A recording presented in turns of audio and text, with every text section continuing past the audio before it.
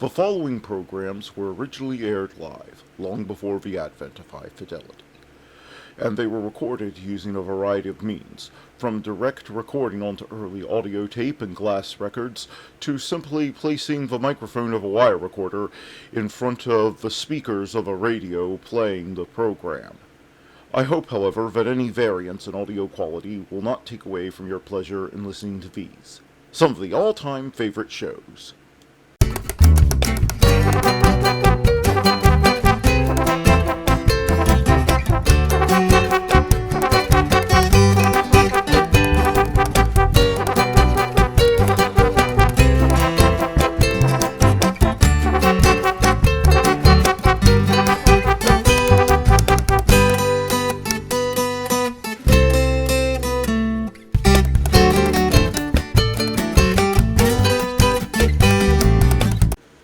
Welcome back to another segment of nightly old-time radio shows. And let's get on with Today in History. It is January the 31st, 2024. In 1865, Congress passes by a vote of 121 to 24 the 13th Amendment of the U.S. Constitution, abolishing slavery in the U.S. Those 24 were later quoted as saying, "Well, I fell asleep. I didn't know what we were voting on, so I just voted negative. So I just voted against it, just to make it seem like I was paying attention." In 1865, General Robert E. Lee named Commander-in-Chief of Confederate armies during U.S. Civil War. Yes, those two things really happened on the exact same day. In 1943, German Field Marshal Friedrich Paulus surrenders to Soviet troops at Stalingrad. According to some accounts, his headquarters were stormed. According to others, he surrendered. I don't know I really have no idea which is true because, well, both the Russians and the Germans in World War II were a bunch of brutal dictatorial liars, so who can you really trust? In 1950, U.S. President Harry S. Truman publicly announces support for the development of a hydrogen bomb. Hey, we just covered that in the movie Oppenheimer. In 1985, South American President P.W. Botha offers to free Nelson Mandela if he denounces violence. Really? That's all it would have taken? Why? Yeah.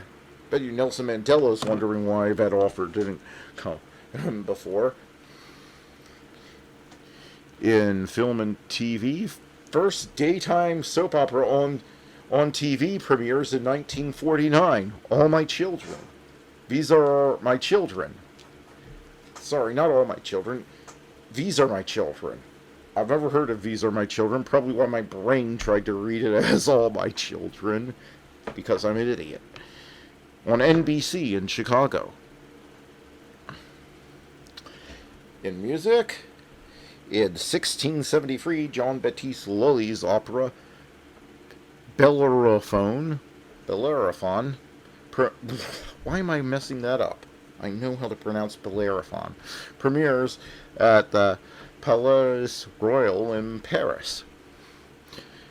And in sports, 17-year-old Linda Coe of New Zealand becomes the youngest golfer in men's or women's golf history to be ranked number 1 in the world.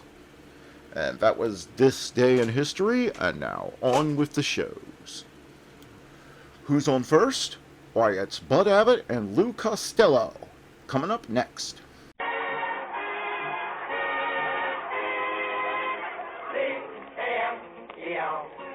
The Abbott and Costello program, brought to you by Camel, the cigarette that's first in the service. Camels stay fresh because they're packed to go around the world. Listen to the music music of Freddie Rich and his orchestra, the songs of Connie Haynes. Tonight's guest, Harold Perry, the great Gildersleeve, and starring Bud Abbott and Lou Costello.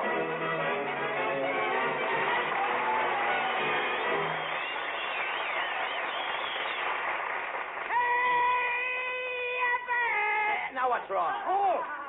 What's wrong now? Boy, oh, boy, oh, boy. Hey, Abbott, a terrible thing just happened. What I happened? was invited down to the shipyards where they're building a brand new ship, and I got caught between two guys that was throwing hot rivets. What happened? What happened? One of those red-hot rivets landed in my back pocket. Yes? Before I knew it, I was 4 miles out to sea. Under my own steam, too. How did they save you, Lou? Did they throw you a breeches boy? No, I came back without any breeches, kid. No. Well, you made a fool of yourself again. Yeah, but I burned my bridges behind me. Oh, talk sense. What were you doing down at the shipyards in the first place? I forgot to tell you. See, Abbott, my cousin Hugo was a sailor down there. He's in the signal corps. The signal corps? Yeah, he keeps signal his mother to get him out. Oh. I'm so ashamed of my cousin Hugo. You are? I mean, after all, the Costellos have always been very brave people. My great-grandfather was a colonel in the army. Colonel? Yeah. Colonel?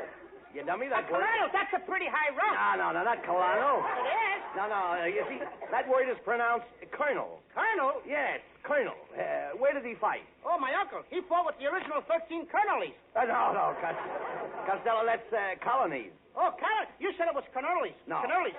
Now, make up your mind. Look, it's very simple. In military parlance, C-O-L is pronounced cur, as in colonel. Yeah. Don't you know that? Oh, no, I never went to college. Oh.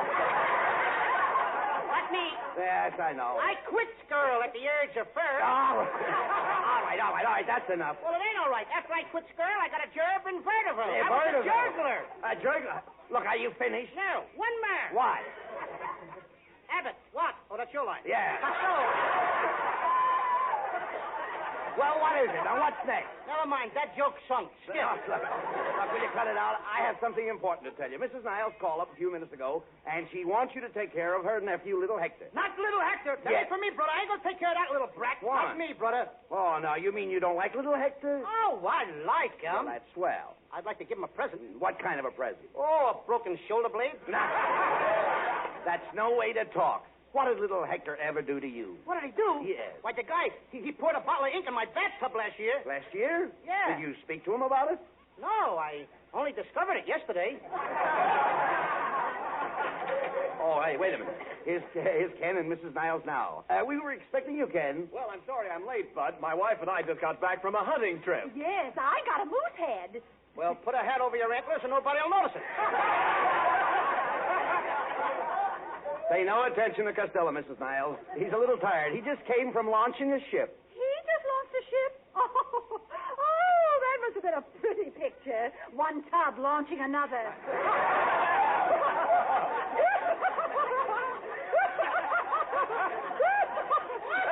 That was wonderful there. That was wonderful. What a clever remark. No wonder I go for you. Oh, and Kenneth, I go for you. I go for you. I go for you. Ladies and gentlemen, you have just heard from Mr. and Mrs. Gopher. Look, come on now. Cut it out, Costello. Say, Mrs. Niles, where's little Hector? Oh, he's outside playing. I'll get him. Hector, darling, come in here, dear. Yes, Annie Niles. I was looking for Mr. Costello's crazy cat.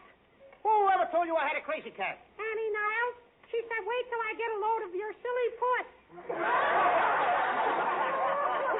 See why I hate the kid? Oh, isn't little Hector cute? Oh, come here, kid. I think you're very cute, too. Come here, do me a favor. Yeah, what? Let me pinch your windpipe. Costello, now. Well, I mean, hey, Hector, look. Why don't you just walk around the block? And if you're not back in 3 days, that'll be fine. Okay. Oh, don't mind Hector, Mr. Costello. He's just playful. Why, the other day, he gently kicked me in the face. Mrs. Niles, I hope he didn't knock any of your teeth out. How could he? She had him in her back pocket all the time. Come, Kenneth. We'll be back for Hector tonight. Oh, now listen. Now, look, I'm not going to get stuck with this kid, Hector. Now, look, Hector, come here. Go on home to your mother, will you, kid? But my mama ain't home. She's downtown buying a gun for my old man. Buying a gun? Did your father tell her what kind to get? No. He doesn't even know she's going to shoot him. Hey, Abbott, I'll tell you, this kid is dangerous. Oh, come, he's only playing. Playing? Yesterday, he stuck his grandfather's head in the stove and sang, "Smoke gets in your eye." Hector, that was a terrible thing to do. Yeah, it was. It put the fire out. Little Hector, listen, I know a very good game. I'll tell you what I'd like to have you do. I'll turn on the electric fan, and you stick your hands in it. No, That ain't going to hurt much. No, I want to play cowboys and Indians. Look, I brought my BB gun. Don't point that gun at me. It might go off. I even told this kid not to point it at me. All right, take it easy. Hey, Abbott. What? He shot me right in the eye. Are those BBs in your face? Well, it ain't caviar. Here, kid, give me that thing. I'm going to shoot the rest of these BBs right out the window.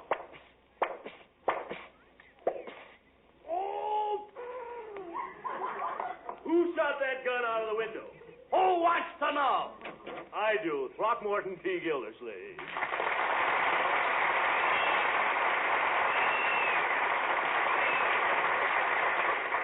Mr. Gildersleeve, those shots, sir, were an accident. Where did he get you? Between my bay window and the back porch. And furthermore, one of those BBs lodged in my head. Lodged in your head? I don't believe it. Shake your head once. All right, I will. He's right, Abbott. Can you imagine a little BB all alone in that big head? You got a lot of nerve to talk about my head. The last time I saw a head like yours, it was in a bottle.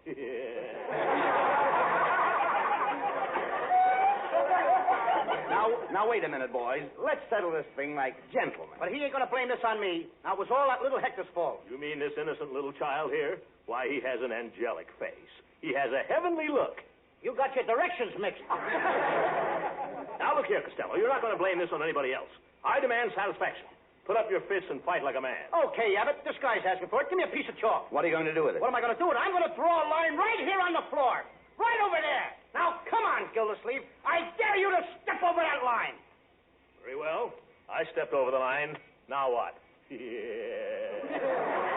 Now you're on my side.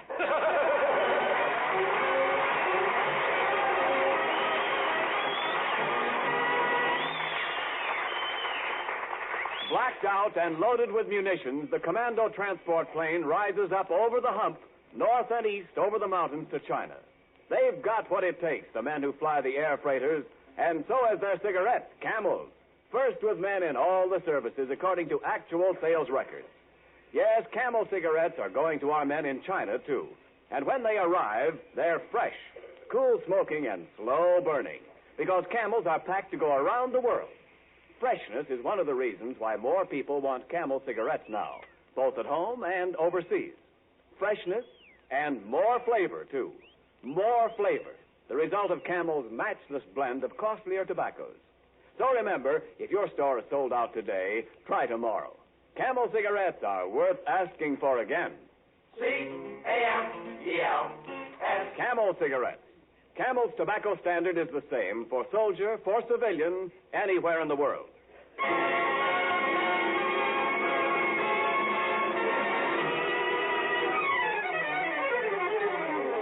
Freddie Rich and the orchestra dancing in the dark.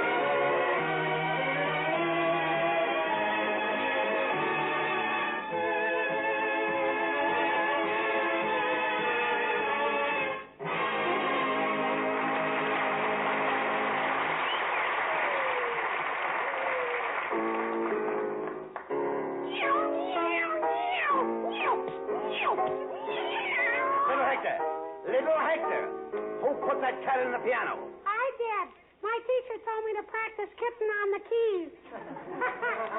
Now, Abbott, I told you to keep that kid quiet. I can't sleep. The noise makes me restless. Oh, that's just your imagination. No, it ain't, Abbott.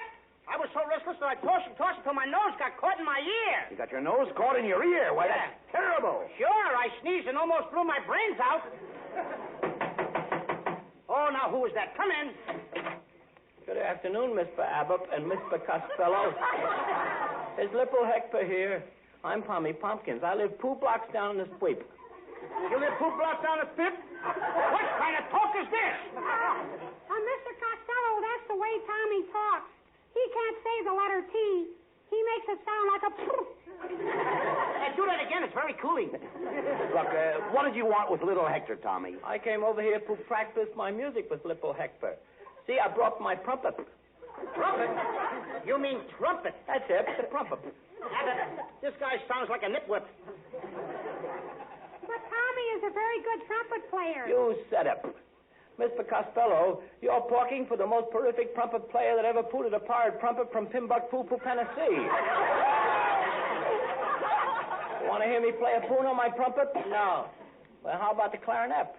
I play the clarinet, the trombone, and the poobah. Oh, no, you don't play the poobah. A poobah's what you keep your toothpaste in to brush your peep. Now the guy's got me talking like that. Costello, please, don't make fun of Tommy. He comes from a very high-class family. He was born with a silver spoon in his mouth. Then why don't he take it out when he talks? Oh, come on, Lipple Hector. Let's play a Lipple poon. Mr. Costello, you want to hear Cole Porpoise Night and Day? Night and day? Why don't you play Pip-Po Pruda-Pulus? Oh, that's great. Follow me, Lipple Hector. In tempo. 1, 2, 3.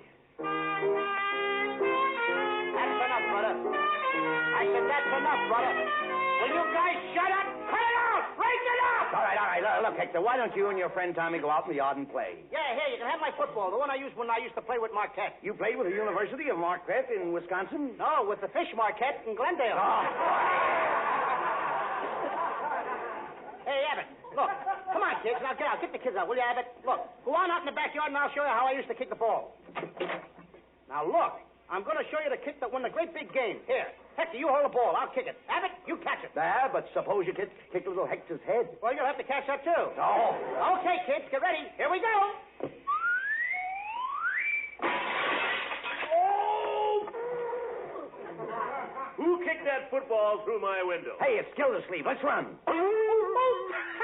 Now, what's the matter? Abbott, that darn clothesline. Did it get you? No, I always wear my nose side saddle. It bit me. Don't you try to run away, Costello. You kicked that football through my window. It bounced off my highboy and put a nick in the leg of my secretary. Your secretary? Yeah. An old Duncan Fife. Where does she get that stuff? My secretary's been in my family for 200 years. Faithful, isn't she? Oh, keep quiet, Costello. Well, look, Gildersleeve, the whole thing was an accident. Costello was just showing us what a great football player he was in school. In school? Mm-hmm. Costello, who'd you ever play for? Subnormal? Did you ever have that laugh dry cleaned?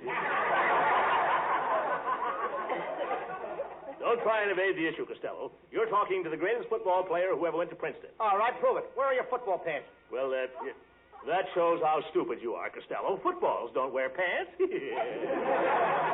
Say, Gildersleeve, did you ever play in the Princeton-Yale game? I'll never forget that game, Abbott. I can still picture myself sweeping down the field. I swept over the 50-yard line, over the 40, the 30. I swept past the 20-yard line. As I was sweeping toward the goal line, it happened. Were you tackled? No, he broke his broom.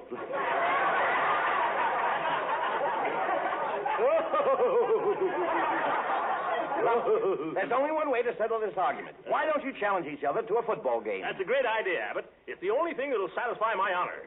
We Gildersleeves are a proud lot. You're a vacant lot. I think I got the kid going, Pop. He's getting mad. Costello, we'll meet in 1 hour. If I should not emerge victorious, I shall retire to a mountain fastness, where, as a measure of self-punishment, I shall wedge my neck in the crotch of a tree and allow the woodpeckers to peck on my cranium at regular 5-minute intervals. Yes. Yeah? Well, listen, Ghost Sleeve. If I don't win this game, I'm going to retire to the cellar of Tony's Fish Market, where I will tie myself to a pickle barrel and have Tony slap me in the puss with a wet barracuda. Not every 5 minutes, not every 3 minutes, not every 10 seconds, but Sunday. Monday and away.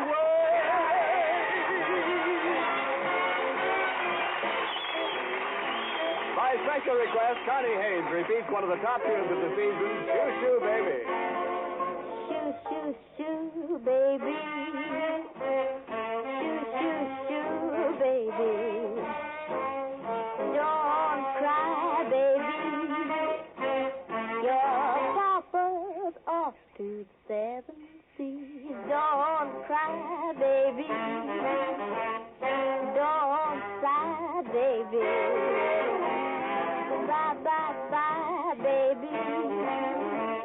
When I come back, we'll live the life of me. Feels kind of rough now to say goodbye this way. Papa's gotta be rough now, so he can be sweet to you another day. Shoo, shoo, shoo, baby. Shoo, shoo, shoo, baby. Don't cry, baby. Your papa's off to the 7 seas. Don't cry, don't sigh. Baby's here a-waiting for her papa. Don't cry, don't sigh. It seems nothing will ever stop her. Shoo, my baby. Shoo, shoo, shoo, shoo, my baby. Shoo, shoo, shoo, shoo, my baby. Your papa's off to the 7 seas.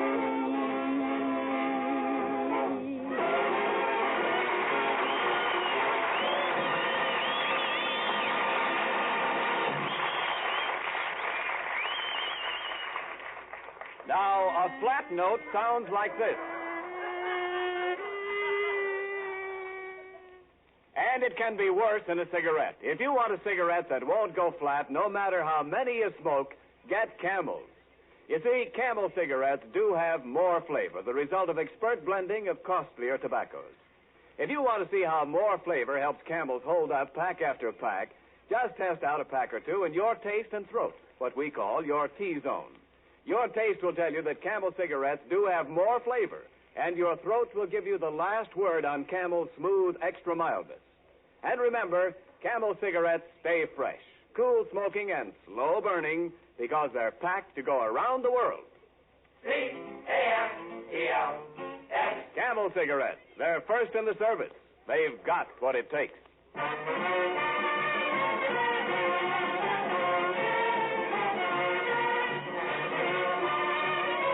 Ladies and gentlemen, this is Ken Niles, your sportscaster, speaking to you direct from Google's parking lot overlooking the city dump. There is a strong wind sweeping across the field at this moment, and most of the crowd is leaving. We are about to give you a word picture of this great football classic between the Gildersleeve Nanny Goats and the Costello Morons. No, pardon me, that's Maroons. And now, for a last-minute interview, we take you to Lou Costello's dressing room. Take it away, Flash Farrell. Thank you, Ken Niles. Phew. This is Flash Farrell, speaking from the Morons' dressing room. That's me, folks. Mr. Costello, I understand that this game is the result of a personal challenge. Is it true that you don't know the meaning of the word trepidation? That's right. And is it true that you don't know the meaning of the word cowardice? That's right. You're pretty brave. No, I'm pretty ignorant. Take it away, Ken Niles. Thank you, Flash Farrell. And now for a word from the opposing captain, we switch you to Gildersleeve's dressing room and Red Harbor. Thank you, Ken Niles. Here we are in the Nanny Goat's dressing room. Gildersleeve looks in great shape. Say, Mr. Gildersleeve, I see you're wearing your old school sweater. Oh, yes, Princeton University. Yes, sir, I was the biggest PU man on the campus. Phew. Thank you, Gildersleeve. And now, back to Ken Niles. Okay, Red Harbor. Both teams are coming on the field now, and we switch to Bud Abbott. Right, Ken Niles. Now let's listen to Gildersleeve's Nanny Goats singing their alma mater. Mammy, Mammy, the nanny goats you'll find will always come from behind for Alma Mammy. Phew. Phew. And now on the other side of the field, we pick up Lou Costello's band and glee club. Football, protocol, protocol, protocol, football, protocol, with me. Heave! Heave! Heave! Just a minute. Costello. Costello, what do you think you're doing here? Don't bother me now, Mrs. Niles. We're going to play football. But where is little Hector? What do you think we're using for a football? Play again, don't we? Costello, the game's about to start. Where's your football helmet? I don't need a helmet. But how are you going to protect your head? I'm wearing my hair piled up this season. Well, folks, the moment is here, and we take you to the midfield stripe where the opposing captains are shaking hands in their usual friendly manner. Oh, I warn you, Costello. You try to carry the ball through my line, I'll climb you like a tree. And a monkey like you can do it. Costello, remember sportsmanship. I'm not afraid of him, Abbott. Listen, Costello, I'll hit you on the top of your head so hard I'll drive your head down into your ribs. When you open your eyes, you'll think you're in jail. Diggers, the cut! No, come here. Come here. That's the referee. Cut! No more patrol wagons! No, that's the referee. Last time I had to stand up! No, that's the referee. All right, boys, let's start the game. Let's start the game. Let's start the game. All right. Well, the game's about to start. Costello is kicking off to Gildersleeve, and Costello's toe meets the pigskin. Wait. Gee, that was a great kick, Costello. Gildersleeve's got the ball. Go ahead and tackle him. Okay, I got him. Costello, are you double-jointed? No. Why? Then I think I broke your leg. The joke's on you. I always wear my leg in my back pocket. Hey, I don't like the way you tickle, Gildy. You mean tackle. You don't know your football. I mean tickle. You don't know your mustache. Come on, Gilly. Let's start the play. Right. Signals. 1, 2, button my shoe. 3, 4, shut the door. Hike! Costello, Gilly's running around his own end. He's running around his own end. That's a neat trick if he can do it. Well, quick. Grab him. Come on, grab him. Ooh, ow! Referee! What is it? Did you see what happened? Yes, I did, and I penalized you 15 yards for interference. Interference? Gildersleeve kicked me right in the puss. I don't believe it. You wouldn't do a thing like that, would you, Gildy? No, Uncle Ralph. Uncle Ralph, this is a frame-up. Look, stop complaining, Costello. It's your turn to carry the ball. Now, let's see you make a touchdown. Okay, Abbott, watch me. Signals. 1, 2. What comes after 2? 3. Oh, 3. Good. I knew he went to subnormal. Look, I'll call the signals. 1, 2, 3, 4. Say, Costello, what comes after 4? 6. No, it's 5. Oh. How do you know? I got my shoes off. I'm counting on my toes. Get ready, then. Signals. 1, 2, 3, 4, 5. Hike! Oh, boy. I got the ball, Abbott. 1 tackler down. 2 tacklers. 3 tacklers. I'm going to make a touchdown, Abbott. No, you won't, Costello. I'm right in back of you. I got you. Uh-oh. Abbott, we can't lose now. Why not? I'm out in the open.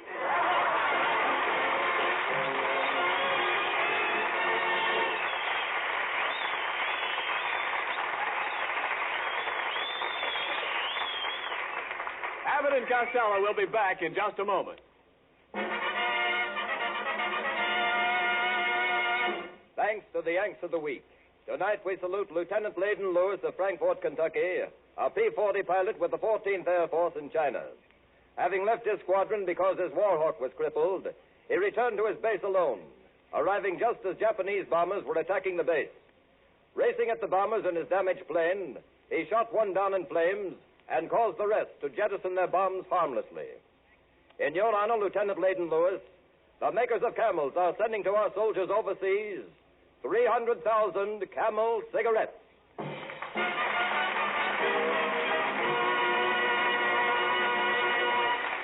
Each of the Camel radio shows honors a Yank of the Week, sends 300,000 Camel cigarettes overseas, a total of more than 1 million Camels sent free each week. In this country, the traveling Camel caravans have thanked audiences of more than 3.5 million Yanks with free shows and free Camels. Camel broadcasts go out to the United States 4 times a week, a shortwave to our men overseas and to South America. Listen tomorrow to Jimmy Durante and Gary Moore, Saturday to Bob Hawke in Thanks to the Yanks, Monday to Blondie, and next Thursday to Abbott and Costello with their guest, Miss Janet Blair. And another important fact to remember. Do you know that infantile paralysis reached epidemic proportions last year with more than 12,000 victims? Help guard your children's health this year by joining the March of Dimes. Send your dimes and dollars to President Roosevelt at the White House.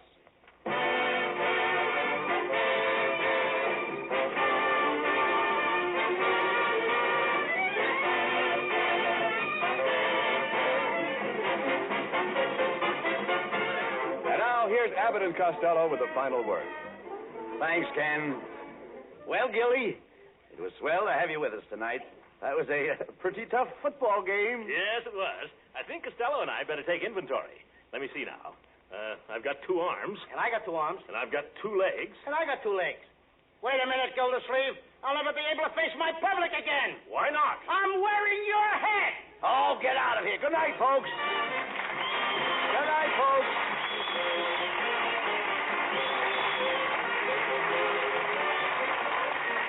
Good night, neighbors. Be sure to tune in next week for another great Abbott and Costello show with our special guest, Miss Janet Blair.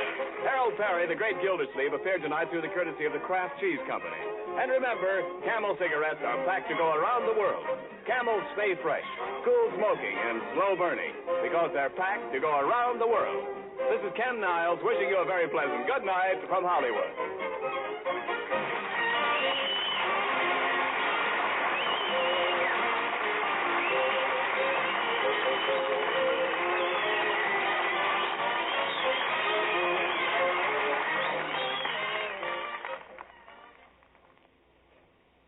More pipes smoke Prince Albert than any other tobacco in the whole world.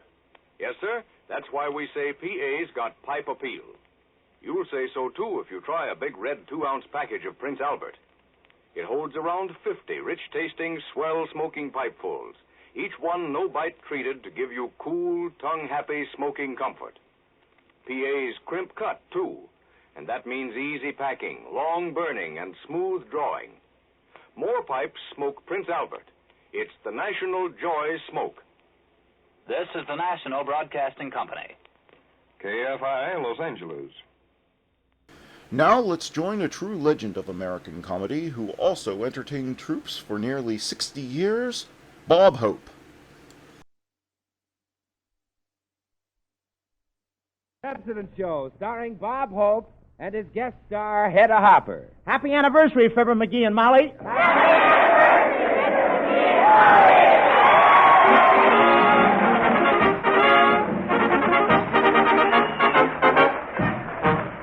If you're Whitney's cleaning or a springtime cleaning, throw away your brush and soap coat. Here's Bob Hope. How do you do, ladies and gentlemen? This is Bob Spring Cleaning Hope telling you to use Pepsodent, and while you're making your house spick and span, you won't hear a bridge click in your pan.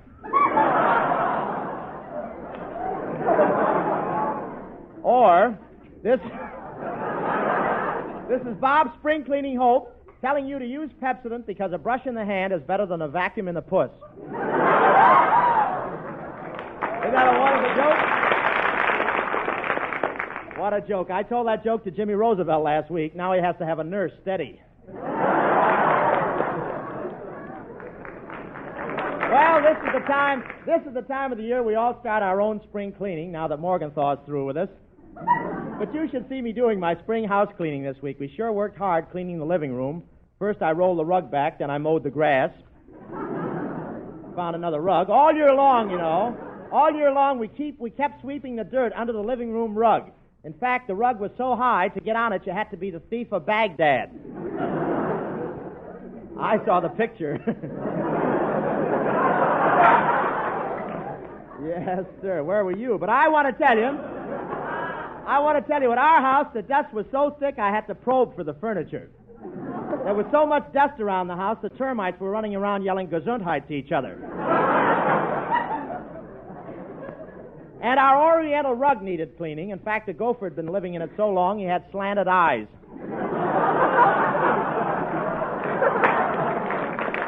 But we're not worried about the rugs much because we have a good vacuum cleaner. That's Santa Neat on a stick. But we did clean. Today, first thing in the morning, I decided to go up and clean the attic. When I got up there, I came across a bunch of old Esquires in one corner. Tomorrow, first thing in the morning, I'm going to clean the attic.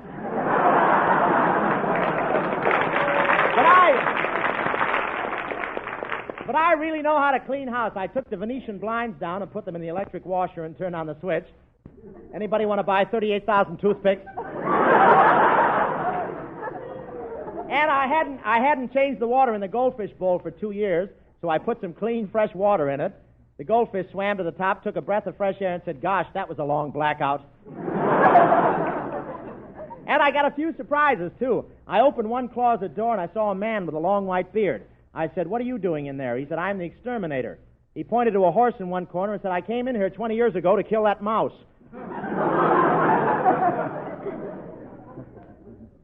Nice joke. I know, I rolled that joke on the White House lawn yesterday. I did, yes, I did. But my house is really clean now. My paint started to fade a little, so I repainted the house with Pepsodent. Now I've got the only house in America whose bay window smiles at you. May not be funny, but it's a plug. I got you there. But everybody's cleaning, no kidding. One workman spent 2 days cleaning the windows of Hetty Lamar's house until she told me she'd call the police. And I had an accident while I was cleaning my house. I poured some glue on the piano stool by mistake. My uncle sat down on it yesterday. So far, he's played I Hear a Rhapsody 3,000 times.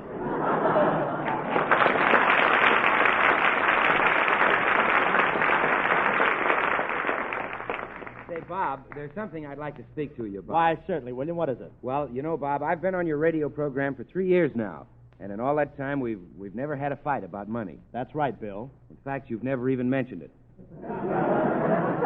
Wait a minute, William. I don't want you giving the audience the impression that I'm cheap. Just to show you that my heart's in the right place, take this $1,000 bill. Oh, gee, thanks, Bob. And here's another $1,000 bill. Thanks. And another $1,000 bill. Thanks. Boy, will you be in a spot when television comes in. All right, so they're only $1 bills. Does a little number make so much difference? Well, yes, Bob, a great deal of difference. For instance, numbers are mighty important when you're buying toothbrushes. The number 50 is the one to remember. For the new Pepsodent 50 Tough toothbrush gives you more for your money. It's the only toothbrush that gives you twice the usual number of tufts in a small, compact head. Now, it's just simple arithmetic. Double the number of tufts means double the cleansing power. And double the cleansing power means brighter, more sparkling teeth quicker than ever before. Well, just take a tip from me, ladies and gentlemen, and get one of those marvelous new Pepsodent 50 Tough toothbrushes right away. There's a free gift waiting for you if you buy a new Pepsodent toothbrush now. For just a few days more, Pepsodent is offering you a free 25-cent size of Pepsodent toothpaste or tooth powder, whichever you prefer, with the purchase of every 50 Tough toothbrush at the regular price of 50 cents. But you'll have to act quickly to get this valuable free gift. After a few days, the offer will be withdrawn. So go to your store, tell your salesman you want a Pepsodent 50 Tough toothbrush, then choose your free gift, either Pepsodent toothpaste or Pepsodent tooth powder in the 25-cent size. All you pay is the regular price of 50 cents for the toothbrush. Now, get yours right away while there's still time.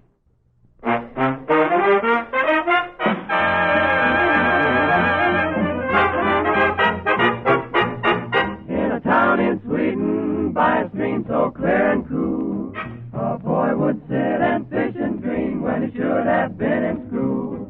He couldn't read or write a word, but happiness he found in a little song he heard. Here's how it would sound. Hut set roastin' on the railroad and the brawlers do it. Hut set roastin' on the railroad and the brawlers do it.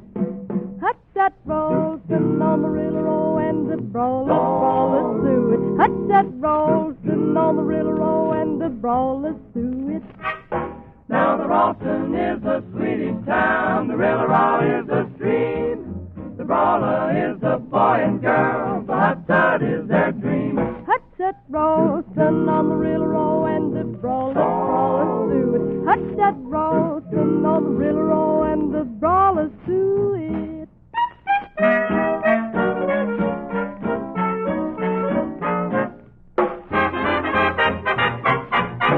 We have heard that all the Swedish guys sing this song to all their sweetie pies. Hut Tut Ralston on the Rillarow and the Brawlers do it. Hut Tut Ralston on the Rillarow and the Brawlers do it. Hut Tut Ralston on the Rillarow and the Brawlers do it. Hut Tut Ralston on the Rillarow and the Brawlers do it.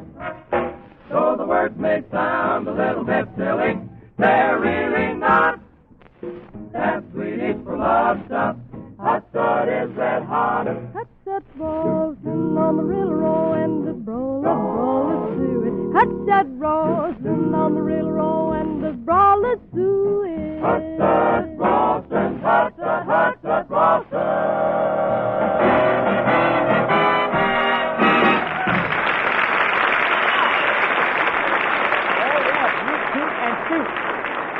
Yes, sir. That was our 6 hits and a miss in the orchestra and Hut Tut song. The 6 hits and a miss are now 6 hits and a misses. In a little while, this program will have 6 hits and misses and a few quiz kids. Oh, yeah. Yeah. Pauline and Jerry did it, Las Vegas. Where are we? Let's get into it. And now it is my pleasure to present one of Hollywood's best-known personalities, screen actress, newspaper columnist, radio commentator, and wearer of Hollywood's dizziest hats, Miss Hedda Hopper, ladies and gentlemen.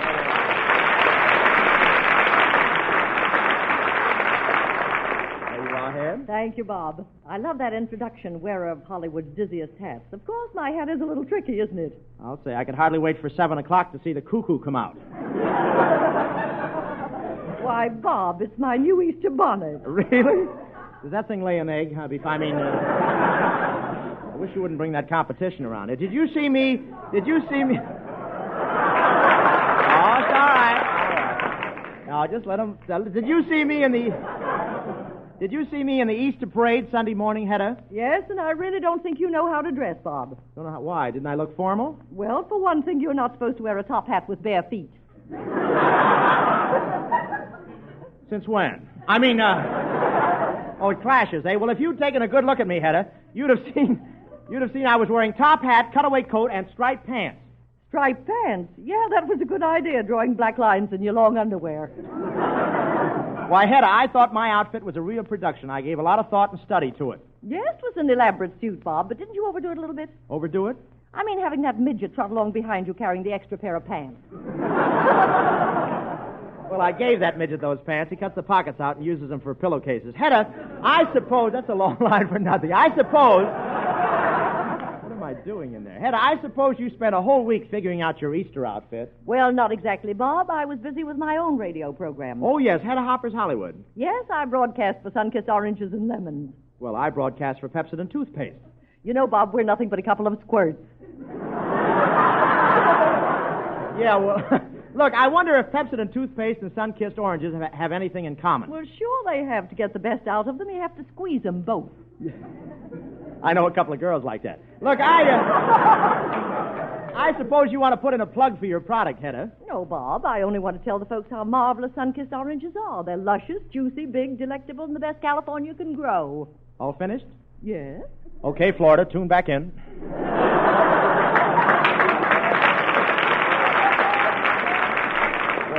Are we bragging as though they were ever in? Is that marvelous? Say, Bob, what do you do when you're not busy with radio and pictures? Well, I like to take a trip to Catalina, lie out on the beach, and admire the pretty girls in their bathing suits. And Edward G. Robinson thinks he's the sea wolf.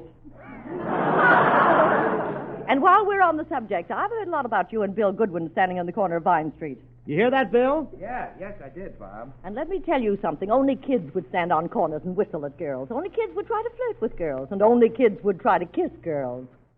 Well, meet the men of Boys Town.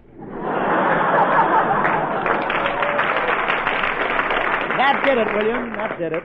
Well, if you boys can't get girls, before I was a Hollywood columnist, I was an advice to the lovelorn editor. Maybe I can give you some advice. No, that wouldn't help, Hedda. I once went to a lovelorn editor. That was quite a while ago when I was still a shy and bashful boy before I started to use Pepsodent. Pepsodent. Pepsodent, Pepsodent. All that ever comes out of you is Pepsodent. Well, shoot the stopper to me, Hopper.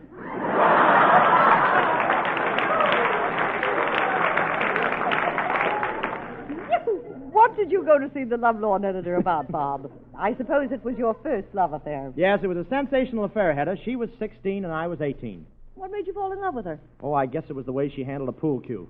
No, but we came to the parting of the ways. What broke up your romance? Well, her mother didn't like me. She used to see me hanging around the runway in burlesque theaters. It made her nervous when she was dancing. So the next day, there I was, Hedda, at the door of the Advice to the Lovelorn editor. Come in. Say, is this the Advice to the Lovelorn? Goodbye, Miss Hopper. Goodbye, Mr. Barrymore. This is it. Say, are you the Advice to the Lovelorn editor? Why, yes. Here, let me take your hat and turtle. Oh, thanks. Say, you're a country boy, aren't you? Yes, I'm from the country. How'd you know? Well, never mind. I'll open the window. You're about the most bashful boy I've ever seen. Say, do you always suck your thumb? Yep, can't quite reach my big toe anymore. Well, tell me, what's your problem? Well, I broke up with my girl, Lulabelle. I ain't been able to sleep ever since. I'm always thinking about her. Well, perhaps I can help you. Why don't you describe Lulabelle to me? Well, her face ain't much to look at, but her figure, gee, it's awful. We used to have a lot of fun together, but then I began to suspect she was going with another fella. Well, what made you think that? Well, every time I walk into the parlor, she's sitting there necking with him. Gee, I don't understand it. I don't understand why Lulabelle don't love me. Well, perhaps her family objected. What do her folks think of you? Well, her mother's away in an army camp. Her mother's in an army camp? Yeah, she always insisted on wearing the pants in the family, and this time she got drafted.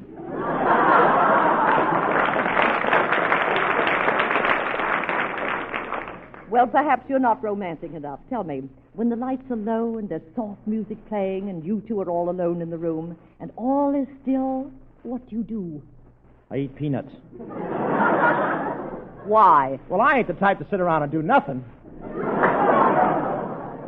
When did you realize that Lulabelle was beginning to slip away from you? Oh, just the other day. I was holding her in my arms, looking tenderly into her eyes, and then she puckered up her little lips. Yes, yes? What a time to blow a spitball. Well, don't worry about her. You can get plenty of girls. You know, you're kind of cute. Here, let me fix your necktie for you. Oh, gee, we're standing this close to a woman. It gives me goose pimples all over. On you, it's an improvement. I sure must. You got some of that fuzz on your tongue there, you know. That dropped down from that hat. Where are we? Where are we? You'd think it was a bird's nest. Can I send that on the road? Go ahead. Come on, handsome. Sit down here beside me. Oh, gosh. Do you think it's safe? Well, certainly. I won't bite you. Go ahead. I like it. Now, let me give you a few pointers. Next time you hold Lulabelle in your arms, run your fingers through her hair like I'm running mine through yours. Oh, shucks. Don't run your fingers through my hair. It keeps reminding me of something. Well, what's that? I got to do my spring plowing. Oh, come on. How about a kiss? A kiss? What's that? Don't you know what a kiss is? Well, what does your mother do when your father comes from work and she sees him? Oh, slugging. Oh, no. I'll show you what a kiss is. There. How did you like that? Did we get across Sunset Boulevard all right?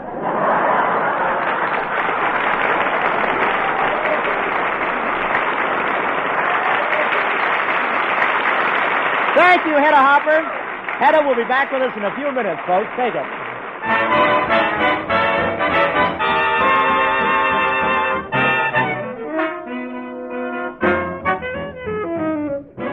For sentimental me, for romantic you, dreaming dreams is all that we can do.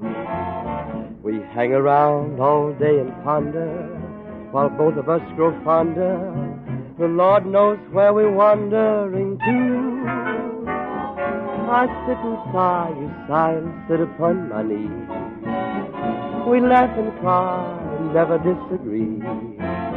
A million kisses we'll make theft of until there's nothing left of poor romantic you and sentimental me.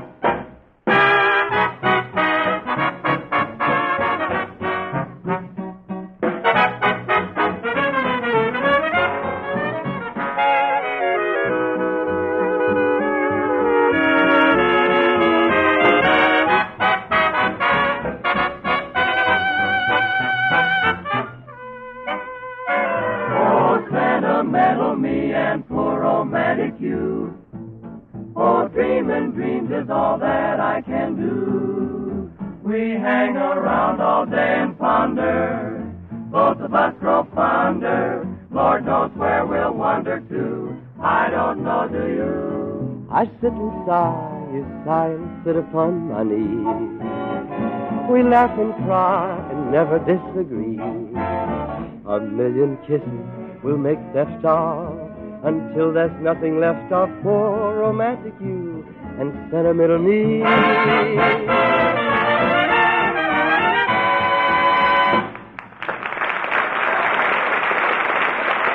That's Skinny Ennis, ladies and gentlemen. Skinny Ennis and Sentimental Me. Say, Skinny, congratulations. I hear you're packing them in at the Wilshire Bowl. Well, thank you, Bob. You know I'm following Phil Harris over there. That's a switch, someone following Phil Harris. But you know, when I was there the other night, you were dancing with that fat girlfriend of yours, Skin. Hey, didn't we look swell, Bob? Yeah, she certainly made a handsome-looking couple.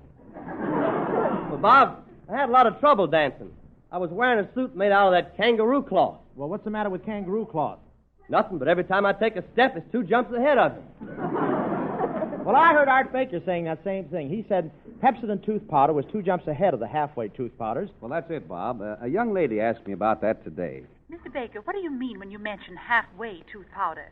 Don't most tooth powders clean teeth pretty well? Yes, they do. Yes, there are a lot of pretty good tooth powders. A lot of them will do some of the things that Pepsodent does, but there isn't a single leading brand that'll give you all the advantages to the high degree of effectiveness that you can get from Pepsodent tooth powder. Is that because of irium? Well, in part, yes. Irium is important because it's a super cleansing agent, not excelled by any that you can name. But cleansing is only half the job. Teeth have to be polished. They have to be buffed to make them lustrous and sparkling and brilliant. And unless a tooth powder makes teeth gleam, it's doing only half a job. Well, don't other tooth powders polish too? Well, not the way Pepsodent does. Pepsodent is the outstanding champion in this department because Pepsodent, and only Pepsodent, contains composite metaphosphate, the remarkably safe, effective polishing ingredient. Pepsodent developed it, Pepsodent patented it. And it's so effective that several independent testing laboratories have all reached the same basic conclusion, namely, Pepsodent tooth powder has the power to produce 32% greater luster on teeth than the next best leading tooth powder, actually twice as bright as the average of all other brands. Now, that's why Pepsodent can do things no ordinary tooth powder will do. That's why your teeth will feel smoother and look brighter, at least 32% brighter than ever before. Thank you, Mr. Baker. No more halfway tooth powders for me. From now on, I'm saying Pepsodent tooth powder, please.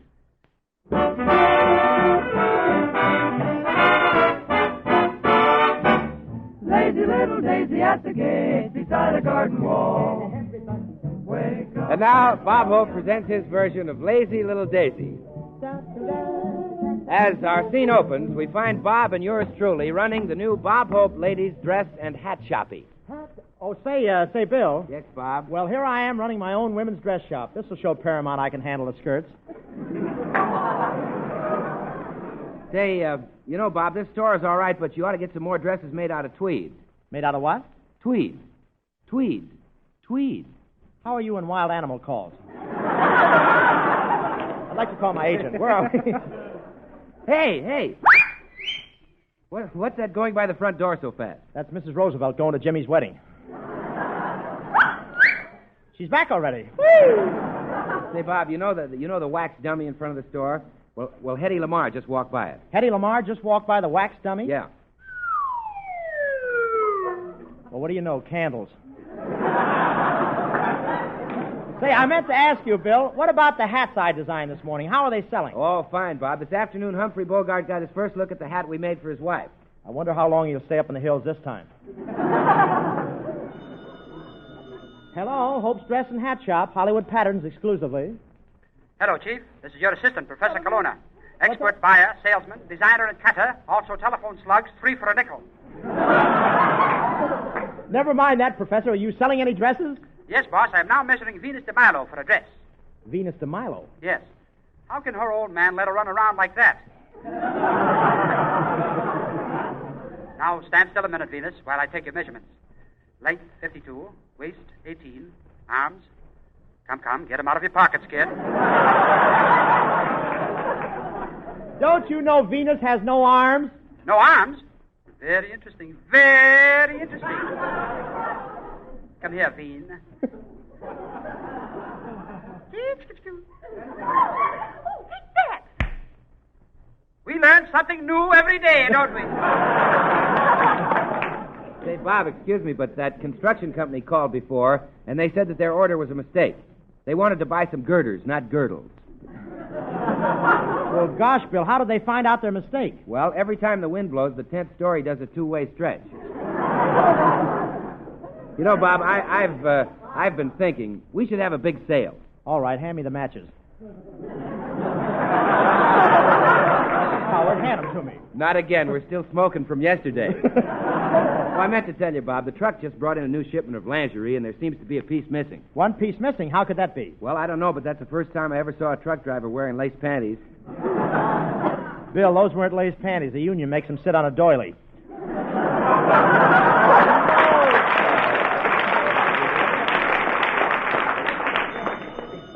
Hello? Hello, Hope. This is Colonna, the big buyer, seller, exchanger. Also room for rent in rear. No children. Now, listen, boss, I'm down here at the silk factory getting some silk. Tell me, Hope, when silkworms spin a cocoon, they're supposed to spin it around themselves, aren't they? That's right. Silkworms always spin their cocoons around themselves. See, fellas? Now let me out of here. Professor Colonna, you can't make me believe you're in a cocoon. I just saw you going out to the park. Well, that's right, Hope. I'm out here at the park getting some furs. There's a little animal running around in the bushes. Well, grab it, Colonna. It's a chipmunk. Oh, no, Hope. I think it's a skunk. No, it isn't. Grab it. It's a chipmunk. Okay. Here, pussy. Wow! What's the matter, Colonna? If that's a chipmunk, it's got a wonderful defense program. Colonna, this is the last straw. Oh, well, you use it. I'll drink from the bottle. Say, Bill. Yeah? Tell me, how's business doing here? Bob, I'm a little worried. That queer contraption over there. Is that a lady's hat or a malted milk machine? Where? Oh, I don't know. I'll see. I wonder what happens if I touch this.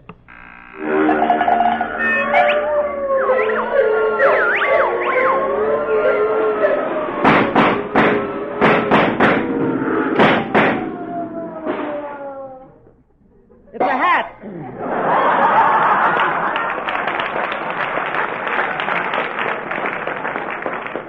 Must be one of Hopper's. Say, Bill, business ought to pick up in this dress shop since we hired those 2 new models to show off our dresses.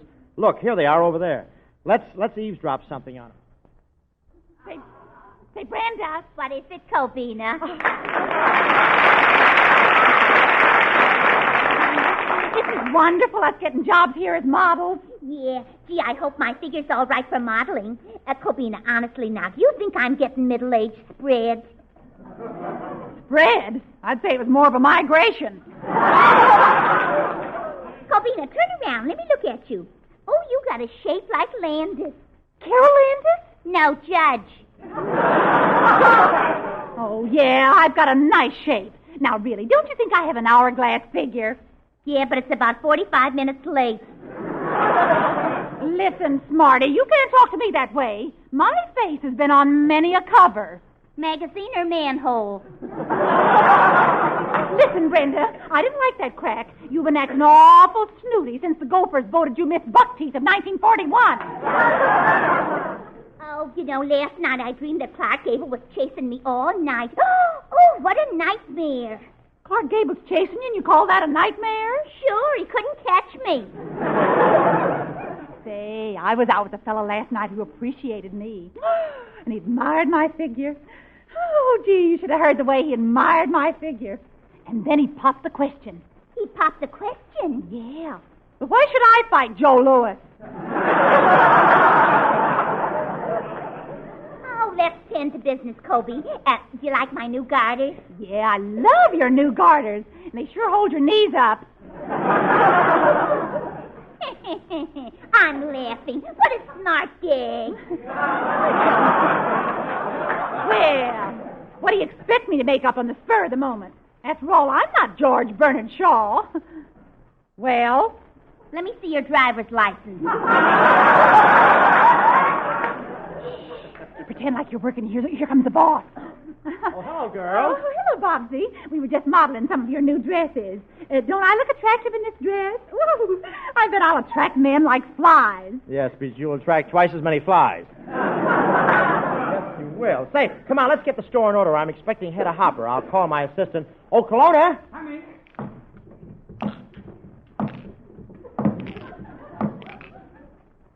Loose eyeballs. Stop acting foolish. Kelowna, you get under my skin. Why should I? I've got nothing to hide.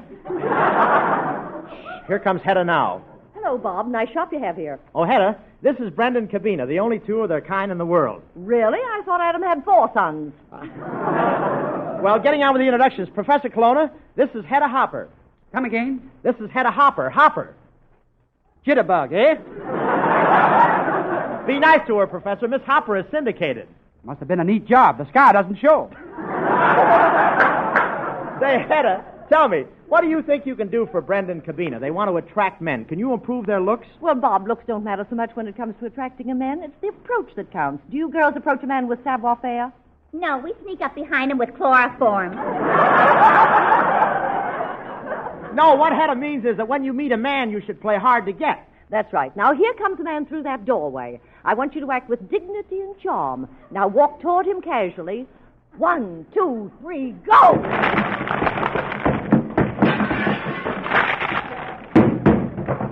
See? I beat you again!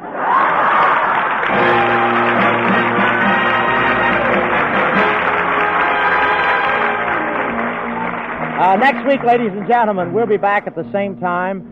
And with us as our guest will be Lola Lane, the same gang and Bob Hope. Thank you, Bill Goodman. Good night, ladies and gentlemen. This is Bill Goodman speaking for Pepsi. It's the National Broadcasting Company.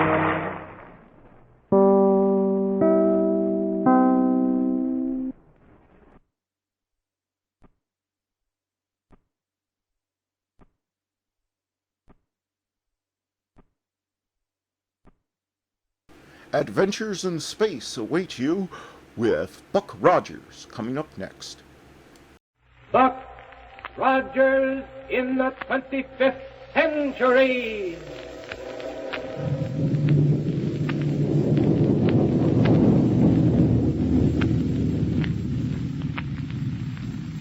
Buck Rogers is on the air, brought to you by the makers of Popsicle, Fudgicle, and Creamsicle, those delicious frozen confections on a stick. And now a message from the famous winner of the typical American boy contest, Popsicle Pete. Hello, fellas and girls. You know what our gang did? We all saved bags from Popsicle, Fudgicle, and Creamsicle and got a whole baseball outfit for the team. Balls, gloves, and everything. Boy, they're swell. Now get Mom and Dad and everybody to help you save bags from genuine Popsicle, Creamsicle, and Fudgicle. And get your choice of hundreds of marvelous gifts. Get a wristwatch, a camera, table tennis, a wallet, lots of things. Bags are easy to save because they come on such swell-tasting confections. Great big, pure Popsicle, Fudgicle, and Creamsicle, each on a handy stick. What a value for a nickel. So big and so delicious. I'll say. And made by the finest ice cream makers from choice, healthful, strictly fresh ingredients. Say, kids, get a gift list free from your ice cream store and save it. It's got a coupon on it worth 10 bags. Now, do you remember our last episode? Well, Buck and Wilma finally got on the trail of Black Barney's rocket ship. And we learned that Killer Kane and Ardela, with Barney as their prisoner, have landed at the ruins of ancient Philadelphia, where they're going to set up a new headquarters. Well, let's join them there and see how things are working out. Okay? Then here we go, 500 years into the future.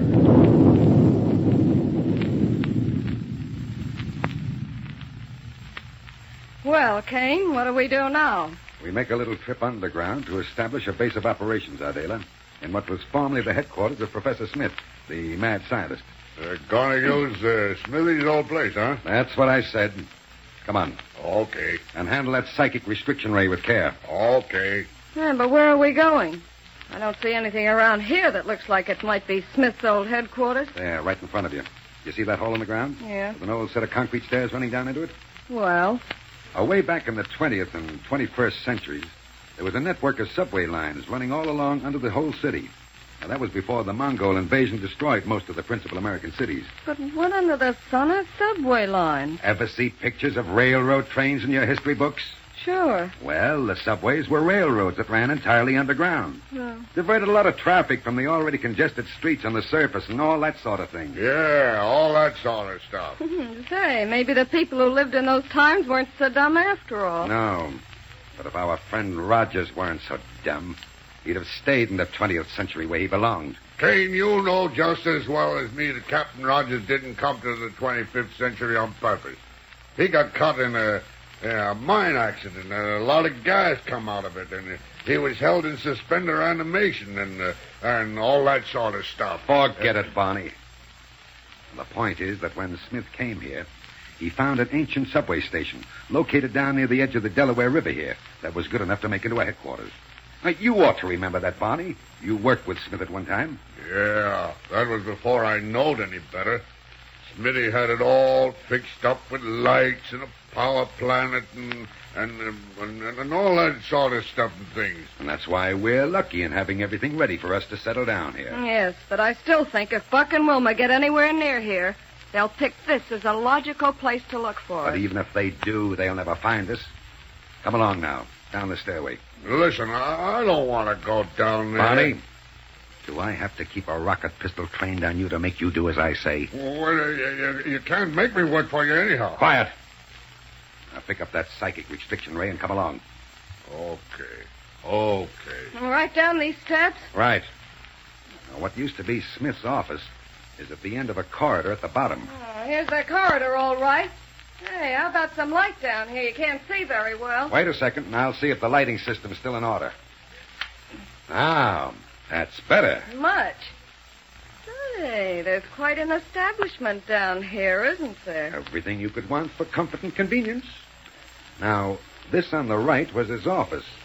Quarters are down the corridor on the left. Wait a minute, Kane. Why, yes.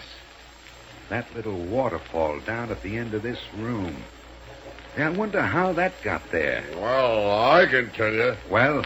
Well, back in the old days when I was sort of foolish and thought I was an air pirate... You'd be better off if you were still an air pirate, Barney. No, sir, Kane, and nothing you will ever say All right, will ever make me believe it. All right, and go on with your story.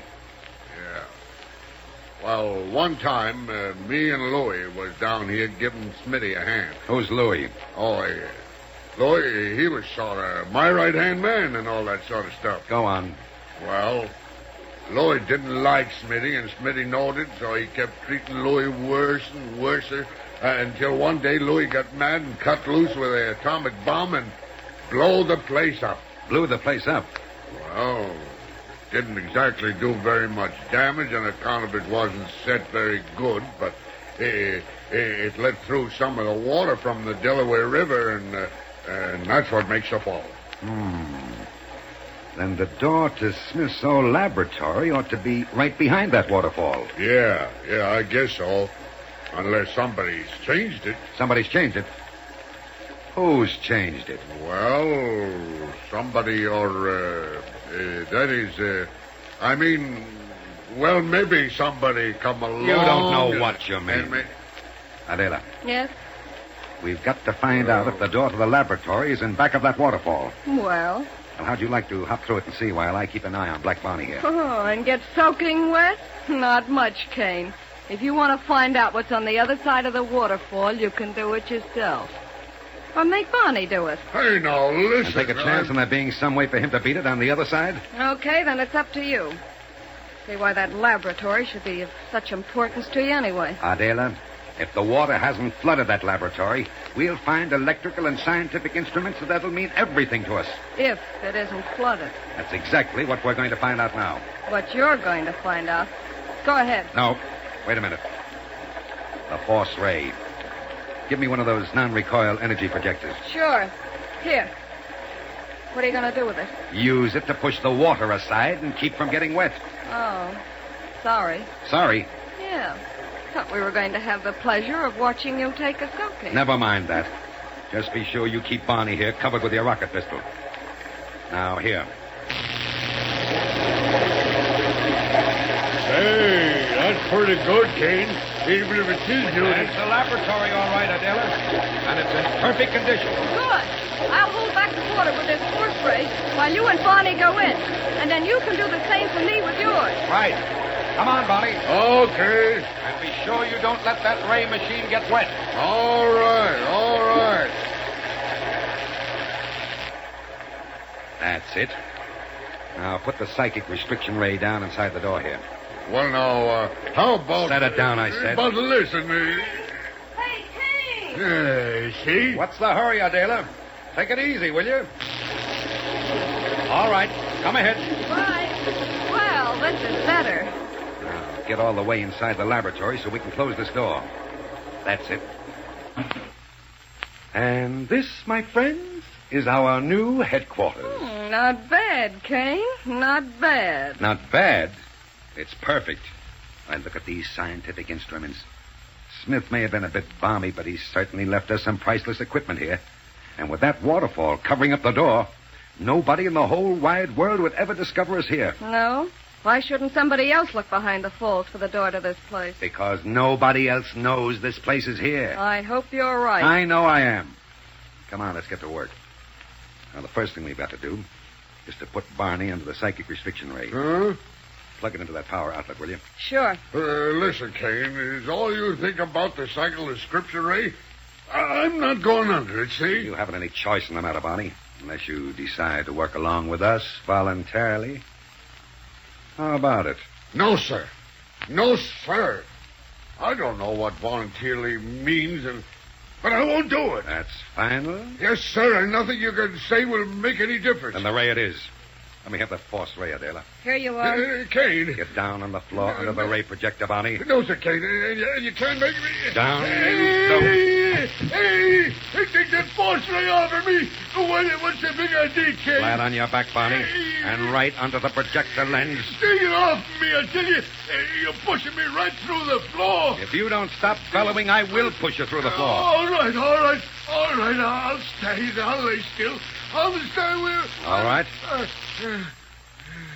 Now, Barney, I warn you. If you try to get out of range of the psychic restriction ray, I'll drive so much energy at you that you'll never get up again. Adela. Yes? Turn on the ray. Right.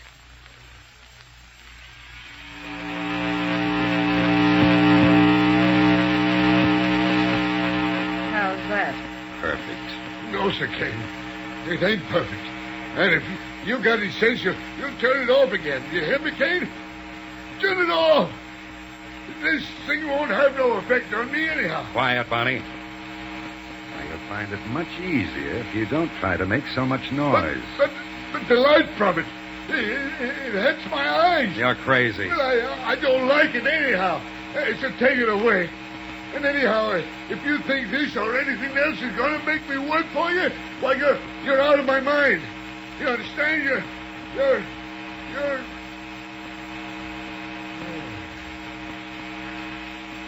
Listen, Kane. You know, it's funny. This thing ain't so bad after all, is it? Yeah. I kind of think I like it. It's working, Adela. Good. And from now on, Barney is ours. Yeah, the ray, it's so nice and pretty and beautiful and stuff. Yeah. Let the brave Captain Rogers try to upset our plans now. Rogers.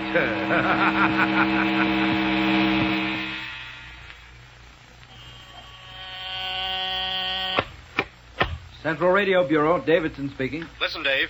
This is Buck Rogers. Oh, hello, Captain. Contact Dr. Hewer again for me. Tell him we're still on Black Barney's rocket trail and following it with a gas analyzer. Good, but We found that it leads almost directly southeast of Niagara in a straight line. I see, but now In other look, words, toward the ruins of ancient Philadelphia, which would make an ideal headquarters for a person like Killer Kane. But, Captain, Now, as I told you before, Dave, the more I think of it, the more I feel he's somehow connected with the disappearance of Barney. Now, will you get all that to Dr. Hewer just as quickly as possible? But, Captain. Yeah? I've been trying to tell you, Dr. Hewer called here just a few minutes ago, and he left a message for you. Oh, yeah? What'd he say? He wants you and Lieutenant Wilmer to return to Niagara immediately. What? And meet him at his laboratory. But we can't.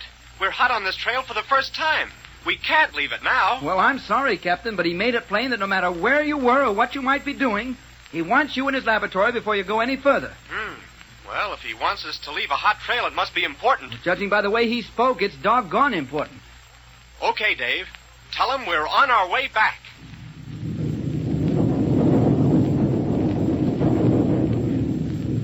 So, Kane and Ardela have poor old Black Barney under the influence of the psychic restriction ray. The instrument that completely subjugates him to their wills. It'll make him not only willing, but glad to work with them. But I wonder what Dr. Hewer has up his sleeve.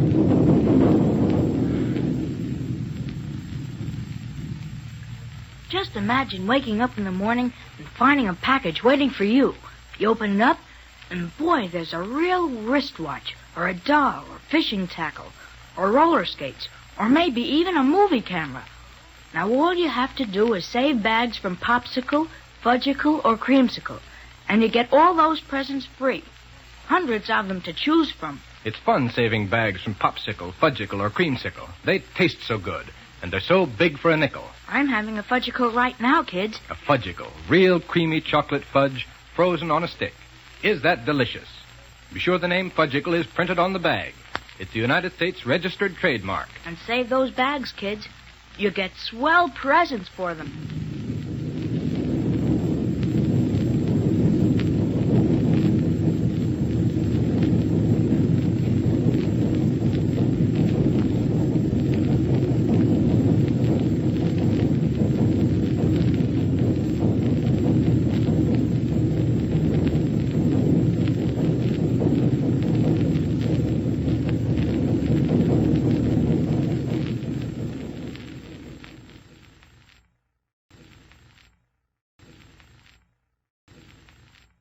Orson Welles and his supporting cast of Academy Award-winning actors present yet another classic tale in The Campbell's Playhouse, coming up next.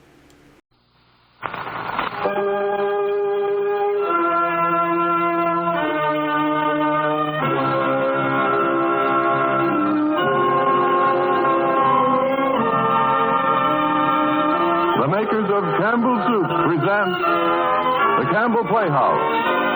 Orson Welles, producer.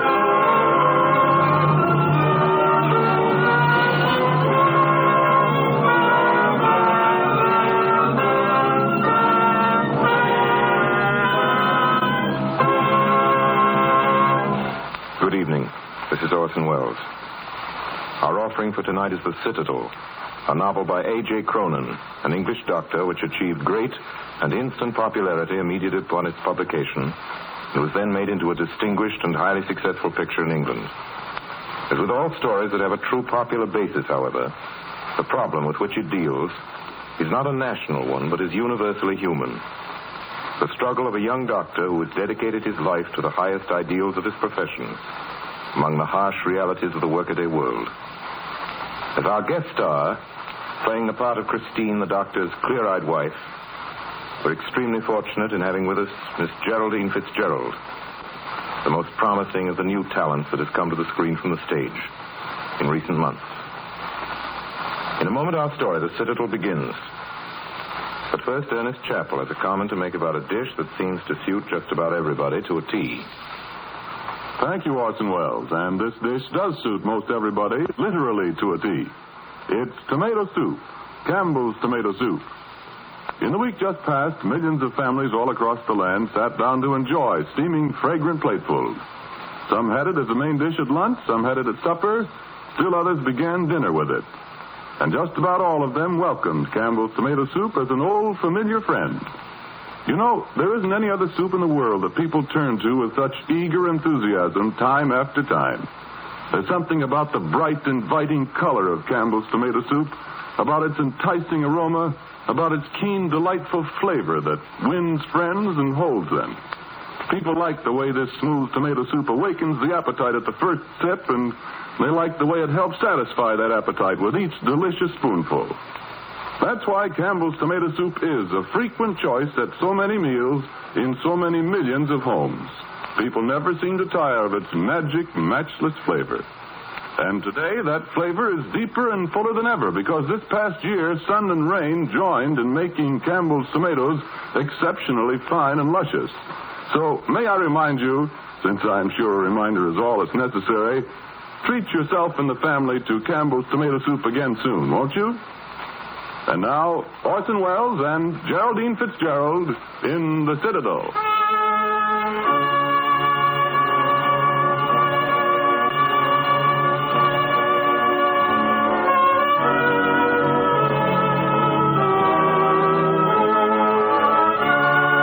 And Romanson, it is with extreme pleasure that this university awards you your degree. And with it, as our supreme honor, the Hunter Gold Medal, awarded each year to the best student in clinical medicine.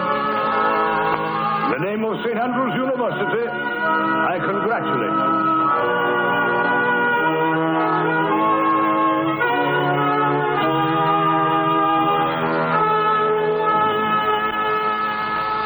Good evening. Oh, good evening. I saw a light in the window of your surgery. I thought I'd drop in and get acquainted. But my name's Manson. I'm Dr. Page's new assistant. Oh, welcome to Blenhesley. My name's Denny. I'm assistant to your chief competitor. Well, I must say, Manson, you picked a dreary black hole of a town for your first practice. Well, I thought a mining village like this might give me the most experience. Besides, you see, I'm interested in lung work, and I thought among the miners that I might find some interesting cases. Matter of fact, I've just been examining my first case of Mrs. Williams in Glider Place. Chills, fever, headache. Pretty sick, eh? I believe those were her symptoms. And so you prescribed 1 tablespoon every 3 hours. I believe under the circumstances, that's a pretty legitimate prescription. Dr. Manson, there seem to be 1 or 2 things about this place you ought to know. There's no hospital, no ambulance, no x-ray, no nothing. If you want to operate, you use the kitchen table. You wash up afterwards at the scullery sink. Sanitation won't bear looking at. In the dry summer, the kids die like flies with infantile cholera. Yes, and come to think of it, if I were you, I should look out for typhoid. Typhoid? Yes, typhoid. Some of these cases aren't exactly typical. Thank you very much, Dr. Denny. You see, I am new, and not only to this place. I've not had the proper experience. But these people here need help, and after all, that's why I'm here. You know, by Jove, I believe you mean that. Why else would I say it? It's been a long time since I've run into a man like you, Manson. The medical profession doesn't turn them out like that very often. Have a drink. Oh, I thought you wouldn't. But I will. While you're about it, take a look through that microscope there. Oh, it's a beauty. It's nice, isn't it? Yes, it's the only precious thing I have left. But it was the slide I meant. Take a good look. Typhoid, I'd be shot for not having recognized it myself. That Williams woman has it. I say, you've got cases, too. 4. All in the same area as yours. The bugs you're looking at come from that well in Glider Place. The main sewer that's to blame leaks like the devil and seeps into half the low wells at the bottom of the town. I've hammered at Griffiths, the medical examiner, about it till I'm tired. He's a lazy, evasive, incompetent, pious swine. Afraid to ask the council for anything in case they dock his wretched salary to pay for it. We've got to do something. Yes, that's a good idea. Well, then let's have a drink. Well, I'll have another drink. That cursed sewer starts leaking anymore. All the isolation and boiling of water won't help a bit. The typhoid epidemic will spread all over the district. That's right. We can write the Ministry of Health. We could write a dozen letters, and all we'd get would be a doddering commissioner down here in 6 months' time. No, you know, I've thought it all out. There's only one way to make them build a new sewer. How? Blow up the old one.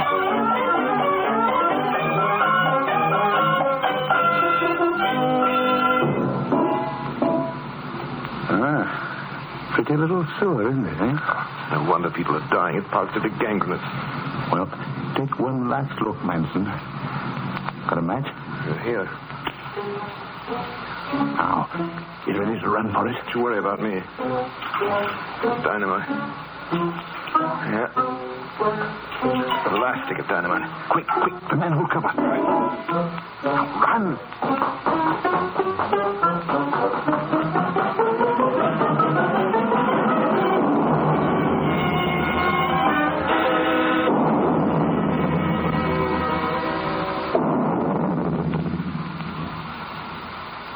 Well, Manson, how does it feel like to be one of the saviors of Blenheim? I think we ought ourselves a drink.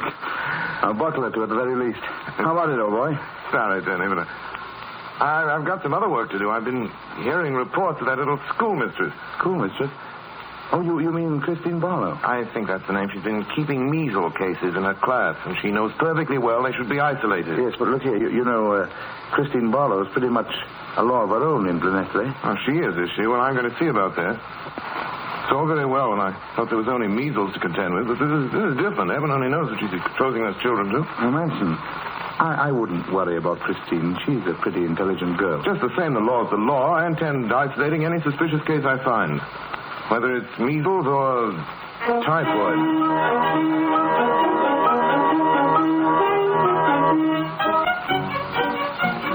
All right, children. You're dismissed now. Be back at 2. Bye. Quiet, children.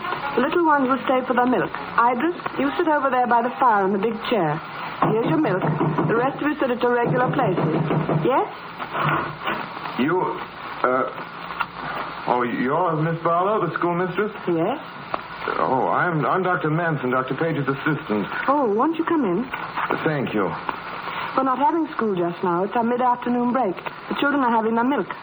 Because of the threat of a typhoid epidemic, we're isolating all suspicious cases. Yes, I was told. I understand you have a contact here, Idris Howells. But you don't understand, Doctor. You don't know the conditions in Blenheim. These children are starving. When they're well, there's not enough of the right kind of food, and when they're ill, it's often fatal. And Idris's brother only has the measles, and if Idris had stayed home, he'd have missed his milk. You must understand, Doctor. It isn't a question of his milk, Miss Barlow. The child ought to be isolated. I have got him isolated in a kind of a way. If you don't believe me, look for yourself. He's all by himself by the fire. Well, that may be your idea of isolation. I'm afraid it isn't mine. Send that child home at once. Doesn't it occur to you that I'm mistress of this class? You may be able to order people about in more exalted spheres, but here it's my word that counts. You're breaking the law. You can't keep him here. If you do, I'll have to report you. Then you'd better report me or have me arrested. I've no doubt it'll give you immense satisfaction. There's nothing more, is there? Stand up, children, and say, "Good morning, Dr. Manson. Thank you for coming." Good morning, Dr. Manson. Thank you for coming.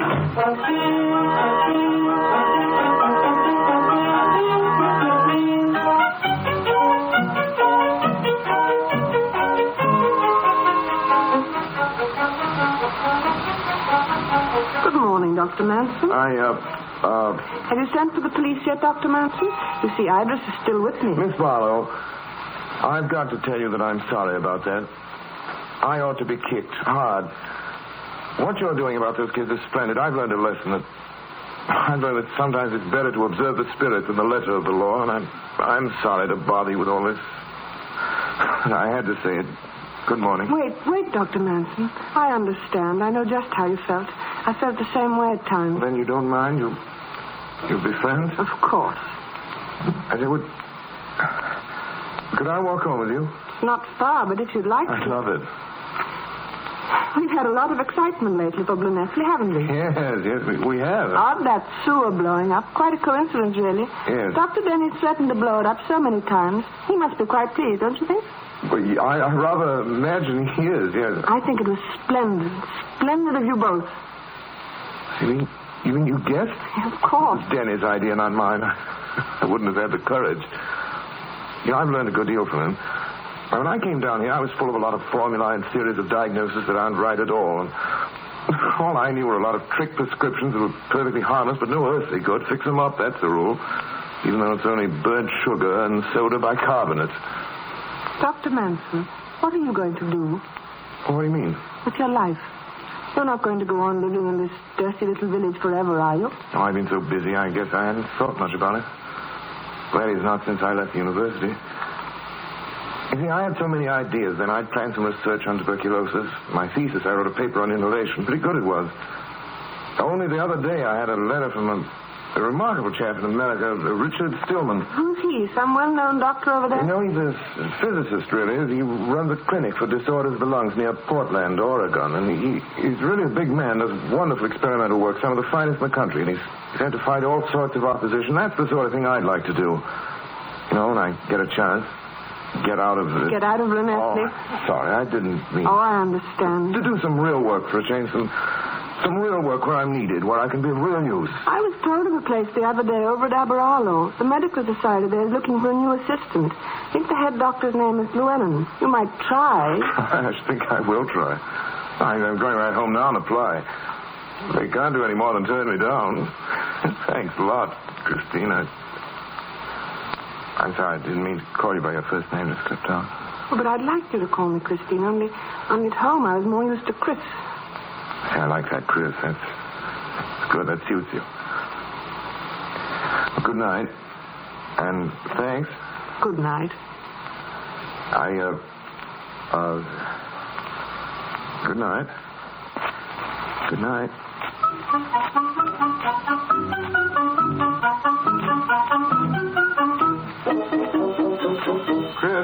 Chris? Andrew, what's the matter? You're so pale. Oh, Andrew, didn't you get the job? I got the job. It's the most wonderful job. Oh, I'm so happy for you, Andrew. Because there's big things to be done. There's a hospital there, and I can go on with my research and my lung work, and I'll be right in the thick of things, every opportunity to study my cases, the regular beauty of a hospital to get them well in, and... Chris, I can hardly wait to begin. Oh, it's wonderful. You've just seen Aberarlo all open and clean, Chris, with green fields and decent shops and roads and parks and, oh, Christine, actually a hospital. If you'd only marry me, darling. We can start right away if you'd marry me. Could you? Would you marry me? I can't get the job if you don't. Is this because of the job, Andrew, or because of me? Oh, it's you, Chris. You know I love you, but... You know, I never thought of this. Maybe you don't love me. Oh, but I do, darling, I do. Ever since I saw you walk into that stupid classroom. Darling. And then everything's perfect. But shouldn't you tell him? I mean that Well, you see, I already have. Oh, Andrew. Well, you said not to let anything stand in my way. Not anything.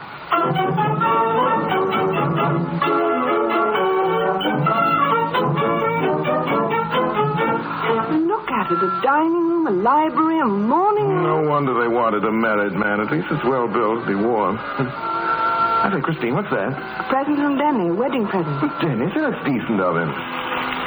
Probably a joke, though. It'd be just like Denny to send an old shoe done up in a fine ribbon. It isn't. Oh, Andrew. Say, it's in microscope. It's precious ice. Oh, Chris, I can't accept it. Read the note. What does it say? Where I'm going, there'll be no use for microscopes. For when you get this, Andrew, my lad, be on my way south, where I intend to spend my days sitting in the sun now. Leave the bacteria and sewers of Wales to you. Good luck. Chris, did you know he's going away? Yes, I knew 2 or 3 weeks ago. How he didn't say anything to me? He was self-conscious. He was afraid you'd think him sentimental. You see, he's going to try and get hold of himself. And if he can, he's coming back and thinks that by that time, perhaps you and he can work out that plan you had for the experimental hospital. He's very keen on that, Andrew. Oh, Denny, and I didn't think he cared at all about my idea. I tell you, Chris, this room won't be the library, the morning room, or anything like that. In honor of Denny, I hereby christen this room the lab. Isn't it wonderful, darling? A real honest-to-goodness laboratory. And a real honest-to-goodness wife. Come here. You know what day this is? Our wedding day? What's your name? Christine Barlow. Christine what? Christine Manson.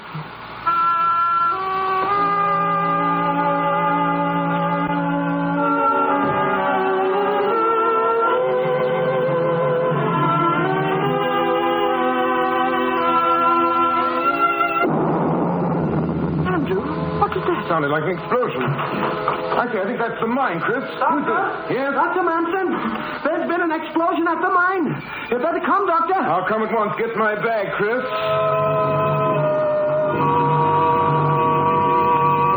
Oh, Doctor, glad you've come. There's been a cave in at number 3 shaft. Sam Bevan got buried there. They don't seem able to lift the lad. He's on your list. Bring a stretcher and the emergency can follow me. Is the cage still working? Well enough, I guess.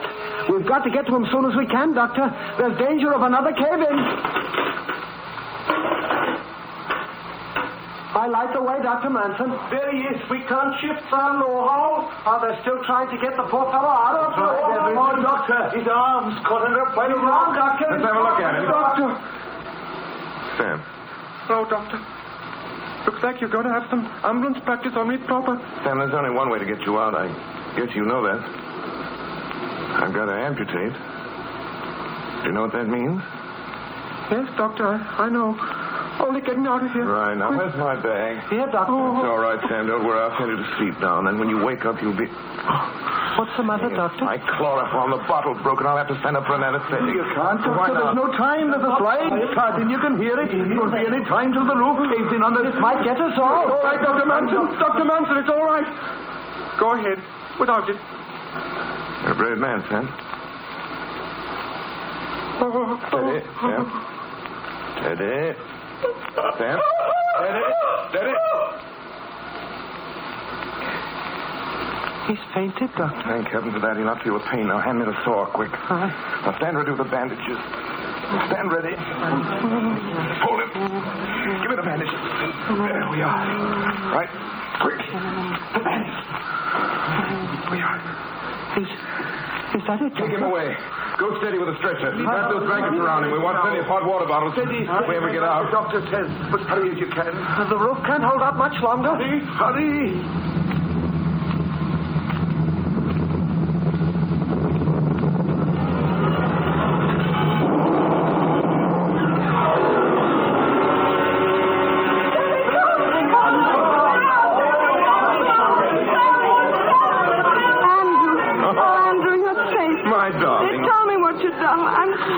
Sweet. But, Andrew, they told us the roof was down. Oh, no. You wouldn't come out again.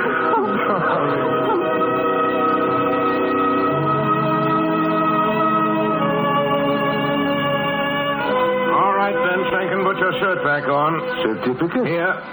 Say, this don't say certificate. No, it doesn't. For 15 years, you men have been getting compensation for an illness you haven't got. I'm not going to do it. You're perfectly able to work, and work you're going to do. Now get out of here before I put you out. All right. I'll get out. But we'll all believe in you, Doctor. That's what we'll be doing. We'll go to the doctor that gives the certificate. There's only one thing wrong with you, Mrs. Hinch. You should walk. Walk several miles a day. Thank you, Doctor. Then may I have my medicine? There'll be no medicine. Walk. That's the only prescription I'll give you. No medicine? Tain't doctrine, that's what tain't. When I don't have my medicine, I know what happens to me. If you won't give it to me, I'll go where I can get it. Where you can get something for your money. Very well, Mrs. Hinch. Chris, everything's gone wrong. Outside of that one night I was called to the mine, it hasn't been at all what I thought it would be. I've tried to do what's right. And the hospital. I counted on that hospital, so... I know, dear. It's the chief doctor's hospital, not mine, not the company's, not even the workers, but his. Oh, when I think how I started out, Chris. What I was going to do, what I was going to accomplish, what I was going to be. Andrew, we're not going to stay in Welsh mining villages all our lives, are we? Why can't you set up a practice for yourself? Maybe in London. Chris. Why not? Maybe you're right, Chris. Why not? Yes, why not? Maybe the system's the same in London, but at least there you'd have a chance of recognition. Things might be easier. Maybe you'd have more time for research and experiment. Oh, but the risk, darling. There'd not be sure money, you know. You'd have to take a chance with a poor, down-at-the-heel Scotch doctor. I don't know how I'd make out in the city. I'm pretty much of a country lout. Maybe I'm only fit for slogging around in the slush and turning over dirty blankets and collecting fleas. That's not true, and you know it. All right. All right, if you've got faith enough, then I have. Chris, it won't be easy, but still... Yes, I believe I can do it.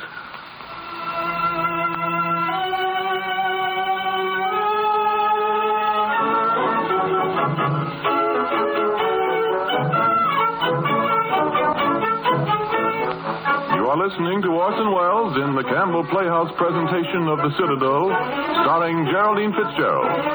This is the Columbia Broadcasting System.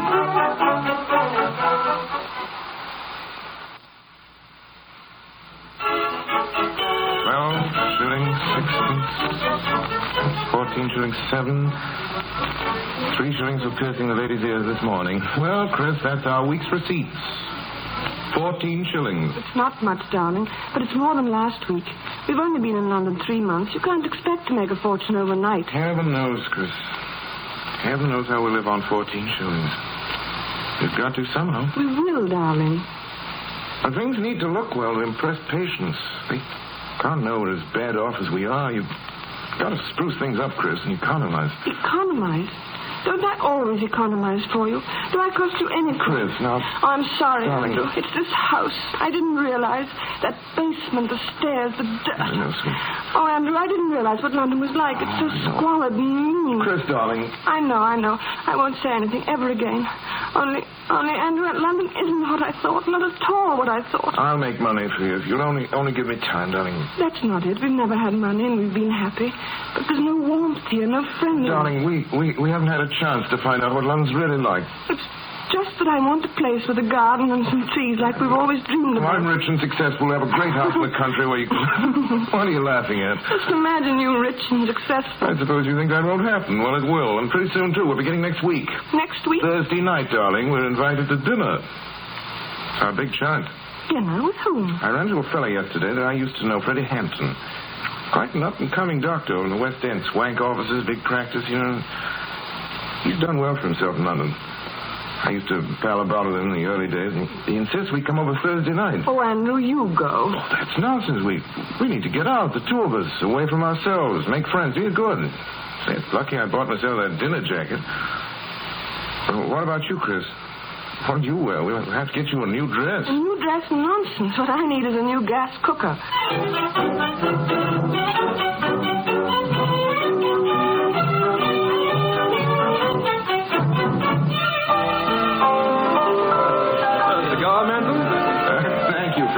I advise you not to miss this brandy. 1894, absolutely no nonsense about it. Have some more, Ivory. Friedman? Oh, just a spot. Thank you. By the way, I bought myself one of those new radium lamps today. I don't think much of expensive apparatus. It's got to be paid for before you show a profit. Besides, dates loses its vogue. Honestly, old chap, you'll find nothing to beat the good old hypo. You certainly use it, Dr. Ivory. Yes, you know, it's interesting. If I prescribed the same thing as a powder, it wouldn't cut 1 guinea's worth of ice. But give it hypodermically, swabbing up the skin, sterilizing, and all the rest of the game, and the patient thinks it's all very scientific and smart, and you can double your fee. Yes, and they call in Dr. Friedman here to consult on a triple fee. Freddie, I don't quite understand. You mean you and Dr. Ivory and Dr. Friedman consult one another about patients? You mean you split fees? Oh, no, listen to him. You know, you've got to learn an awful lot about this game, Manson. With some patients, the more doctors, the better. It impresses them. Then they're sure they really are sick. You'll learn in time, the more money you charge, the more doctors you call in to consult, the more patients you'll get. Oh, I certainly look at old Lady Rayburn. Oh, Andrew, you ought to come up with me sometime. You've no idea what a gold mine that old girl's been to us. We've taken nuggets out of her. Haven't we, Ivory? Yes, and believe me, she's grateful, too. Ring me up sometime, Manson. I'll take you up. It'll flatter her, and, it'll mean 5 guineas for you. Well, now, what do you say, gentlemen, if we join the ladies and drop over to the 400 Club? I've reserved a table over there. It's a jolly good show.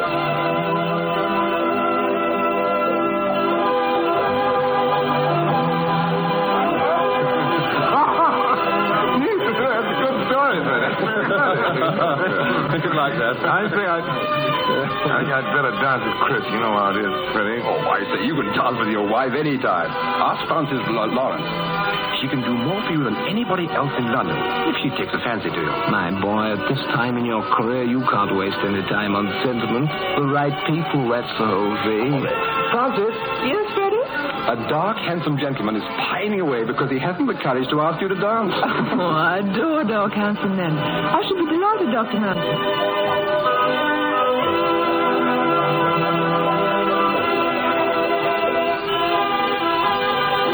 Dr. Dr. Manson, you would think we're all quite mad.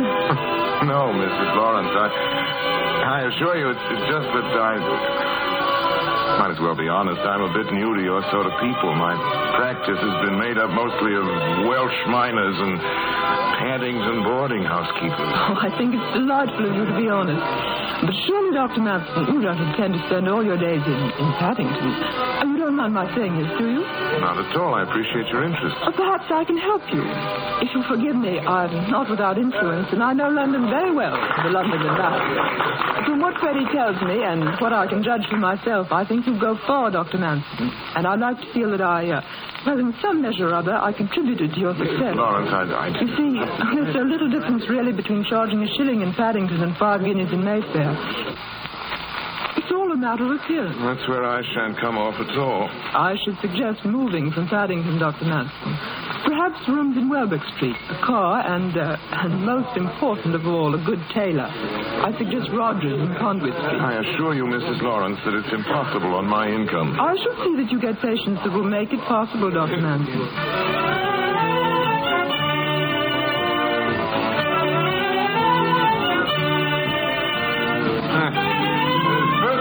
Those doctors, chaps. Chris, it's been a wonderful evening. Oh, now look here, Chris. What's wrong? Couldn't you see it?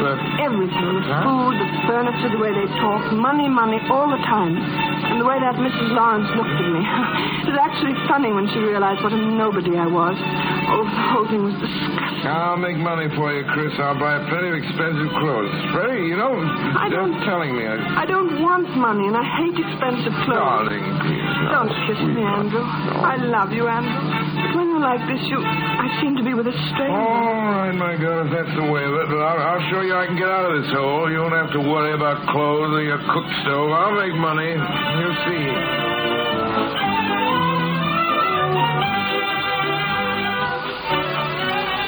Good morning, Mrs. Everett. I'm Dr. Manson. Oh, good morning, Doctor. I asked you to call on the recommendation of Mrs. Lawrence. I think perhaps you might suit me.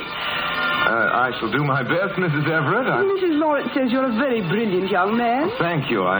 Sure. Dr. Manson, I do dislike bills. Would you object to my paying in advance? I never pay more than 1 guinea a visit. Is that all right? That's quite all right, Miss Everett. Quite all right. Now, if you'll permit me. You know, Manson, I'm glad you chucked your old dog in the manger, holy willy attitude. You know, a doctor can make a pretty good thing out of London these days if he's willing to play along. You know, I've got an idea that you and Ivory and I could work out something really worthwhile. Make some real money, Manson. What do you say if you drop round to my office one afternoon this week and talk it over? Well, I'd be glad to. I say, there's a favor I'd like to ask of you. It's a charity case. Oh, I say, another one, Manson? You know, for a fellow who's only been in London a few months, you've certainly loaded yourself down with those. This is a rather special case. The girl has TB, left apex, primary stage. Of course, it's pretty bad. I wonder if you'd arrange to have her taken to Victoria Chest Hospital. Oh, well, of course, anything for a friend. I'll bring her up. Fine. And afterwards, why not drop into the Ritz and we have a drink? I'm sorry. I've got an appointment to see Richard Stillman. Stillman? You know, the American health expert. He's in town today. Oh, the quack. Well, he's quite a big man in America. Yes, well, I'd be very careful of that if I were you, Manson. You know, in your position, it isn't too good to be seen with men of that type. And you're just at the point where the wrong connections can ruin you, old boy. Just think it over.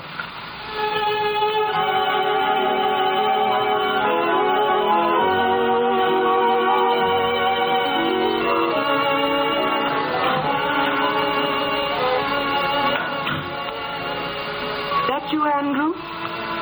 Yes. The dinner party, Mrs. Lawrence.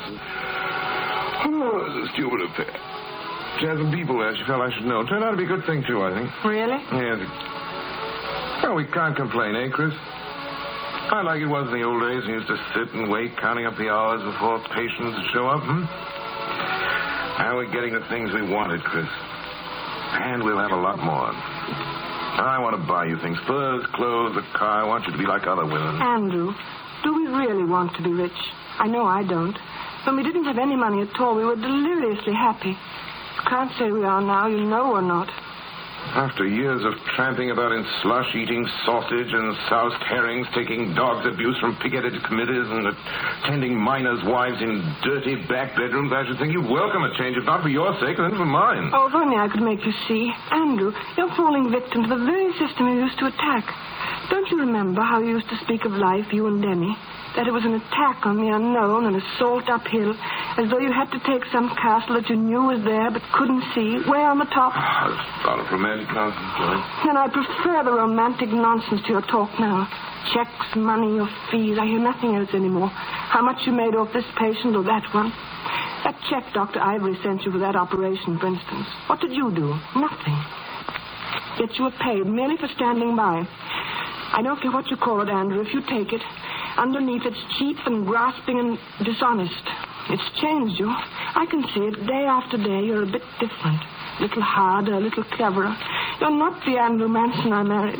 Oh, darling, darling, don't sell yourself. The last time, Christine, I wanted to start making a neurotic fool of yourself. Can't you be a help to me instead of a hindrance nagging me every minute of the day, darling? I haven't nagged you. I've wanted to speak before, but I haven't. Well, then don't. You hear me? Don't. You talk as if I was some kind of a dirty crook. I only want to get on, darling. If I want money, it's only as a means to an end. People judge you by what you have. If you're one of the have-nots, you get ordered about. Well, I've had enough of that in my time. In the future, I'm going to do the ordering. Now, do you understand? Yes, Andrew. I'm afraid I do.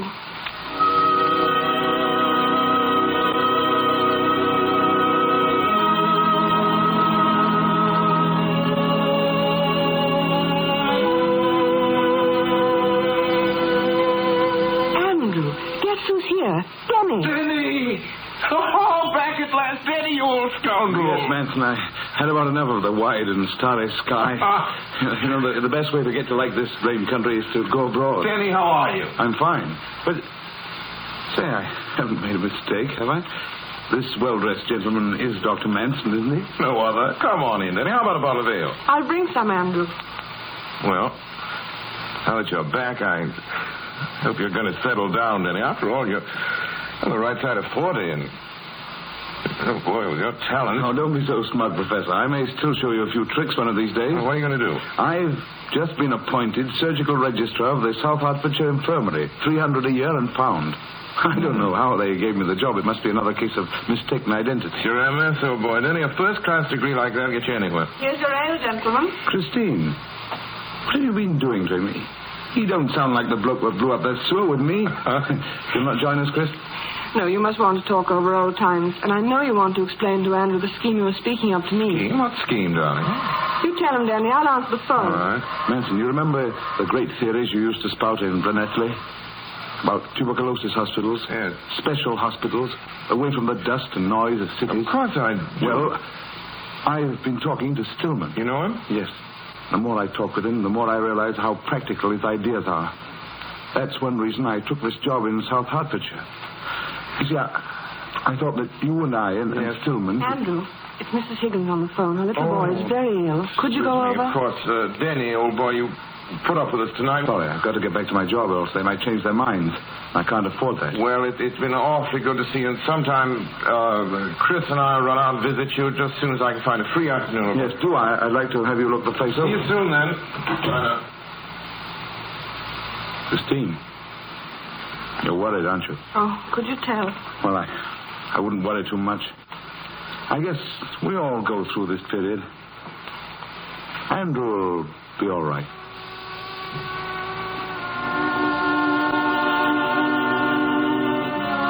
Is it terrible serious, Dr. Mrs. Higgins, an operation is absolutely necessary. Johnny shows a cystic condition which will have to be removed. I'll see what I can do about getting him into a ward at once. Oh, well, I don't want that, Doctor. We're not well-off people, but we've a bit put by, enough for a private room and a good surgeon. I'll see if I can't arrange to have a friend of mine, Dr. Ivory, perform the operation. Well, whoever you say, Doctor, I'm trusting in you.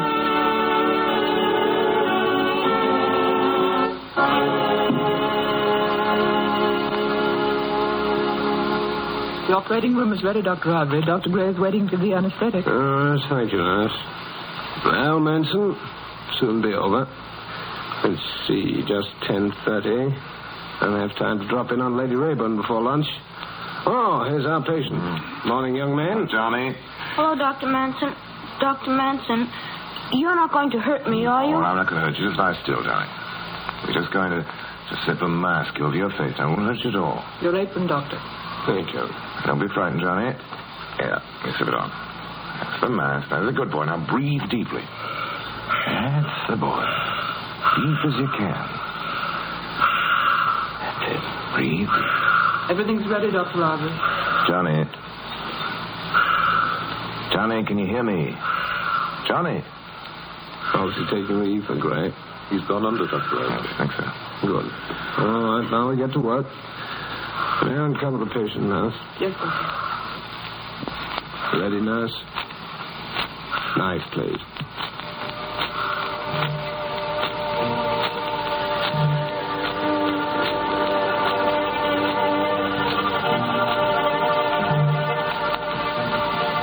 I'm so frightened, Mrs. Manson.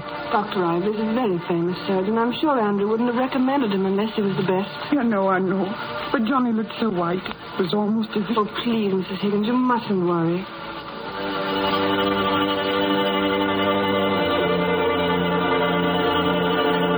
Dr. Ivory, you've cut the cyst.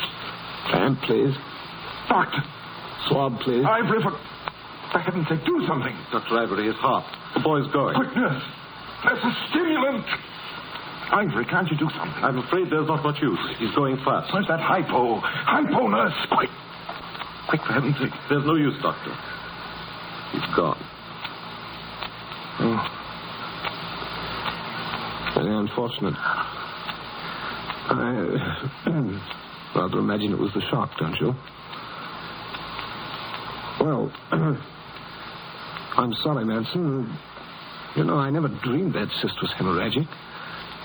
But all these things happen in the best regulated circles, you know. Of course, he didn't die on the table. I finished before that, so it's all right. There's no necessity for an inquest. Won't you stop talking, Ivory? What's the use? You know you killed him. It's the worst botch of an operation I've ever seen. You're not a surgeon, you're a butcher. And I watched the whole thing. Of course, it was a tight place, and I've seen plenty of surgeons. Fellas in mining villages operating on kitchen tables that could do better. You couldn't reach the ligature, so without thinking or caring or knowing, you cut the cyst. Any fool should have known better than that. There was no excuse for his dying, and you know it was a very straightforward operation. I don't recommend that line of talk, Manson. You don't. I know you don't. It's the truth. All the cases I've given you up to now have been child's play, but this is the first real case we've had. Pull yourself together, you hysterical fool. You'll be heard. What if I am? You know it's the truth as well as I did. You bungled it. You bungled it so much that boy's death was just plain murder.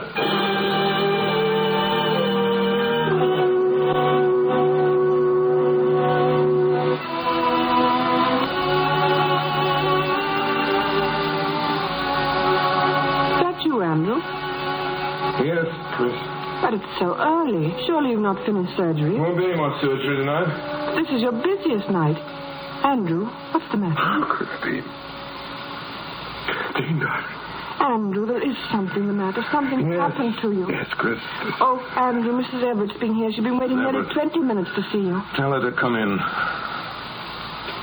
Good evening, Doctor. I'll go, Andrew. No, wait. I want you to hear, darling. Oh, Dr. Manson, I just had to come to see you. It's my heart. I'm sure it's my heart. Now, let me tell you my secret. Mrs. Everett, why do you come to me?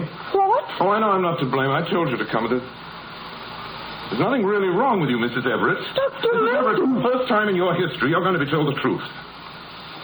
You've never done a day's work in your life. Your body is soft, pampered, and overfed. You don't sleep because you don't exercise. You don't even exercise your brain. You haven't got anything to do but cut coupons and scold your maid and wonder what you and that miserable little Pomeranian of yours want to eat.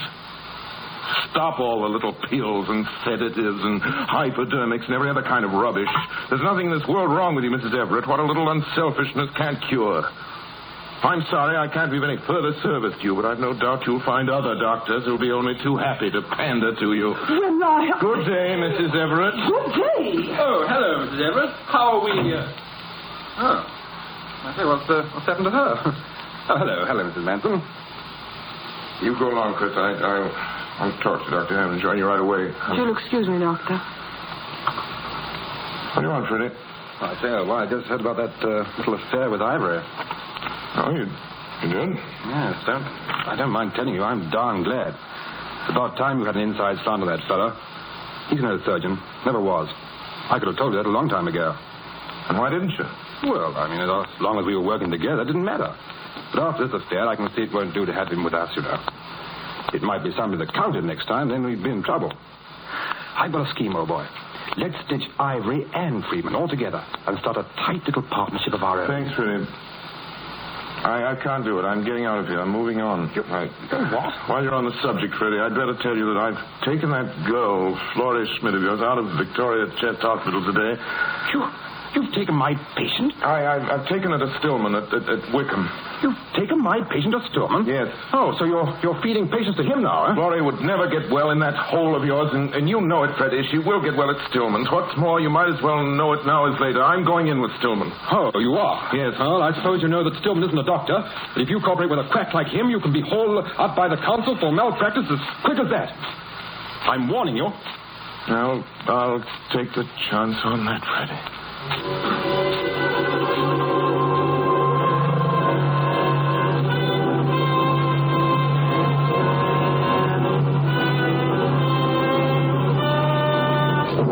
Mr. President, gentlemen, the facts of the case are these. The patient, Florrie Schmidt, suffering from tuberculosis, was admitted to the wards of Dr. Frederick Hampton at the Victoria Chest Hospital on July the 18th.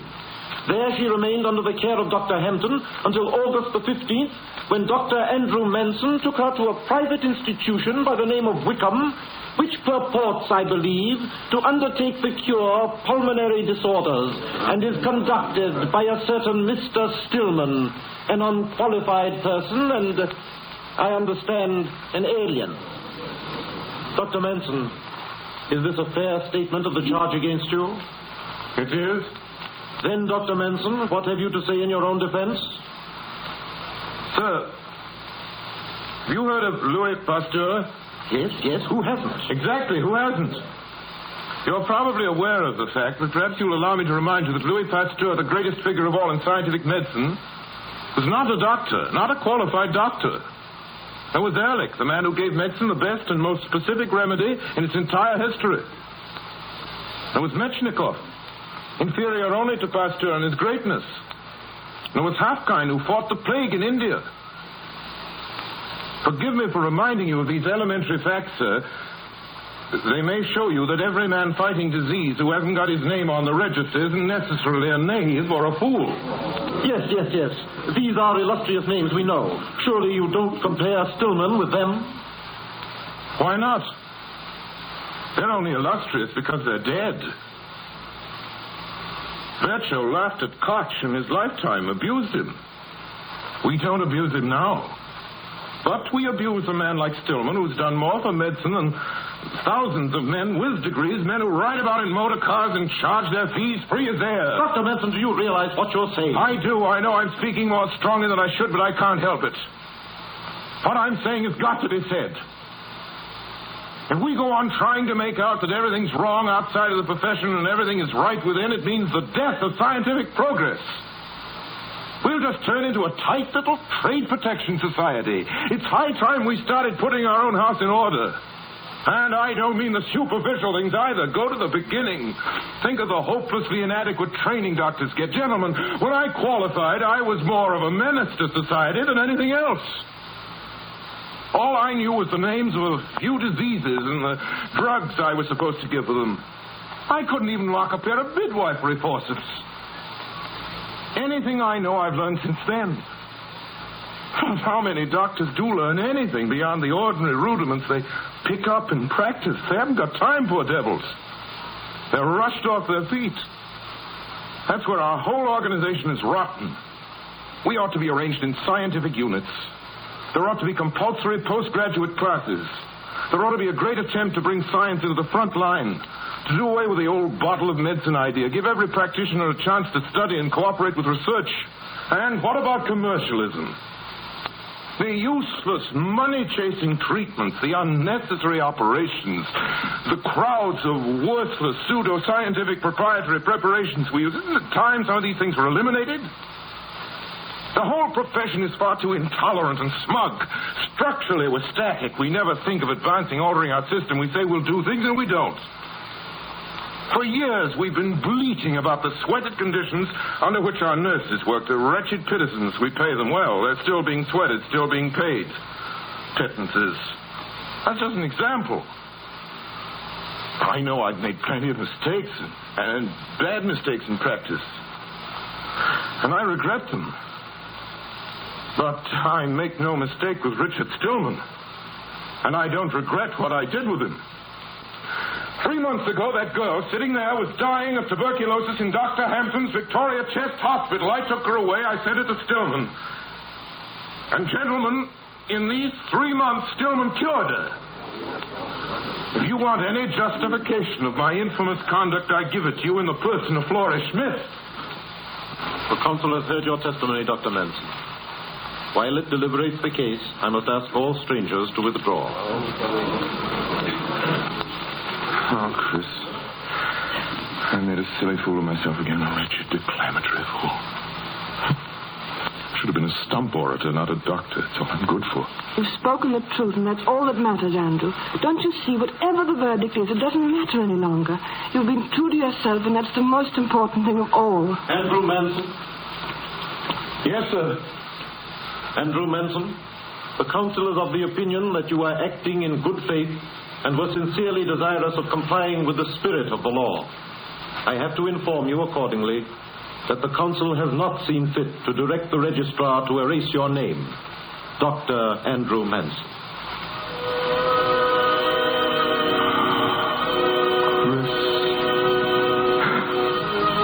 Chris, I've won, did you hear? I've won. I knew you would, darling. Now I can get on with my job, Chris, my real job. I know. The castle, way up on the hill that you can't quite see, that you've got to take. And we'll take that castle, too, Chris. You and Denny and Stillman and me. We'll build that hospital I've dreamed about. We'll do the things that ought to be done. Doesn't it sound crazy to you, Chris? Stark, staring mad. Yes, darling. But it's the crazy things that matter. That's the word, Chris. And this does matter. It matters a lot.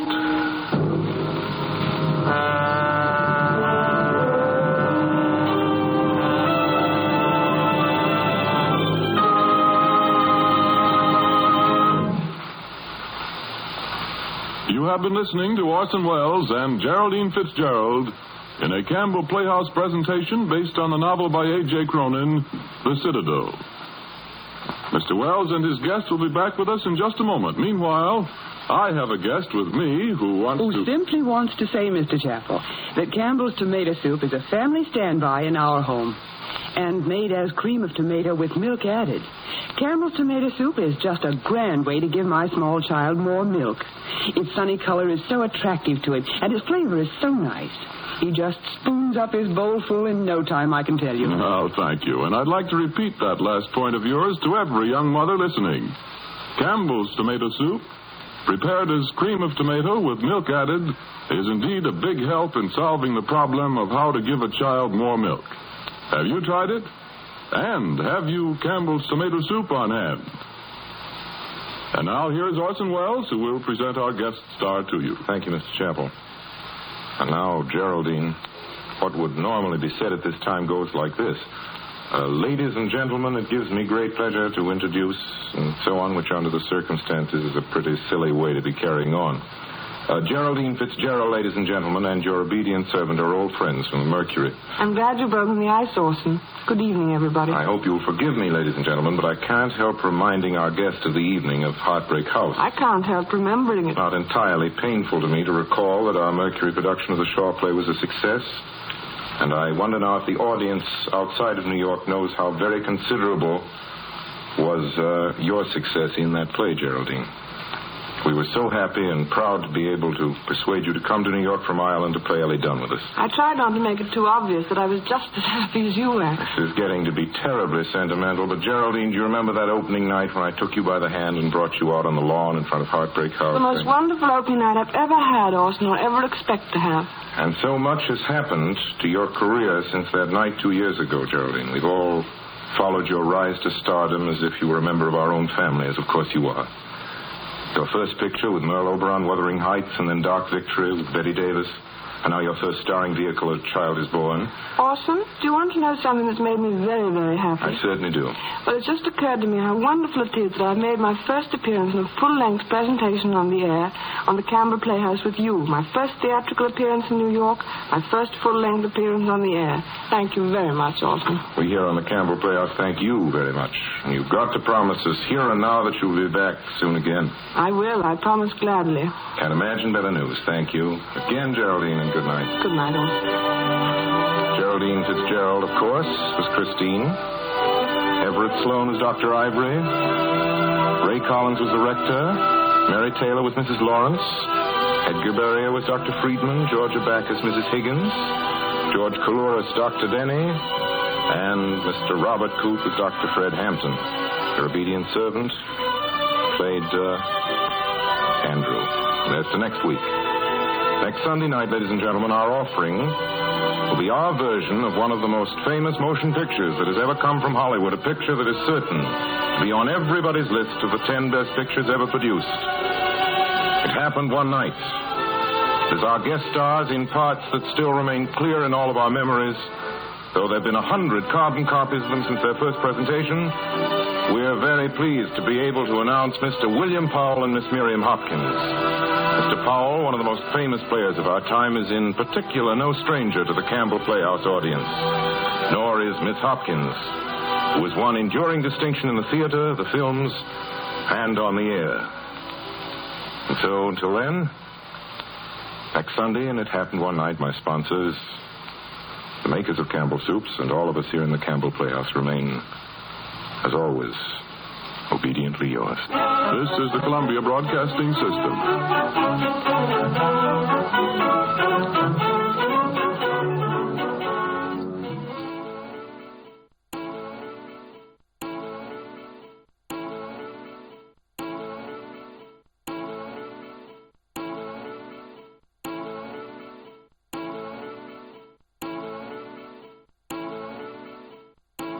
True crime stories of the 1940s and 1950s are up next with Jack Webb's Dragnet.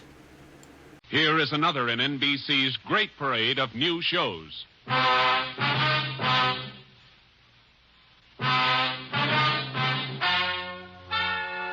Ladies and gentlemen, the story you are about to hear is true. Only the names have been changed to protect the innocent. NBC brings you Dragnet.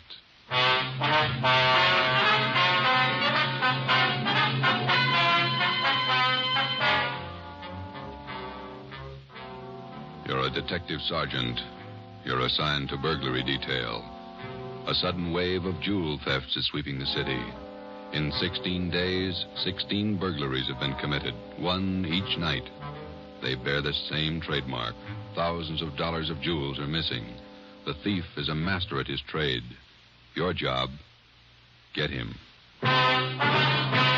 Dragnet, the documented drama of an actual crime, investigated and solved by the men who unrelentingly stand watch on the security of your home, your family, and your life.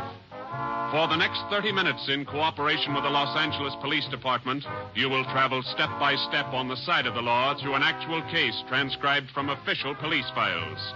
From beginning to end, from crime to punishment, Dragnet is the story of your police force in action.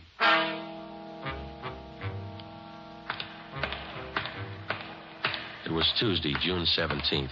It was warm in Los Angeles. We were working the day watch out of burglary. My partner's Ben Romero. The boss is Ed Backstrand, chief of detectives. My name's Friday. I was on the way into work that morning, and it was 7:53 a.m. when I got to room 45. Burglary detail. Hi, Joe. How are you, Walker? Gonna be a scorcher out today. Yeah, just like yesterday. Ben in yet? I think he's over in communications picking up the mail. Thanks. You guys been busy? Yeah, kind of. Jewel thefts. Anything big? No big hauls, but he's consistent. 16 nights in a row. Same guy? Think so. Same M.O. And everybody's got troubles. Gotta check some records. See you later, Joe. Okay, Willie.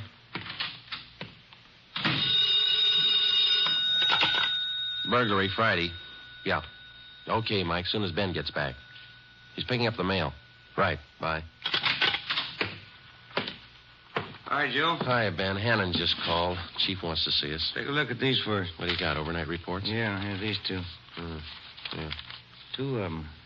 3 diamond rings, 1 sapphire, 1 necklace, jade. Big haul. Look at the other one. Lady's watch, diamond band, emerald bracelet, tourmaline brooch. What's tourmaline, Ben? I don't know. Must be valuable. It's gone. Let's see. Owner left house about 9 p.m., returned about 1:30 a.m., found property gone, scratches on the door. Probably using the cellophane method. Hasn't missed yet. 2 in 1 night. Well, he's picking up his pace. Must have a bag full of loot somewhere, whoever it is. You get the description sheets from pawn shop detail? Yeah, I got them right here. You take half of them. Let's see what luck we got this morning. Yeah. Nothing so far. Me neither. Let's see. I'll get it, Joe. Burglar Romero. Hi, Ben. Chief still wants to talk to you, boys. He's got an appointment at 8:30. Wants to see you before he leaves. Okay, Mike. Just checking some buy sheets. Be right in. Better make it fast. He's in a bad mood this morning. Okay, Mike. Thank you. Backstrand again? Yeah, he's in a bad mood. Come on. Wonder what's bothering him. Something's bad. He doesn't blow very often. Chief of Detective's Office, Hannon. Go ahead in, boys. He's waiting. Thank you, Mike. All right, ma'am. I'll connect you. Friday, Romero, sit down. Wait till I get the phone. Backstrand. Oh, yes, Mrs. Winthrop. Yes, ma'am. We're doing all we can. Yes, ma'am. Yes, ma'am. Yes, I'll do that.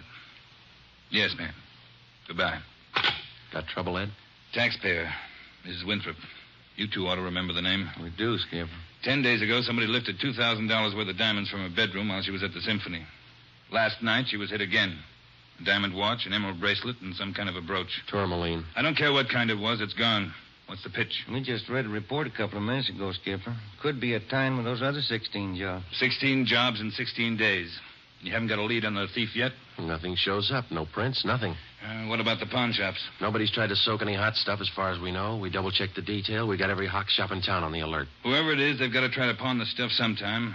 Unless they're going to give diamond rings for Christmas presents. And they haven't tried the pawn shops yet, Skipper. We're sure of that. Look, 16 burglaries in 16 days. Jewels and watches. Good ones. Well, it's got to stop. It's got to stop soon, you understand? We'll stay right on top of it, Ed. We're doing all we can. For 2 weeks, I've had half a dozen women calling me every day. Society women. Some of them figure they should get extra treatment. They're only DR numbers to us, Skipper. They all get the same attention. I'll try and explain that to some of them. They think you're in on the racket. Maybe you boys would like to take these calls some morning. No thanks, Ed. All right, then, let's get some action. Keep the pawn shop operators on their toes and get after every known fence in town. That's all. I've got an appointment. All right, Ed. Check you later. Holding a call for you, Ben. Oh, thank you. Hello. Oh, hi, Max. What? Well, hold it. Be right down. First break, Joe. What do you got? Necklace and a watch. Both of them on the stolen property list. Where? Henry's pawn shop. 5th and Main. 6 minutes later, at 8:25 a.m., Ben and I drove up in front of Henry's Square Deal Pawn Shop. Quick cash, no red tape, watches bought and sold. The proprietor was Max Murphy, an old friend of Ben's. Well, pal, of all days, it had to happen yesterday. Took the day off and went fishing up at Big Bear. I left my nephew in charge, Harry. A real knothead, that kid. How do you mean, Max? Joe, if I told him once, I told him 101. Whatever you do, whatever they come in with to Hawk, check it with the list. Check it with the stolen property list. What does he do? He forgot. He forgot. Oh, a real knothead, that boy. How old is he, Max? 32. A real knothead. I checked the slips from yesterday. Then I checked the stolen property list. There it is. Hot stuff. When did the stuff come in, Max, do you know? About 4 o'clock yesterday afternoon. Can we look at it? Oh, sure. Back here behind the counter. There it is. Did you check out the serial numbers on the watch yet, Max? When I found out, yes. They matched to a T. All right, let's see. Yeah. Description on this necklace matches, too. Let's have a look at your buy book, huh, Max? Yes, sir, Joe. Here you are. There's the deal right there. Here? Yeah, that's him. That's how he gave his name. Walter Tracy, 132.5 Blackstone Court, Los Angeles. Let me check the book for the description, Max. Oh, sure. Yeah, here. Okay, Max, thanks. We'll be checking with you later. Sure, Joe. Anytime. Sorry. All right, Mac. See you later. You fellas take it easy. Right.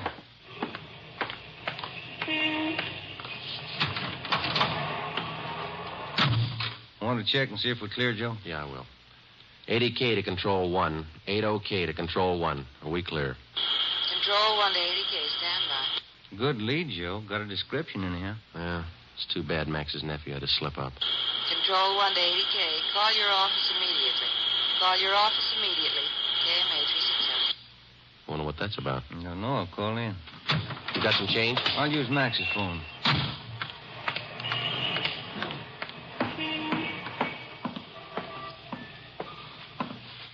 Use your phone a minute, Mac. Oh, you, Ben? Sure. Help yourself. Thank you.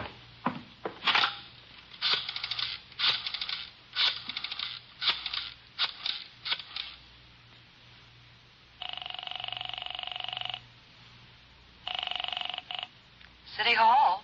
2524. 2524. Burglary. Levine. This is Ben, George. You got something? Hot one. Universal Loan Shop, 6th and Barton Place. Guy just took in a couple of rings. He checked too late. What you mean? He checked the form after the guy left. It was signed Walter Tracy.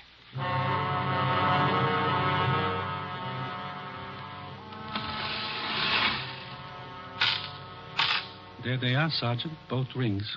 Fine quality diamonds. Don't you usually check your stolen goods list before you take in stuff like this? Usually, yes. Last night, no. I don't know what I was thinking about. Can we have a look at your buy book? Right here. There it is. Walter Tracy. 699 Olive Street. 145 pounds, 5'9", dark hair, build, thin. We'll have to slap a hold on these rings. I know. I should have thought. Can you think of anything else that might help us to identify the man? Well, no. Had a light suit on. Nice cut. Very well dressed. Thank you. That's all for now. Here's our card. If the guy happens to drop back, give us a call, will you? Sure will, Sergeant. Say. Yeah? I've got some nice watch bands. Yours look gold. Can I interest you? No, thanks. Some other time. Come on, Ben.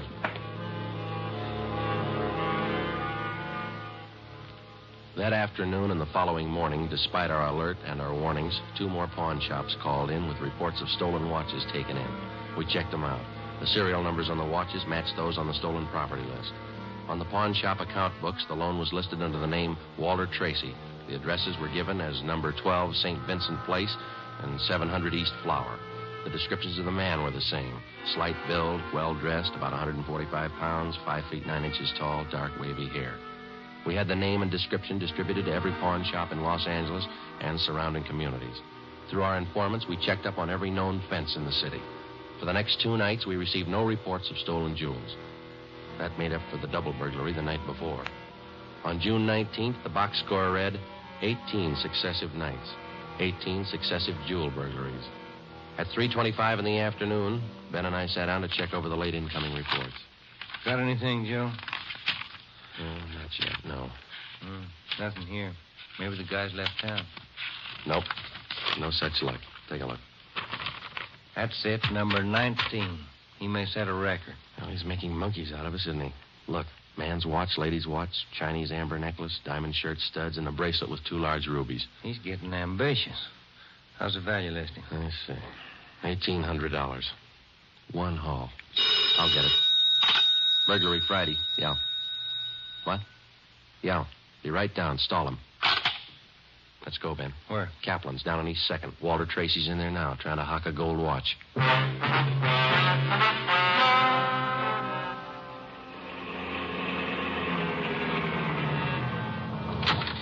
Ben, cover the door. I'll get it look like I'm shopping around. Right, but watch your step. We don't know this guy. Yeah, stay close to the door, huh? I'm sorry, that's the best we can do on the watch. Look, Mac, this is gold. 21 jewels. Well, that's the best I can do. Drop dead. Well, it's the best I can do. Don't get sore. Yeah, sure. See you later. That's him, Sergeant. Walter Tracy. I stalled him as long as I could. All right, I'll check back with you later. Did you spot the guy that just came out? Yeah, I went up straight. Let's follow him. Hustle it. You spot him, Ben? Straight ahead, about 15 yards. He's crossing the street. Yeah, let's get up a little closer. We'll lose him sure if the light changes. Come on, run for it. Watch the traffic light. Yeah. That was close. Might have spotted us as going faster. Come on, Joe, run. Yeah. Don't lose them. This crowd's not helping. Hey, wait a minute. I bet you're a cop. You're chasing somebody. All right, let go of my arm, mister. Let go. Well, you don't have to get tough. Lousy cops think they own the street. I'm going to write the mayor's office. Come on, Joe. He's running for it. Yeah, I see him. Watch the signal up ahead. Hurry, Joe. Almost up to me. Into the parking lot. Hey, you! Stop! Look out, Joe. A gun. Yeah, I see him. Get away. All right, smart guy. It's a nice job. Yeah. He's too fast for an honest man.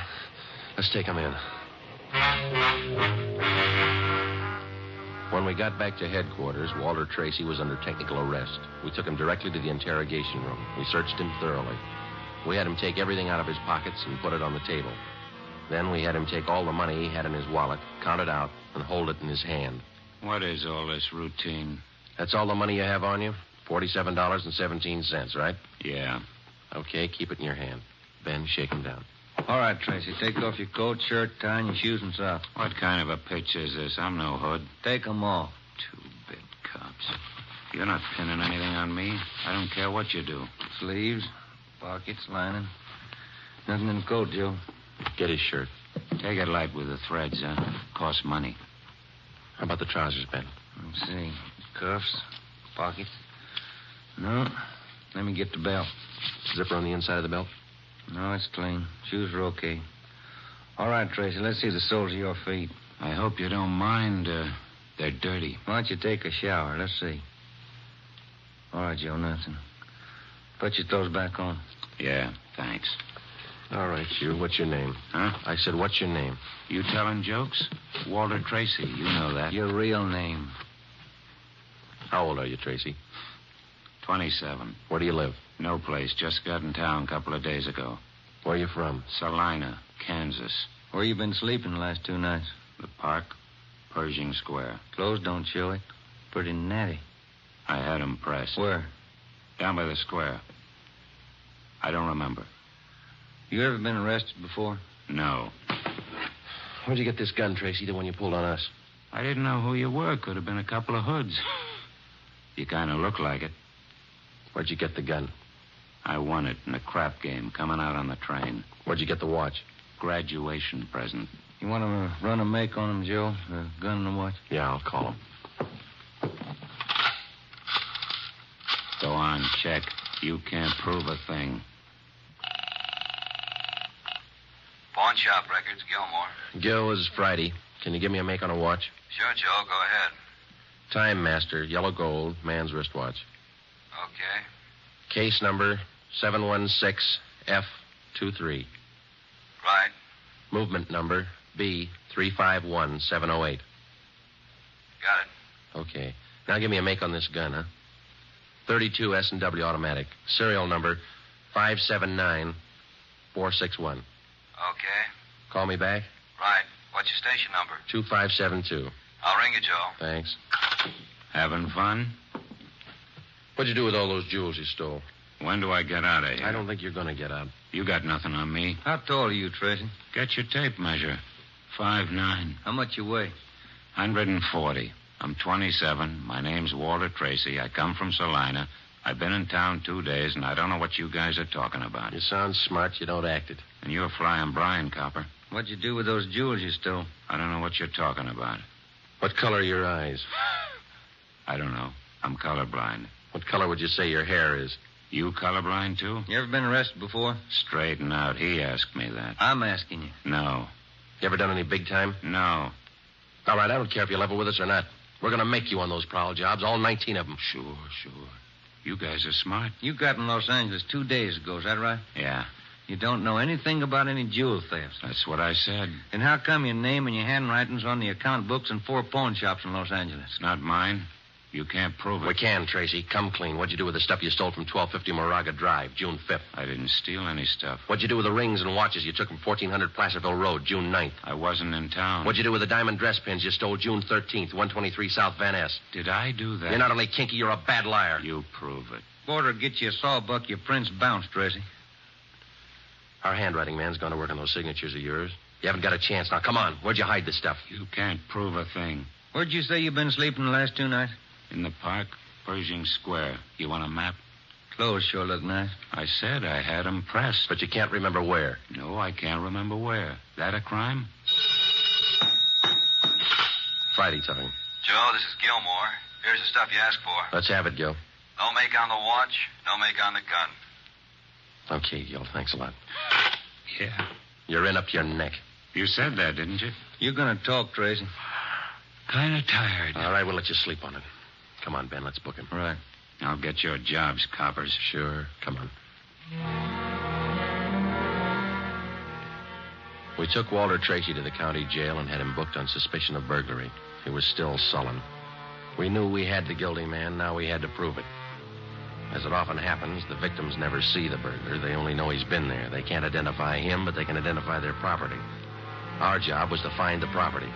When we did, we'd have Walter Tracy. And the 19 victims would have their property returned. But Tracy wasn't talking, and we knew he'd never talk unless he thought it might help him. We took the problem to Ed Backstrand. Smart punk, Skipper, but he's done time before. How do you know? Tried him out last night when we brought him in. He talks like it and he acts like it. But he won't cop out.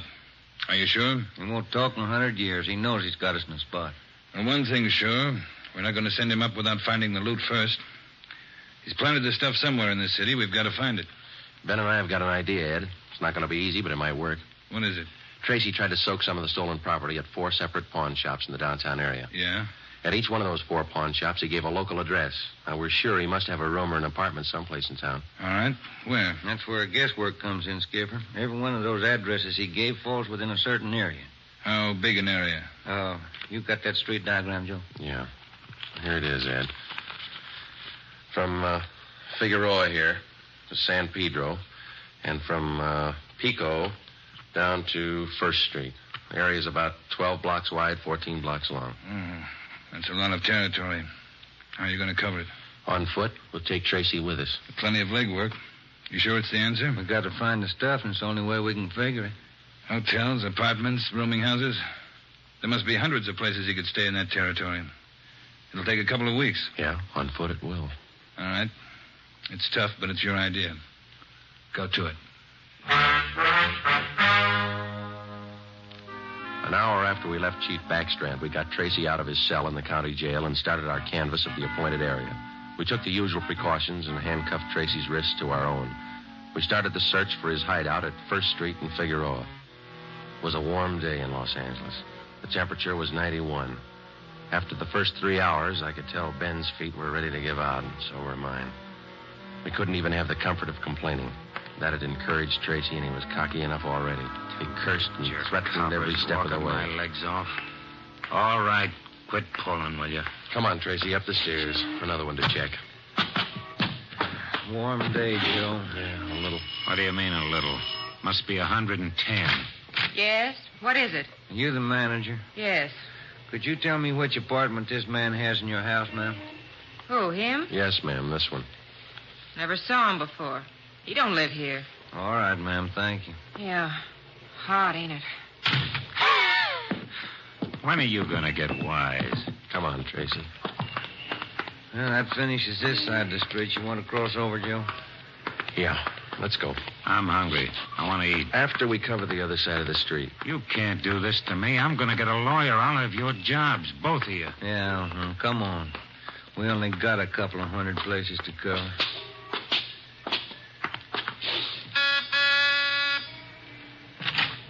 Hi, gents. What can I do for you?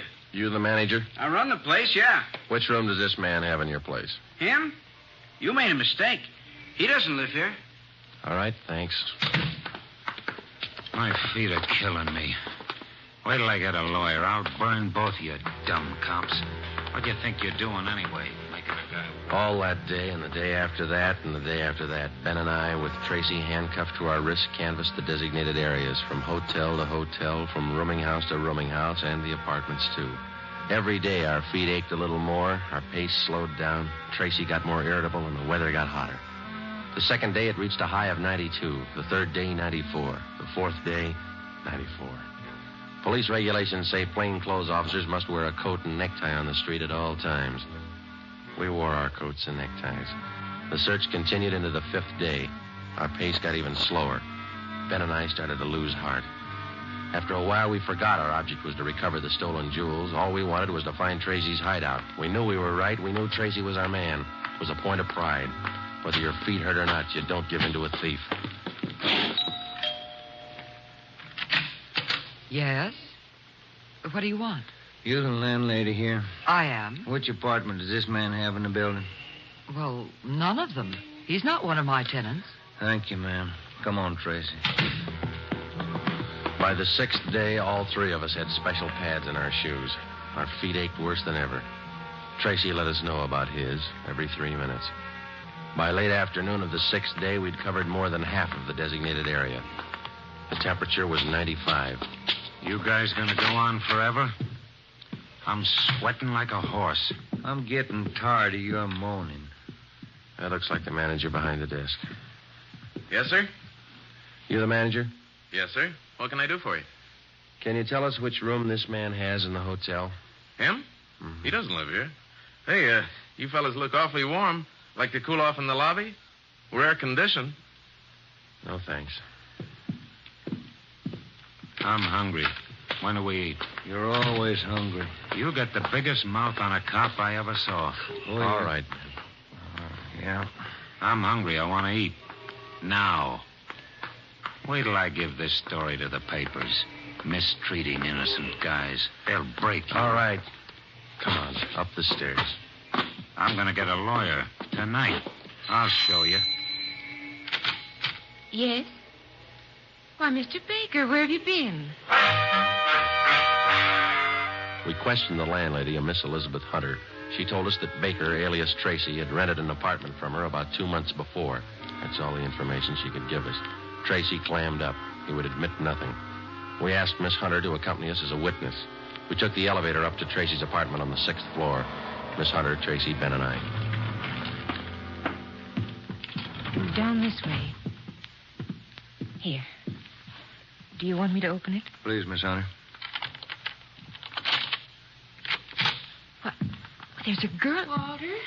What is it, Walter? I told you to get out of town if I didn't come back. I didn't want to leave. I didn't want to leave without you. I thought you slept in the park. Take a jump. Where's the stuff hidden? All right, Ben, handcuff him to a chair. The girl behind him. We'll find the stuff ourselves. All right, Tracy. All right, you're next. I haven't done anything neither, see, you can't prove it. Billy, shut up. That's better. No talking between you two. If there is, we'll separate you. All right, Ben, you take the living room here. I'll try the kitchen. And get a window open. It's hot in here. All right. Sergeant, you will be careful of the furniture. Yes, ma'am. I had no idea. You, Mr. Baker, of all people. Don't talk to him, please, ma'am. Oh, yes. Tin cop. Why don't you spell? Ben, look. It's only the beginning. He's got the stuff scattered 7 ways for Sunday. We're going to need help. In the milk bottle? Yeah, 2 rings, 3 loose diamonds, and this bottle of mayonnaise. We found some kind of a brooch in it. A couple of watches taped to the underside of the kitchen sink. All right, you. Convinced? Okay, Ben, call Backstrand. There was a definite possibility that Walter Baker, alias Tracy, had stored some of his stolen loot outside his apartment. We stood little chance of ever recovering it unless we got him to break. Ben called Chief Backstrand, and in 10 minutes he arrived at the apartment with another man from burglary detail, George Levine. Together we went over the 4-room apartment foot by foot. We found jewelry, watches, loose stones in every conceivable place. In cartons of cottage cheese, in jars of cold cream, in the garbage can, everywhere. Who's your girlfriend? All right, I'll ask her. What's your name? I said, what is your name? Billy. Billy Crawford. He didn't do anything. He didn't. All right, Billy. Maybe you can tell us. Where's the rest of the stuff he stole? He didn't steal. He didn't steal anything. Billy, shut up. Keep quiet, you. Ed, wait a minute. What? Just a minute. I want to look over here. Papers. Taped to the underside of that top drawer. What is it, Friday? No, you can't. You can't. Look at these. All right, you found them. I'll talk. No, Walter, don't. Parole papers. He's an ex-con. Yeah, I'll cop out. Don't do it, Walter. Billy, shut up. Dumb dame. The rest of the stuff, where is it? On the roof. Inside the ventilator, the one near the front, you'll find a couple of paper bags. That's it. Levine? Got it, Chief. I'll check it. Your papers say you did time in Oregon. What for? Fell for robbery, did 5. I owe him 7. What about the girl? Walter, I'm going with you. Her? I don't know. You figure it. All right, Friday. Romero, take the girl to Lincoln Heights and book her. We'll take him. Right, Ed. Come on, Ben. No, Walter, I want to go with you. I'm sorry, ma'am. This way out.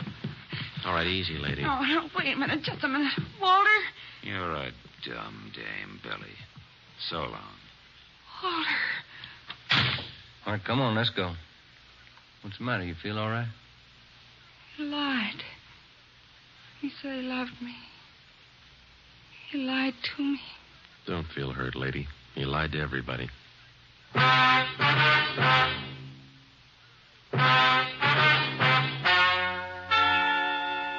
story you have just heard is true. Only the names were changed to protect the innocent. Walter Baker, alias Walter Tracy, was tried and convicted on 3 counts of first-degree burglary and received the maximum sentence prescribed by law. He is now serving out his term in the state penitentiary. A hold has been placed on him by the state of Oregon, where he will serve out 7 years for violation of parole. Billy Crawford, Baker's accomplice, was tried and convicted of receiving stolen property and is now serving time in the state penitentiary for women.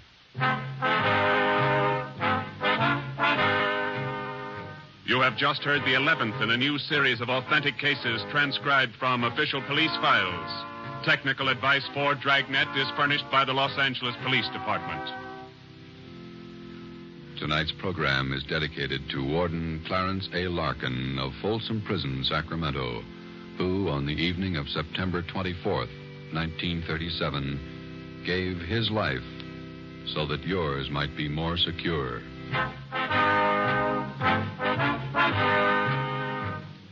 Dragnet came to you from Los Angeles.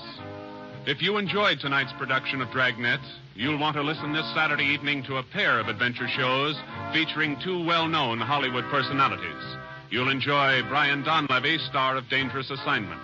Also on Saturday's schedule is Richard Diamond, private detective, as played by the screen's romantic tough guy, Dick Powell.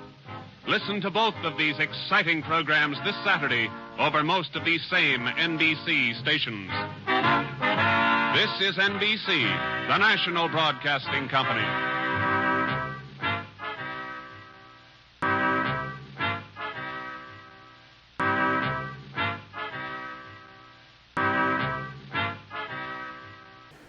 Take a trip back to Dodge City with Marshal Matt Dillon in Gunsmoke, coming up next.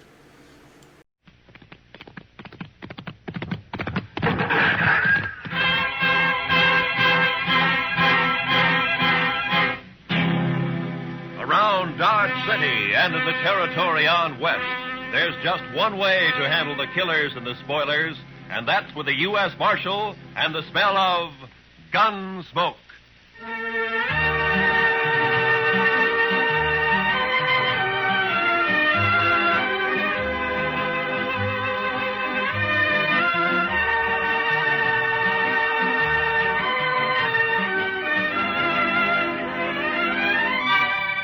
Gunsmoke, starring William Conrad. The story of the violence that moved west with young America. The story of a man who moved with it. Matt Dillon, United States Marshal.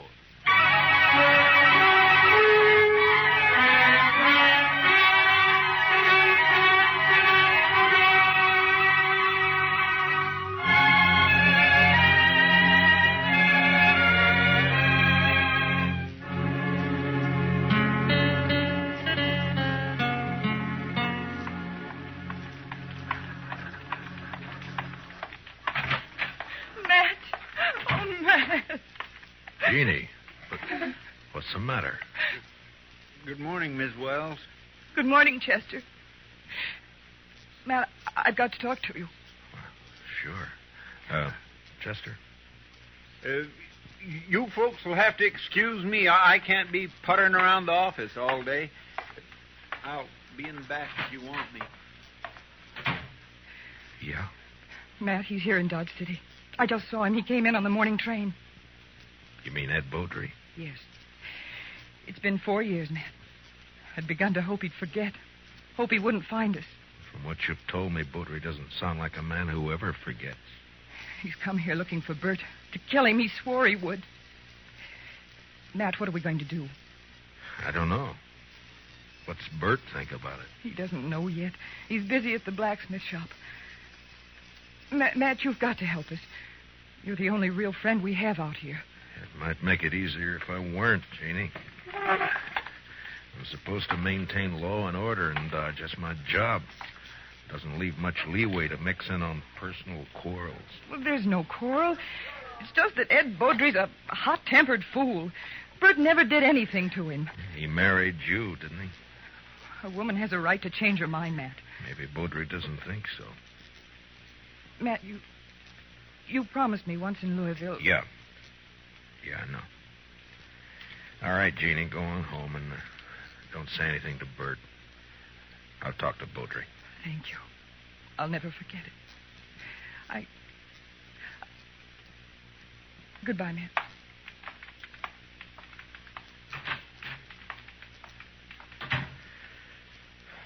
Chester. Yes, sir. I'll be right there, Mr. Dillon. Did Miss Wells leave? Yeah. Fine couple, the Wellses. Did you know them before they came out west?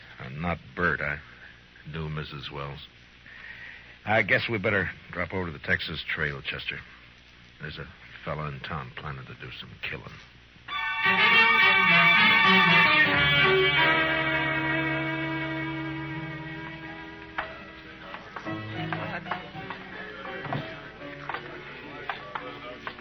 Matt, it's been a long time. Hiya, Kitty. Hello, Chester. Miss Kitty?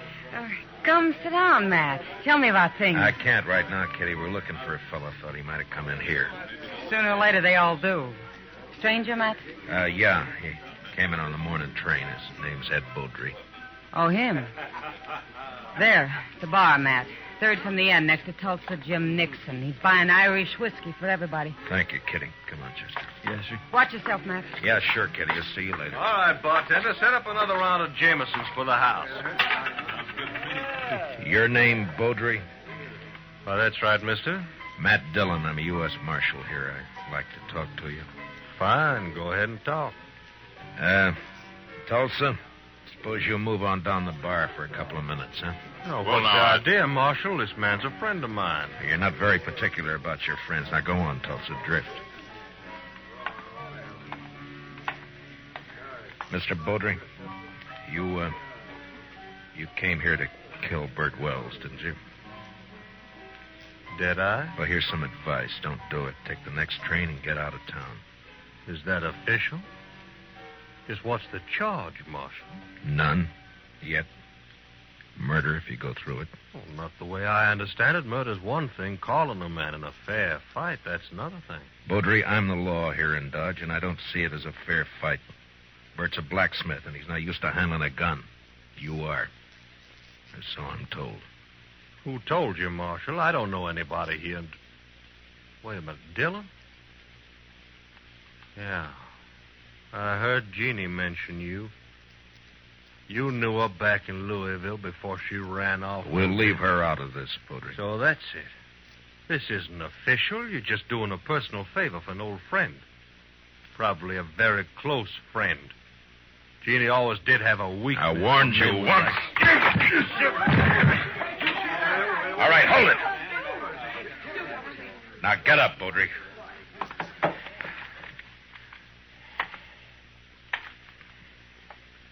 That was a mistake, Dillon.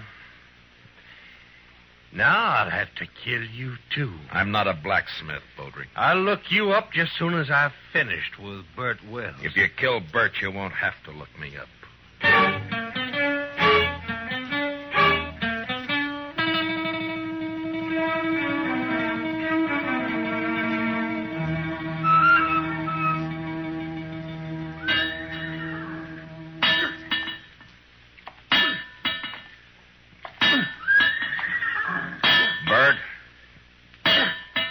Bert. Huh? Oh, Matt. I didn't see you come in. I wanted to talk to you, Bert. About what, Matt? Ed Beaudry's in town. Beaudry? Well, it was bound to happen sometime. Has he been bothering Jeannie? No, she just happened to see him get off the train this morning. She came and told me. She shouldn't have done it, Matt. It's not your problem. Maybe it is, Bert. I'm the law in Dodge, and the law doesn't like the idea of personal grudges ended up in a killing. What do you aim to do? Yeah, prevent it if I can. Well, I wish you luck.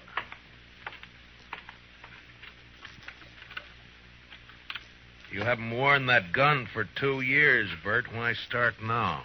I've got no choice, Matt. You know that. You mean you got no chance? If you let Beaudry call a showdown, he'll kill you. Maybe. Look, Bert, why don't you take to the prairie, hole up for a week or so while I figure some way of running Beaudry out of town, huh? Would you do it, Matt? Hide out and let somebody else do your fighting for you? Well, what I'd That's do is... beside the point, Bert. Jeannie. There's a law against killing. And it's Matt's job to enforce it. If you went away, there wouldn't be any fight. Wouldn't be much honor either, Jeannie. Man can't run and still call himself a man. He can run from a mad dog. And that's what Ed Beaudry is. He never had any claim on me. It appears he thought he did. Matt, you know where Beaudry stand? I talked to him in the Texas Trail. He probably took one of the rooms upstairs. Like to walk over there with me? Well, if that's the way you want it. No, Bert, you... I'll get my hat. Be right with you. Matt, you've got to stop it. Yeah? How? I don't know. But there must be something you can do. Yeah, there is. The way it's shaping up, I can probably arrest the survivor.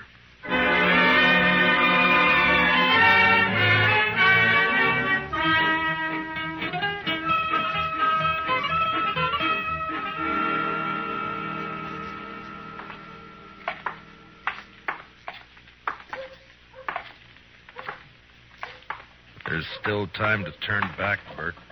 Afraid not, Matt. I should have had it out with Beaudry back there in Kentucky 5 years ago.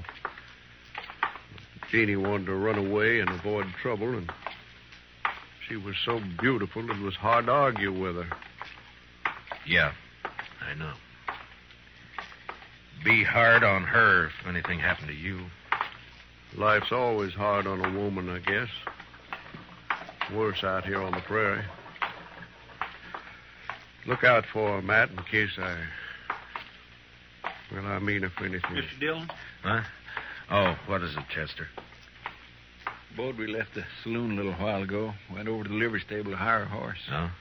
I think he's riding out to your place, Mr. Wells. He's been doing a lot of talking. Jeannie will be there alone, Matt. I better get back home. It won't be necessary. Here comes Beaudry now. I won't draw unless he does, Matt. Heads up, Chester. Yes, sir.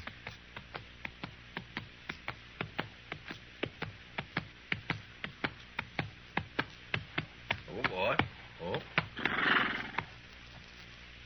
Just riding out to call on you, Wells. I decided you'd had plenty of time to look me up. No reason to, Beaudry. Most men would figure they had reason.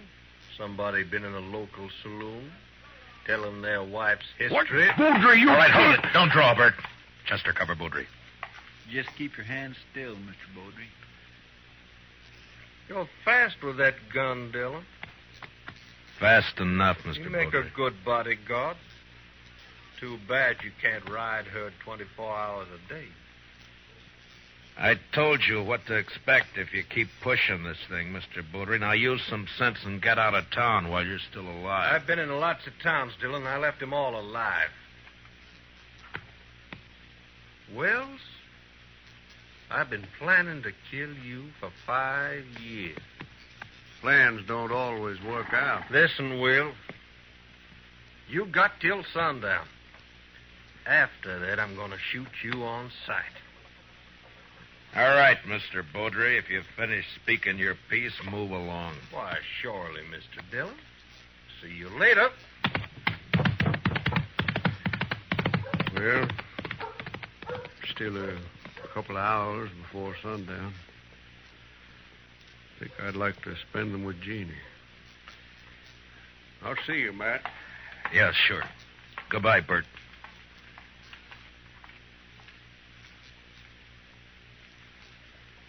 I declare, I just can't see any way of stopping it, Mr. Dillon. I can't either. I'd sure hate to be in Bert Wells' shoes. I'd hate worse to be in Beaudry's. He'll never submit to arrest. Chester, I'm going to have to kill him.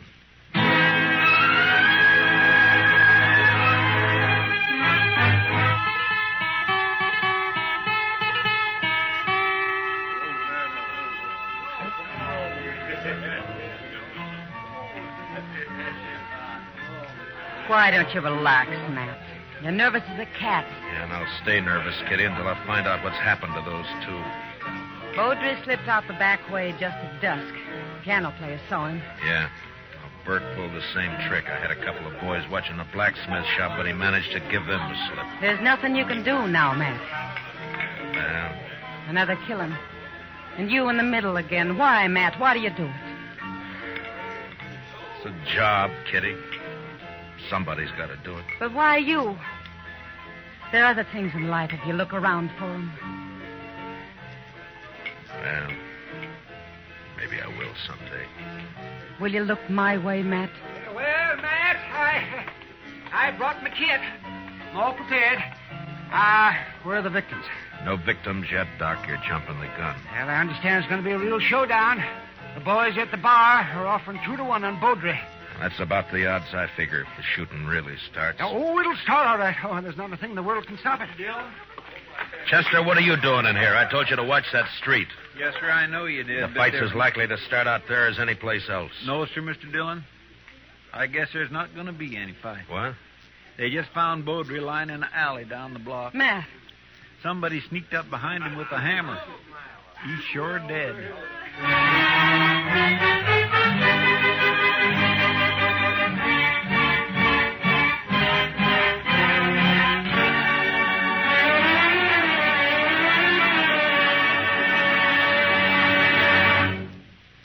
We'll return for the second act of Gunsmoke in just a moment. But first, what is the connection between the statue in the square and a pair of thugs who are definitely not on the square with the law?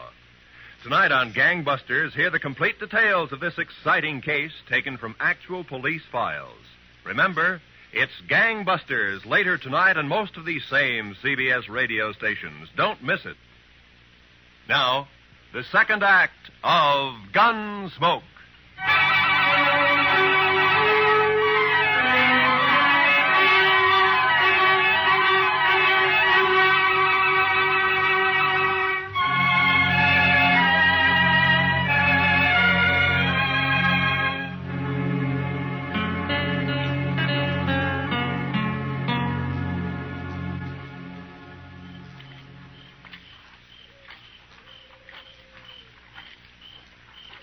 No light showing around the house, Mr. Dillon. No. Nor the shop either. He might have skipped out. Well, what about his wife, though? I don't know, Chester. I can't figure any of this. It's not like Bert to pull a sneaking trick like that. Hold it. Don't move. He's there by the tree, Chester. Yes, sir. Bert? Who is it? Who's there? Matt. Chester's with me. You better put away the gun. All right, Matt. I thought it was somebody else. Who, Bert? Well, you know who. Beaudry, of course. Guess I better take your gun. Official, Matt? Official. Well, I got no quarrel with the law. Here. Thank you. Now, why did you do it? What do you mean? If it had been a gunfight, the law couldn't have touched you. Now, the circumstances are all in your favor. But this way they'll call it murder, and they'll be right, because that's what it was. Matt, what are you talking about? It's no use. You left the hammer lying right beside his body. It's got your shop brand carved in the handle of it. Whose body you talking about? You mean Beaudry? Yeah, sure, Beaudry. Matt, you're making a mistake. I went looking for Beaudry, yes, but I didn't find him. Then I come back here. I was afraid to leave Jeannie there in the house alone. I didn't do it, Matt. You're wrong. It's not up to me, Bert. It's the court's job. All I can do is take you in. The evidence is too strong, and I got no choice. No choice? I didn't have a choice either. We must have had a choice somewhere back down the line. When? Where was it we could have stopped and turned back? I'm a marshal, not a philosopher. Now, let's go. What about Jeannie? I got to tell her. Chester will take care of it. Be better if you do it, Matt. You're a friend. That'd make it easy. I'd rather not if you don't mind. Now, come on, let's go.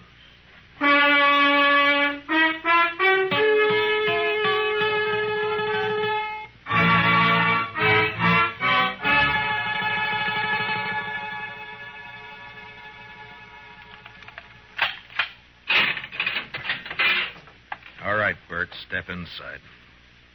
4 years we've been friends, Matt. I never thought it would come to this. Neither did I. You said you didn't find any money on him. It could have been robbery. Or made to look like robbery. And either way, there's nothing I can do. Now, you better step inside.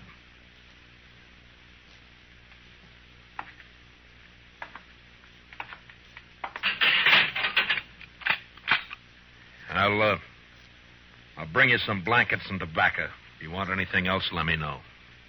Wish I knew how Jeannie was taking it. She'll be all right. She's a fine girl. Matt, look out for her, will you? Bert, a man's job is one thing, friendship's another. This prairie country is rough and tough and wild at the best. And without the law, nobody could survive in it. And that means putting friendship aside sometimes. But a man still doesn't forget. Yeah, I'll look out for her. Thanks, Matt. I'll see you later.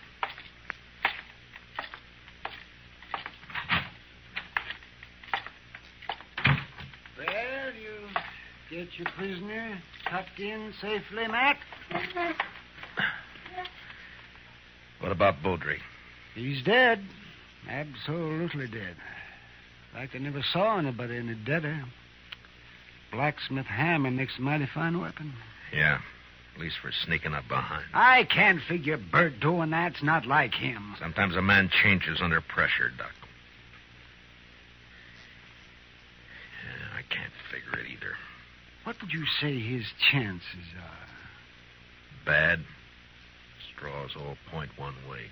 Yes, maybe somebody's been messing with the straw stack. Who? That's a good question, man. Well, the court will ask it. Yeah, if he ever gets there.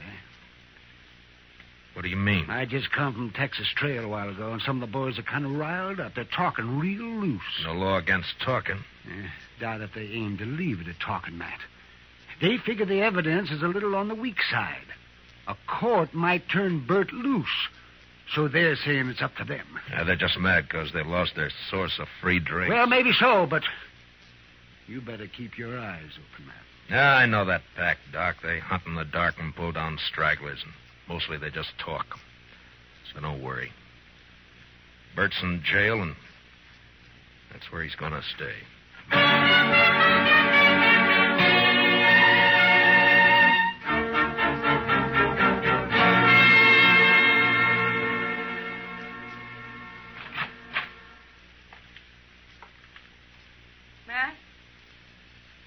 Matt, are you here? Yeah, I'm here. Wait a minute, I'll light the lamp.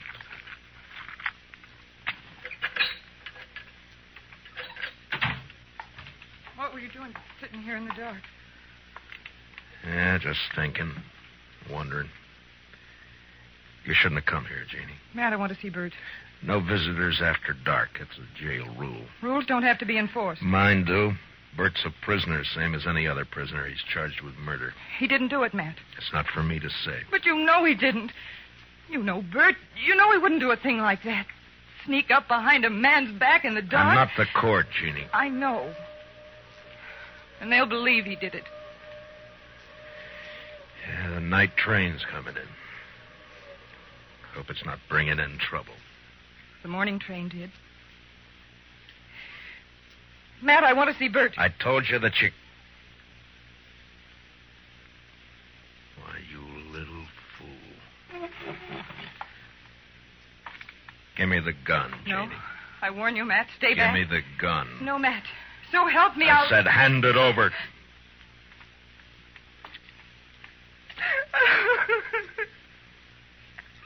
You knew I wouldn't shoot. Yeah. Now, what did you hope to gain by I that? don't know. Get Bert out. Maybe I don't know. None of this is his fault. Something's got to be done. Matt, you've got to help me. Mr. Dillon? Yeah, what is it, Chester? I just come from the Texas Trail. I think there's going to be some trouble. Trouble? The bunch that hangs out around there are doing a lot of drinking and talking up the idea of coming over here to the jail. Oh, no. Well, maybe we ought to go over there and do some talking ourselves. Jeannie, I think the best thing for you to do is to go back home and stay there till morning. Now, don't worry about this. Nothing's going to happen. Oh, but, Matt, you can't handle that crowd alone. I've been handling things alone for a long time. All right, Chester.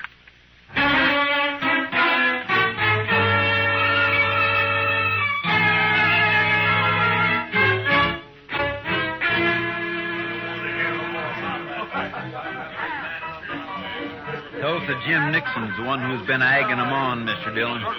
Over there at the end of the bar. Yeah, he struck up an acquaintance with Beaudry when he first got off the train. Guess he figures he's an old partner by now. Well, come on. Yes, sir. Matt, wait. Later, Kitty, I got some business with the boys at the bar. That's what I mean. Tulsa Jim's been buying them drinks the last 2 hours. They're in a real nasty mood. So? So be careful, Matt. That's all. Just be careful. Kitty, I'm the carefulest man you know. Sure. We got the law here in Dodge. Supposedly.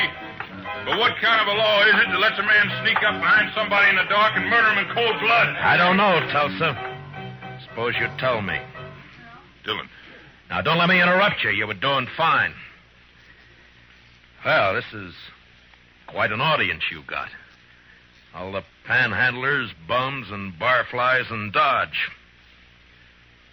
It's quite a collection. Well, calling names won't change the facts, Dillon. What facts? A friend of yours, Bert Wells, that sneaking cowardly murderer. That's for the court to decide, Tulsa. The court. They'll turn him loose. They work hand in glove with you. Dillon, we're not going to stand for it. All right, shut up! So you're not going to stand for it, huh? Well, just what are you planning to do? You'll find out in due time, Dillon. Oh, I tend to set him up again all around. Yeah, you've turned into quite a free spender, Tulsa. I never knew you to... A double eagle gold piece. You mind if I take a look at it? It's good. Don't worry about that. Yeah, I'm sure it is. Where'd you get it? That's my business, Dillon. So you're the one who killed Beaudry. That's a lie. I thought robbing him was just a cover-up, but it wasn't. There aren't many double eagles around Dodge. Beaudry had a lot of them. Now you. Why would you get a pocket full of gold pieces, Tulsa? Wells killed Beaudry. The blacksmith hammer was lying right beside him. Yes, where you left it. What does she mean? Tulsa Jim came into my husband's shop late this afternoon. His horse had thrown a shoe. He had plenty of chance to steal that hammer. She's lying. Where did you get the gold, Tulsa? A lie. I won it in the poker game. Last week when the trail herd would... Tulsa, you're under arrest for murder.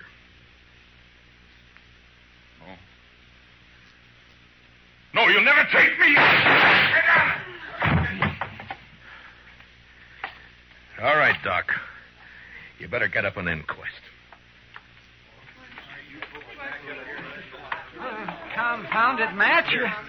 You never give me any chance to practice on live people. You wouldn't know what to do with them, Doc. Well, I do get fewer complaints this way. Matt, does this mean that Bert's free? You shouldn't have come here, Jeannie. Yeah, he's free. Chester will go with you over to the jail and let him out. Thank you, Matt. Thank you for everything. You told me one time in Louisville that... Louisville? That was a long time ago and a long way off. So, goodbye, Jeannie. Goodbye, Matt.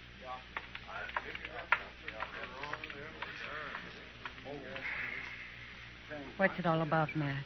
What? What's anything all about, Kitty? Professor, what do you say we'll just have a little tune, huh?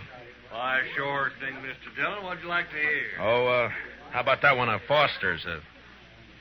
Jeannie. Jeannie with the light brown hair. You bet. You knew her before, didn't you, Matt? Yeah, I met her in Louisville one summer. Saw her quite a lot for a couple of months. And then I drifted out west.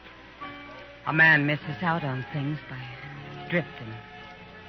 I told her then if she ever needed help to call on me. Well, she called, and you helped her. Yeah, I guess. Anyway, that's that. Matt. Yeah. Yeah, Kitty. When are you going to help yourself?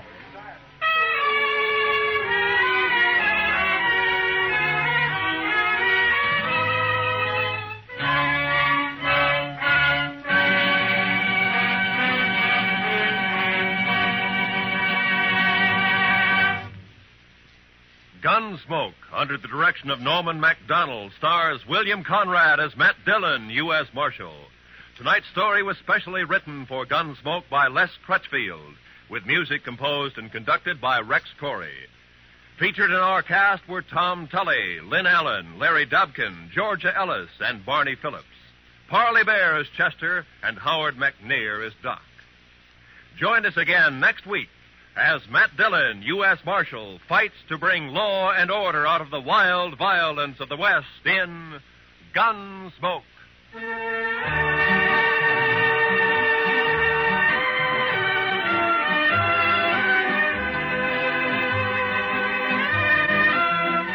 What are the tunes most people like best?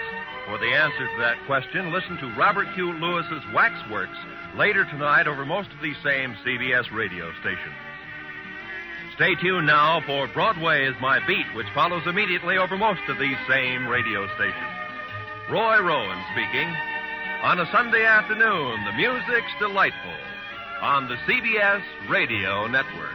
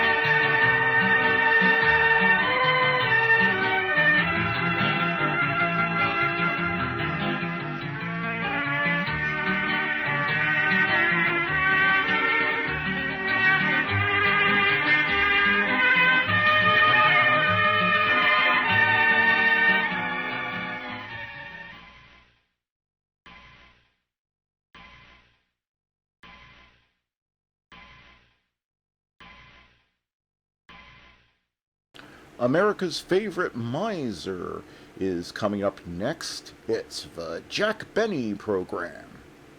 The Chevrolet Program starring Jack Benny with Frank Black and his orchestra.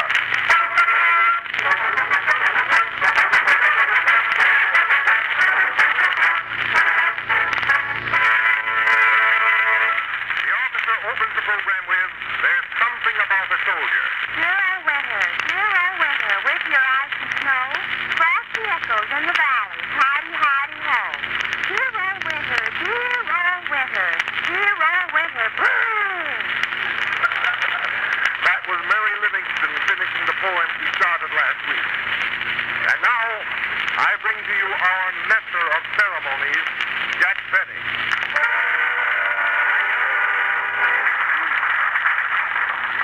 Hello again.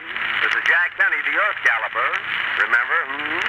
Coming to you with all the late news events through the courtesy of the Bronx Express, in conjunction with the Literary Post-Chronicle Gazette Journal of Red Hook, Long Island. Here we go. Athens, Greece. Sam Insull given 5 days to leave Greece. When he asked them where he could go, the Greeks had a word for us.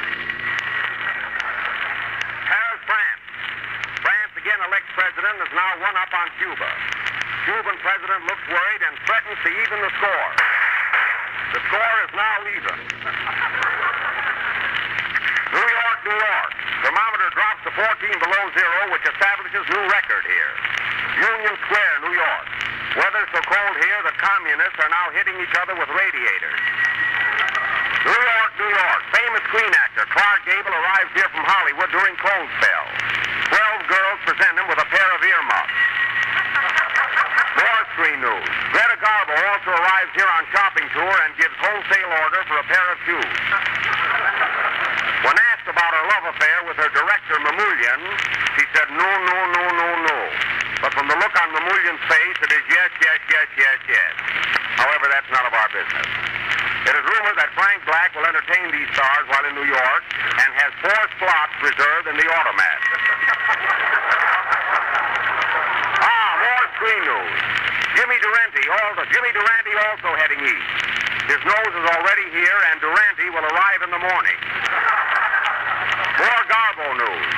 Garbo spends vacation taking in all the Broadway shows. When interviewed, said she would like to see Katharine Hepburn in The Lake. When Hepburn was interviewed, said she'd like to see Garbo in the Hudson River. Jealousy. That's all, folks. Pardon me. Flash. Park Avenue, New York, 9 p.m. 3,000 gigolos out on strike. They want the extra nickel the wives are giving their husbands for car fare. Flash. Flushing, Long Island. That should be flushed. 10 p.m. Man kills wife for bidding 2-no Trump without a spade or diamond in her hand. 11 p.m. Man is acquitted and the bridge game continues. Nudist Colony, New Jersey. Flash. Weather so cold here that groundhog goes back in his hole, followed by nudist. Oh, they can't take it, eh? Jack. What is it, Mary? Can I read one now? Yes, Mary, but just fast, remember. All right. New York, New York. Gold arrives here without a nose. When interviewed, says he still smells. That's local, folks. Flash, NBC Studio, New York. Alois Havrilla now standing on soapbox addressing his Chevrolet audience. And flashes come to us from everywhere that orders for the new 1934 Chevrolet are literally pouring into the factory. Crash! Alois Havrilla falls off a soapbox. Smash! Play Frank. Very good. That was Frank Black and his orchestra playing the European song hit Without That Certain Thing. And now, say, Mary, I noticed you brought a couple of suitcases up to the studio tonight. What's the idea? Well, Jack, I'm going on a little vacation. Jealous? No, Mary, I'm not jealous, but where are you going? Where am I going? I'll give you 3 guesses. If you were me, where would you go this time of year? Oh, I don't know. Say, if I were you. Say, Black, if you were Mary and had a week off, where would you go? Me? Well, I don't know. I like the Riviera, Nice, Monte Carlo. That's a nice weekend trip, yes. We could make that. Where would you go, Parker? Oh, I'd take a little jaunt to Egypt, Africa, or maybe the Orient. A little jaunt. A little hike through India would be nice for the weekend. How about you, Havril? Where would you go if you had a week off? Oh, I'd take a little sail down to the South Pole and see how Admiral Byrd is doing. Of course, you'd stop off at New Zealand and pick up a sandwich. You do get hungry being on the water all day. Oh, certainly, of course. What would you do after you got down to the South Pole? Well, I like ice skating and hockey. Oh, surely. Then in between times, you could introduce the knee action wheels down there, To whom? Why, there's nothing down there but penguins. Well, their money's as good as anybody's. By the way, Jack, where would you like to go for a week? Oh, I don't care particularly. Any place I hang my hat is home. Yes, it hung in a speakeasy for 13 years. Oh, you nasty individual. Say, who's making this trip anyway? Oh, I'm sorry, Mary. We sort of left you out of it. Well, I give up. Where are you going? I'm going to Florida, Jack. Oh, of course, Mary. Florida, down by the Gulf Stream. Yes, and I'm taking my golf clubs with me. You could have left that out. So you're going to Florida? My, am I? Oh, well. I know I didn't write that. I get it. Say, tell me, Mary, on your way down there, are you going to stop at Daytona? No, Jack, we don't go through Ohio. Oh, we don't? There's a a city down there I've always wanted to see. It's, everybody knows the name of it. It's, What? What city? What? well, it's, I know the name so well. Hurry up, Mary. I'm losing my temper. That's it, Temper, Florida. Oh. It's a lively place. Yes, and if you go through St. Petersburg, be sure to visit Frank Black's relatives. By the way, Mary, you know, I'm going away, too. Tomorrow I'm going to Chicago to visit my sister. See, that's right. We'll be on the same train together as far as Montreal. Montreal is in Canada. Oh, pardon me. I was holding this map upside down. Yes, I see.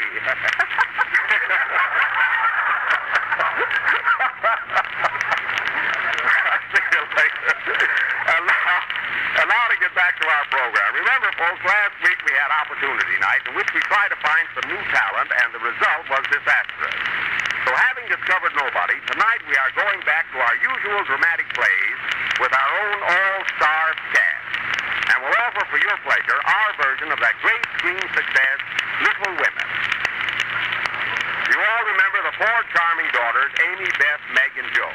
Well, our own Mary Livingston will play the part of Jo, a la Katharine Hepburn, while I, Jack Benny, will play the part of the millionaire's son next door. Say, Frank, could you let me have a few dollars? I want to get in the atmosphere of this part, you know. No. Well, I'll have to do some acting then. And as many of you know, this play, Little Women, was written by Louisa M. Alcott over 50 years ago, which gave us plenty of time to rehearse and get our scenery together. And tonight is the big night. So immediately after the next number, we are going to offer our version of this famous play, which we will call Miniature Women. And now little Frankie Parker is going to entertain us. Will tell you in his own inimitable way the name of the little song he's going to sing. Go ahead, Frankie. Ladies and gentlemen, I'm going to sing The Touch of Your Hand from Roberta. Parker, you took the words right out of my mouth. Play, Frank. Frank Parker. And now for our dramatic offering, Small Dames. Miniature Women. Mary, are you ready? Yes, Jack. Do you feel Katharine Hepburn-ish this evening? Hurry up, Jack. My train leaves for Florida in an hour. Oh, yes. Okay, Mary. Oh, by the way, ladies and gentlemen, this play will be presented in 2 acts. The opening scene is in the home of Mrs. Little Woman and her 4 daughters. It is Christmas Eve, 1864. I think I'll stand in the entrance and watch the first scene. Curtain, music, Frank.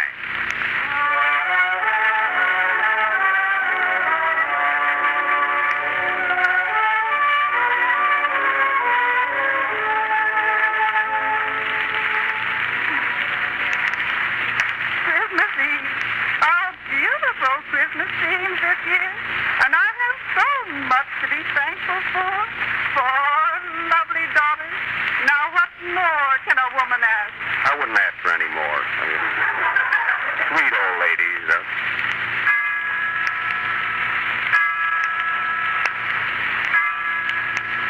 3 a.m., and my daughters will soon be home from school. Nice kid. But then again, it might be night school, you know. You can't tell. Here they come now. My little Joe, Jude, Jane, and Dee. How about Jen? That's the maid. Oh. What, Mother? Oh, Mother. Hello, Mother. Hello, Mom. Merry Christmas. Merry Christmas. And a Merry Christmas to you, my children. Look, Mama, we all chipped in and brought you a nice Christmas present.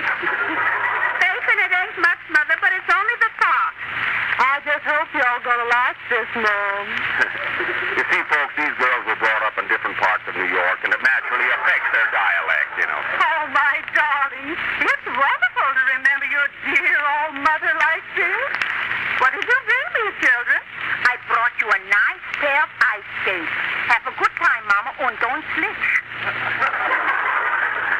Mother's 75 years old, and they bring her ice skates. Oh, well, it's the thought. Oh, thank you, children. I'll have these the first thing in the morning and buy some food. I don't blame her. Hard to digest skates, you know. Oh, girl, where's Joe? Didn't she come in with you? No, Mama. I think she's out in the hen coop writing poetry. That's poetry.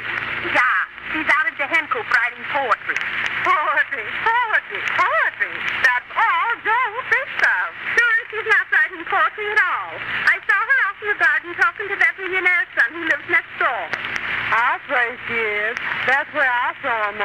How's that rich neighbor next door? Cute little blonde from Dallas. I'm afraid we miscast this play. Oh, that millionaire son makes me sick. Always sending us presents, paying our rent, buying us food. We'd have starved a long time ago if he hadn't held us back. That's a shame. Oh, what's the matter, Mama? Why are you crying? Oh, it's nothing, Jane. But surely there must be something wrong. Tell us, Mother, what is it? I was just thinking. I only have 4 daughters, and Eddie Chandler has 5. Give Ida a little credit for that, Mom, you know. Mom, who's that man that keeps butting me in all the time? I don't know, daughter. He's been hanging around ever since this play started. Sure, he thought he was making vice crest. Go along with you, you dirty loafer, you. So long, folks. I'll see you later. Come on, children. It's 4 o'clock, and it's about time you were in bed. Tomorrow is Christmas, you know. Yes, Mama. Good night, Jay. Auf Wiedersehen. Good night, June, dear. Good night to your mother. Call me at 9 in the morning. Good night, Jean. Good night, Mom. I hate to complain, but I'm feeling awful badly. What's the matter, darling? Oh, I don't know, Mom. I just feel like I'm gonna die. Oh, you're poor, dear. Why is it you always have to be sick? You're the best daughter I have. So sweet and such a good girl. Maybe that's what makes her sick. Well, take an aspirin, darling, and go upstairs to bed. Whatever you do, don't die till the second act or our play will be ruined, you know. Good night, Jean, darling. Good night, Mama. Good night, Jack. Good night, Mother. Of the Ice Thing, from Of the Ice Thing, played by Frank Black and his orchestra.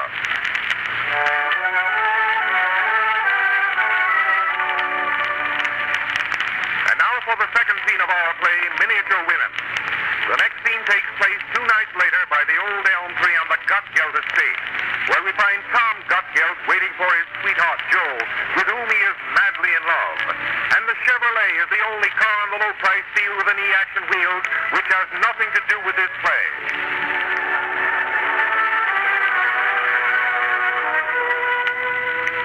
I wonder what's keeping Joe. He promised to meet me here by the old elm tree at 8 of the clock. It's after 10 now, so while I'm waiting, I think I'll go home. Ah, here she comes now. Must have her heavy underwear on. Oh, well. Hello, Tom. Hello, Joe. How are you feeling? Fine, Tom. Never felt better in my life. I sold my first poem today and got 60 cents for it. Ain't that good, Tom? Well, if it's that winter poem you wrote, you're some salesman. Ah, Joe, but we're not here to talk poetry. Let's sit here by this old elm tree. All right, Tom. Love me? And you? Mm-hmm. How much? Oodle. Eh? I said oodle. And you? 2 oodles. That's not bad in times like these. Say, Joe, we've known each other nigh under 15 years. We were brought up together. School day sweethearts. We've always lived next door to each other. Wait, Tom. That gives me an idea for another poem. Oh, Joe. 15 years, 16 years, we have been together. Rain or shine, all the time, in fair or sloppy weather. Ain't that good, Tom? I still love you, Joe. Now listen to me. For years I've been buying you flowers, candy, presents, taking you to theaters. Let's get married, Joe, and stop all this. It can't be, Tom. It just can't be. Oh, I do love you, Tom. But I'm a genius and I have a career that I must strive and work hard for. Someday I'm going to New York and I'll be famous. Then maybe I'll come back and marry you. I see. It might be 5 years. It might be 10 years. It might be 20 years. It might be 40 years. Stop. But I'll reach the top. And then I'll come back to you if you still want me. I see. Will you want me in 40 years, Tom? In 40 years, even RKO won't want you. Oh, Tom, don't feel so bad. I'll always love you. And I'll always love you. And I'll always write to you. And I'll always write to you. And I'll always think of you. And I'll always think of you, too. But, Joe, why do you need this career? My father's a millionaire. Then I'll marry your father. But listen, Joe. No, Tom. The man I marry must be middle-aged, talented, gentle, kind, musical, and above all, economic. economical. Oh, I know. You want Frank Black. Black? Who's he? Oh, he's another millionaire. That's only one man's opinion, folks. Who's that? That's Frank Black now. He's over there by the old oak tree with your sister Jane. Quiet. We'll listen. The last time, Jane, I asked you, will you marry me? Nine. I have a future behind me. Take that Raleigh paddle. Yes, Silver, and I never want to see your face again. Look down. I see a shadow behind the old hickory tree. Let's sneak over and see who it is. My sister, June. She's with Frank Black. Listen. Sure,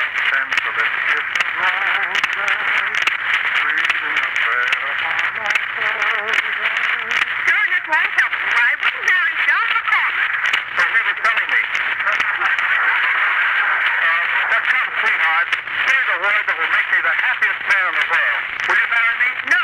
Ah, that's the word.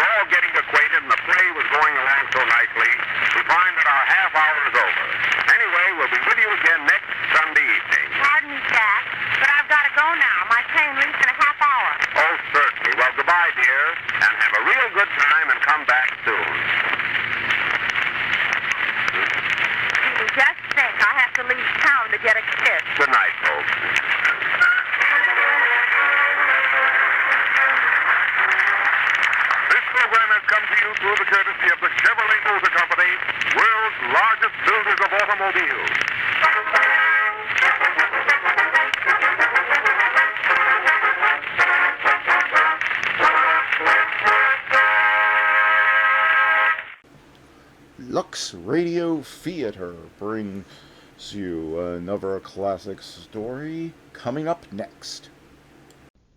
Hollywood, California, Monday, July 27th.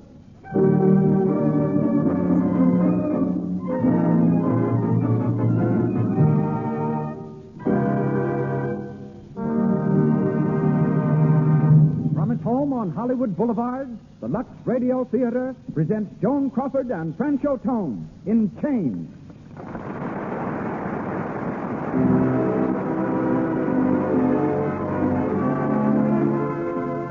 Lux presents Hollywood. Tonight, the makers of Lux Toilet Soap, the beauty care used by 9 out of 10 screen stars and by attractive women everywhere, brings you another assemblage of Hollywood's most distinguished citizens. Joan Crawford, Francho Tone, Gilbert Emery, Cecil B. DeMille, Oliver Hinsdale, Helen Burgess, Louis Silvers, and many others. We are also proud to welcome, as members of our audience, a score of celebrated personalities. Among them, Patsy Ruth Miller, Paula Stone, John McGuire, John Lee Mahan, who adapted tonight's play for the screen, Lena Basquette, Mary Alice Rice, and Rady Harris, celebrated New York columnist. To all of you, greetings from Lux.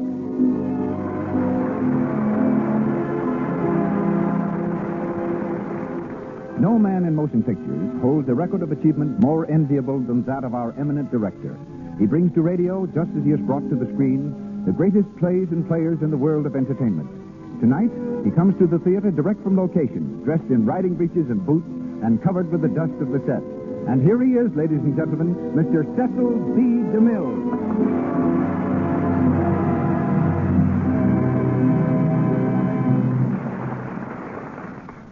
Greetings from Hollywood, ladies and gentlemen. Many paths cross and many double cross in Hollywood. But this is my first professional contact with Joan Crawford and Francho Tone. But I know their history, perhaps better than they do. I can trace it back 150 years. Their romance, which began in 1933, was more than a courtship. It was a coincidence which had its beginnings in 1798, when an undersized Corsican named Bonaparte was lighting the fuse that was to explode all Europe, and an Irish patriot named Wolfe Tone was enlisting French aid in a revolt against England. The sympathies of the French people were with Tone, the handsome Irish rebel. But like most Irish rebellions, his was a glorious failure. He merely laid the groundwork for mutual admiration between the French and Irish. And Francho Tone, a descendant, and Lucille Lesseur, a little French girl, took it up from there. You may never have heard of Lucille. Her first job was at the Kansas City department store. After that, she danced in a Broadway chorus and finally came to Hollywood from a Winter Garden show in New York. A magazine asked its readers to suggest a new name for her. And from the names submitted, the studio chose Joan Crawford. Today, more than 200 babies whose last names range from Ginsburg to McKillicuddy are called Joan Crawford, which will give you some idea of the star's popularity. To all the world, she symbolizes the American viewpoint in clothes and manner. And tonight, the Lux Radio Theater presents Chained, starring Joan Crawford and Francho Tone.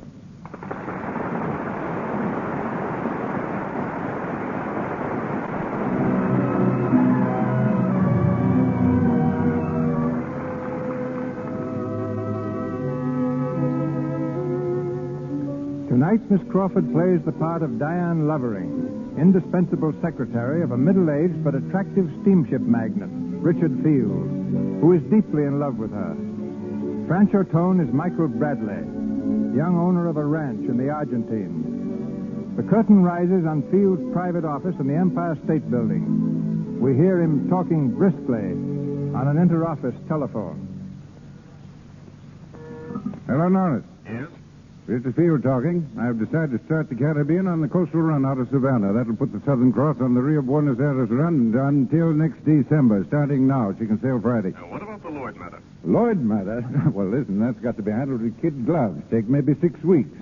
But I'm not leaving this office until it's settled right our way. Okay, Norris, goodbye. Who is it? Good morning, darling. Ah, Deanne, it's you. Darling, I've just been through the Spanish Inquisition, and I came out alive. What did they say? 4 doctors put me through the 3rd degree, fluoroscope, metabolism, blood pressure, x-rays, the whole works. I felt like a murdered corpse being dissected by the Department of Justice. Yes, but what did they say? What's the verdict? Organically sound as a dollar, healthy as a young colt.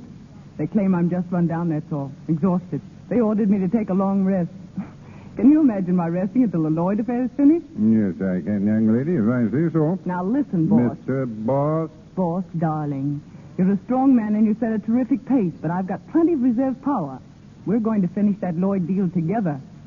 Diane, come here. You think I'm going to let you risk your health just for a business deal?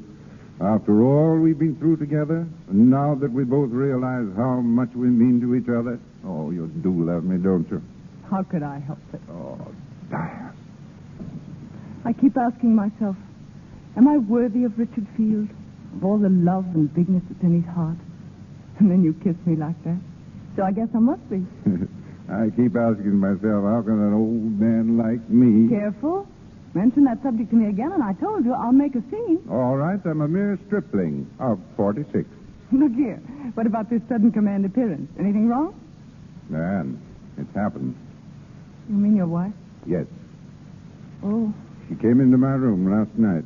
She was very fine. No scene or anything like that. She simply told me that she knew about us, and had known for some time, in fact.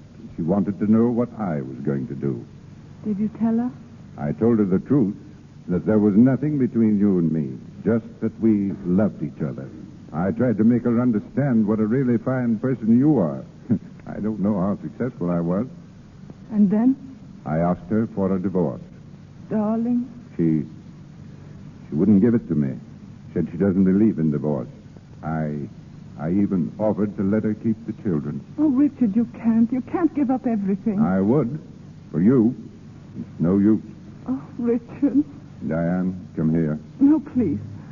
There's only one thing to do now. Don't say it. Don't even think it, dearest. We can't go on, not after this. We can, and we will. We've got nothing to be ashamed of. And let's not give up hope that someday she'll give me my freedom. But you know what you're going to do? No. The Southern Cross sails Friday for Buenos Aires. You're going aboard her. Going away on a little trip. You need a rest. It'll help you to forget. This had to come. It's a little too near us for the moment, but it's only temporary. And when you come back, everything will be just as before. Will it? Well, but you love me, don't you? Oh, yes, Richard. Well, then you run out and do your shopping and get yourself packed. You haven't got much time. Boat sails at 5:30 Friday.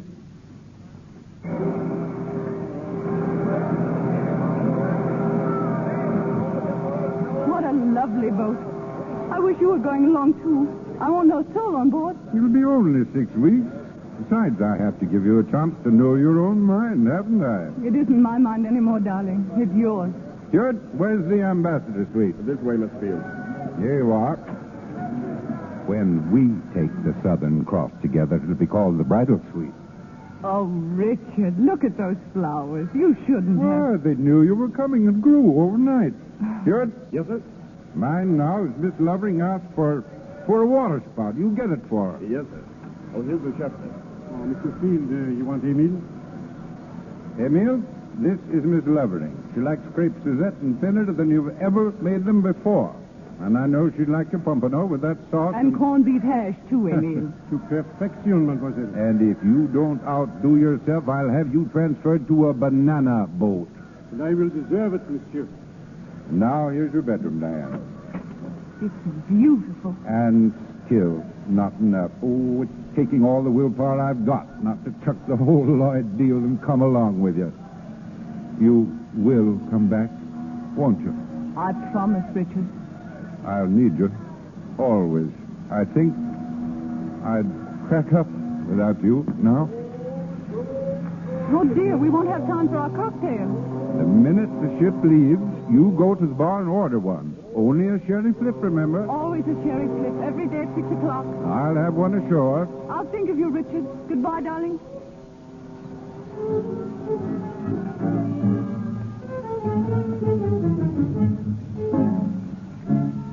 A sherry flip, please. Yes, madam. And I'll have the same thing, and I hate sherry flips. Well, there I go, giving in already. Oh, say, aren't you the young lady who always orders chicken salad? We've met before, huh, miss? No. My name is John Smith. Quaint? How are you and who are you? No. Yes, please. Please, no. Pretty please. With sugar on it? I want to be left alone, Mr. Smith. It's a hard name to remember, and I can take a hint. I'm off to dress for dinner, and you'll be sorry when I'm gone. I won't even know it.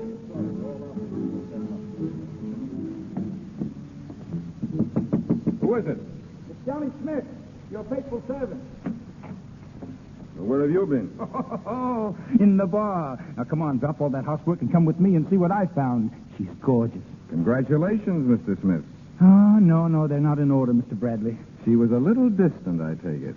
Straight from the Arctic regions. Is she worth an expedition? From pole to pole. Don't stop to get dressed. We'll start now. Lead on, guide.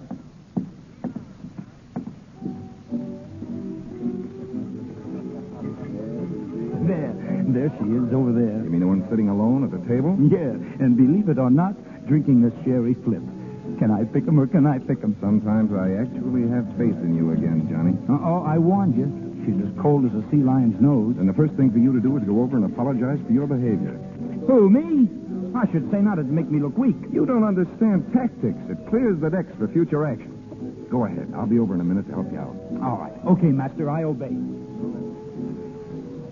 Charming lady, after thinking over my rudeness, I've come to say that... So you didn't leave after all? Oh, but yes, I've been gone a half an hour. I hadn't noticed. How time flies. I've been watching you, my friend. You've been annoying women long enough. Why, you... No back talk now. I know your type, my man. A half hour out, you want to play Frankenstein. Well, listen, you big... I don't know who you are, my friend, but I don't want to see your face on deck again until you can act like a gentleman. You understand? Oh, you... Hey, miss, whatever your name is, this fella is... Steward, find out where there's octopus bunks and lock him up till he's sober. Yes, sir. No, please, sir. Hey, Come along. Hey, wait a minute. Let's get off me. Hey, wait till I see you. Thank you. I suppose he's really harmless. Allow me. An Irish uncle named me Mike Bradley. Well, good for him. Thank you again, Mr. Bradley. Look here. You're nervous, probably all unstrung over this attack on your privacy. How about another cocktail? Thank you, no. I've had my one for the evening. Well, I'll see you at dinner. I'm having dinner in my cabin. I'm turning in early. Then I'll see you around tomorrow in the swimming pool. Perhaps, if I decide to go in.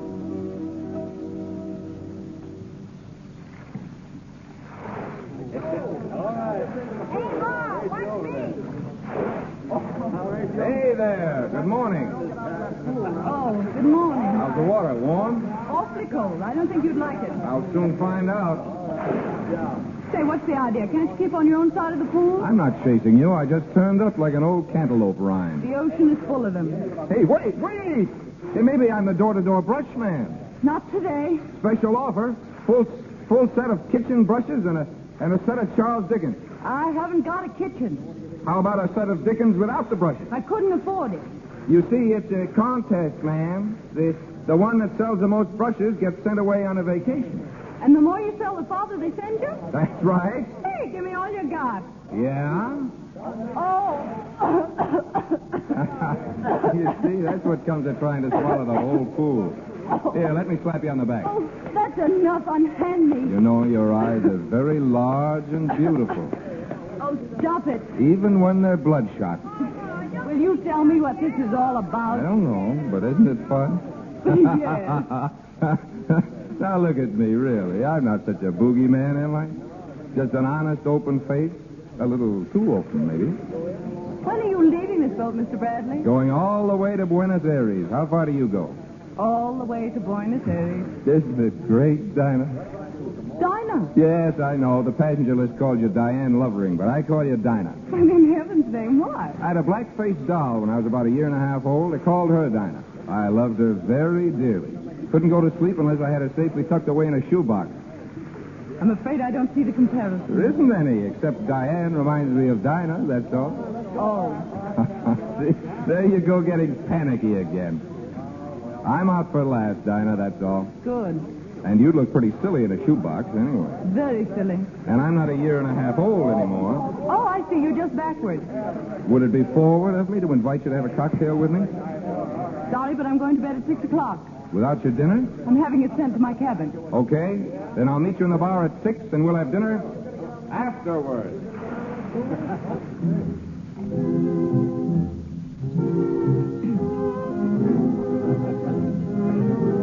Hello, Dinah.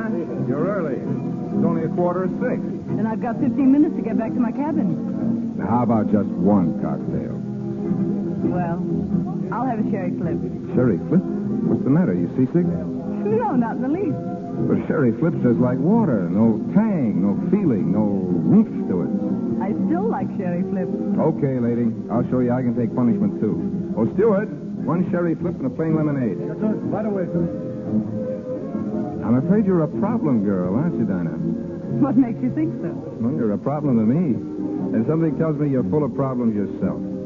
What did you come on this trip for? The ride? Mm-hmm. Darn long ride. I wanted a long ride. Who's the guy? What guy? Well, every now and then your eyes are way out there on the horizon. There must be a guy behind a woman's eyes when they're like that. Would you listen to the conceited male? Honest now, you're not engaged to be married? Would that be one of my problems? Might be. You ever been engaged? No. Don't tell me you've lived in a cave all your life. Don't you remember?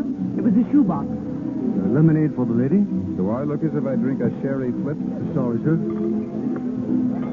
Well, here's to the two of us. Long may we wave.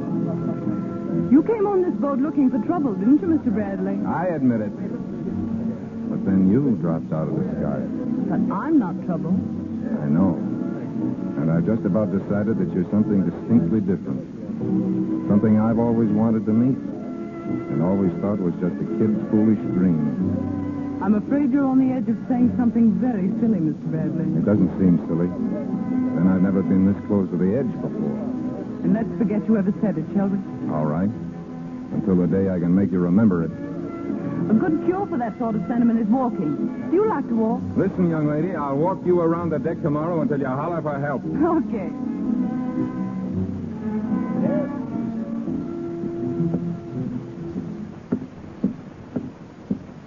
20 times around so far. How are you holding out? I haven't even started. Then let's go a little faster. What for? Because there are a couple of long-legged old schoolmoms that look as if they want to race us. Oh. Good morning.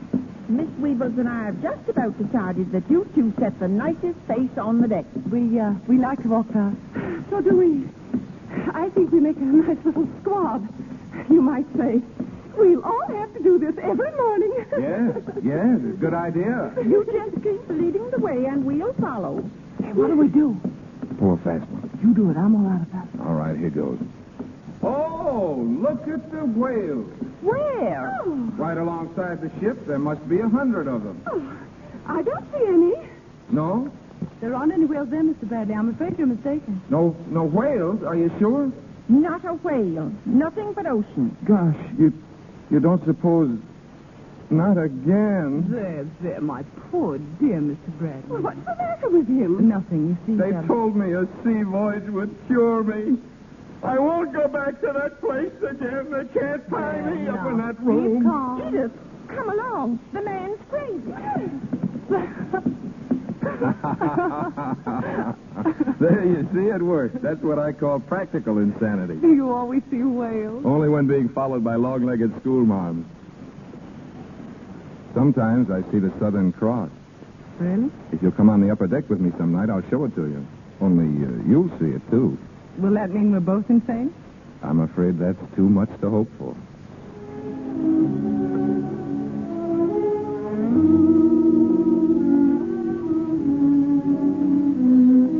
It's glorious. Where's the Southern Cross? Right up there. Where? There. Right along the line of my finger. Oh, I see. Oh, how beautiful. You're telling me. We're looking at the Southern Cross, Mr. Bradley. You speak for yourself. I'm going to do all the looking at you I can our last night on board ship. Are you coming out to my ranch in Buenos Aires? I'm afraid I won't have time. I've only 2 days and I've some shopping and things to do. Where are you stopping? With some friends. Who are they? The Wilsons. The Wilsons? Mm-hmm. I never heard of them. I've lived there 10 years, know everybody in town. Take another name. No, really. They moved down last winter. Now, look here, Dinah. What's behind all this? Are you still scared of me? Why should I be scared of you, Mr. Bradley? I asked you, Dinah. Oh, it's all wrong. We weren't meant to end this way. We weren't ever meant for anything else. Goodbye, Mike Bradley. I'll think of you often, and good luck. All right. So long, Dinah. Just the same old thing. Shipboard friends and never see each other again, right? Right? I don't believe it. Oh, but you must. I don't believe it. So long, Dinah.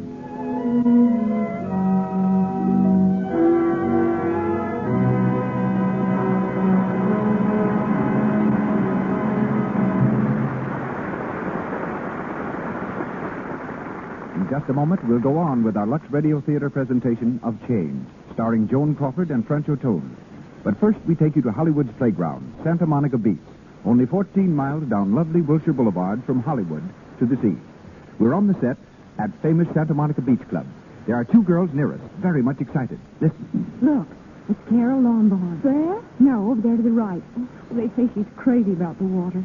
Swims beautifully. Doesn't she look slick in that bathing suit? Mm-hmm. Some low cut. Wish I could wear one like that, but my back isn't smooth enough.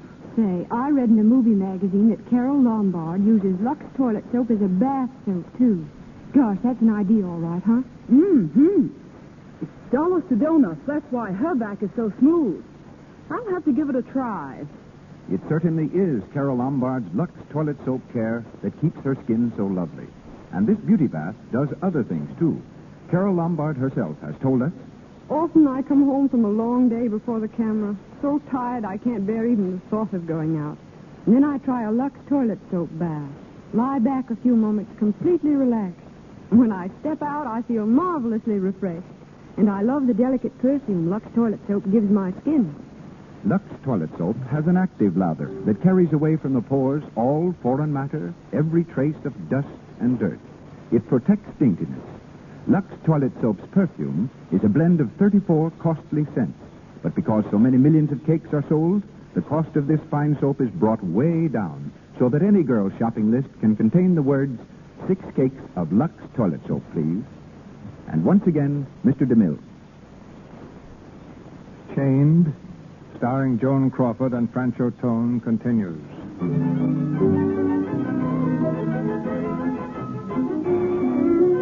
It's the following morning, and Diane thinks she has escaped from Mike by telling him she's visiting the Wilsons, some non-existent friends. Outside her luxurious hotel, she waits for a groom to bring the horse she's ordered for a morning ride. Miss Lovering. Yes? I am Mr. Partos, assistant manager of the hotel. There has been a slight delay about your horse. I shall phone the stables again. Thank you, Mr. Potter. Madame has been made comfortable, I hope? Oh, perfectly. The flowers in my room are gorgeous. Mr. Field ordered them for you every day, madame. Oh, did he? Oh, Mr. Potter, I shall want a guide today, someone who knows the city. I have already arranged for the guide, madame. Can he speak English? But si, senorita, I was speak the English for 25 years.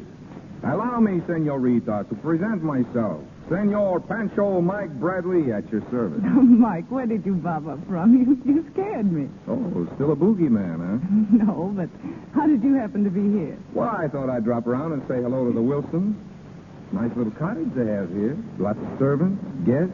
Are they home? No, but they left word for me to mind the children. I was taking the twins to see the executions on the plaza. Little Otis is tall for his age, isn't he? Mm-hmm. Or do they have him stretched? Mike, are you a bloodhound, or is this just accidental? I'm a bloodhound who can read trunk checks when a lady carelessly leaves her trunk outside her stateroom. Besides, Mr. Patos here is a friend of mine. He owes me money. Oh, so he told you I was going riding at 10 o'clock. Exactly.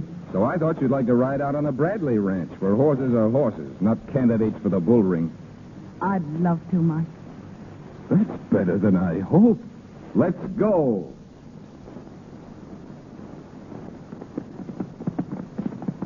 Mike, let's slow down to a gallop. All right. Oh, boy. Oh. Quiet. Let's get off and rest a while. I brought a couple of thermos bottles of cold tea in my saddlebag. Tea? On shipboard, lemonade and sherry flips. On the Pampas, cold tea. I forgot to ask the name of my horse. Chili con carne. I'm glad to meet you, Tilly. Hey, you got a cold, wet nose. Tell her she shouldn't smell so nice, Chili. Where do we hitch them? To a blade of grass? Now just throw your reins over his head. He'll stand like a sentinel. Nothing like cold tea on a warm day on the Pampas. Quenches thirst, peps you up, gives you that relaxed feeling. Here. Are you going to sell these horses? Not chili con carne. Chili's grandma once won the sweepstakes for me and saved the mortgage.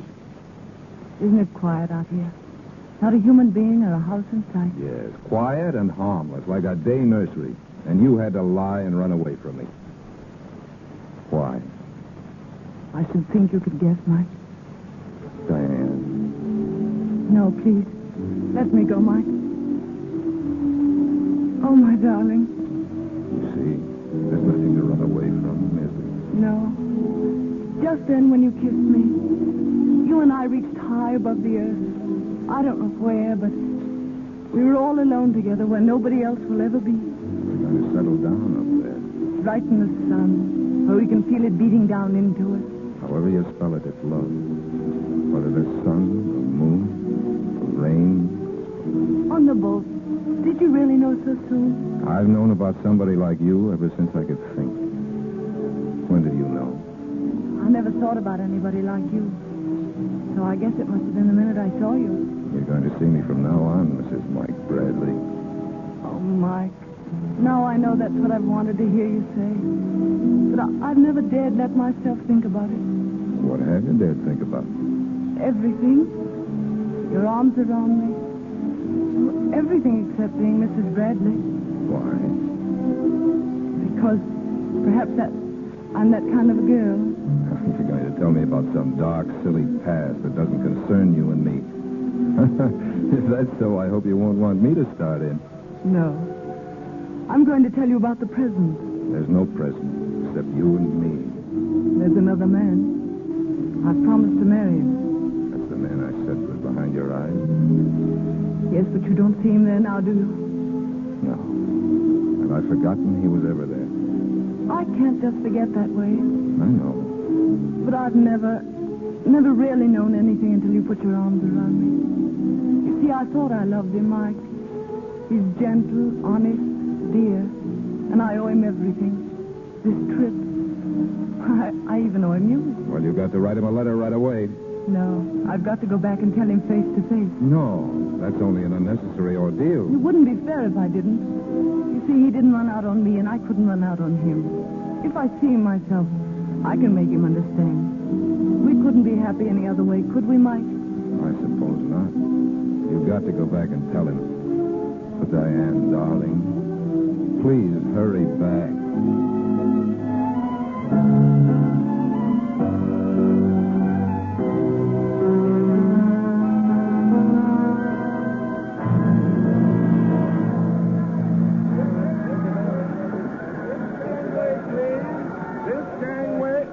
Miss Lovering, here's your landing card. Thank you. This gangway, please. Diane! Richard. Darling. Oh, my dear darling. How are you, Richard? Here, let me look at you. Why, it's almost worth letting you go away just for this moment. Come on, let's get out of this crowd. I've got the car outside. What about the customs? Oh, I've attended to all that. You've got the courtesy of the port. This way, darling.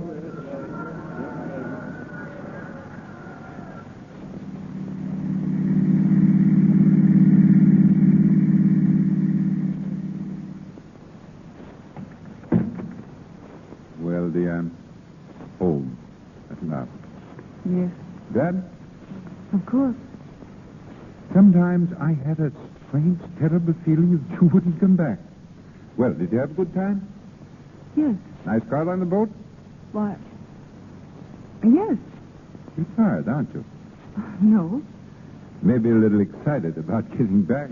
Well, I've so many things to tell you, I don't know where to begin. Considering that I'm never going to let you out of my sight again, you have the rest of your life to tell me everything. But, Richard, I want to tell you something, well... I don't want to hear a thing. Not till you see what I've got for you. What is it? Here. It's your welcome home present. It's a wedding ring. Take a look at this morning's paper and see what you think. Listen. Shipping magnate divorced. Mrs. Richard I. Field, wife of Field Line Head, now in Reno. Oh, no. No, Richard. True, dear. We had it all out shortly after you left. She saw that it was the only way. You can't do this. Oh, but it's all right. She recognizes there's nothing between her and me anymore. She's an honest person, Diane. So, it's all settled. Darling, we can be together always, now? Always? Well, what's the matter? Don't you believe it yet? Well, it's just something I never counted on. At one time, I never even dared to hope for it. You've given up your family, your home, and your children. You must love me very much. Your being away showed me I love you more than I ever knew. Every hour empty. Couldn't do a thing downtown. Just wondering about you and what you were doing. Waiting for you to come back. Am I really that much of your world? You're all of my world. If I ever lost you now, I'd... Well, we don't even think of that. No. We mustn't think about that ever again. No. What was it you wanted to tell me? Nothing. Nothing important. Richard? Yes, dear? When are we going to be married?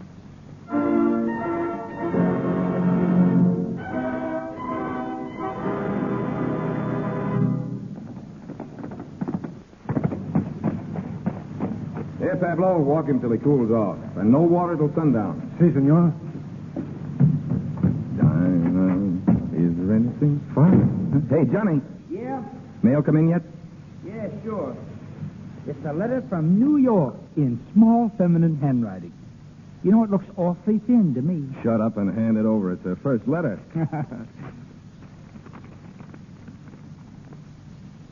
Why, Mike. Mike, what's the matter? Nothing very much. No. Really nothing at all. It just seems there was a first-class chump in the Argentine. His name's Mike Bradley. You mean... I mean the works. She's taken a run-out powder. She's married that guy in New York. Oh, gee, that's tough, Mike. It looks like all women are the same, doesn't it? Yeah. Only most of them aren't so frank in admitting they're only out to make a sap out of a man. Well, I never dreamed it about her. It's brutal. Sure, everything seems brutal when you're on the loser's end of it. But I guess I'm well out of that one. Oh, how does a dame like that figure things anyway? Can't she recognize a real guy when she sees one? That's not the point. She's got what she wants. She'll live up there in New York, spending her days buying furs and diamonds to show off in the evening at nightclubs. Probably her husband's a good guy, too. Just another sap. Only he doesn't know it yet. Is there anything I can do about it, fella? Sure. If I ever go up to New York again, keep reminding me that Don Juan and Casanova had the only real slant on women. Love 'em and leave 'em.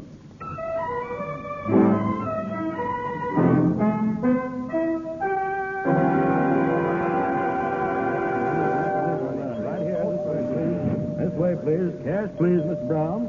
Good morning, Mrs. Fields. We haven't seen you since you and Mr. Fields returned from your honeymoon. No, we've been on Long Island this fall, but we'll be in town all winter. Anything I can do for you, Mrs. Fields? I'm looking for a pair of skis. Mr. Field and I are going to Lake Placid for a couple of weeks. You'll find them on the third floor, Mrs. Fields. Take the elevator straight ahead. Excuse me. Where's your gun department? I want to buy a rifle. The second floor, Mike. sir. Thanks.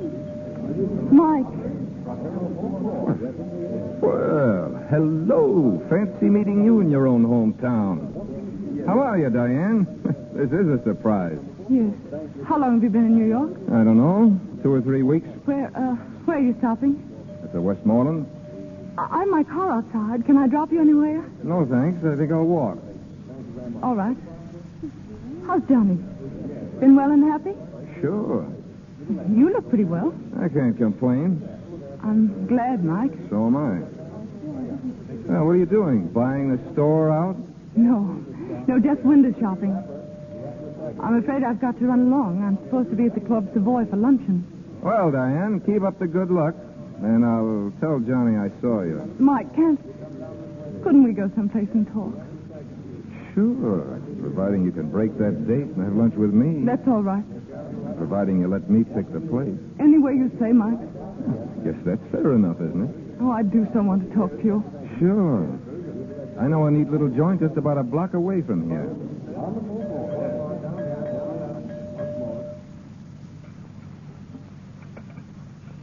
The luncheon, it was satisfactory, monsieur? Excellent, Felix. And I like your little private dining room. A nice, intimate feature that New York should have borrowed from Paris long ago. Quite so, monsieur. Quiet and, as you say, intimate. Liqueur, madame? No, thank you. No. No, Mike. Anything else? No. Very good.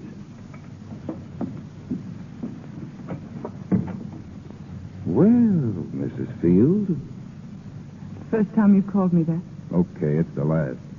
But while we're on it, how's it working out? Why, splendidly. For you and for him, both. Why, of course. That's fine. How's his health? Why, he's... Do I really deserve that much, Mike? I'm sorry. If you felt that was below the belt, I didn't mean it. Skip it. It skipped. But I see you're still the same healthy girl, aren't you? Not a doctor's bill, not a dentist's appointment, not even... Not even the sun. What, Mike? The sun. Don't you remember? We went a little balmy under it once. We were going to settle down in the Argentine for life or something. Mike? Well, that's out. I don't blame you. But we'd blame ourselves if we didn't take an hour or two of it now that they've stopped the clock for us. You don't mean that, Mike. You can't mean it. What's the matter? Do you like to run away and be caught? Really, Mike, please. I've got to go. I don't know why I ever spoke to you. Because you remembered something you missed, that's why. Because you're only out for thrills anyway. And I was once sap enough to take you seriously. No, Mike, no. Oh, forgive me, Dinah. Dinah. I've waited so long to hear you say that. Dinah, why did you do it? What? Why did you write that letter and let me spend a year thinking of you as a... Well, I thought I owed you the truth, Mike. And like a poor daffy kid, I believed it. But only because I was counting the days, I guess. No, Mike, really. It was true then and it's true now. Only this is true. You're here saying meaningless words while all the rest of you keeps telling me differently. Every second. Mike, there are lots of people, men and women, who are, well, drawn to each other. Sort of a little spark that flashes up like a skyrocket every now and then, but... Are you trying to turn the sun, our sun, into a firecracker? It can't be done, Dinah. No, I guess it can't be done. So that changes everything. Nothing's changed, Mike. There's Richard, and there always shall be. Why didn't you tell him? Well, I couldn't let him down then. He's turned his whole world, his whole life over to me. I can't ask him to take it back now. It would disappear, and he'd be alone. How about you? Me? What about us? Grin and bear it. Oh, no. Now that I know, do you think I'll stand here and... Please, Mike. This can only mean one thing for us. I think you'd rather love me than hate me, and now you don't hate me anymore. And I thought I'd rather have you hate me than love me. Now I know why I spoke to you today. Because I hoped your eyes wouldn't be so hard. They were. But now they're not again. This is the only way I could think about them and go on, Mike. Dinah, you must stay. No. Then I've got to see you again. Tomorrow? We're going away tomorrow night. I'll be busy. Where are you going? Goodbye, Mike. Mike, darling. Do you realize what you're doing? Yes. I'm keeping you locked in my heart where nobody else will ever be. Where only I can talk to you. Without ever seeing you again. Listen for me in yours, Mike. Always.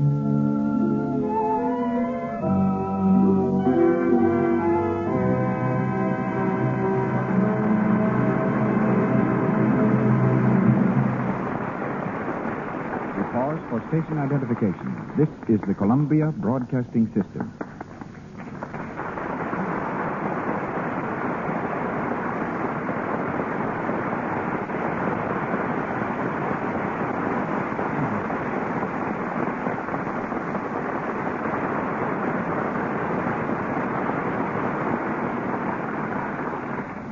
The third act of Chains, starring Joan Crawford as Diane Lovering and Francho Tone as Mike Bradley, will be heard shortly.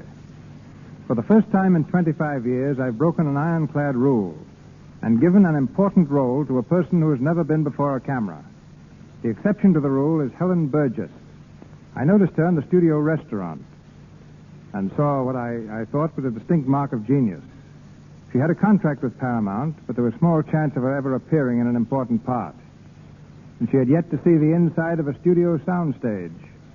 I gave her the very important role of Louisa Cody, Buffalo Bill's young wife in The Plainsman. I'm not going to prophesy whether or not she will be a great success. You can decide that when you see her. She comes to the stage of the Lux Radio Theater direct from the set in costume and makeup. And a week's work with Miss Burgess has shown me that my confidence is justified. A little girl with a great talent. Helen Burgess.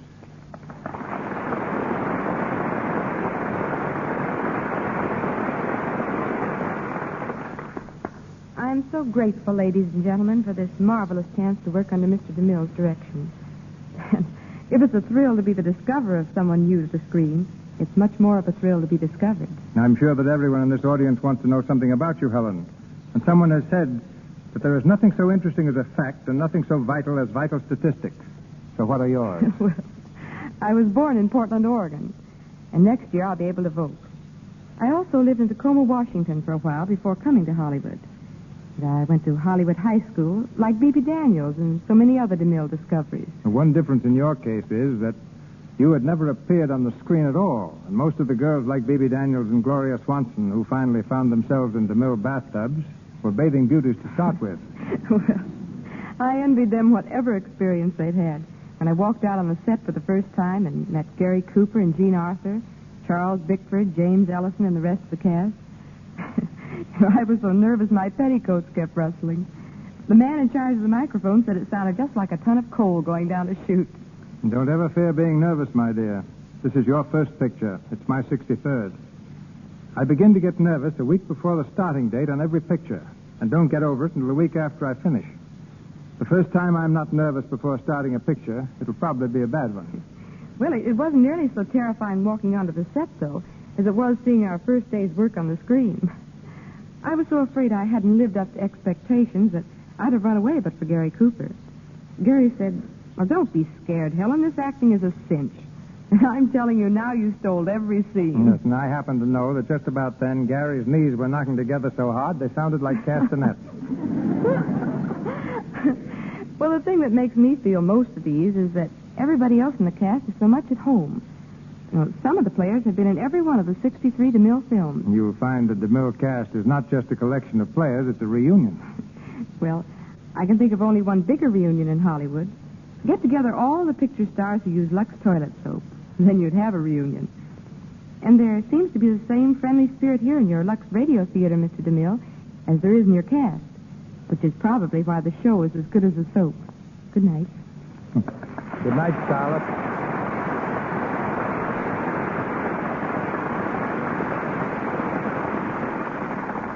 We continue the Lux Radio Theater play Chains, starring Joan Crawford and Francho Tone.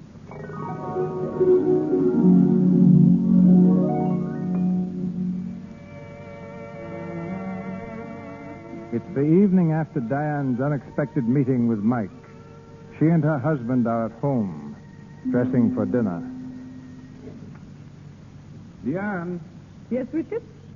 all packed to go to Lake Placid tomorrow? Almost, but don't worry. Amy never forgets a thing. Good gosh, I'm hungry. What's for dinner? I really don't know. Aha, beginning to forget your wifely duties already, eh? Yes, I mean, it won't happen again, Richard. Get to skis today? Skis? Oh, now isn't that silly? I forgot all about them. So that's my girl with the efficient head for remembering. Been talking about skis all week and then goes and forgets them. I'll ask him to send some up by express. Are you all through at the office? All cleaned up. Good. Then you sleep late in the morning and stay around the house with me until we leave for the train. Can't. There's a board of governors meeting. Clubs. As long as I'm in town, I've got to attend. Richard, Yeah. I've got a marvelous idea. Name it. Let's not wait for that stuffy train trip tomorrow night. Let's get to bed early, get up early, take the open car and every fur robe in the house and motor up. If we leave by 7, we can make Placid by 6 in the evening, no matter how much snow. Pretty cold ride. Oh, it'll whisk the cobwebs out of our brains. Hey, what makes you so anxious to get away on our little holiday? You? I make you anxious? What's eating you anyway? You've been talking in riddles ever since you came home today. Have I? Well, it's just that I want to be with you, alone. Just us two together. Away from the whole world. Oh, I can't explain what I mean. Why, Diane, I believe there are tears in your eyes. Darling, I'm really touched. We can motor up, can't we? I'll say we can. We'll run away from everybody and everything. Oh, thank you, Richard.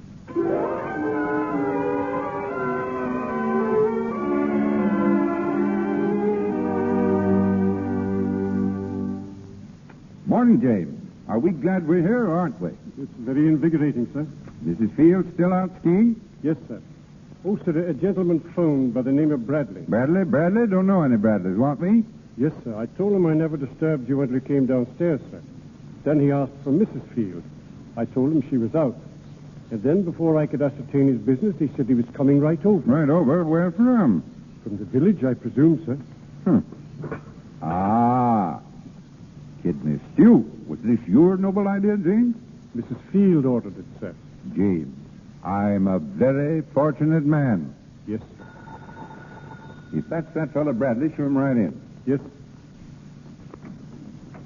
I'm Michael Bradley. Is Mr. Field in? Yes, this way, sir. Mr. Field is expecting you, sir. Mr. Field? Yeah? Mr. Bradley? Yes. Well, you look fresh from civilization. Came up on the night train. Sit down, won't you? If you'll excuse me, I'll go right on with my breakfast. All right, James. By the way, Mr. Bradley, have you had yours? Thanks. I think you'd rather this would be private, Mr. Field. Well, very well. James, I'll call you when I want to. Yes. Mr. Field, there's only one reason I felt I could come up here to see you. And that's because your wife told me you dealt with things pretty straight. My what? Oh, you know Mr. Field. I'm in love with her. What? And she's in love with me. Are you insane? No. I met her on the boat last year. It was in the cards, Mr. Field, only I couldn't get her to admit it. Until one day she came out to my ranch. And then I knew. We both knew. What is this? Some filthy blackmailing insinuation that... No, even then she was loyal to you. If you've got anything else on your mind, forget it, because it isn't so. But you see, she came back to tell you about me, only she found out how much she meant to you and she couldn't let you down. Well, I guess that about settles the matter, doesn't it? No, it can only be settled one way. Her way, which she's too unselfish to face. So I'm trying to face it for her. Oh. I suppose she asked you up here so that you might... Far from it. When I called your office and learned you'd left for the Adirondacks earlier than you expected, I simply knew she'd run away from me. Bradley, you're kidding yourself. No, I'm not. You're in as good a position as I am to know a man can't kid himself about a woman. I think this talk is finished, Mr. Bradley. Not yet. Diane came through for you, didn't she? And now it's your turn to come through for somebody else. And what do you propose that I should do about it? Give her up. Give her back to herself. Oh, I know, I'm getting the breaks, but there's nothing I can do to keep them on your side. And I know it's tough, but there's nothing you can do. I could drop out of sight and it wouldn't solve matters. Only a miracle in blood and body could change this picture, Field, and neither you nor I believe in miracles. Get out of here. Now, wait a minute, Mr. Field. Get out of here. All right, then, get this. I'll take her away from you. I never tried, but I can, and now I will. Right past divorce courts and marriage certificates and all the rest of it. And we'll be more openly and honestly and completely together than all the... You heard me. Get out. Richard. Well, Richard, what's the matter? Mike. Diane, you love this man? No, Richard. He said he could take you away if he wanted to. Is it true? No, he couldn't. Dinah, look at me. You had no right to do this. I told you, this is my husband. He means everything to me, everything. Can't you understand? Can't you see what you're doing? No, Dinah. I think she's decided. No, she hasn't. All right, then I'll decide. Richard, put down that gun. Dan, get out of the way. Put down that gun, Richard. No, you can't. It's Mike. It's Mike. I knew, Diana. I knew, Mike. I just wanted to be sure. What are you going to do? Do, my dear? We're going to settle this matter like civilized people. Oh, Richard, It's all right, dear. I understand. I think Mr. Bradley understands, too. I'm afraid I don't. When are you sailing back to the Argentine, Mr. Bradley? Why, I hadn't thought. Next week, perhaps. Next week. That doesn't allow you much time, Diane. You mean? I mean that you'll be sailing, too, my dear. Oh, Richard, I can't say anything. You aren't supposed to. You're not to feel sorry for me. You've given me 2 years, Diane. 2 glorious years. I'm grateful for them. Oh, please don't. Diane, please. I said you were not to feel sorry. You see, darling, same old problem.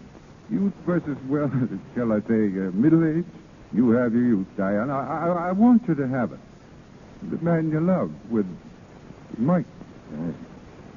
I don't deserve this. Oh, yes, you do, Mike. You deserve anything. Anything that'll make her happy.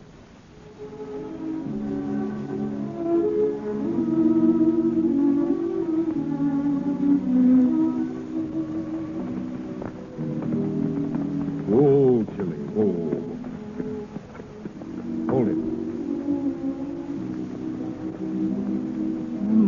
glorious out here. You want to go on?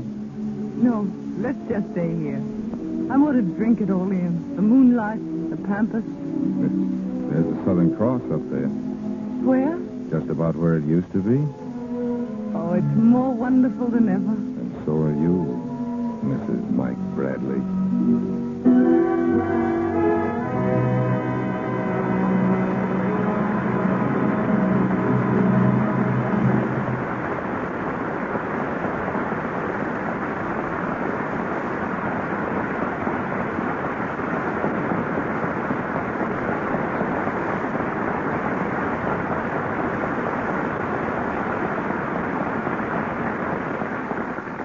Chains are broken, and our play comes to its close. But Joan Crawford and Francho Tone will be back in a moment for a curtain speech. 2.5 million letters and postcards from movie fans are received at the studios each year. The bulk of this mail is addressed to the stars and asks the same question: how can I get into the movies? Tonight, that question will be answered by the dramatic coach of Metro-Goldwyn-Mayer Studios, formerly director of the famous Little Theater of Dallas, Texas. He probably interviews more candidates for stardom than any man in Hollywood. Ladies and gentlemen, Mr. Oliver Hinsdale.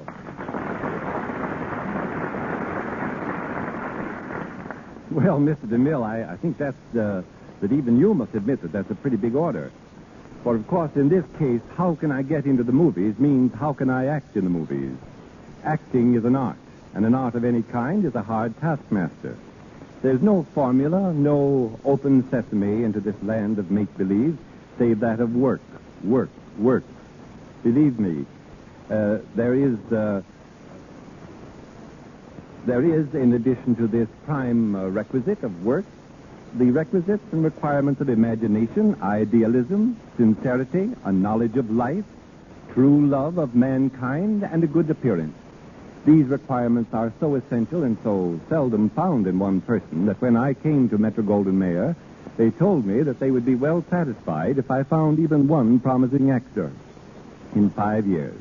Well, we've been perhaps a little more fortunate than that. One must have more than a love for acting. He must be willing to leave all for it, even to go without food for it, to think and to live nothing but theater. It's not merely a place to show off a good voice, a good profile, a fine figure. We must be careful lest our urge for the art of the theater is not confused with the desire for self-exploitation. When we have reached the stage in our thinking that we ask nothing of the theater but are willing to give all to it, then we may know that the urge is real and cannot and will not be denied. There's no one key that will open the gates, but a combination will, perhaps. Find that combination, and you will enter. But once in, the real work only just begins. Here are a few of the combination numbers, so to speak. The aspirant must have a broad vision and understanding, a cultivated mind. He should know history, literature, painting, sculpture, music.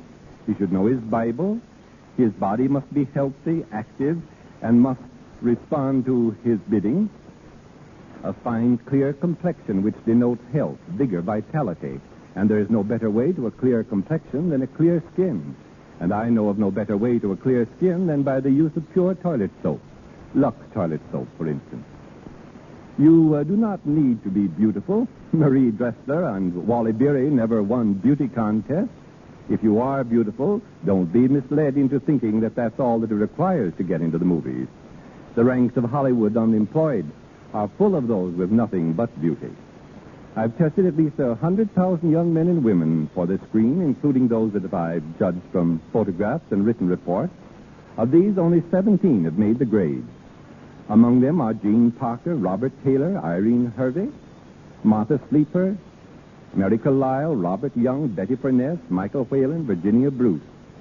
Some of the others are already equally well known. Others you may never hear of. If you are still determined to go into pictures, take whatever opportunity you can get. Go to the little theaters or any amateur group in your neighborhood. Start in, if necessary, by sweeping the floors. Paint scenery, understudy, be a prompter, do anything. And don't worry. If you think, perhaps, that I have painted a dismal picture, bear in mind that every major studio spends thousands of dollars yearly scouting the country for promising performers. We always need talent. Your big chance will come when you are ready to accept it, and only then. Good luck, and good night.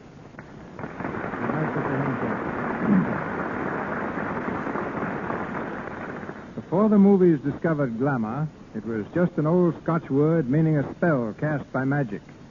But a good two-word definition of the term today would be Joan Crawford.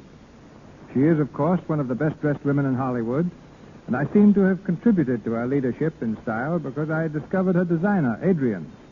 In fact, Adrian asked me to look at the first gown he designed for her.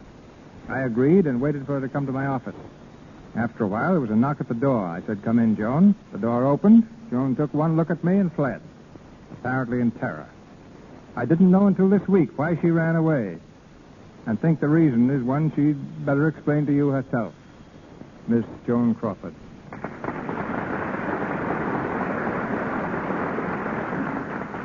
To tell the truth, I was scared to death of Mr. DeMille. I had visions of entering a room in complete darkness and suddenly finding myself underneath a blinding spotlight with Mr. DeMille seated on a throne and shouting, "It won't do." The shock of finding him a human being was too much. I had to run. Yeah. It's time to do something when beautiful women run from you like they do from Hoppo Mark. But no need to apologize, Joan. Your performance tonight makes up for everything. My congratulations to you also, Franco. It's been great playing on a program that Joan and I listen to so often, CB. And I'd like to congratulate you on the way you speak. Joan and I call you the Final G-Man because you never drop a final G. But I speak an entirely different language on the set. Out there, Jenny isn't a girl's name. It's an electrical generator. A hi-hat isn't something you wear. It's a camera stand. A lily isn't a flower. It's a good take or scene. I once asked a new assistant director to rush a lot of babies on the set. In 10 minutes, he was back with about 50 children. And what I wanted was some spotlight. You learn more in pictures with a new language. For instance, Clark Gable learned to swim. When we were making Chain, the script called for several swimming scenes, and Clark couldn't swim a stroke at the time, but I taught him how. And in return, he taught me how to shoot a gun. Personally, I'm a chess player. You can see where Joan gets her complexion, CB. Swimming, shooting, she's out of doors all the time. Just a minute, dear. If you were a little more observant, you'd know that Lux toilet soap has lots to do with it. I've used Lux for years, at home, on the set, and I even carry it with me when I go away. It's really wonderful. So that's the secret, is it? And here's another little secret, CB. Joan's taking singing lessons. Oh, won't you sing for us, Joan? No, Mr. DeMille. Joan. Joan, whoever heard of saying no to Mr. DeMille? No. Millions of people just heard it. But I'll make up for it by announcing next week's show. Oh, thanks. Next week, Barbara Stanwyck and Fred McMurray will be with you in the Lux Radio Theater. The play is Main Street, adapted from the famous novel by Sinclair Lewis. And with two such marvelous plays, you can look forward to a really great program. My thanks to you all, and good night. We'll be listening in next Monday. Good night, CB. Good night.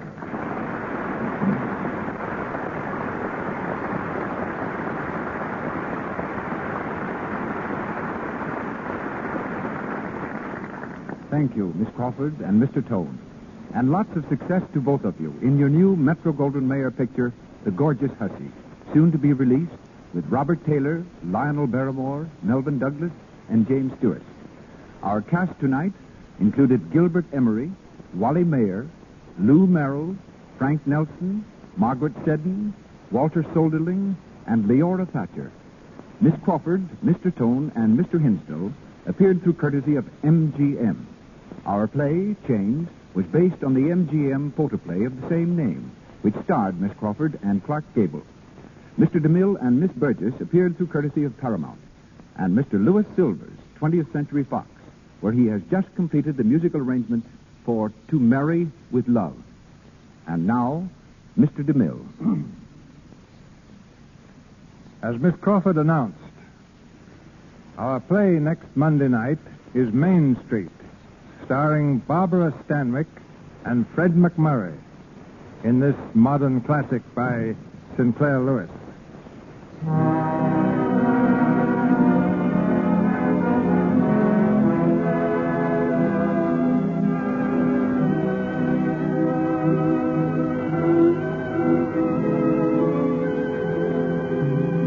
Our sponsors, the makers of Lux Toilet Soap, join me in inviting you to be with us at that time to welcome Miss Stanwyck and Mr. McMurray. This is Cecil B. DeMille saying good night to you from Hollywood.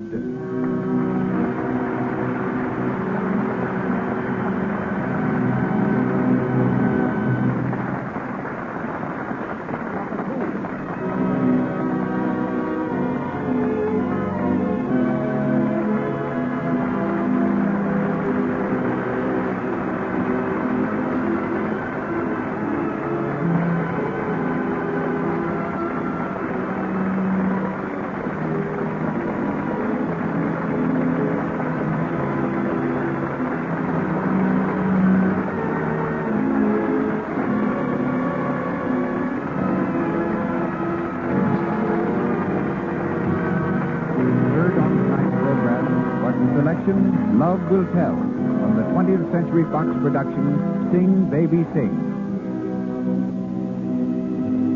This is the Columbia Broadcasting System.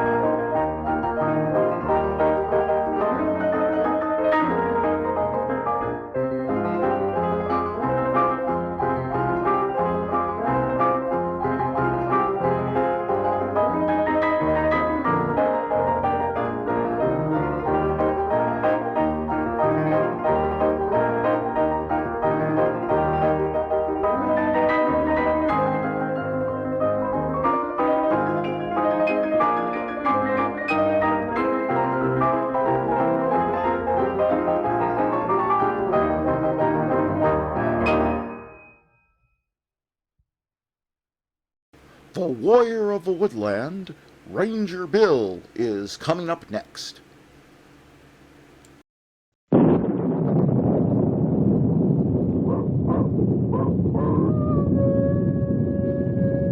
Ranger Bill, warrior of the woodlands.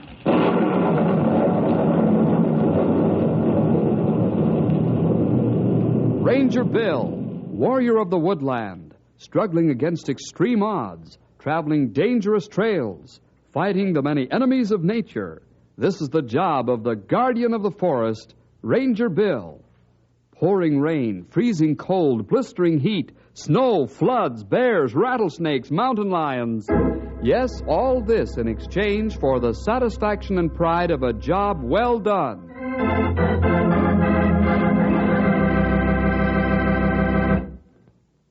Say, boys and girls, have you ever heard of big things disappearing right out from under your nose?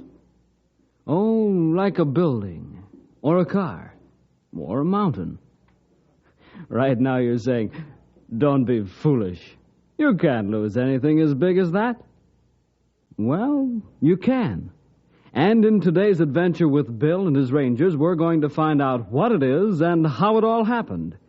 Right now, Bill and Henry are waiting for Colonel Anders to arrive on the noon train. Here comes the Milk Run Special, Bill. What a train for Colonel Anders to take to Knotty Pine. Stops at every cow crossing and hitching post along the way. Yeah, you're right, pal. I wouldn't care to ride it. But the Colonel has a reason. What reason would anyone have to ride that slow boat to China? Unless they just wanted to look at the scenery. Well, that's what he's doing. Huh? You mean the Colonel's out looking at the scenery? Yeah? Well, why? He's been looking at this kind of country most of his life, hasn't he? Well, ask me later, Henry. Here comes the Colonel now. Well, let's give him a hand with his bag. Oh, sure, Bill. Hello there, Bill. Henry. Hello, Colonel Anders. How are you, sir? Fine, and you? The same, thank you. Well, hiya, Colonel. Here, let me take your bag. Thank you, Henry. Well, Bill, are you all set? Yes, we are, sir. All set? Why, something going on around here I don't know anything about? That's right, pal. I didn't get a chance to tell you before. The Colonel's here to make a very thorough inspection of our operations. Something special? Why, yes, Henry. Some very important people are going to pay you a visit. Oh, so that's why you took the milk train, huh, Colonel? Sort of looking things over as you went along. That's right. Yes, Henry? Well, may I ask who the very important people are? Why, yes. The governor of our state, one of our senators in Washington, and the secretary of the Department of Interior.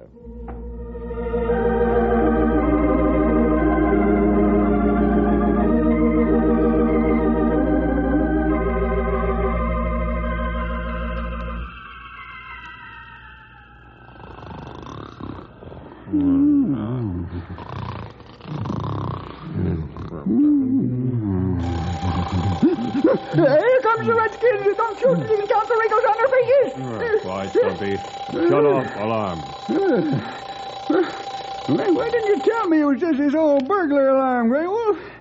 Sounded to me like the 400 was going by. You must have plenty of good sleep. You heap witty this morning. Huh? Talk about morning. Let's take a peek. See what kind of a day it is. Also see if everything all right with Buffalo herd. Oh, they'll be all right. Last night, the whole shooting match of them was close to the feeding barns. Sure is a beautiful day. Breathe in that morning air, would you? Say, where's herd, Stumpy? They nowhere in sight. Huh? What'd you say, young feller? I said the buffalo not here. But they gotta be here. They gotta be here, but they're not. Great day in the morning. You're right, Grey Wolf. No, ain't that peculiar? They've always been around the feeding barns. That is till the grass gets good out on the range. Grass not good on range yet. They should be here. It's mighty odd looking to me. Grey Wolf, I think we'd better saddle up and find that herd.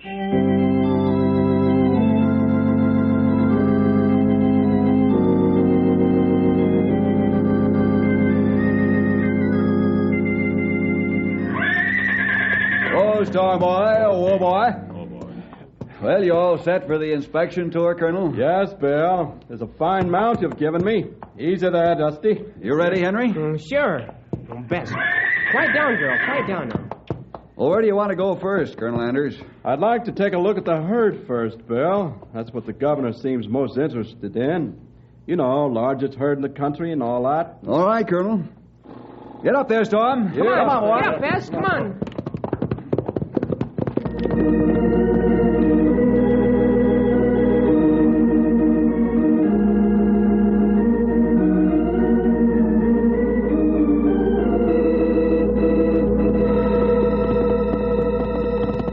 Grey Wolf, this whole thing is crazy. Let's pull up a while and talk this situation over. That's a good idea. There, girl. Well, Grey Wolf, I don't savvy this at all. We've been all over the range. Ain't seen nary a critter. Whole herd missing. That impossible. Impossible is right. But I seen it with my own eyes. And there only one conclusion. Yep. Only one. That there herd of nickel faces is just plumb up and vanished into thin air. Stumpy, I'm not worried so much about what Bill says, what Colonel Anders say when he comes. Colonel Anders? Yeah. Great horned toads. I clean forgot about him being here for inspection. Well, it's been nice working for forestry service, Grey Wolf. Well, we can face the music better on a full stomach, Grey Wolf. So, what do you say we wrestle up some grub for breakfast?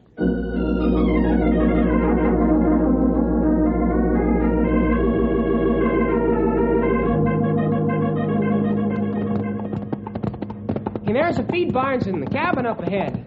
Looks very familiar, fellas. Stumpy's told many a good yarn in that cabin. Say, Bill, where's the herd? They're usually around the barns this early in spring, aren't they? Huh? Well, I don't know where they are, Colonel. Oh, perhaps the fellas draw them to the other end of the range just to give them exercise. Hey, Bill. Huh? There's Stumpy and Grey Wolf in front of the cabin now. Good. Be nice to see them again. Maybe the fellows will have the coffee pot on, Colonel, and we can have a nice, friendly chat over a cup of coffee. Sounds good to me. Maybe Stumpy's got a story for us, huh?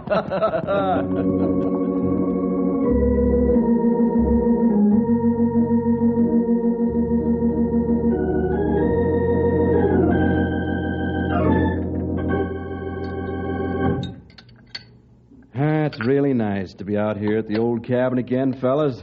Just like old times. Mighty nice to have you with us again, Colonel. Sorry I don't have the fixings for some flapjacks. Grey Wolf kind of ate me out of house and home. And you're still living, Grey Wolf? Now, see here, Sonny. I mean because you make them so good, Stumpy. Oh, no. I can see things haven't changed much. Well, Stumpy, how about spinning one of your famous yarns just for old time's sake, huh? Huh? Well, sure, Colonel. Only the one I'm going to tell I can hardly believe myself. This one must be good. What do you mean, Stumpy? Well, it's this way, Colonel Anders. You see, last night, this morning... No, it was last night. Something happened. Uh-oh, now we'll have it. Quiet, Henry. Something happened? What was it? The buffalo herds plumb disappeared. The buffalo herds disappeared? Yes, sir. Whole kit and caboodle right into thin air. But that's impossible, Stumpy. No, Bill. Not impossible. It's true. We get on horses, ride range from one end to other. Buffalo not anywhere. But how can a whole herd of buffalo just vanish? That's plenty good question, Henry. I wish I could answer it. Well, you fellows will have to find an answer soon. Huh? What's that? What you mean, Colonel? I mean, there's some very important people who are interested in these buffalo. We've got to produce them when they visit here. Bill, you have a report ready on your progress by noon, will you? I'll go back to Knotty Pine and wait at headquarters. There's some other matters I have to attend to there. All right, Colonel. Come on, boys. We've got a job to do. Find that herd.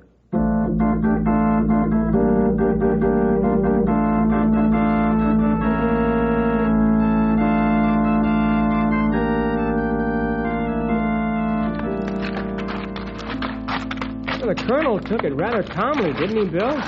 You'd think he would have blown his top when Stumpy gave him the news. Colonel Anders is a Christian gentleman, pal. Tries to understand people and their problems. However, I wouldn't want to stretch his patience and understanding too far. There's a limit, you know. Oh, that's right, Bill. Me hope him not reach limit before we find Buffalo. You and me likewise, Grey Wolf. What do you think we should do to find these missing critters, Bill? Well, first thing, after we saddle up, let's follow the herd's trail to where it ends. That easy, Bill. It end at Shady River. After that, poof, nothing. Hiya, Bess. Are you ready for some exercise? Hold it, fellas. What's the matter, Bill? You see something? Yes, Henry. Stumpy, Grey Wolf. I thought you said all the buffalo were missing. That right, Bill. Whole herd gone. Yep. They all up and get clean as a whistle. Well, what do you call those two animals walking around in the feedlot on the other side of this corral? Man alive! There's 2 buffalo in the feedlot. It can't be. It can't be. That's a mirage. And their critters ain't real. If I not see it with my own eyes, I say you're right, Stumpy. But those real live buffalo, all right. But where'd it come from? There wasn't nary a critter here before. And where's the rest of the herd? How'd these two happen to get away from the main group? Well, that's the question. How did they? This is crazy, I tell you. Or something's crazy. Maybe it's me. But there wasn't any buffalo here a while ago. There's something mighty peculiar going on around here. Hey, Stumpy, take it easy. Now, old-timer, slow down. You'll burst a blood vessel. But how do you explain it? Well, I can't. It looks like this is developing into a real mystery. Yes, pal, and it's up to us to solve it, or have our heads chopped off. Now, let's saddle up, boys, and get going.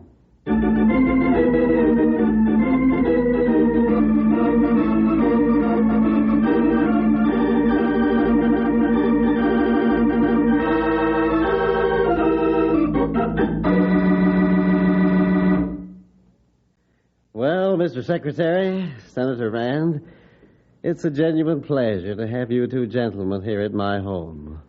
Thank you, Governor, for your hospitality. I've been impressed by the beauty of your home, and your state as well. I agree, Mr. Secretary. Everything in this state is well maintained and a real pleasure to see. Now, Governor, how about that buffalo herd? You've bragged so much about it that the Secretary says he's just got to see those buffalo. Don't worry, Mr. Secretary. You'll see the herd all right.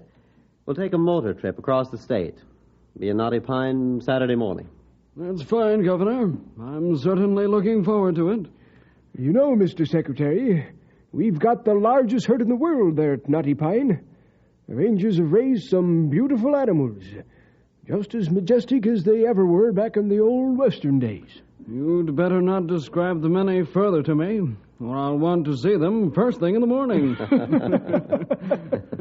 Well, I've arranged all the details with Colonel Anders and Ranger Bill Jefferson, Mr. Secretary. Oh, yes. Bill's been on several special assignments for me. He and the Colonel are very competent men. I'm certainly looking forward to seeing both of them. And those wonderful buffalo.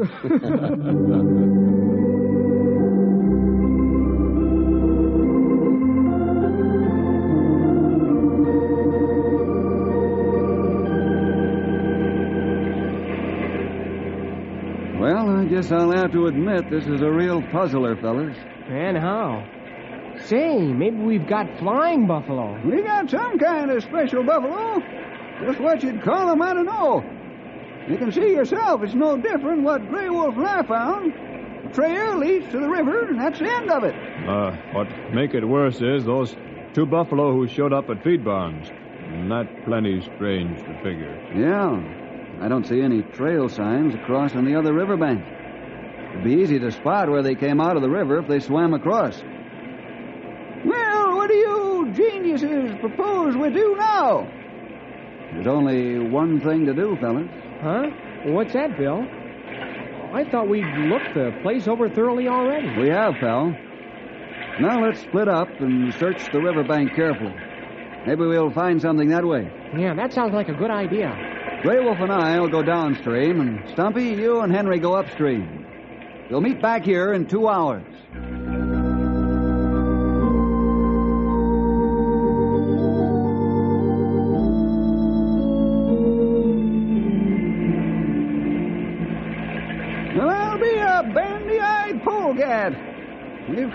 all the way up to the headwaters of the Shady River, and nary a sign of them disappearing critters, Henry. Yeah, it's pretty discouraging, isn't it, Stumpy? No, worse than that, Sonny. Plumb exasperating. Who ever heard of flying buffalo?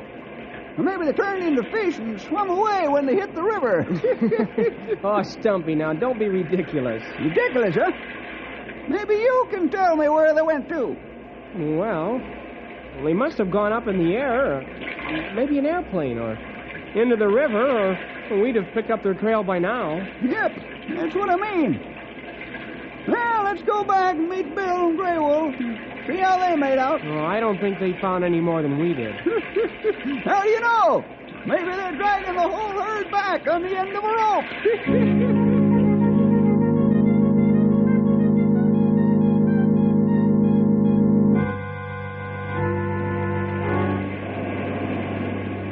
Well, fellas, I give up. This one has me buffaloed. You mean we'll have buffalo-itis if we don't find them? Well, we might as well go back and face the music. The colonel's waiting for a report. What a report this be? Might just as well get it over with, I guess. Getting dark now, anyhow. You fellas stay here and keep an eye on things. I'll make my report alone. Can I go along with you, Bill? No, Henry, you stay with Stumpy and Grey Wolf. I'll be back out in the morning about sunup. Oh, okay. Now, your report will be some encouraging, Bill. What do you mean, old-timer? The herd's still missing, isn't it? Not all of them, Bill. Remember, 2 of them came back.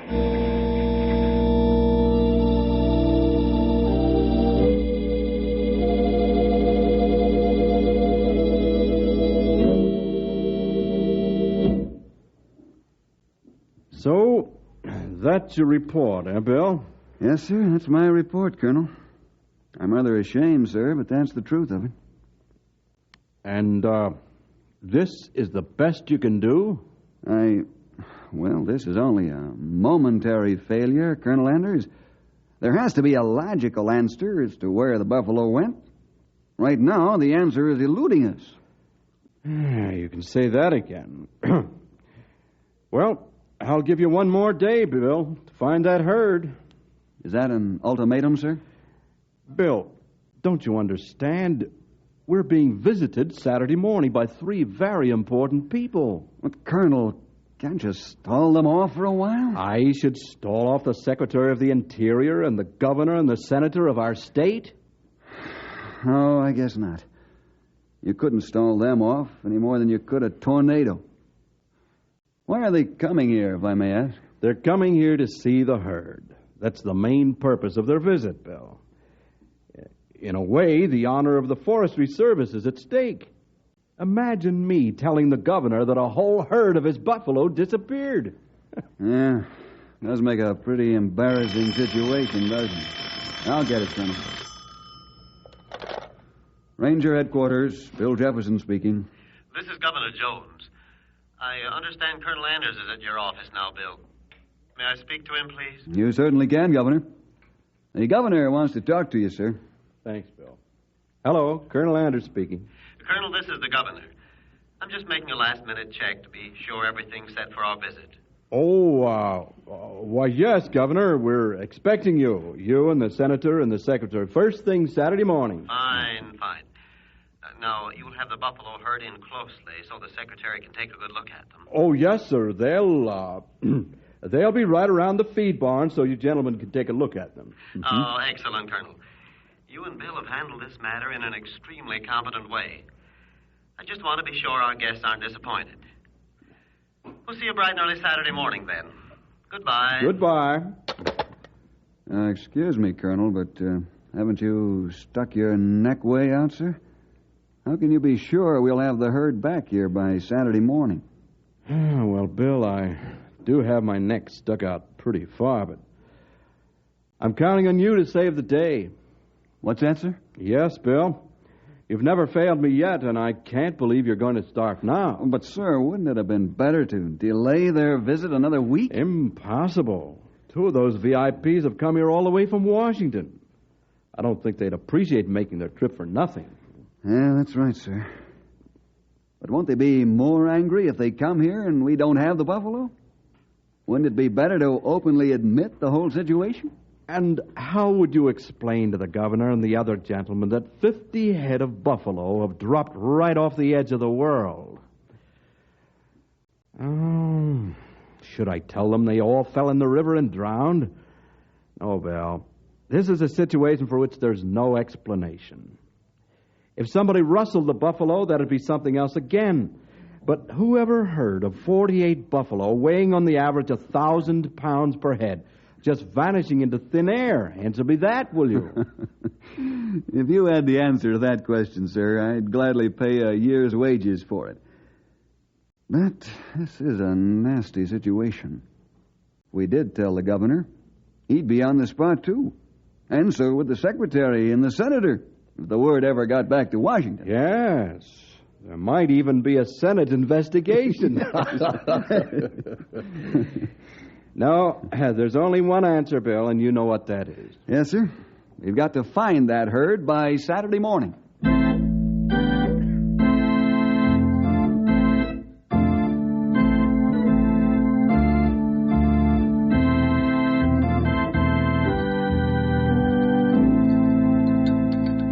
More coffee, Bill?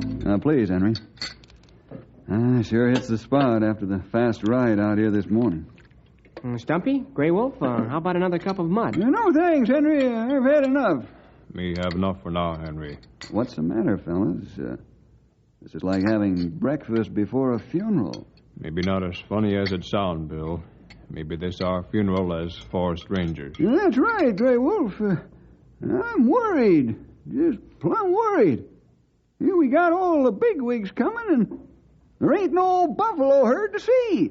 Yeah, and if we don't have that herd here by Saturday morning, we'll all be in the soup but good.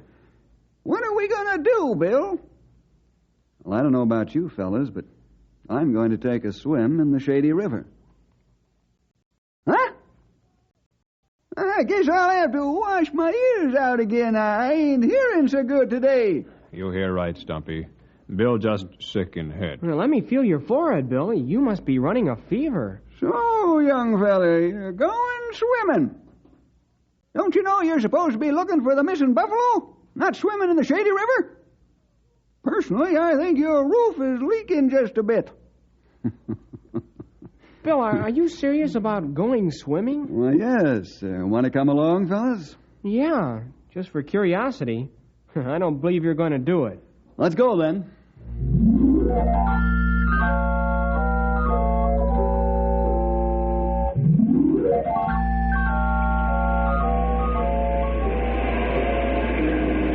I guess he means it, fellas.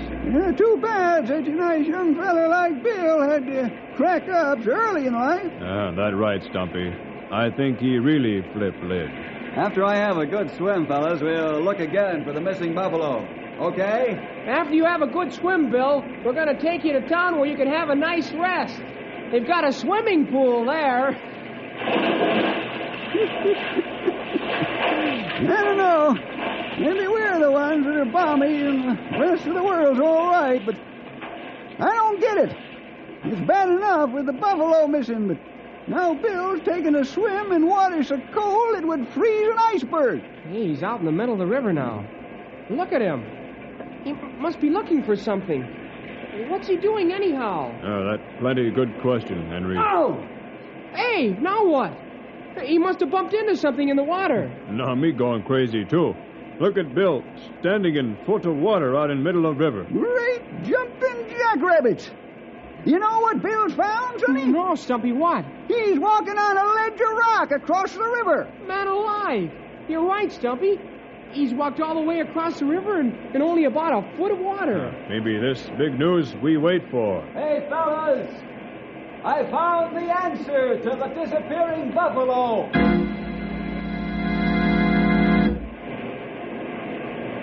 Come on, Storm. Walk along, boy. There's nothing to be afraid of. You can't see where he's stepping, and that scares him some. Yeah. The ledge is covered with water all the way up to the headwaters of the river. Easy, Bess. Easy, girl. Follow Storm now. That's a girl. Bill? Yes, Henry? Do you think this ledge goes all along the side of the river? Sure does. Well, how come we didn't see it before? Well, the shadows from the shady mountains fell across the river in such a way that you wouldn't see the ledge. Oh, I see. Now, push your horses along, fellas. We haven't got too much time before the sun goes down. Hey, look ahead there, fellas! You see what I see? Oh, yes. They're opening inside a cannon wall. It must be Arroyo. Well, it has to be. Sure. The water's carved out a small chasm in the soft rock of the canyon wall. We wouldn't have seen that from the other side of the river if we looked all year. That's where our buffalo are, Henry. That arroyo is large enough to hold the entire herd, and a lot more. Look, there, buffalo sign now. Trail planers nose on face. Let's hold up, fellas. Oh, whoa, Bess. Whoa there, girl. Whoa, Storm. Whoa, boy. Well, there they are, boys.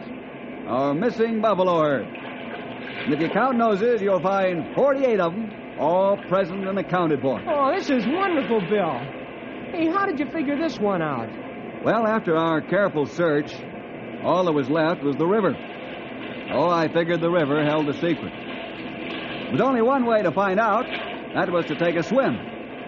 As soon as I bumped into the ledge, I knew what the answer was. That's plenty good think on your part, Bill. I'll have to apologize, young feller.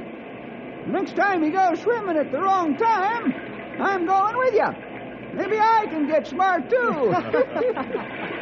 Well, there's no use taking the herd back down to the range now. It's too late. We'll move them at the crack of dawn, so they're back in time for the VIPs to see.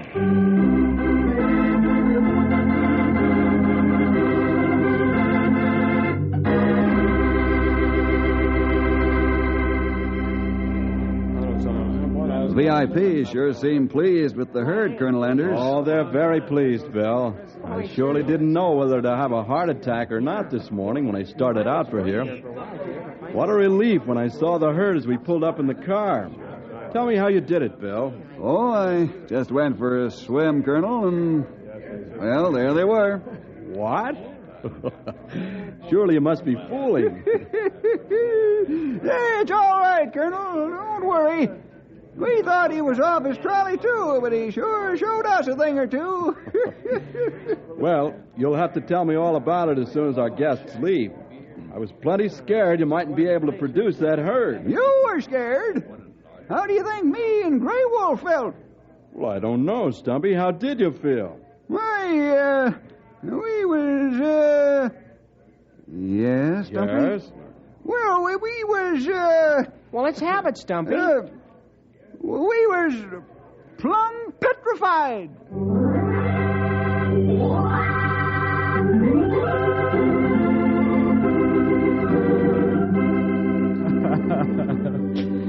Well, Stumpy, all's well that ends well, they say. And it was a pretty narrow squeak at that. What if Bill hadn't taken a swim in the shady river? The colonel's face sure would have been red. And how about the governor's face? Well, we'll see you next week for more adventure with Ranger Bill!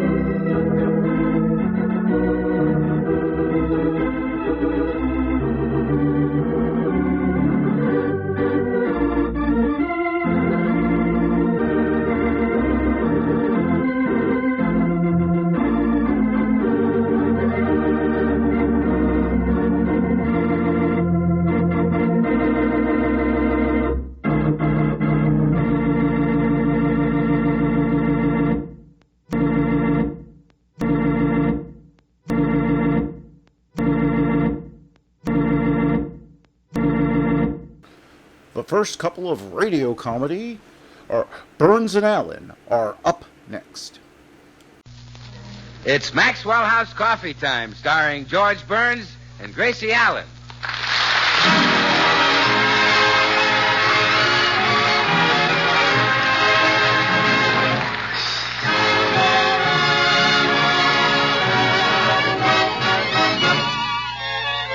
With yours truly, Bill Goodwin, and the music of Meredith Wilson and his orchestra. For deep down laughs and listening enjoyment, it's George and Gracie. And for deep down coffee drinking enjoyment, it's Maxwell House. with extra flavor in the blend because of choice Latin American coffees, skillfully combined. Extra flavor in the cup because Radiant Roast develops the full flavor of every coffee bean. And the result is that today more people buy Maxwell House than any other brand of coffee in the world.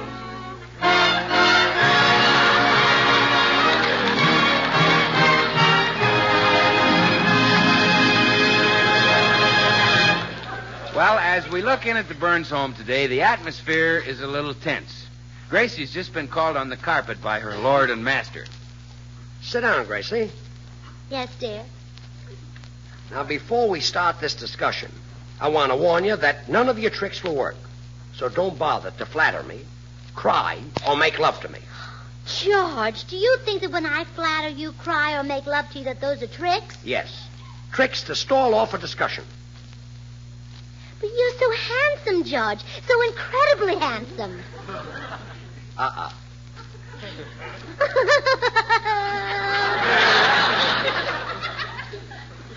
Kiss me, volcano lips. Okay, let's start the discussion. Okay. Now, Gracie, marriage is based upon the principles of give and take, share and share alike, compromise. Yeah, I know, darling, and that's the way I try to live it. When I go to the movies and you want to go to sleep, we compromise. You sleep in the movies. Yes, you're sweet that way. But the problem I want to talk to you about right now is bigger than movies. Oh, I know what it is. You want to bawl me out for bending the fender on the car. Well, go ahead. I deserve it. When did you bend the fender on the car? You didn't know I did it? No. Oh, what a sneaking little informer I turned out to be. We'll take care of that later. Right now, I want to talk to you about Meredith Wilson. Meredith Wilson? Yes. 4 weeks ago, you rented our den to him. And since then, he's been driving me out of my mind with those jokes of his. Gracie, he's got to go. Oh, but Judge Meredith is so sweet. But he's such a jerk. He never says hello like an ordinary human being. He goes right into one of those broken-down jokes of his. Like, speaking of door hinges, I tell you, I can't stand it. Oh, Judge, you're exaggerating. What? Well, hello, folks. Meredith, did you say hello? Yes, I did. That's what I said. Hello, I said. I see. Well, I guess I made a mistake. Speaking of mistakes. Oh, no. I am reminded of the young Meredith, chap not who- now. Not now, Meredith. You don't want to hear my anecdote? No. It's a real rib tickler. Well, I'm not in the mood to have my ribs tickled. Don't even want them touched. Look, Meredith, do you know a nice hotel where you might get a room? Why, it just so happens I do, George. Good. The manager of the Hotel Bottomley is a friend of mine. Fine. I can get a room there any time I want it. Wonderful. Why don't you move in? If I ever go back to Cincinnati, I certainly will. Oh, it's in Cincinnati? Yes, Cincinnati, Ohio. Thanks. Thought it might be Cincinnati, Portugal. Or Cincinnati, Persia. You sure have been everywhere, George. Yeah, I traveled a lot, Meredith. Speaking of travel. Oh, go, Meredith. I am Go reminded. in the den, Meredith. Later with those jokes. Goodbye. Gracie, if you don't get that man out of this house by sundown, I'm leaving you. Oh, George, don't say that. You know I couldn't live without you. Well, that's too bad. I love you, darling. You're my whole life. Without you, I'm just an empty shell. Just a husk who's lost her corn.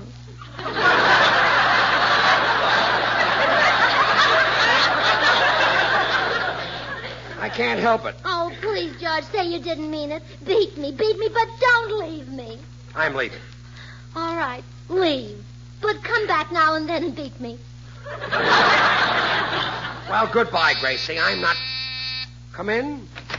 Hi, Burnses. What's new? Oh, Bill, our home is breaking up. Really? Why? Could you stand it in the same house with a dope who does nothing but tell bad jokes? Well, no, George, I couldn't, but Gracie loves you.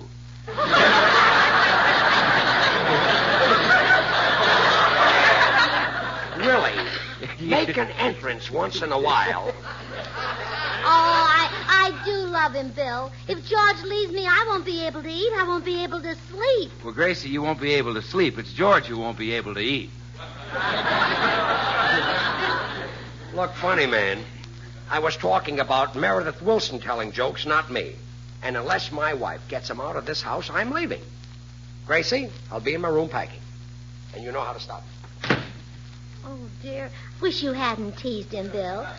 George is so easily upset. Really? As heavy as he is around the base? Oh, Bill, be serious. Even if he doesn't leave, he might do something desperate. You know that violent temper of his. Oh, sure. Why, he might grab a butcher knife and run into the den while Meredith is asleep and carve "I hate you" on the wall. Yeah, the little man's a tiger. Yeah. Well, I'll just have to make Meredith leave. Here goes. Meredith. Yes, Gracie? Meredith, that is, you... Well, you see, you've just got to... Yes, Gracie? Meredith, don't look at me like that with those big, wet, brown eyes. Oh, they look so frightened, like a cow who sees the farmer coming in with a milk pail and cold hands.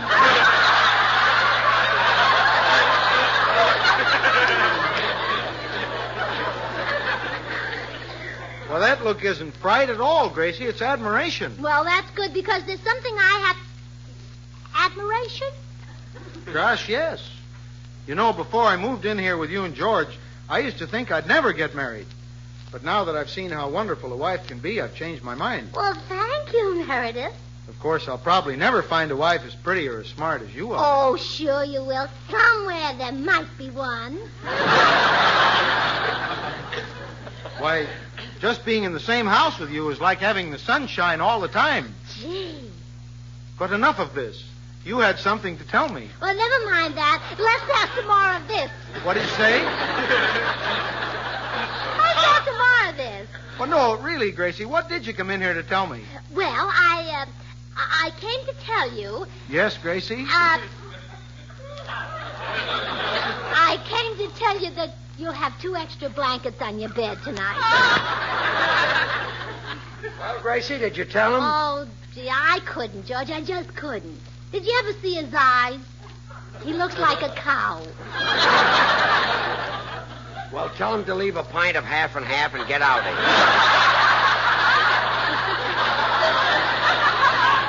Well, I'll try again when I get back from the market. Oh, don't bother. I'll figure some way to get Meredith out of the den.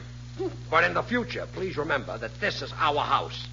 And I don't want anybody in here but us. Yes, dear. But don't do anything rough to Meredith. Boy, I've come to think of him as one of the family. It's like you're his father and I'm his sister.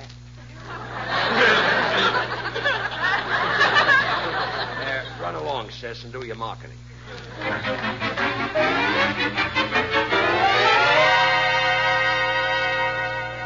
Here's the rest of your groceries, Mrs. Burns. Want me to carry them to the car for you? Oh, no, thanks. I can manage. Goodbye. I'll see you. Oh!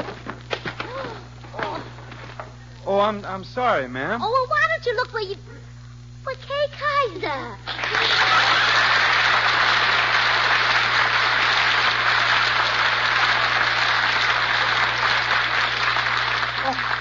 Hello, Gracie. Gee, I'm sorry I bumped into you. I'm just so tired I don't know where I'm going. I haven't slept a wink in 4 nights. Oh, you poor man. You've probably been studying your music too hard. Oh, I don't study music, Gracie. I don't have to know anything about it. I'm a leader. Yeah,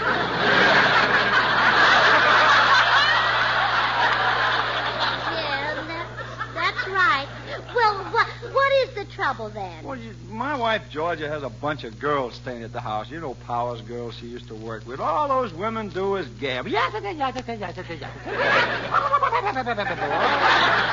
just got to get one night's sleep. Well, have you tried to get a hotel room? Yeah, that isn't easy in this town. The earliest I can get one is Monday. Well, Monday isn't so bad. This is Monday, August 18th. Oh. 1948. Oh. I just got to get some sleep tonight. Say, Say, Gracie, is there any chance that you and George might let me sleep at your house for just Oh, no, I couldn't possibly let you stay at our house. Well, I wouldn't be any trouble. I could sleep in the den. Oh, don't even say that word. Well, all right. Forget it. I'll find a park bench somewhere. It's just that I'll collapse if I don't get some sleep. Okay.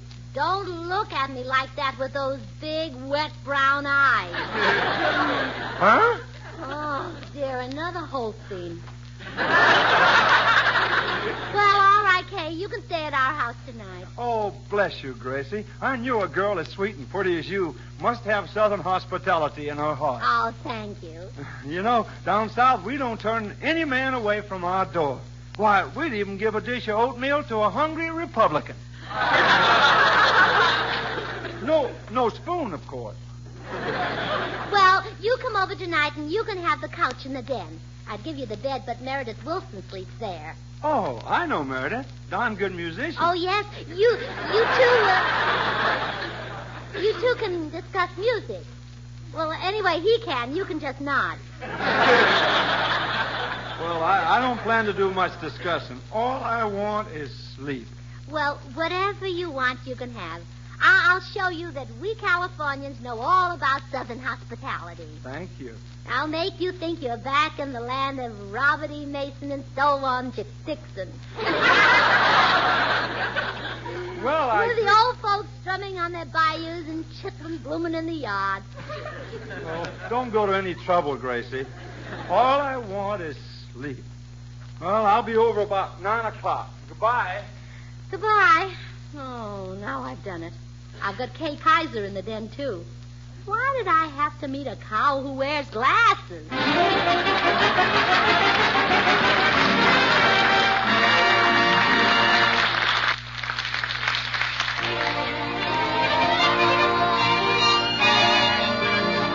Meredith Wilson and his chiffon arrangement of California.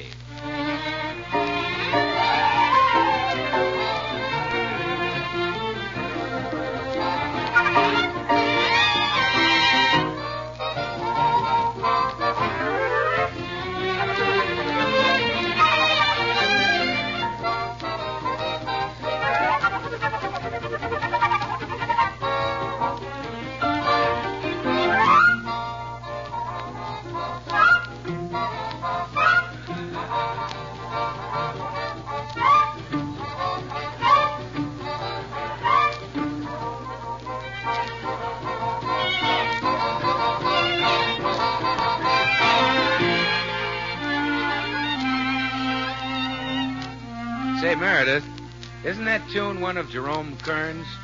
Yes, Bill. One of the last he composed and destined to join the parade of immortal Kern melodies.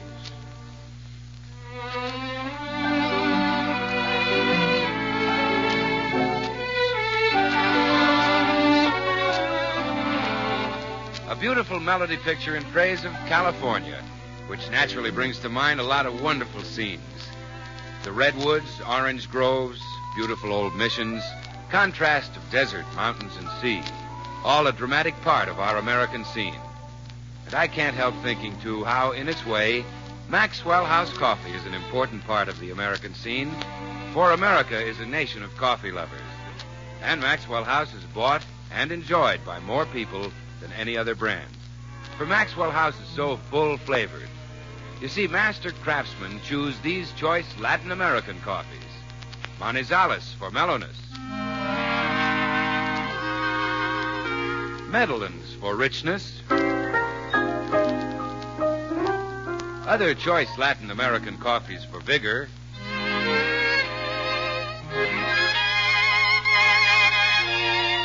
And Bucaramangas for full body. And then these fine coffees are so skillfully combined that the result is true harmony. Yes, the blend is so harmonious that more people just naturally say Maxwell House when buying coffee. It's dependably good to the last drop.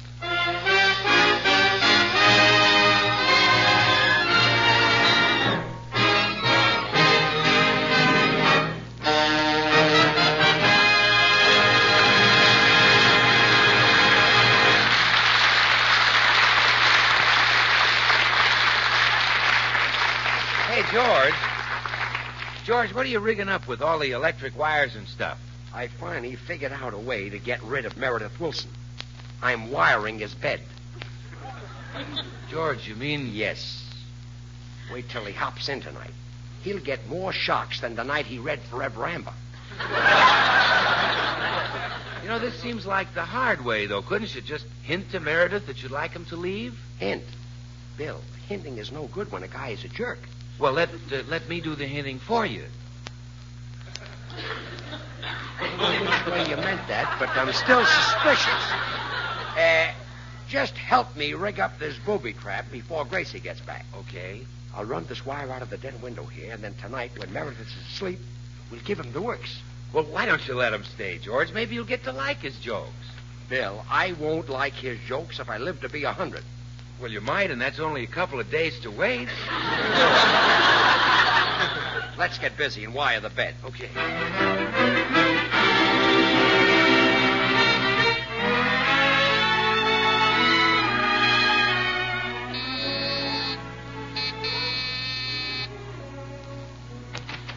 Well, here I am, Gracie, and I sure am ready for some sleep. Oh, quick, Kay, into the den. The couch is ready. But I ought to say hello to George and thank him for his hospitality. Oh, no. He mustn't see you. Why not? Why not? Why not?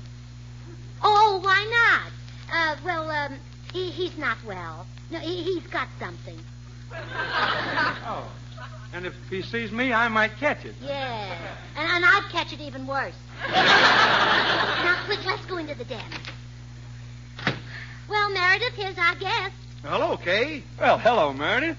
Sure is nice of you to let me move in with you. Not at all. I just hope you can stand sleeping in the same room with me. You see, You snore? Worse than that. I'm a Yankee. Man, I'm so tired I could sleep with General Grant, beard and all. That couch sure does look good. No, Kay. You take the bed. I'll take the couch. Kay, Meredith is right. This is our chance to show you some real Southern hospitality. Well, I'm just too tired to argue. Okay, I'll take the bed. Oh, fine. I guess I really should serve you some Southern food before you turn in. A nice hot bowl of weevils or something.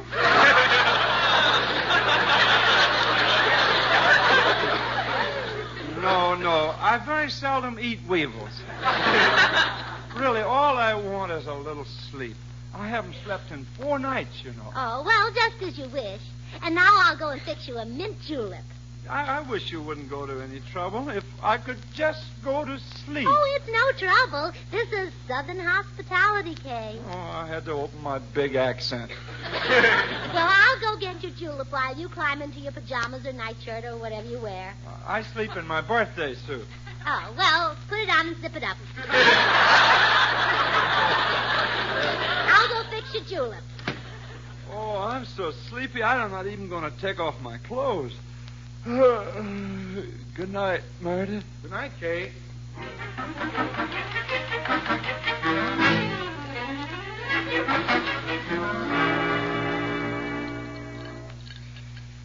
Well, if I do say so myself, that's a lovely mint julep. I'll take it right up to Kay. Gracie, what have you got there? Oh, you startled me, George. What's in the glass? It's a mint julep. Mint julep? Who's it for? It's for me. For you? Boy, you've never taken a drink in your life. Oh, that's what you think. Why, when you're not around, I drink like a fish. I'm a kleptomaniac. That's a person who steals. I mean, I'm a hypochondriac. It's a person who thinks he's sick. Oh, well, I don't know the technical name for it, but I'm just an old rum pot. Oh, stop. Oh, it's true, dear. For years, I've been in the grip of John Bollyoats. John Bollyweed? Joe Bollyweed. Don't be ridiculous. You don't know what liquor tastes like. Honest, this very minute I'm loaded. Gracie. Happy New Year! looked greasy. That's right, Bruce to me. But it won't make a difference. Oh, would you please stop? Why don't you see what the back in the boys' room will have? Okay, that's enough. I know that julep is not for you. Sweet Oh, cut it out. You were headed for the den when I first saw you. That julep is for Meredith, isn't it? Meredith?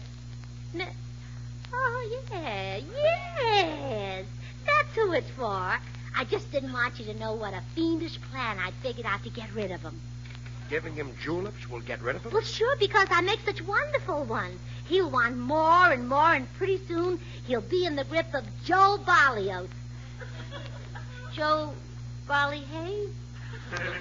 Bill Barleyhay. Sam Newman. What difference does it? It won't get Meredith out of the house.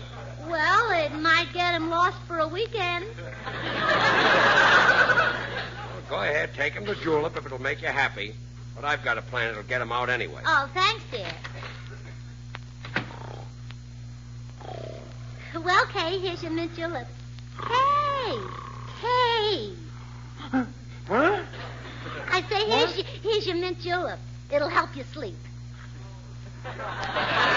Yes. When you came in, I was pacing the floor.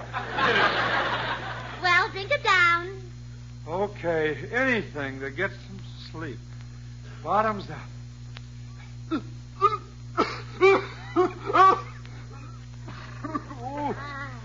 Delicious, huh? Are you sure you know how to make a mint julep? Well, of course. Sugar and mint leaves and whiskey. And that's what you put in this one? Well, we were out of sugar, so I used raspberry jam. Oh. And there weren't any mint leaves, so I used parsley. Oh. And we don't keep whiskey in the house, but I found some cough syrup that's 80% alcohol.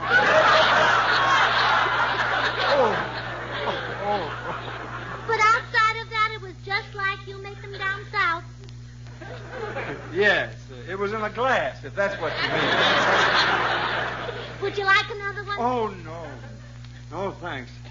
I'm going to have enough trouble explaining this one to my stomach. Oh, I knew you'd love it. Well, good night, Kay. I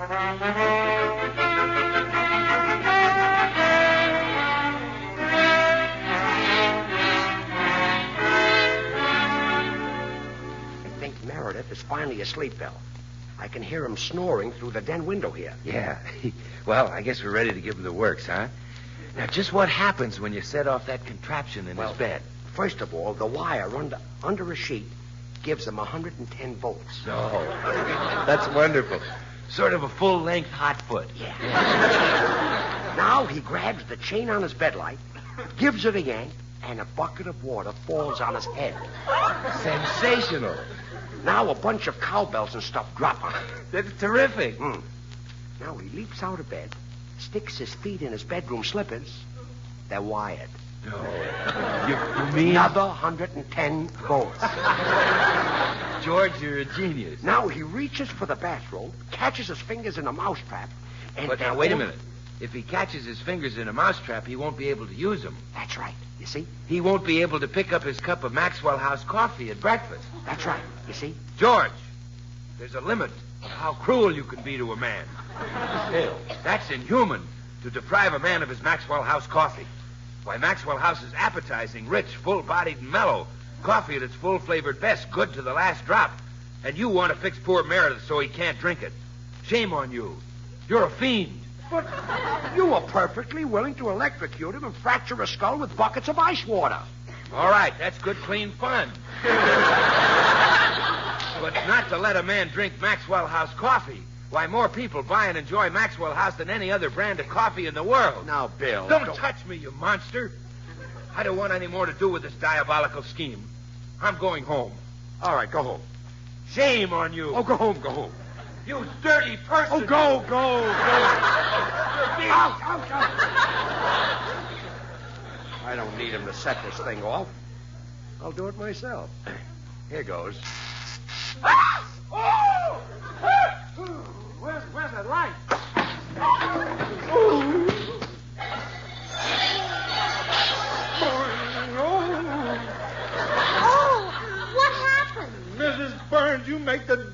darndest mint julep I ever drank. Okay, I'm so glad you like it. I've had many a julep in my day, but that's the first one that ever hit me after I was asleep. And I mean it felt like a jolt of lightning ran up my back. I even heard bells. Oh, well, that's just part of my southern hospitality, Kay. I'll bet you really felt down south. You ain't kidding. I felt it clear down around Memphis. Well, I'll go fix you another one. Oh, no. No, please. Oh, all right. Well, whatever you say. Well, sleep tight. Thanks. I just did. You know, Kay, that julep must have been strong. I didn't even taste it, and I heard those bells. I'll tell you, man, she must have put a uranium in that thing. Why, I'm wringing wet. I'd better put on these bedroom slippers and see. What happened? That doggone julep just reached my feet. Hey, wait a minute. These slippers are wired. And there's wires in the bed, too. Somebody's trying to electrocute me. Sammy Kay. I'm getting out of here. Well, Gracie will be hurt if you turn down her southern hospitality. I don't mind southern hospitality, but I don't want to be southern fried. Kay, come back No, here. sir. I'm getting my white meat out of this skillet. Goodbye.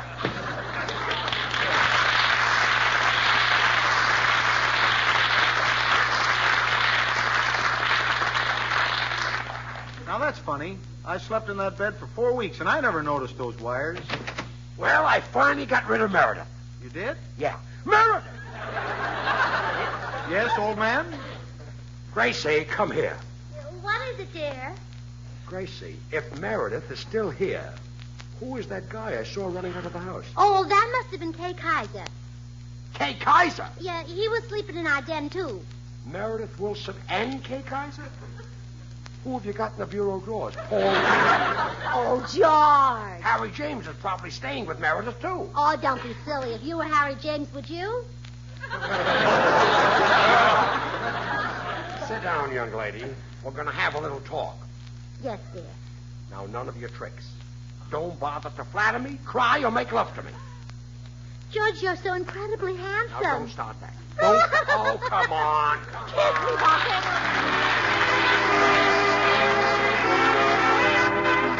Join us again next week when we'll all be back. George Burns, Gracie Allen, Meredith Wilson and his orchestra, and yours truly, Bill Goodwin.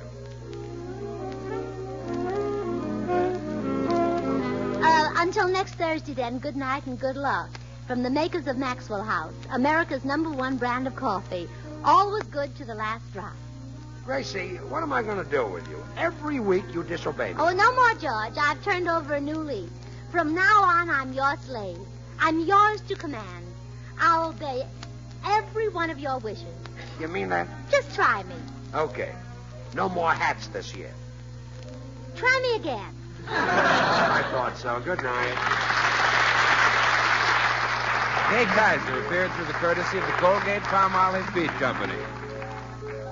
Oh, goody, goody Jell-O pudding tonight. It tastes like Grandma's, only more so. You ain't kidding, that's right. And just as Jell-O's 6 delicious locked-in flavors can't be beaten, so the proof of Jell-O pudding's in the eating.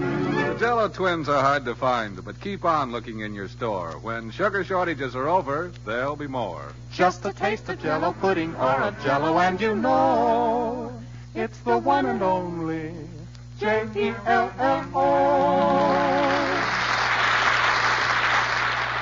This is NBC, the National Broadcasting Company. Broadcasting Company. Broadcasting Company. Broadcasting Company. Hi-ho, Silver! Away to those thrilling days of yesteryear with The Lone Ranger.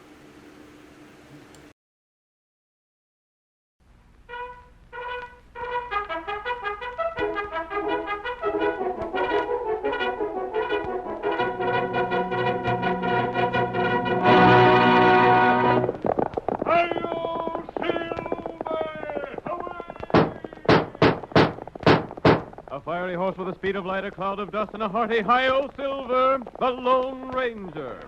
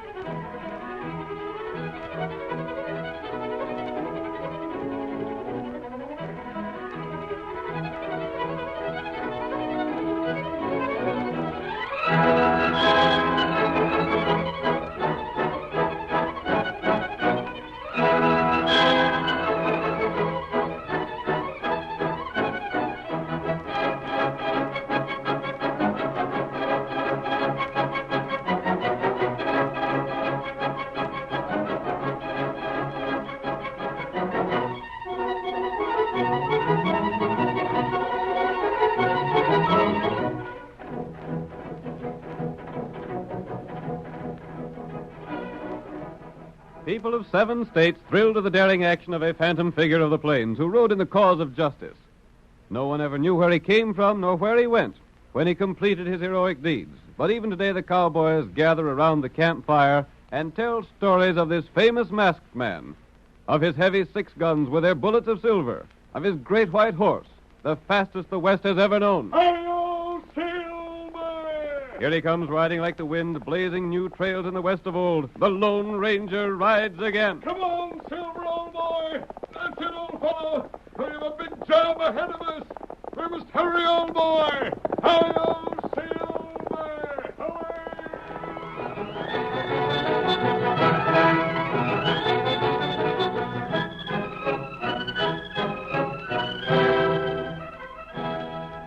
Jim Murdoch was a wealthy man.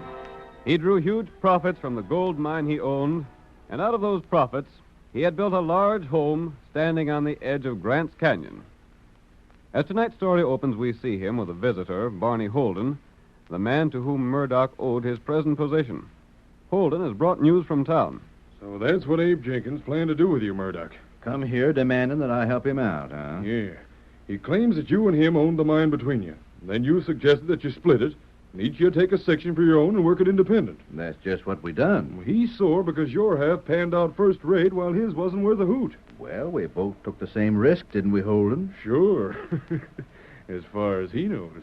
You don't reckon he suspects the truth, do you? No, how could he? Then why is he talking around town about coming to me for help? Well, he's desperate. That's why, Murdoch. Yeah? His wife is sick and his kid's half starved. Ah. He figures you could spare some grub and blankets without never missing them. So he's coming here to demand that same. I see. He said some pretty hard things about you. Ah. The worst of it is, Jim, most everyone in town sides with him. It'd be tough if he ever did learn the truth about that deal. I know enough law to know that he could make it downright tough for you. I wish he'd move out in these parts. I'd pay him to do it. Well, that'd be smart. If he wasn't around here, there wouldn't be no chance of his ever learning the truth. But he won't move away. Maybe if I offered him some cash. That'd only make him all the more suspicious. He suspects enough already. Maybe so. You offer him cash to move away after refusing him loans, and he'd know there was something funny about that gold mine deal. It'd be worth a lot to me to have him out of the way. Would it? Yes, it... What do you mean? Just that. Would it be worth a lot to you to get him out of your way? You talk like you might have ideas. Maybe I have. I wouldn't want a murder on my hands. That wouldn't be necessary, Jim. It was you that schemed the gold mine deal in the first place. It made you rich. Maybe you got another smart idea. Suppose I sort of outline it and see how you like it. Yeah. Suppose you do.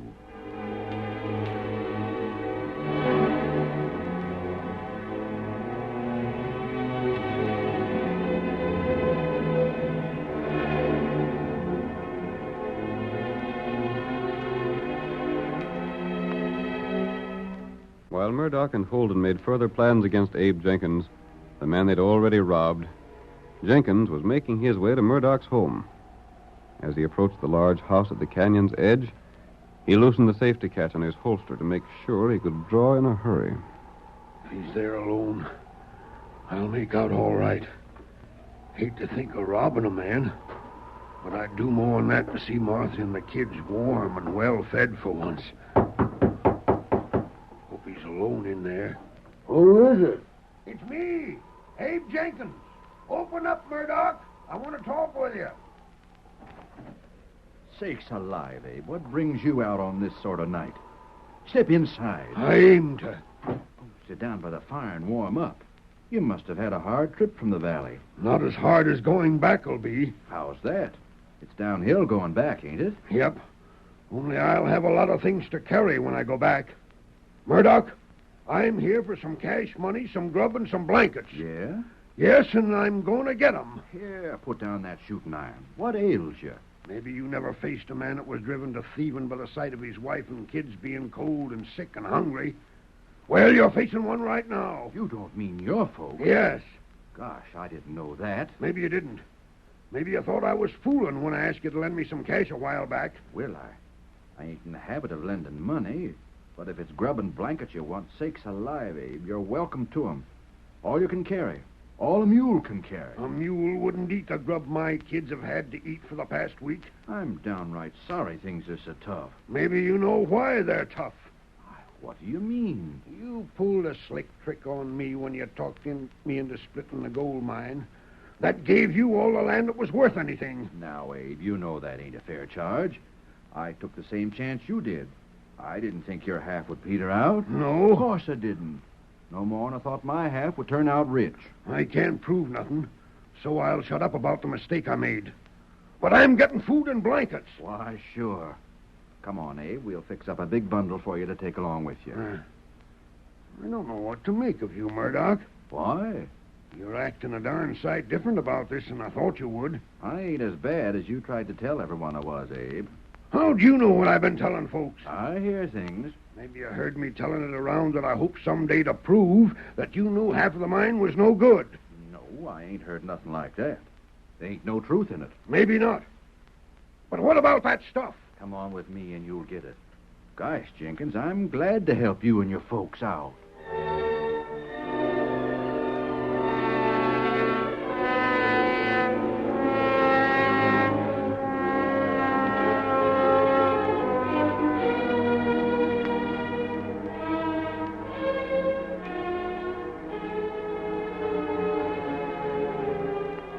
Murdoch gave Jenkins the blankets and food he asked for, and he helped him to load them on a mule. Then, shortly after Jenkins had returned home with the provisions, Barney Holden hurried into the cafe in town with a startling announcement that he had found evidence of an attack upon Murdoch. The sheriff demanded further information. How'd you know there'd been foul play at Jim Murdoch's place, Barney? I went there just to spend the evening with my friend Jim, and the house showed signs of a terrible fight. Gosh, where's Murdoch? That's just it. The door was open wide with the wind howling through the house, and there was furniture upset and things busted and no sign of Jim Murdoch around anywhere. Who went there? How'd I know? I spent some time looking around the house, and when I seen what must have happened to Murdoch, I hustled back here to tell you. What must have happened to him? Murdered. Did you find him? No, but you know where his house is. Right at the edge of the ravine. Yeah. Well, what happened? There's a window looking out in the ravine, and that window was smashed. Gosh. Looked like someone had gone through it. Then we'd be likely to find Jim at the bottom of the ravine. Well, that's what I'm afeard of, Sheriff. Sakes alive. Looked to me like a robbery. Robbery and murder. Who could have done it? I got a blame good idea. Who? Just name the man that killed my friend and let me at him. Wait. Hey, Sam. Come in, Sheriff. Sam, you was telling me about Abe Jenkins early this evening. Yeah? What was he saying? I remember him being mad about something. Quiet, Barney. Go on, Sam. Well, as I recollect, Abe Jenkins was vowing he'd make Jim Murdoch hand out the things he was needing. Just so. Abe Jenkins, huh? Why didn't I think of him? He's been sore at Jim Murdoch for a long time. Yeah, plenty sore. Good gosh, Abe wouldn't go that far, would he? Why wouldn't he? Ain't no telling how far a man would go when his wife and kids are cold and hungry. But Abe didn't look to me like a man that'd do murder. He was mad enough, wasn't he, Sam? Seemed like he was. Then he's the one to question. Yeah. We'll look at the bottom of the ravine in the morning.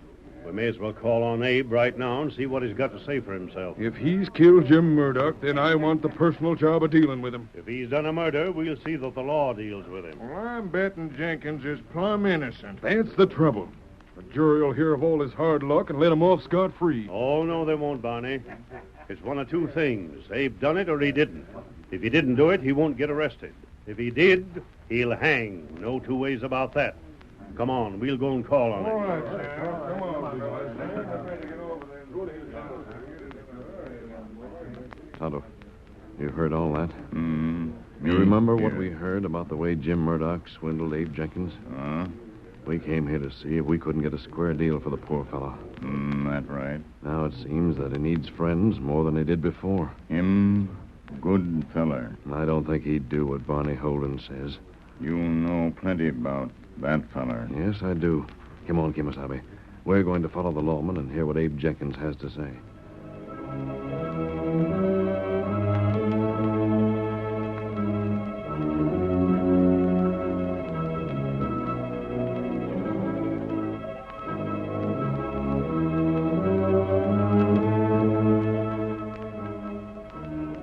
The sheriff and Barney Holden, accompanied by a group of men, went immediately to Jenkins' home to question Abe. The Lone Ranger and Tonto followed them without being observed. And when the party arrived at the house, the masked man and his companion were in a position to overhear what was said. We'll stay by this window, Tonto. We can hear what's said inside the place. That's right. A rap again, Sheriff. They must be to home. Hey, ain't that one of Murdoch's mules tied there? Looks like it. Who is it? The law. Open up, Jenkins.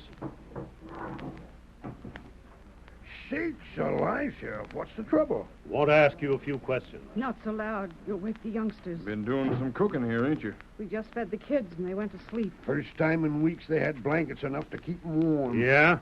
Where'd the blankets come from? Jim Murdoch gave 'em to me. When? Why, tonight. I went there and he gave me a pack of food and some blankets and loaned me a little cage. That ain't true. What? You know blame well Murdoch don't give things away. I never heard of him giving anything away in my life. He don't. But he did so. You don't think I stole 'em from him, do you, Sheriff? Never mind what I think right now. What happened while you were there? Nothing. Why? You have a row with him? No. Listen to him. Jenkins, you was telling everybody that you'd get help from Murdoch or you'd know the reason why. He was right glad to help me. Wait. Let me ask something, Sheriff. What's all these questions about anyway? Listen here, Jenkins. What else did Murdoch give you? Well, he let me borrow a mule. What else? Nothing else. Look here. Jim Murdoch ain't going to you, Sheriff, and said I stole from him, has he? He ain't come to me, no. Then what's Jenkins, did he give you his gold watch? Gosh, no. Or that fancy diamond ring he wears? No. Then what are they doing there on your fireplace mantel? Oh, how'd they get there? Leaping snakes. Take a look, Sheriff. I see him. Them's Jim Murdoch's all right. I didn't put 'em there. I don't know how they got there. Sheriff, what's this mean? You better come along with me, Abe. For what?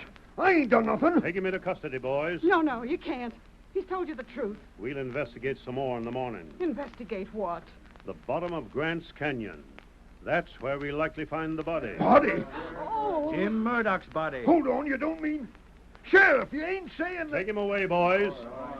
He's to be held on a charge of murder.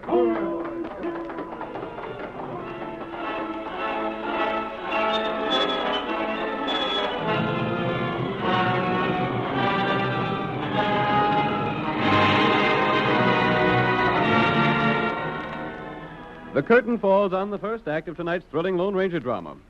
Before the next exciting scenes, please permit us to pause for just a few moments.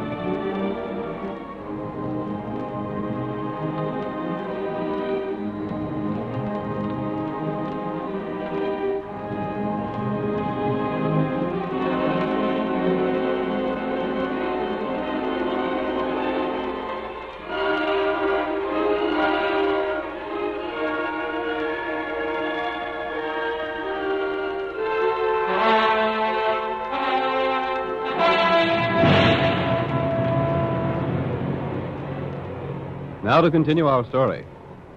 You will recall that in the first act of tonight's Lone Ranger drama, we learned that Murdoch and Holden cheated Abe Jenkins out of his share of a gold mine, now owned by Murdoch.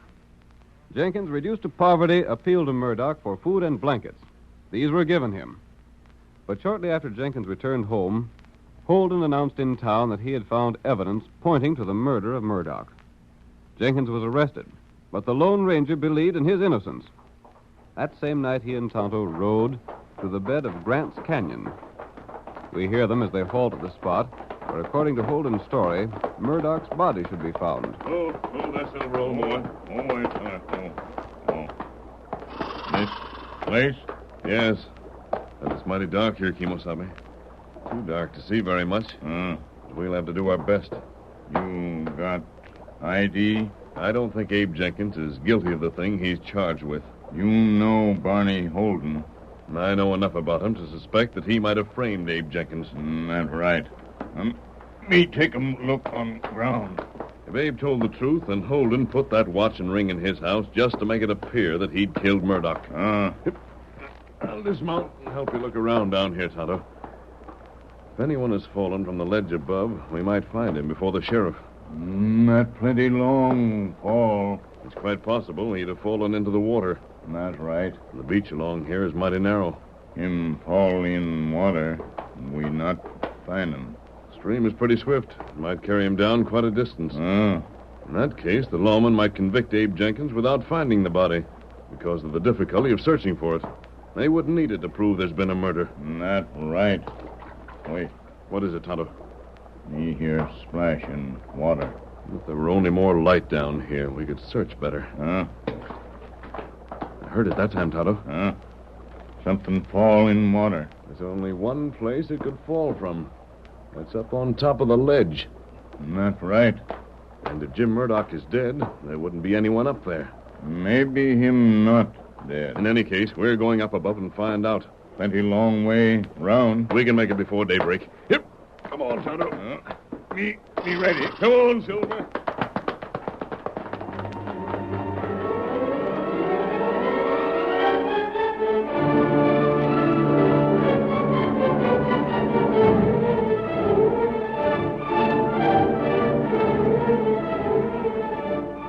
The masked man and Tonto could not find Murdoch's body. Instead, they were disturbed by loose stones falling from the direction of Murdoch's home above at the top of the canyon. And they made their way to the house to investigate. The scene changes now to the trail from town. It is the following morning, and the sheriff, accompanied by several deputies and Barney Holden, is riding toward Murdoch's place at Grant's Canyon. The door's open just like you said, Barney. Sure it is. I wouldn't have no reason to tell what wasn't true, would I? We didn't find no sign of Murdoch at the bottom of the ravine. That don't prove nothing. Well, the water could have carried him away. Sure it could. Oh, boy.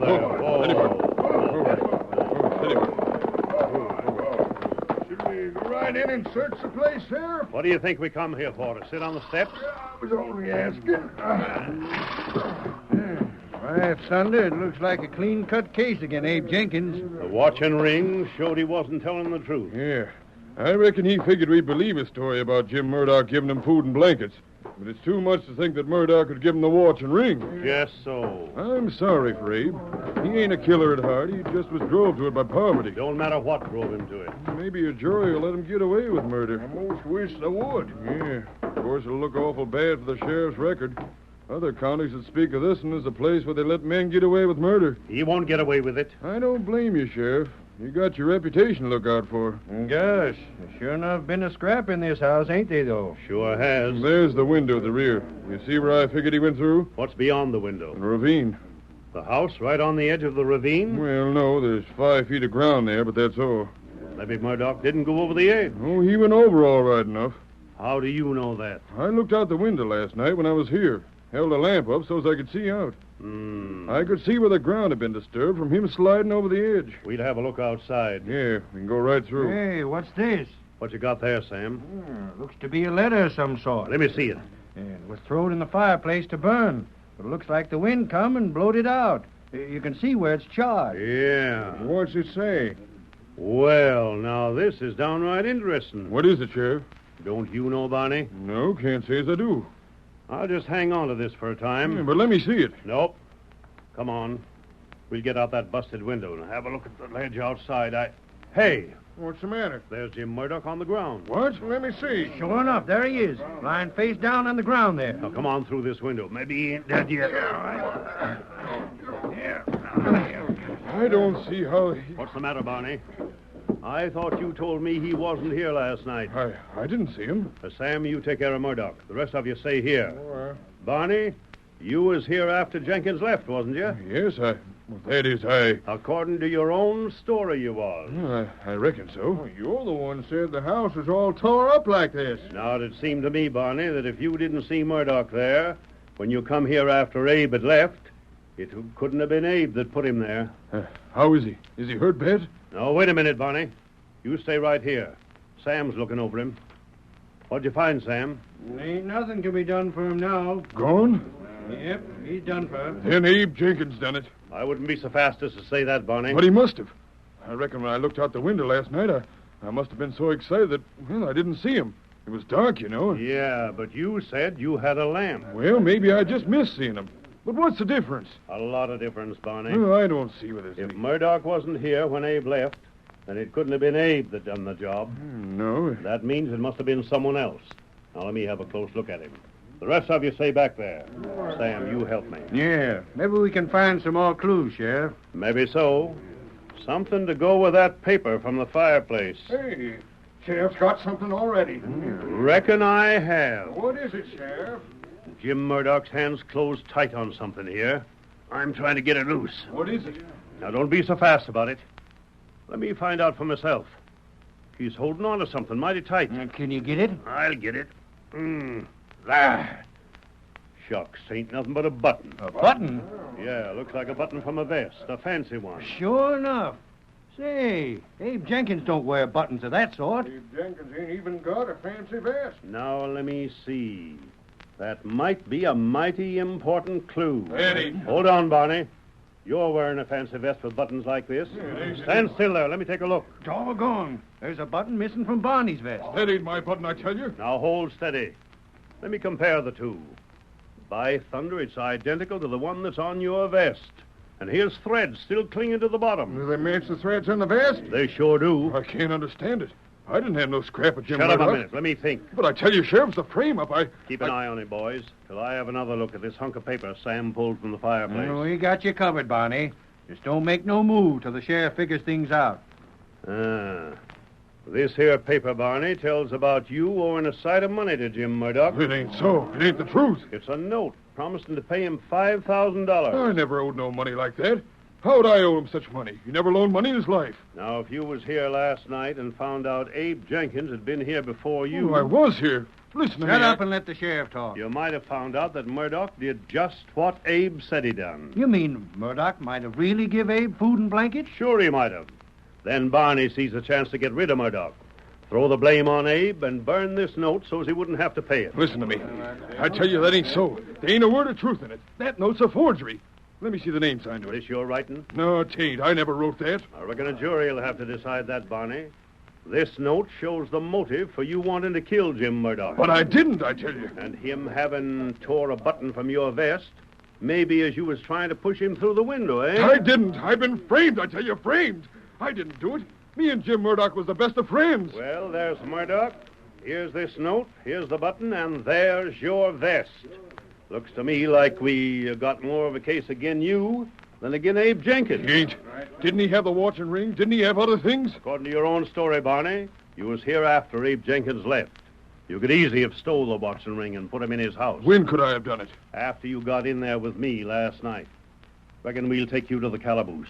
We'll jail both you and Jenkins till we find out a few more facts. Just 1 minute. Hey, the masked man. I have something to say. Don't any of you make a move. Oh, look at them 2 guns. And there's an engine with him. Where'd you come from? Maybe them 2 killed Jim Murdoch. Maybe they didn't. Go on, stranger. Speak up. I've been waiting for you. Barney, there's just one man who can prove you are not guilty of murder. Who's that? I'm that man. You? I'll do it on one condition. Oh, name it. Just name it, that's all. That you tell the truth and the whole truth. About what? Who are you, anyway? That's not important. You better do what he says, Barney, or you'll swing as sure as shooting. Tell the truth about last night. What do you mean? You and Murdoch planned to frame Abe Jenkins for a murder, didn't you? Murdoch didn't want Abe Jenkins to learn the truth about the gold mine. So the two of you plotted to get him out of the way. Yeah, but Isn't that the truth? I didn't have no part in it. It was all Murdoch scheming. You mean Murdoch's scheme to disappear and let you tell the story about Abe fighting with him so's Abe would hang and be put out of the way? That's right. All I was to do was to tell you about the fight here. And to take the watch and ring and put them in the Jenkins home. Yes, but I didn't have no part in the murder. And why did Murdoch want Jenkins out of the way? He was afeard that someday Jenkins might learn that I'd made a survey of the gold mine and told Murdoch that half was no good. And it was on the strength of that Murdoch split the claim and gave Abe the worthless part? Yes, that's the honest truth. Now you got to keep your word. You got to prove that I ain't guilty of a murder. Me get feller up now. You stand up. Murdoch ain't dead? No. He's roped and gagged. I didn't see that before. It was done in such a way you couldn't see it, Barney. But the sheriff. Sheriff, you knowed he weren't dead. So the deputies, they seen him close. Sure, we knowed it. That masked man come to me last night and told how he'd seen Murdoch fixed on the ledge to look like a man fell over into the water down below. No gang cut loose. You squealer. Murdoch, I didn't know. It was your scheme in the first place. Shut up. Maybe you can save your hides by turning over what rightfully belongs to Abe Jenkins. You see, Barney, as I told Murdoch last night, the stones from the ledge fell down below and brought Tonto and me here. We saw what you were doing and told the sheriff everything. Yeah. And then during the ride here, I got a button from your vest and put it where it looked like I took it from the dead man's hand. Framed. As for that burned paper, the masked man put that in the fire. Oh, that masked man. He's the one that's done it all. Yep, he's the one. I reckon, Murdoch, the best way to catch a couple of rats to try to frame an innocent man for murder is to pull the same sort of tricks on them. Oh, don't take us to jail. Listen, I'll give Abe half my claim. Well, maybe Abe will settle for a half, and maybe he'll take it all. But whatever Abe wants, he's going to get. We'll take him the news he's waiting to hear.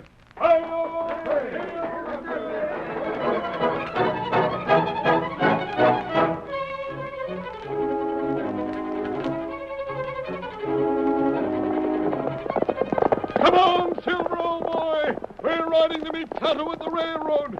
The cattlemen are making trouble there, and we're going to see what's going on. Hi-yo, Silver!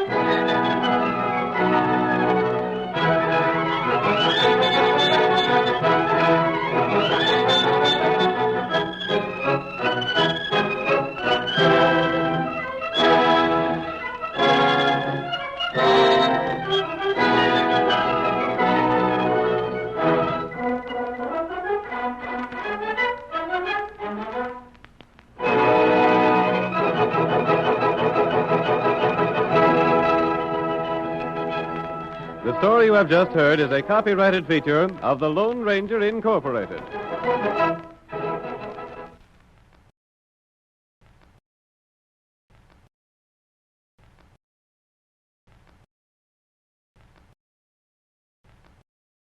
Next, hunt the biggest of all game with the Green Hornet.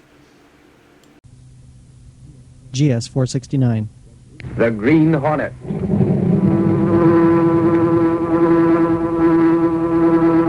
He hunts the biggest of all game, public enemies that even the G-men cannot reach. The Green Hornet.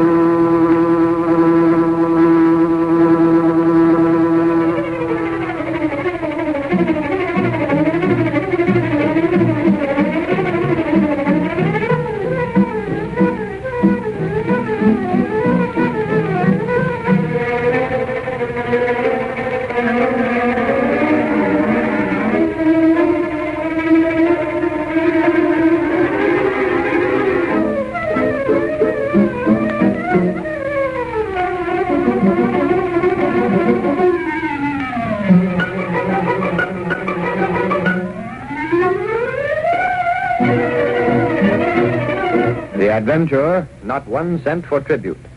The events and characters depicted in this drama are fictitious.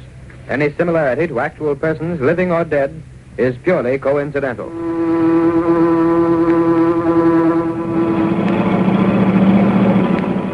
Is that the gas station on the next corner, Kruger? Not that one, Zelly. Can't you see how much he's charging for gas? That one's okay. The one we want's around the next corner. Which way? Turn left. There's the place. Here it goes.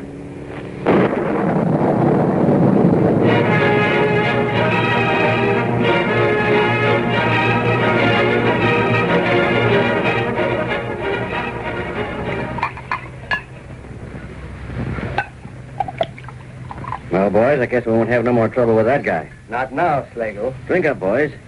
You sure the bomb did a good job? I was watching through the rearview mirror, Slagle. Kruger tossed that pineapple right into the middle of the gas pump. Don't worry, boss. You can pick up what's left of the place with an eyedropper. That's fine.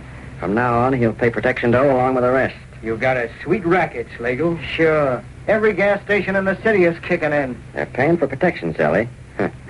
I make sure nothing happens to them. And if they don't pay? They run into trouble like tonight. You were careful not to let anyone see you? We went by too fast, boss. Yeah, we used a stolen car. This is a couple of blocks further on. The only guy that has an idea it was us is the guy we bombed. Catch him talking. Besides, he don't know for sure. All he's got is suspicion. Right. A guy who's scared don't make a good witness. You need more than suspicions for proof. You said it, boss. As for the police, they can't prove a thing when they ain't got witnesses.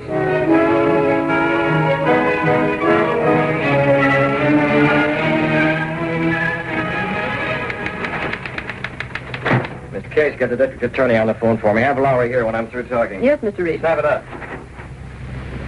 Well, looks like a 3-alarm fire the way he's burning up.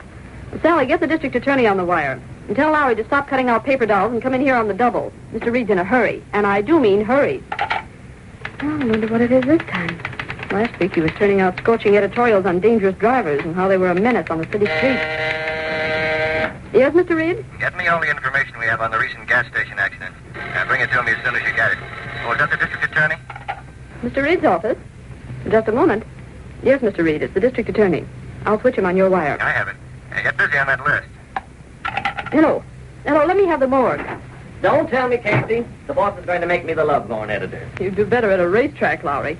Hello, morgue? Morgue? Did somebody die? Not that morgue, silly. The place where we keep all the back copies of the Sentinel. Oh, no, Casey, you're kidding me. If there's any information he wants, I have it at my fingertips. This is his case. Mr. Reed wants all the information you have about recent gas station accidents. That's it, huh? I don't care how you get them. Well, check with the police. Go through your back copies. Casey, that last gas station that was blown up was a shambles. Wrecked pumps, gasoline. I never saw such a mess. It doesn't take a reporter to see that. Do I detect a note of sarcasm in that last crack? You do. Honestly, Lowry, it's an open secret who's back of all these bombings and fires. Really? Slagle, that's who. Tell me something I don't know, Casey. Then why don't your stories say so? Listen, Casey. Sure, Slagle controls the gas stations in this town. He's got a protection racket that brings in a cent on every gallon. Then why don't But the Sentinel can't print that. There's no proof. We'd be sued from here to Christmas. My idea of heaven would be someplace where a newspaper can print what everybody knows is true, even though it can't be proved. Yeah, but this place isn't heaven. Not while Slagle is here. Well, maybe the district attorney can do something. I've been talking to him, Laura. Just finished. Did he have anything, Mr. Reed? A lot of things, Miss Case. How about that last bombing, boss? Yeah, it's the same story all over again, Laura. Suspicions, but no proof. Even the owner of that gas station refuses to talk. And meanwhile, that snake Slagle keeps raking in all the cash he can get his grabbing hands on. There's one consolation, Mr. Reed. Yeah, Casey? None that I know of, Miss Case. Well, what I mean is, Slagle's only taking money from gas stations. Well? 1 cent difference in the price of gasoline isn't going to affect people so much. Miss Case, you're making the same mistake that others do. The price of gasoline is as important as any other. But suppose Slagle's racket were meat and vegetable markets. Well, people wouldn't be able to get the right kind or amount of food. Now, you can't compare... It's practically the same thing. Keep your ears open, Casey. Here's where you get a lesson in simple economics. Meat and vegetable markets use trucks in their business. Yes. They have to pay the same higher price for gasoline that Slagle forces from everyone else. But a cent a gallon... Well, that adds up. If they spend more for gasoline, they have to make it up somewhere else. In other words, if their expenses go up, they have to charge the public more for the food they're selling. You hit it, boss, and the same goes for every family that uses a car. Exactly. Every cent they have to spend for gas means 1 cent less to buy milk and eggs and fresh vegetables for the family table. Why, of course. I didn't stop to think. If more people did think, Miss Case, racketeers like Slagle would never get started. Too late for that now. Slagle's got the gas stations tied up tighter than Houdini. Well, that's why I called you. We're going after every one of those gasoline dealers. Why, boss? If we can find one man who'll act as witness against Slagle, that's all the district attorney will need. They're sending the names up from the morgue, Mr. Reed. Go after them, Lowry. Take Clicker Benny with you. Okay. We ought to be able to convince somebody that he's smart to act as witness. Lowry and Clicker Benny made the rounds of the gas stations which had recently had accidents, but their search was fruitless. They could find no one who would consent to appear against Bat Slagle. As they approached a gas station run by a man named Jennings, Lowry said, We're not having much luck, Clicker. Everybody gives us the same story. I can't blame them exactly, Lowry. How would you like it if something happened to your family? I haven't got a family. Yeah, but most of these gas station operators have. Besides, they can't help much. They say they can't, but I know It may be true. Apparently, Bat Slagle is pretty careful about making sure there's no actual evidence against him. Benny, all these accidents can't have just happened. Slagle's responsible, all right. There's no doubt about that. Only all the victims claim they saw nobody, heard nothing, and know nothing. I still say they're scared. How about this guy here? What's his name? Jennings. Okay, watch me work. It'd be about time. Nothing's worked so far. He isn't out here. Must be inside the station. Yes, sir. You want some gas? Mr. Jennings? That's right. Guess I didn't hear you. I was busy checking over the business I've been doing. How is business? Could be better. Who wants to know? Paying 1 cent tribute and every gallon to Slagle cuts into the profit, doesn't it? Listen, mister, you here to buy gasoline or what? Hold on, Mr. Jennings. We don't mean to be rude. If you want gas, I'll sell it. If you don't, clear out. You don't understand. We're from the Daily Sentinel. Sure. He does the reporting and I take the pictures. How would you like your picture in the papers, Mr. Jennings? My picture? Yeah, the Sentinel's running a series on gas station operators. We want to tell our readers... Don't kid me. How about some of our leading... Huh? You heard what I said. You ain't fooling me with that serious stuff. You're here about Bat Slagle, ain't you? Nice work, Lowry. Okay, Jennings. I won't stall. How about it? You know plenty about the way Slagle works. Me? Not a thing. I suppose Slagle didn't wreck your place last month. Where'd you get that idea? It was an accident. The gas tank exploded. Oh, Mr. Jennings, don't hold out on us. Come on, Jennings. You know it was Slagle. Pin it on him and you'll be a hero. Yeah, I'd rather be alive. But Besides, it wouldn't do any good anyway. I didn't see nothing. You were here when it happened, weren't you? Sure, but I didn't see anybody. I tell you, it was an accident. See, an accident. Just like the rest of them. Afraid to talk. Listen, you. Take a tip and get out of here before I get mad. Looks to me as if all of you are yellow. I'm warning you to get out. Letting Slagle make monkeys of you. Yellow as a chrysanthemum. Hey, you. Oh. Uh-oh. Now get out and stay out. Don't come around again looking for a store. You'll get another poke in the jaw.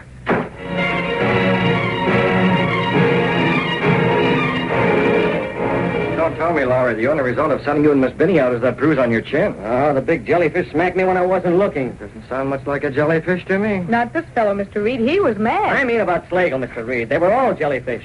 Even the guy who socked me wouldn't open his mouth about Slagle.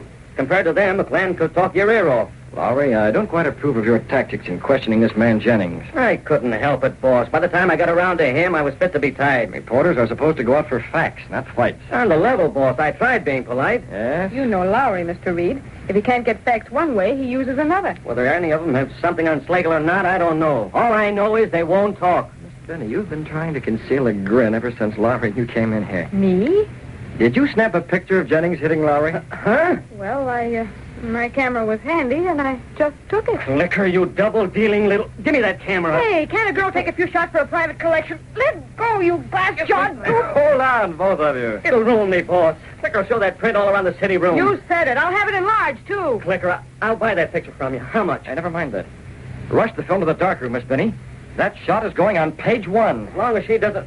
What? You're going to publish it? Why, boss? Why? With a caption under it reading, "This man is not afraid of hitting a reporter. Why is he afraid to talk about Slagle?" Wow! I've been waiting for a chance like this all my life.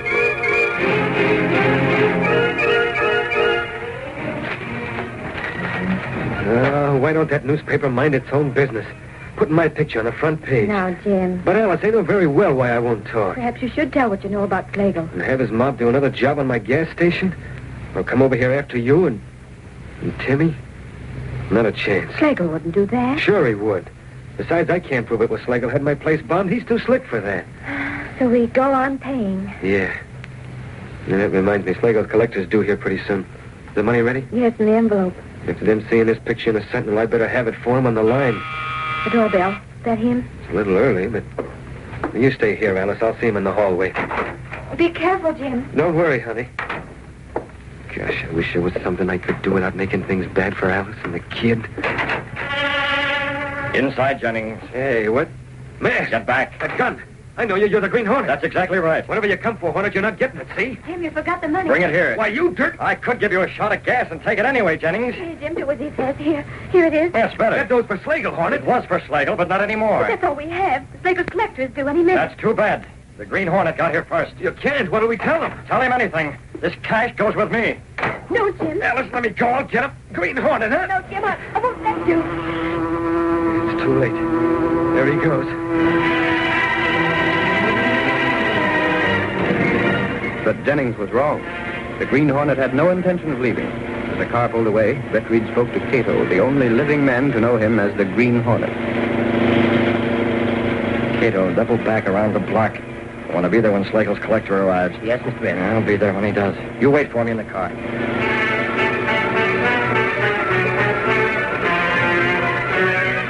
A short time later, Slagle's collector arrived at Jennings' home. He refused to believe Jennings' story. Stop stalling, Jennings. Where's that dough? I tell you, the Green Hornet took it. Don't make me laugh. The Hornet wouldn't bother with $20. It's the truth. My husband left the money in the other room when he came to the door before. I thought it was you calling, so I brought the money out to him. And the Hornet grabbed it. Expect me to believe that? You got that dough hid someplace. The other room, I'll bet. Go ahead. Search if you want it. You won't find it in there. Oh, I won't, huh? What do you call this, you dumbhead? Right in the table and see it with my name on it. Well, I'd bluff so easy I wouldn't even look in here, huh? I swear it wasn't there. You're getting too big for your hat, Jennings, since that picture got in the papers. When I tell Slagle about this, he'll whittle you down plenty.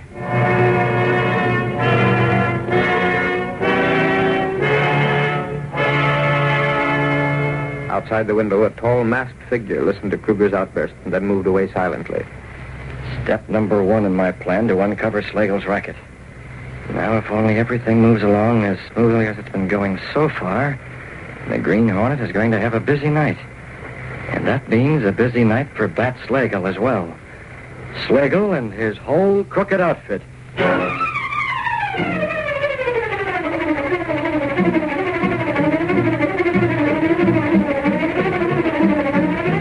Britt Reed found that Bat Slagle, a racketeer, had every gas station in the city paying him a cent a gallon on gasoline as tribute.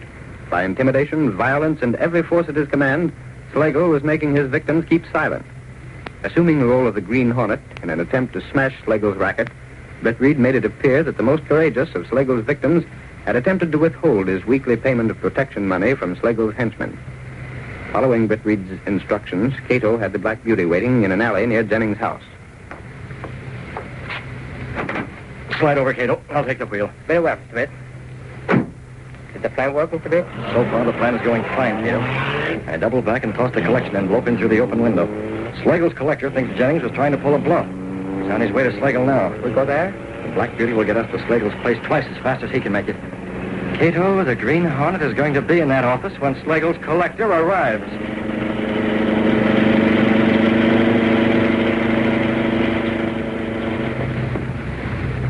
It's about time you showed up, Kruger. Got the dough from Jennings? Yeah, there it is. Hey, imagine that guy, Pat. He tried to stall. Jennings? Yeah, Jennings. What do you mean? Here's the dough. He said he didn't have it. Tried to tell me the Green Hornet had swiped this dough. A Green Hornet? That's a laugh. And all the time was right in the next room. Wasn't even hid. Tried to bluff you, huh? Didn't work. You ought to take him down a peg anyhow, Bat. If any one of them guys gives us trouble, it'll be him, all right. Not if you show him who's boss, it won't. Yeah. Kruger, from now on, Jennings is going to have to pay 2 cents on every gallon instead of 1. Twice as much? That'll teach him to try and act up with me. Now, let's count this dough just to make sure. Okay, Bat. It's getting late. Feels like more than 20. Hey, Slager, look at this. What? Jennings tricked us. Instead of real dough, this envelope is chock full of plain paper. What? Why that? Let me see. He even used heavy paper so it would sound like the real thing when I felt the envelope. Well, the envelope was sealed, Bat. I didn't think he would try a stunt like this. He won't no more. Jennings thinks he can fool around with me, huh? Let me handle him, Bat. Nix. You might come back like you did this time. Besides, this job's more down Zelly's alley. Zelly? Yeah, that's right. Slagle on this end. You're going to do a job tonight, Zelly. I got it all figured. Now, here's what you're going to do. Hidden in the shadows where he had been since before Kruger's arrival, the Green Hornet listened to Slagle's conversation. Then as Slagle finished talking... That's the idea, Zelly. And make sure nothing goes wrong. I want Jennings to know he can't play around with my outfit. Oh, that's your scheme. Huh? Who the devil's that? It won't work, Slagle. You're masked. It's Here's the Green Hornet. Move over next to each other. Got a rod, eh? I heard about that gun, boss. It ain't got bullets, only gas. Oh, gas, huh? And only one gun. I get it. Don't knock the table over. That won't help. Get him from behind, Kruger. He can't shoot both ways. Okay, Bat. Take it, gas it. Get him, Kruger. All right, got you. More. Who else? Gas me from behind. I was waiting. They didn't see me. Good work. One from each side at the same time is a little hard to handle. They almost had me. What do we do now? First, we make sure these two rats are unconscious. They're completely out. Can you fix them up so they'll stay that way until 4 in the morning? 4 in the morning? That's the time when Slagle told Zully to do that job. If we're going to trap these rats, we'll need every minute in between.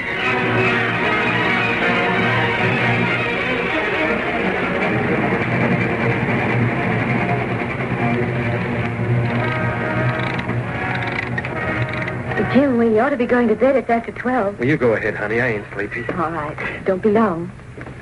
Good night, Jim. Night, honey. It's taking plenty out of me to be paying off to Slagle. If he's going to make it any tougher one, and I might as well quit. And that reporter. Why did I sock him in the first place? I certainly must have looked jealous to him. Gosh, if I did have any dope on Slagle's racket, I would call that reporter. That's a good idea, Jennings. Oh, it's you again. What do you want now? I'm your friend. You put me on the spot with Slagle. For one purpose. To take care of Slagle. It don't make sense. First you swipe that dough, then you bring it back so Slagle's collector can find it. Exactly. If it wasn't for you, I wouldn't be worried about what Slagle's going to do. Plenty. I don't need a guy in a mask to tell me that. Jennings, I'm going to help you stop him. You? You don't believe me? I've heard plenty about you, Hornet, and none of it good. Perhaps this will convince you. That's money. Dollar bills. Look at them. Where's it? The money I gave to Slagle's collector. What he took was nothing but strips of paper. I had this money with me from the first. I can't figure you, Hornet. Don't try to. But the whole thing's screwy. The money, Slagle... Jennings, I want to get Slagle as much as you do. Yeah, I guess this proves it. But how can you get Slagle when nobody's got the goods on him? Be at your gas station at 4 this morning. But it's closed. I close it up at 12 when my helper leaves. Never mind that. Call the cops, too. Call this reporter if you want to. Be there and watch what happens.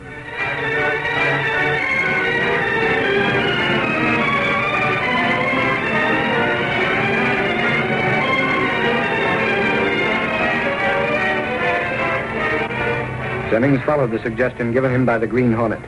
He called the office of the Daily Sentinel and asked for Lowry. I want to talk to a reporter named Lowry. Yeah, this is Lowry speaking. Who wants me? This is Jennings. Jennings? Yeah, I'm the guy that runs that gas station. Oh, you. Well, listen, Jennings. If you want to take another poke at me for getting that picture in the Sentinel, you can forget it. I didn't want that picture released either. Well, you don't get it, Lowry. I'm calling about something else. Here's a tip for you. Be at my gas station around 4 o'clock. What for? The police are going to nab Slagle. I got the dope from the Green Hornet. The Green Hornet? You mean he's in on this? Will you be there? Will I be there? Try and keep me away. Wow, talk about a scoop. So the Slagle mob are up to something. Hello, hello. Listen, get me Clicker Benny. Show her on the phone. How else? I don't know where she is. Try every place. Try her home. Try the movie around the corner. Try any place but get her. No, it isn't personal. It's business. I got inside information that the Green Hornet's going to bust Slagle's gang wide open.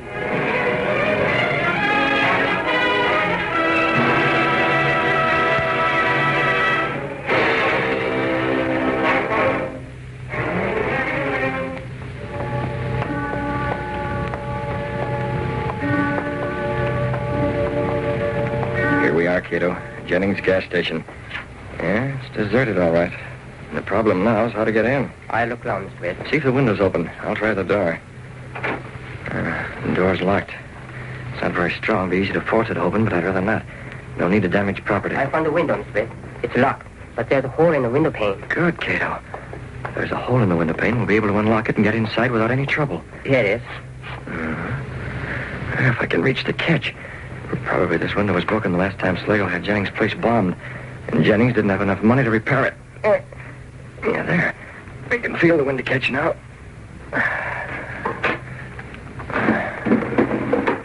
You have Slagle and Kruger, Cato? Yes, sir. I'll go in through this window and open the door. Then we'll bring the two of them in and put them right where Zully will find them. Yes, sir. They're still unconscious. Working carefully and hurriedly, Britt Reed opened the door. Together, he and Cato carried the unconscious racketeers into Jennings' gas station. They moved in almost total darkness.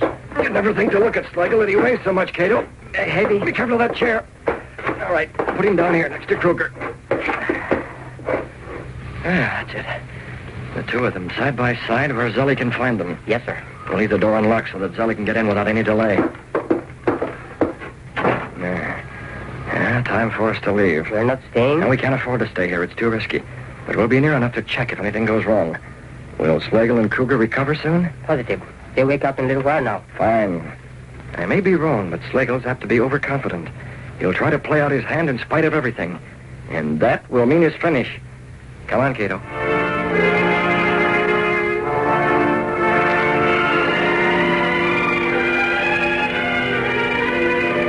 A short while after Britt Reed and Cato left, the two racketeers stirred. Slagle sat up. What happened? Where? Oh, it's dark. Hornet. Yes. Who's that? Kruger. That you? Yes. Hornet did it. Couldn't get him. Kruger, wake up. Huh? Oh, Slagle. Where are we? Kruger, it was that blasted Green Hornet. I remember now. He gassed us in my office. Snap out of it. Yeah, your office. That's where he must be now. He snapped off the lights and left us. Sure, that's it. Got scared and took a powder. Now we'll find the light switch and then... Slagle, this ain't your office. No, it ain't. And where the devil are we? Look out the window. Look at them gas pumps. Hey, this is Jennings' place. I recognize a plane. Yeah, just lights up to see things outside. So the Green Hornet brought us here. Guess he figured we'd still be unconscious when Zelly came around to do a job on the place. We'd have been done for. Yeah, only he figured wrong. That gas he used wasn't as strong as he thought. We'll just walk out when Zelly shows up, and nobody the wiser. Hey, there's somebody coming now. See him? Through the window. Huh? Well, that's Zelly. Come on. We're going outside and meet him. What the? Who's that? Take it easy, Zelly. It's me and Kruger. I didn't expect you down here, boss. What's the matter? Checking up on me? Ah, we know you can handle it, Zelly. It was the Green Hornet. He brought us here. The Hornet? He tried a little scheme to take care of me and Kruger. Only he slipped up, see? Now let's get busy. You got the bomb? Right here, boss. Okay. We'll set it down right here next to the gas tank. Now give me a match for this fuse. We'll take care of it. Never mind the match. What the devil? Slagle, it's Okay, get in there. Grab him. You gotta get out of here. Hands up. Reach. You don't get me. No, you don't. No, what's Slagle? He's Slagle to me, Sergeant. Wait, Jennings, don't. Bomb my gas station, will you, Slagle? Hey, Clicker, snap this one. Jennings trying to poke Slagle. Make us pay you tribute, huh? Well, the cops got the goods on you now. All right, you got me. What else now? No. Oh, honey, did you get it, Clicker? And how? Thanks, Jennings. You saved us the trouble. Put the cuffs on him. Okay, Doyle. Listen, officer, it's a mistake. I wasn't supposed to be here. Tell it to the judge, Kruger. Don't listen to him. He's in as deep as me. I tell you, the Green Hornet brought me and Slagle here. Sure he did, and a good job, too. The Green Hornet. Is that why you got the tip, Jennings? Yeah, and it worked smooth as clockwork. Trust the Green Hornet for that. So the Green Hornet's responsible for this, eh? Well, that's the first good thing he ever did. Listen, Sergeant, the Green Hornet's okay, see? No matter what people say, he's one guy I'm going to believe in from now on.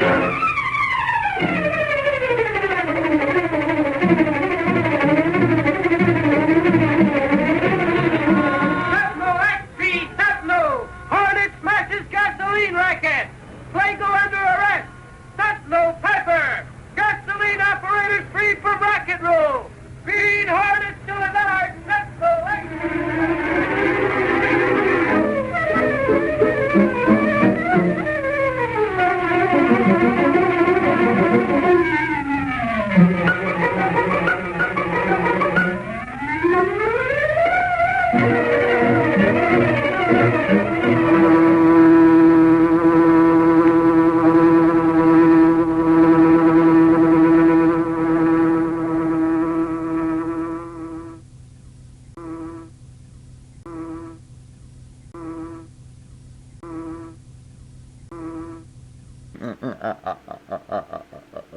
Who knows what is coming up next?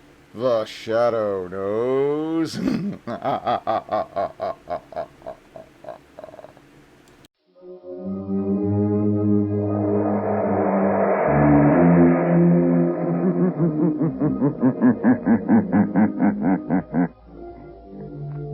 Shadow knows.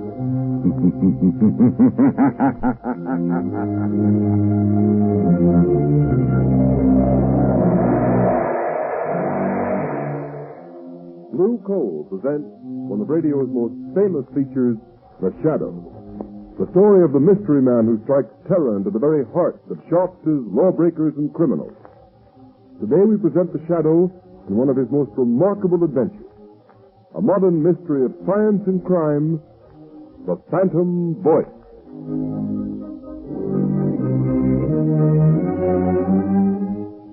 In just a moment, the Shadow begins his exciting adventure. Meanwhile, I'd like to tell you how you can safeguard the health and comfort of your family during these dangerous winter months. Burn blue coal. It gives you safe, uniform, helpful heat all winter long. And for valuable heating information that will save you real money regardless of the fuel you're using, send tonight for John Barclay's free 24-page book, How to Reduce the Cost of Heating Your Home. Address a postcard to Blue Coal, 120 Broadway, New York City, or to Blue Coal in care of this station. Don't miss out by delaying. Send for your free copy of How to Reduce the Cost of Heating Your Home right at the close of this program.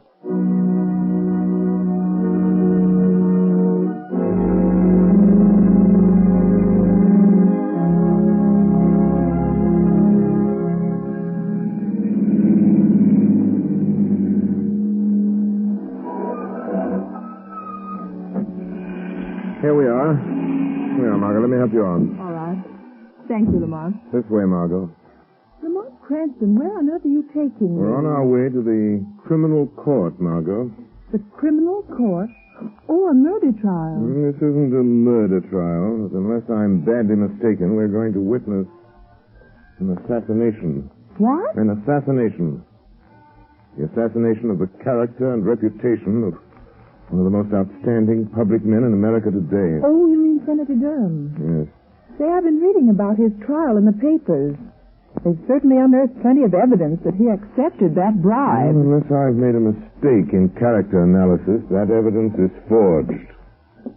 Durham is more than a political figure, Margot. He's a statesman. He has an independent income. He's devoted his life to unselfish public service. Oh, he's a very wealthy man. Yes, Margot. Senator Durham has given away 10 times the amount of money he's accused of taking as a bribe. Well, if that's true, Lamont, the whole thing doesn't make sense.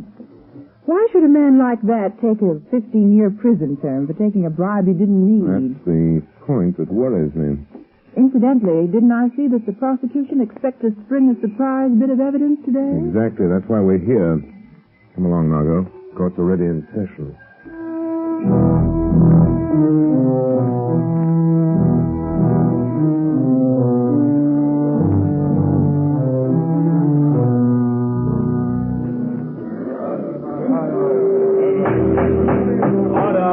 Order in the court. One more such outburst on the part of the spectators at this trial, and I shall order the courtroom cleared. Proceed, Mr. Defense Attorney. Your Honor, I have stated the case for my client. I have shown that by his record, it would have been impossible for him to act as the prosecution claims he has acted. And I have yet to see any proof that Senator Durham has committed any crime. I will now call Senator Durham himself to the stand to deny these lies in person. Senator Durham to the stand. Here I am. You swear to tell the truth, the whole truth, and nothing but the truth to help you God? I do. Proceed with the examination. Senator, you have heard the prosecution's accusations that you did at some time during last December accept a bribe from the late Mario Rinaldi. Yes. What is your answer? I never accepted a bribe from anyone. My answer is the whole thing is a pack of lies. Order in the court. Your witness. Senator Durham, you deny that on the 16th of December last, you received a visit from the late Mario Rinaldi in your room at the Maximilian Hotel? Why, no. He came to see me and I Confine yourself to specific answers. Gentlemen of the jury, the defense has made much of the senator's long and seemingly illustrious career of public service. They would have you believe that, like Caesar's wife, the defendant, Senator Durham, is above suspicion. They've paraded witnesses to the stand who've told you of his philanthropies, of his unselfish devotion to public service, of his blameless personal life in the past. That we do not contest, refute, nor deny. But unfortunately for Senator Durham, he is not being tried for his past. We, the prosecution, need but one more bit of evidence to complete our case. We have that evidence. Order in the court. I beg leave to show the jury a soundtrack motion picture of a meeting between the defendant and the late Mario Rinaldi, whose bribe of $50,000 paid to the defendant is the basis upon which this case was brought to trial. Order in the court. Has this motion picture a direct bearing on this case, Mr. Prosecutor? It has, Your Honor. Has the counsel for the defense any objection to the introduction of this type of evidence without due notice? Senator Durham has nothing whatever to fear from the introduction of any authentic motion picture record of any meeting of Mario Rinaldi and himself, even though the picture was made without the senator's knowledge. Very well. The projection equipment is in the courtroom. Will you order the shades drawn and the lights extinguished? Court attendants will please draw the shades. Again, I caution the spectators against any outbursts of any kind. Furthermore, no one will be allowed to leave the court until the introduction of this evidence is complete. You may proceed, Mr. Prosecutor. With the court's permission, we will place the screen in full view of the jury. Your Honor. Counsel for the defense has a question. For the sake of the record, will the prosecution state at whose request this motion picture was made? It was made at the request of Anthony Vogel, an attorney of this city. For what reason? As a citizen interested in public welfare. Ready to roll film, Mr. Prosecutor. Very well. Now, if the attendant will turn out the lights. Certainly, Your Honor. Order. Silence in the court. The prosecution will submit affidavits to prove that this is an authentic film record of a meeting between Senator Durham and Mario Rinaldi on the evening of December 16th. You may turn on the machine. Yes, sir. Yes? Come in. Oh, hello, Rinaldi. I've been expecting you. Look here, Senator Durham. Why haven't I got the contract award on that Buster Street building? The money's been appropriated. You said you'd use your influence if we fixed you up. Of course, Rinaldi. I told you you'd get that contract. For consideration. If you didn't send me my present of $50,000 for swinging it your way, so naturally Oh, so that's it. You want to be paid off first, huh? Yes. And in cash. No checks. Okay. You'll get your 50 grand. Get me that contract. I'll be back in an hour with your money. Order in the court. Order in the court. That's the end of the film, gentlemen. It's a lie. A lie, I tell you. I never said that. Order in the court. Your Honor, I object. My client never had such a conversation with Mario Rinaldi. That picture is a fake. One moment.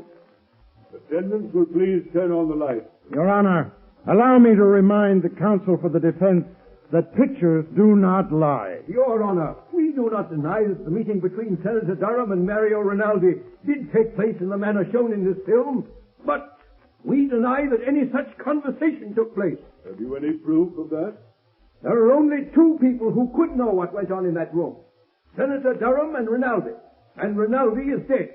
Do you deny the voice was the voice of the defendant? My client admits that it sounds like his voice, but it cannot be, since he never asked or received a bribe from the late Mario Rinaldi for any reason or purpose whatever. Your Honor, I ask a recess of this trial in order that the defense may have an opportunity to study this film and soundtrack. I object. I do not see how the due process of law will be impaired by a 24-hour delay. Objection overruled. Court's adjourned until 10 o'clock tomorrow morning.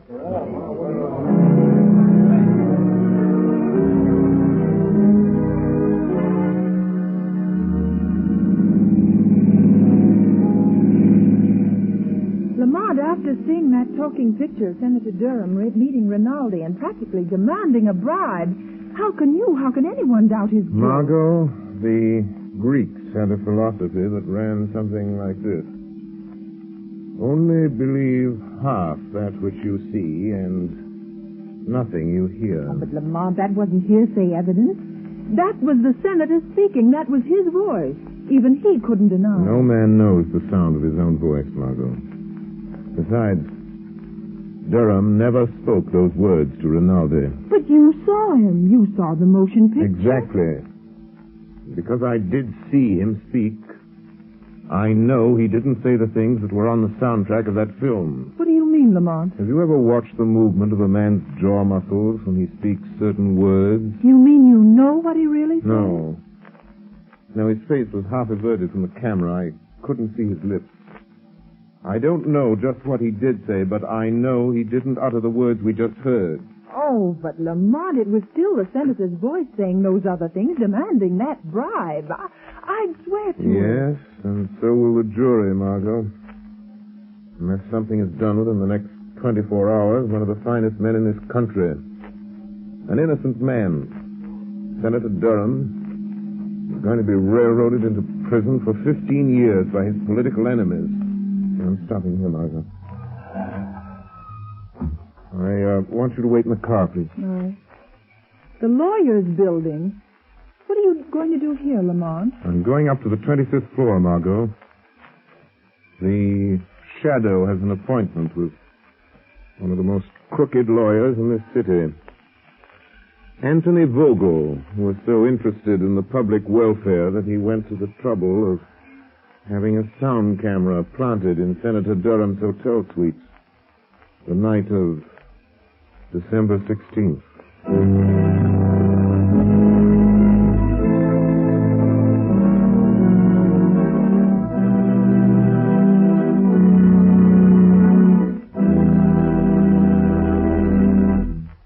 While we are waiting for the Shadow to return, I would like to ask all homeowners a question.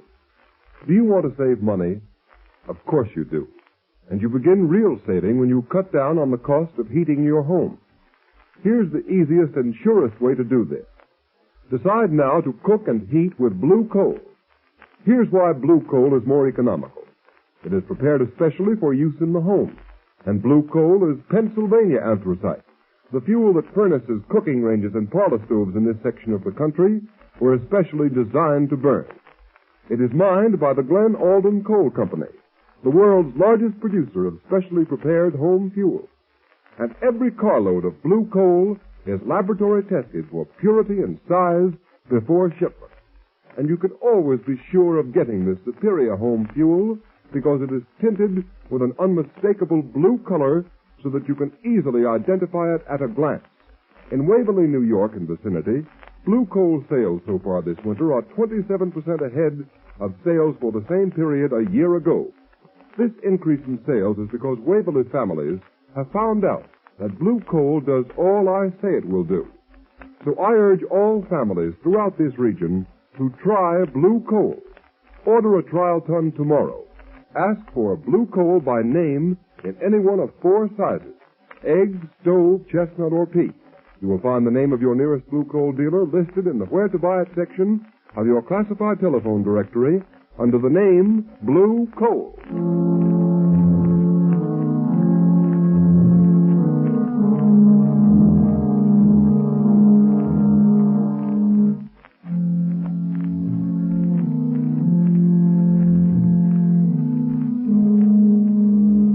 That's swell, Mr. Vogel.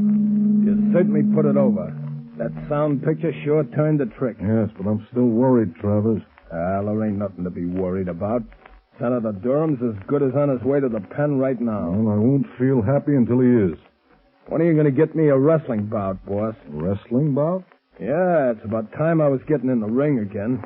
And, well, I could stand the extra dough. Forget you're a wrestler, Travers. You'll make more money in this racket as my bodyguard. Any calls while I was down at court? Yeah, Wilson phoned a couple of minutes ago. Why didn't you say so? Well, you didn't ask me. What did he want? I wanted to talk to you. Hey, what do you suppose he wants? Dough? I've paid him all he's going to get. Say, maybe he's read in the afternoon papers what we're really using that soundtrack for. If he gets white-livered and talks... Well, maybe we should fix him so he can't talk, huh, boss? What do you mean? Well, he could fall out of that 15-story apartment of his, accidental-like. He'd only have to fall once. It might be a good plan. Okay, you want me to go over there now and take care of it, boss? No, there's no sense doing anything about him until we have to.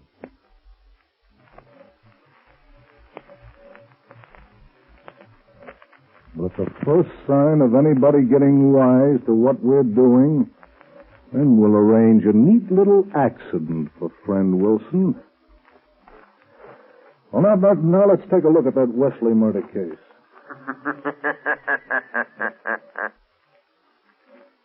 One case at a time, Mr. Vogel. What was that?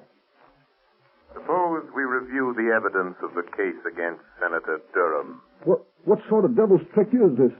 Who are you? I am the shadow, Vogel. But I can't see you. Nevertheless, Vogel, I am here, in the shadows. Gee, boss. Somebody's talking and nobody's here. Shut up, Travers. I'll handle this. Oh. So you're the shadow, eh?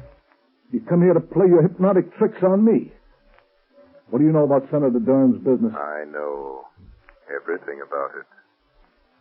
I've been listening to your interesting conversation about this Mr. Wilson. He seems to play an important part in your case against Senator Durham. Listen, Shadow, I've heard plenty about you. I don't want to fight you. How much do you want to keep out of this? Always the fixer. How much, Shadow? There isn't enough money in the world to cover up what you're trying to do, Vogel. Who is this man? Wilson. What part did he play in this scheme of yours? Oh, so you don't know. You're just trying to find out, are you, Shadow? Travers, lock the door. Okay, boss. That's locked. Melodrama won't help you, Vogel. Boss, if I could only see this guy, I could... Come on, Travers. We don't need to see him. What do you mean? Come over here. Give me your hand. Well, okay, but it don't make much sense. You'll see. All right. Stand up with me against this wall. Now, stretch out your arms. Can you touch the side wall on that side? Yeah, I can touch it. Good. I can touch it on my side. Now, walk slowly to the other end of the room and don't let your fingers leave the wall. Oh, I get it. Then the shadow can't get past it, huh? You're quick. Now, walk forward slowly. Slow, you fool! Okay. Well, I don't feel nothing. We're almost to the end of the room, boss. Maybe he got away. No, he couldn't go through the door. It's locked. The window's locked, too. Hey, boss, I felt something. Huh? I got him. I got hold of him, boss. I can't see him, but I got him. I got the shadow around the throat. He's a man after all. Gee, strong. Good. Kill him, Travers. Maybe he can. He's choking me. Give me your gat, boss. I'll shoot him. You don't need a gun. It'll make too much noise. He's weakening, boss. Kill him, Travers. Give him your famous stranglehold. If he doesn't let go, he'll kill me. Yes, Shadow. This is where you die. Finish him off, Travers. I've got to hurry and take care of Wilson before he gets a chance to talk.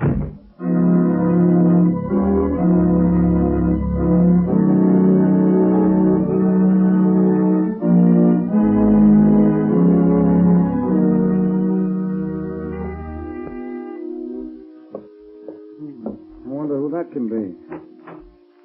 Oh, good evening, Mr. Vogel. Hello, Wilson. I hear you were trying to get hold of me earlier this evening. Yes, that's right. I want to talk to you. Won't you come in? Are you alone? Oh, yes. Good. Mr. Vogel, when you asked me to do some work for you, I didn't ask to know what you were going to do with it. I needed the money for my wife, Alice, and kids, and You got paid, didn't you? Yes, but... Well, all this stuff in the papers, Mr. Vogel, about the... Frankly, I don't like it. Oh, you don't? Having a little attack of conscience, Wilson? Well, doing the job is one thing, but sending a man away to prison on a false charge is something else. So I intended to tell you that... Tell me what? Well, to tell you that I refuse to let it go on any further. Oh, you refuse? Yes. After all, Mr. Vogel, if I tell what I know about... Well, what are you going to do about it? Just this. Don't move, Wilson. Put that gun down. Don't be a fool, Vogel. I'm not the fool, Wilson. No. Turn your back to me. That's right. What are you going to do? I'm going to assist at a little accident. Now, walk to that window. Wait. You can't do this to me. You can't. Walk! Okay. Now, open the window. All right, Wilson. Climb up on the windowsill. Just a moment, Mr. Vogel. The shadow. I thought Travers took care of you. You thought Travers took care of me, did you, Vogel? Well, I admit he's a good wrestler. But there was one little hole, Vogel, I learned in the Orient that he didn't know. He had me beaten for a moment. It was my one chance to get you to lead me to Wilson. You mean you followed me here? Yes. Yes, I followed you here. It wasn't very difficult to get away from Mr. Travers. It seems I arrived just in time for my proof. In time? No. There, Shadow, there's your proof lying dead on the floor. You're crazy, Vogel. You're a fool. You'll get the chair for this. I'm not as crazy as you think. So I'm a fool, am I, Shadow? Now, you're the fool for coming here. You're the fool the police will find locked in this room with Wilson's dead body. They'll find you. I'll see that they do. And here's the gun you killed him with. Why don't you try the window, Shadow? It's only 15 stories to the floor. Shadow. Wilson, tell me, quick.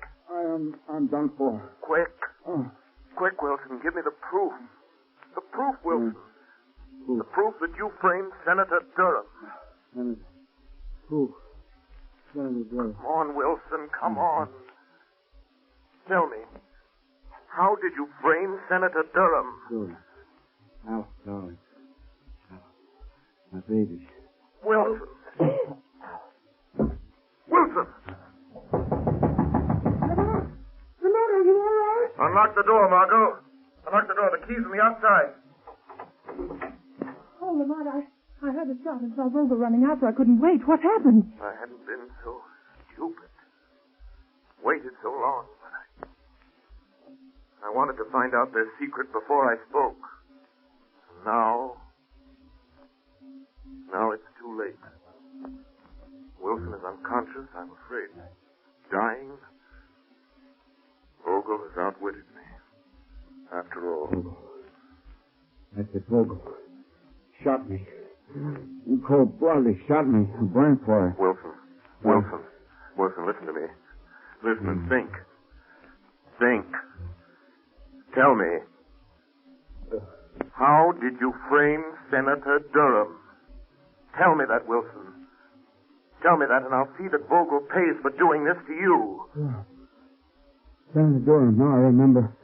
I'll show you. Help me into the next room. I'll show you. I will help you. Easy now. Easy. I'll get on the other side. Why, look. It's a recording studio. Yeah, that's right. It's my hobby. I'm an actor, impersonator by profession. An impersonator? Yes. Help me in that chair by the turntable. I impersonate people. I've imitated Senator Durham's voice dozens of times. Quick. Hand me the microphone. Turn on the switch. There, I can't hold out much longer. Here's the microphone. Drop that needle on the wax record. Turn the switch. This is you, Wilson, speaking. I've just been shot by Anthony Vogel. He hired me to...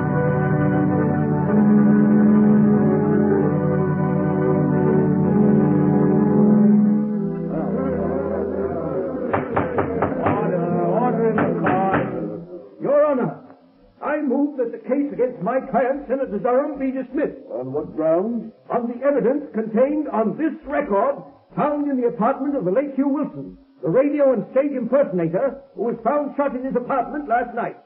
I ask the court's permission to play it at this time. Permission granted. You may start the record now. Yes, sir. This is Hugh Wilson speaking. I've just been shot by Anthony Vogel. He hired me to impersonate the voice of Senator Durham. It's my voice on the soundtrack of the picture shown at Senator Durham's trial. I'll show how I did it. Listen. Of course, Rinaldi, I told you you'd get the contract for a consideration. But you didn't send me my present of $50,000 for swinging it your way. So naturally, that's how it was done. That's how I did it. Durham's innocent. You never wrote those words.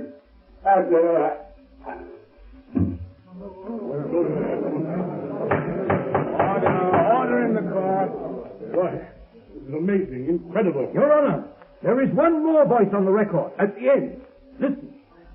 The voice you have heard is that of Hugh Wilson, murdered by Anthony Vogel. He is the man who sought to frame Senator Durham. But Vogel failed. Just as in the end all crime must fail, and all criminals pay the penalty of death. Order in the court.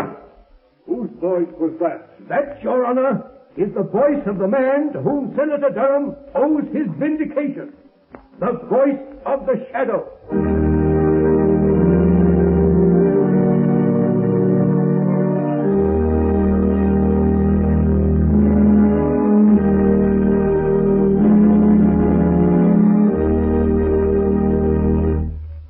Ladies and gentlemen, before the shadow leaves you, here's John Barclay, Blue Coal's heating expert. Ladies and gentlemen, Mr. Barclay. Thank you, Ken Roberts. Good evening, friends. Just now I'd like to offer you a friendly suggestion. To lose no time in sending for your free copy of my book, How to Reduce the Cost of Heating Your Home. This little book is attractively illustrated, and each of its 24 pages holds valuable heating information that is of interest to every homeowner. Problems such as the importance of clean furnaces, putting coal on the fire, how to bank a fire, and how to light a fire are dealt with in the fullest detail. For example, on page 16, you will find steps to follow in getting the best results from your furnace in the morning, during the day, and at night. And friends, these are only a few of the 36 topics covered in my book. There is no charge for this book. It will be sent to your home absolutely free and postpaid. It is a part of Blue Coal's famous free service. So I earnestly recommend that you send a postcard tonight for your free copy of How to Reduce the Cost of Heating Your Home. Addressed Blue Coal, 120 Broadway, New York City, or to Blue Coal in care of the station to which you are listening. I thank you. Thank you, Mr. Barclay. Friends, these books are going like wildfire. So write for your copy tonight. Address a postcard in a clear, legible hand to Blue Coal, 120 Broadway, New York City, or to Blue Coal in care of the station to which you are listening. Write now for your copy of How to Reduce the Cost of Heating Your Home.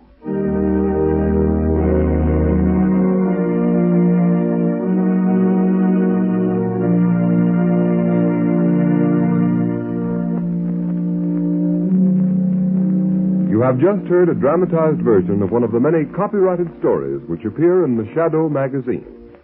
All the characters and all the places named are fictitious. Any similarity to persons living or dead is purely coincidental.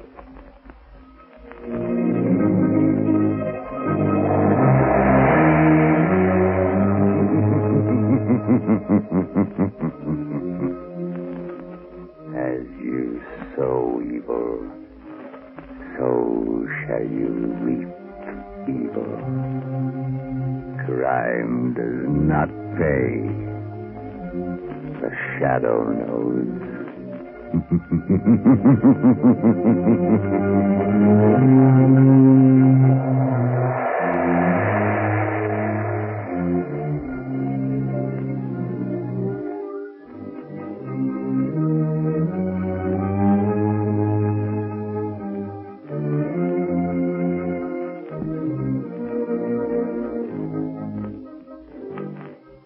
Next week, same time, same station, Blue Coal, America's finest anthracite, will again present another thrilling adventure of the Shadow.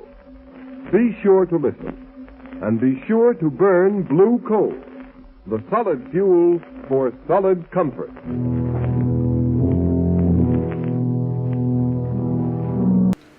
Groucho Marx meets some of the most interesting people you could ever hope to hear on radio in You Bet Your Life, coming up next. As we go on, you'll find it's quite an improvement.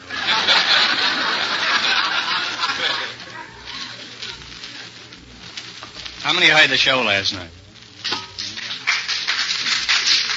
Pretty good average, 173, I think.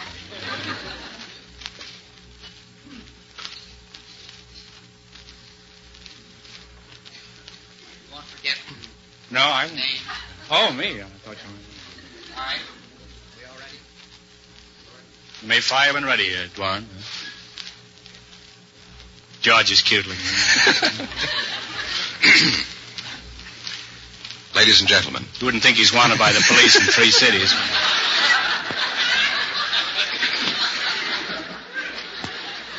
I have a job to do. All right. Don't worry about me. You mind your business, I'll mind mine. I'm no Budinsky.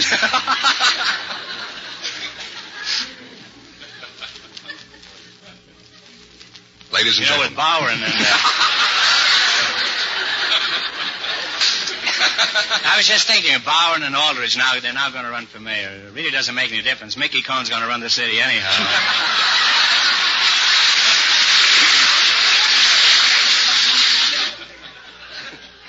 Anyhow, he gave that woman her house back. That was the thing that was underemphasized in this whole thing, you know. They all forgot about this woman. I was lying awake night worrying about her.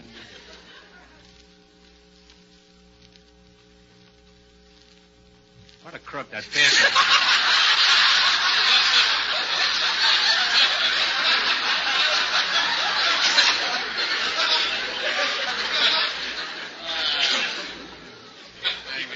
You know, the awful part of it is, that may be going on all the time in this town. I mean, people losing their houses for bills of $8 or $9. If this hadn't come up, nobody would have found out about it.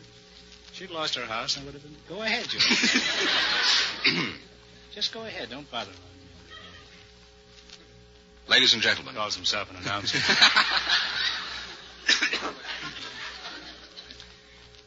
Ladies and gentlemen, the secret word tonight is head. H-E-A-D. Really? You bet your life.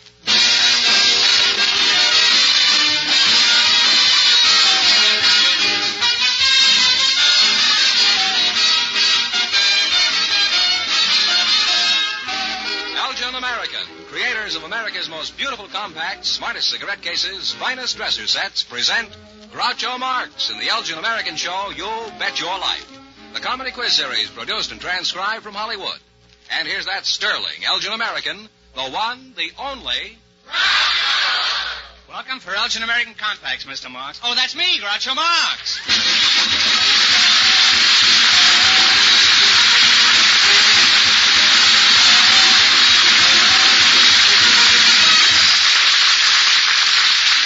Thank you. Tonight we have $1,000 for one of our couples. George Fenneman, who's first to try and take it away from me? Just before we went on the air, the studio audience selected a bachelor and a spinster to be on the show. And here they are. Miss Harriet DeBow and Mr. Norton Schreiner meet Groucho Marx. Welcome to the Elgin American program, folks. And if you say the secret word at any time we're talking, you'll each win the amazing new Apollo 16mm sound movie projector. It's a common word, something you use every day.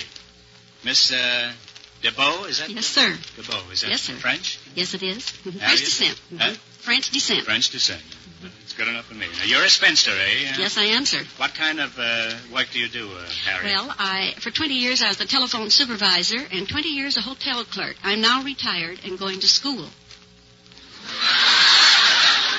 You're kind of doing the whole thing backwards, aren't you?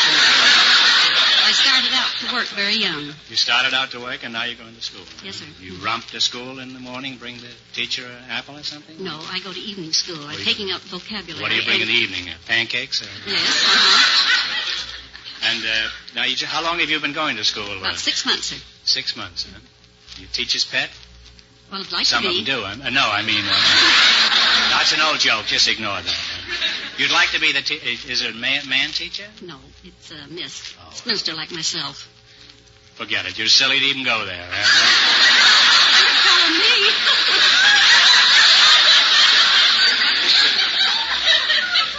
Thank you. Just walk up and down in front of your house. You do much better. Mr. Schreiner? Norton Schreiner, is that? That's right. You're a bachelor. Yes, sir. What do you do besides bacheloring? Well, I'm a relief man down at the Italian kitchen in Los Angeles. You speak Italian? No, sir, I don't. What kind of relief do you bring them down there?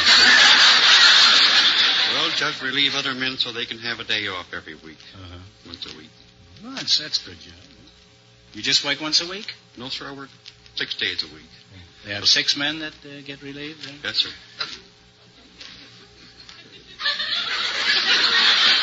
Suppose they had 7 men. You'd be out of a job. I probably would. Where are you from, Mr. Schreiner? From Seattle. Seattle, Wash, huh? Yes, sir. Mighty nice city. Good fishing. You're a stranger to Southern California? No, sir, I've been here about 20 years. 20 years, huh?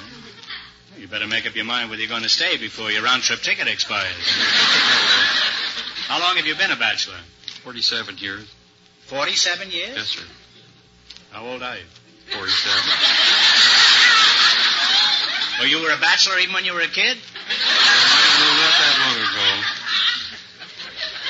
How long have you been a bachelor, Harriet? 25 years. 25 years. Spinster, I meant. 25 years. 25. You're 25 years old? No. 25 years a spinster. You're not born a spinster.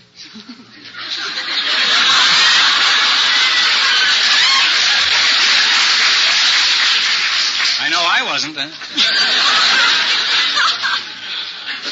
And how old are you now, Harriet? Within reason. Within reason? Yeah. 60. 60, yeah. And, Mr. Norton, what's the reason you're not married? Well, I never met the right kind of a girl, I believe. And, Would you like to get married? Yes, sir, if I met the right person. Why? Why would you want to get married? Well, for love and companionship. And so... Either one, or just... both.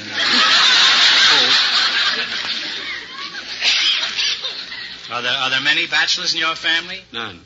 None, huh? I'm the only one. Bachelors don't run in your family, eh? If they did, they wouldn't be bachelors, eh? You've never been hooked, eh? No, sir. Have you been on the brink of being hooked? Yes, sir. I went with a girl for about 2 years, and I think I was rather slow on the romance, and they got acquainted with my cousins, and that was the end of it. You got acquainted with your cousin? No, sir, she did. Oh, she did, huh? And your cousin married her? Evidently. I never saw her. What do you mean? You never heard from your cousin again? You ought to investigate that. Huh? Maybe you have enough cousins that you don't care what happens to one little one. Why are you still single, Harriet, a charming woman like you? Thank you. Well, I had 3 chances. 3 chances, and you struck out?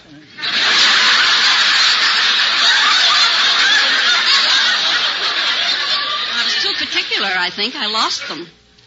Your standards were too high, huh? That's what I think, yes. Now, I mean, would you lower the standards? Indeed, I would.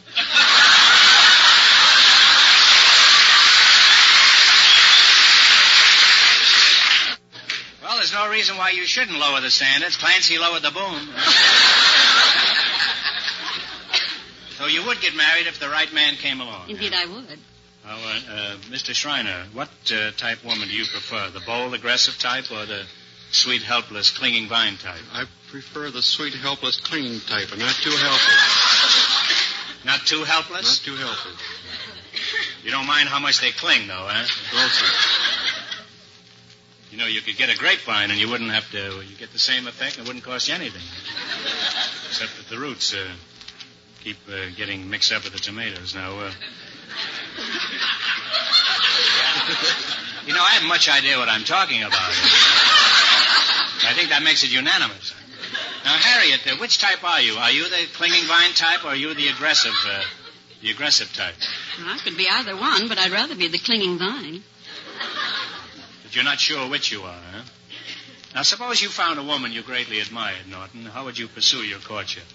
Well, by being charming and polite and taking her candy once a month. There's no danger of that girl getting diabetes.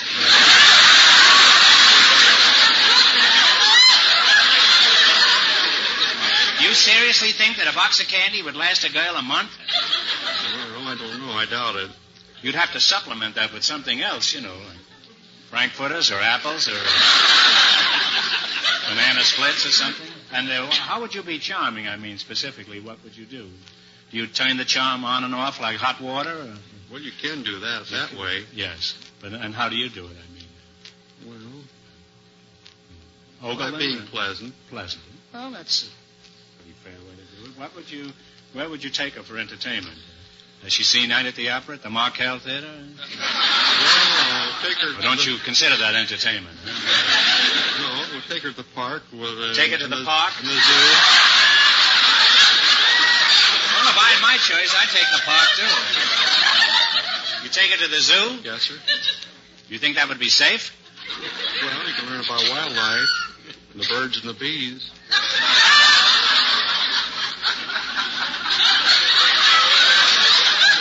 I didn't know they had bees in the zoo. Why don't you take her to what do they call it, an aviary? Something like that. Well, they have that in the park. Oh, they do? Well, you're pretty familiar with the park, aren't you? Kind of a park expert. How does this all sound to you, Harriet? Would you be interested in a man like Norton here? Well,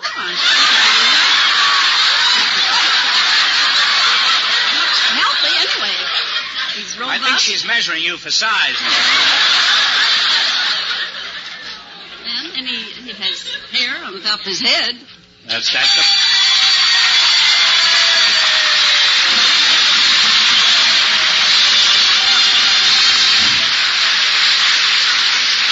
Harriet, you said it. You said head, and so you each win an Apollo 16mm sound movie projector. Oh, thank you. Not only that, you could walk out of here with over $1,000 tonight. You're really using your head to good advantage tonight, Harriet. Why, thank you, sir.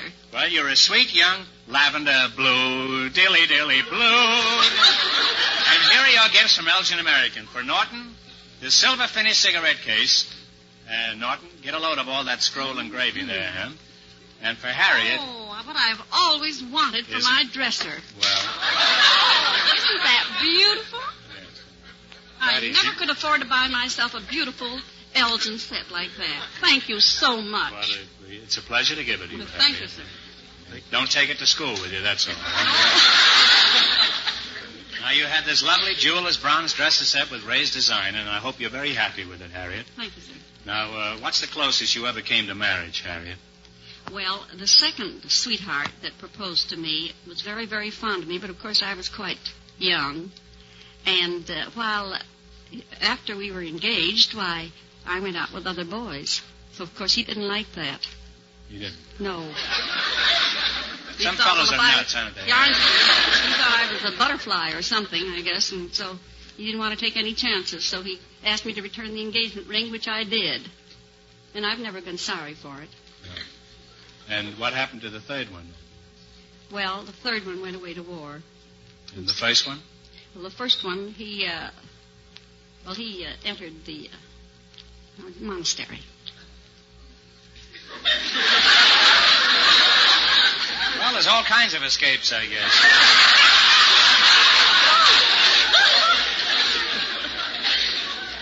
Well, would you still marry him today, this one with the butterfly episode, Harriet? Oh, I don't believe I would. Why not? Well, he's married now. He's got about 7 children. He's got 7 children, and you wouldn't marry him? Huh? No. Mm-mm. Would you marry him if he had 4 children and was married? No, I don't believe I would. You wouldn't. Well, you're You're a stickler, aren't you? Now, what was your most embarrassing experience, Mr. Schreiner? Well, when I was younger, I had a tendency to walk in my sleep. And my folks had company one night, and I walked without any clothes down through the company, and back upstairs and went to bed. And I didn't know anything about it until the next morning. My folks told me. I was very embarrassed.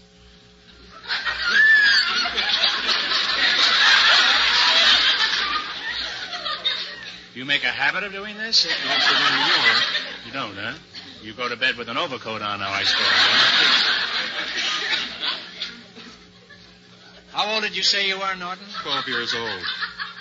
You are now 12 years old? I was 12 years old. Oh, you were 12 years old. Well, that age, it's not so important. Now, let's pretend that I'm your father. Harriet, you pretend you've made up your mind about Norton and you want to marry him. You come into the parlor and I'm sitting there knitting a hot water bottle. What for? Well, it looks better, I think, knitted. Huh? And you ask my permission. Now, you go ahead. What would you say to me? I'm your father now, and you ask me. We're only pretending. You're my father? Yeah, I'm your father. Now, you want to marry this chap, and you come in the parlor, and I'm sitting there. Well, Father, I'd like to marry this young man. I know he's much younger than I am, but I probably need a younger man.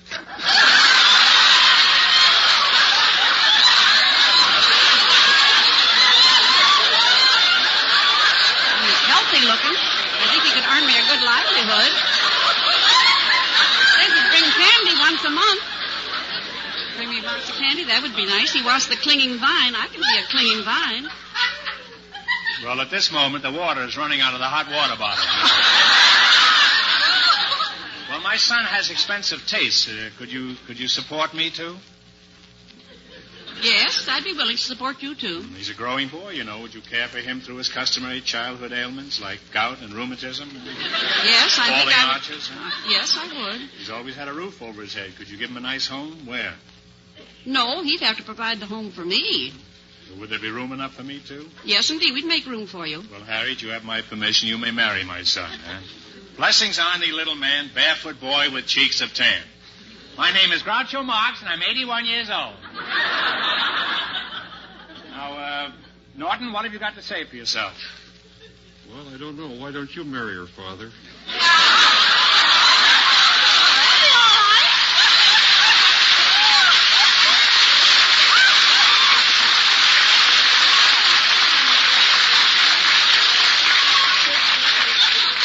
Norton, I'd be only too glad to, but I don't think my wife would let me get away with it. Huh? Now, in just 1 minute, you'll play the Elgin American game for $1,000. You bet your life. But first, Mr. Fenneman. Have you looked at your mother's compact lately? Mother's Day is May 8th, and an exquisite new Elgin American compact is the glorious gift of beauty and utility she'll carry with the greatest pride for a long, long time. Because it's first in fashion, jewel-like in finish, and perfectly made the famous Elgin American way. Tomorrow, see these preferred compacts in smart costume colors, silver finish, jeweler's bronze, and sterling silver at your favorite store. And at the price you want to pay. And see also Elgin American's thrilling new companion line of compacts, American Beauty, priced as low as $2.95. Tell Mother she's number one with you by giving her a superb new compact with America's number one name, Elgin American.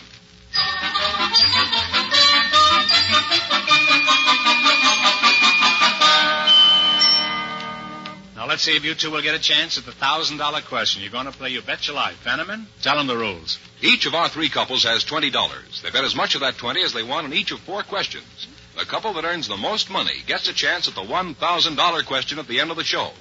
Our other 2 couples are in a waiting room off stage, so they won't know what goes on until it's their turn. Here we go. Let's see how high I can build you $20. What question category did you select? The co-stars in recent movies. That's right. Now, here's your first question. How much of the 20 are you going to go for? $10. $10. Who played opposite Bob Hope in The Paleface? Jane Russell. Jane Russell is right. They're on their way with $30. Remember, you're going for $1,000 tonight. How much of your $30 will you try? 20. 20? Is that all right, yes, sir. Harriet? Mm-hmm. Who played opposite Jane Wyman and Johnny Belinda? Lou Ayres. Lou Ayres is correct. Now they have $50. Here's your third question. You have $50. How much are you going to try this time? 40. 40.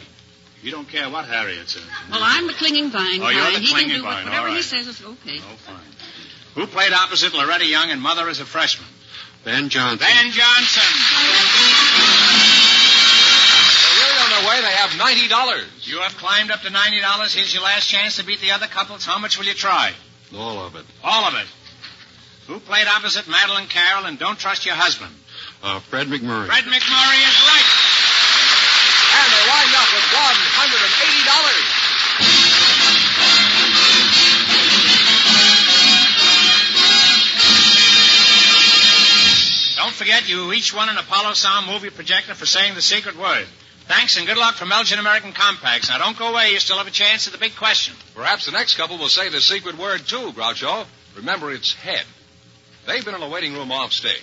Okay, boys, bring them in. Just before we went on the air, our studio audience selected a telephone operator and a housewife, and here they come. Operator Pat Gilbert and housewife Jean Benjamino meet Groucho Marx. Welcome, girls. Welcome to the Elgin American program. And if you say the secret word at any time we're talking, you'll each win the amazing new Apollo 16mm sound movie projector. It's a common word, something you use every day. Miss Gilbert, you're the telephone operator, eh? Yes. Where are you from? Patricia, huh? Patricia Gilbert. The telephone company. You're from the telephone company, huh? That's where you were born? Well, sometimes I think so. Uh-huh. Well, I've been in the hands of the receiver many times. I thought... And now that we've passed that persiflage, where are you from, Pat? I'm from Plymouth, Massachusetts. Plymouth, Massachusetts. Yes. Rhode Island Red. Uh-huh. Well, you look much better than that rock up there. I'll say that. Oh. Are you married, Pat? No, I'm not. You're not. Huh? Pretty happy about it, too, huh?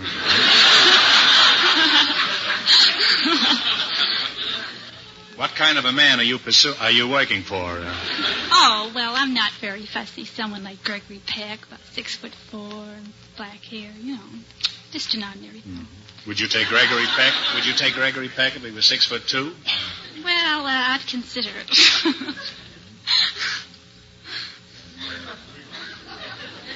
What kind of a man are you working for now, Pat? What kind of a man am I working for? Aren't you working for anybody? Don't you have a boss there? No, there's all women where I work. They're all unfortunately. bosses, Yes. Mrs. Jean Benjamino? Yes. You Italian descent? No, I'm not. You're not? I'm Irish. Irish, huh? Italian name, though, huh? Husband? My husband's Italian. Husband. We've been ignoring you, but I suppose you've been eavesdropping. Yes, I have. After all, this is a party line. Where are you from? New Jersey. New Jersey. And how many children do you have? One. What does your husband do? He's a civilian patrolman. How many children does your husband have? One.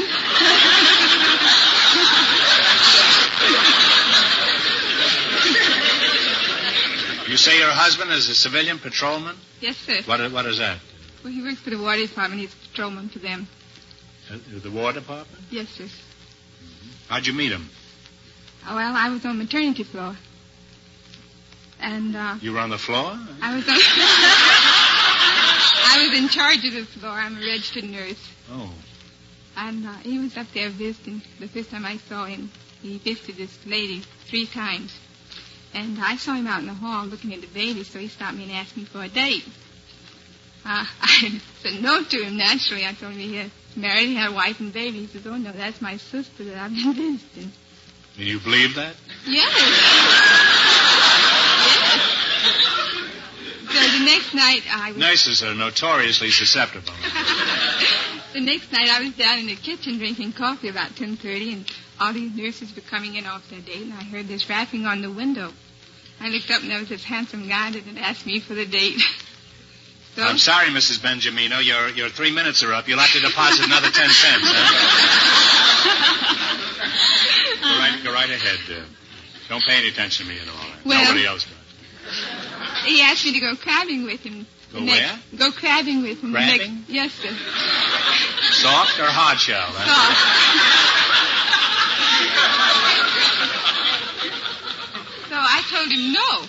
he says, if you don't give me a day to go crabbing with me tomorrow, I'm going to raise everybody up in the hospital. I'm going to wake everybody up. He was pretty crabby already, wasn't he? So I said, okay, I'll go crabbing with you tomorrow if you'll just get away from the window. You know, I didn't mean to keep that Well, day. have you ever gone crabbing with anybody else before? Is that the customary procedure for romance in the Yes, place? during the summertime they go They crabbing. don't go dancing? They go crabbing, everybody? They go dancing, too. Well, While they're crabbing? And do they go crabbing while they're dancing? I imagine some of them do.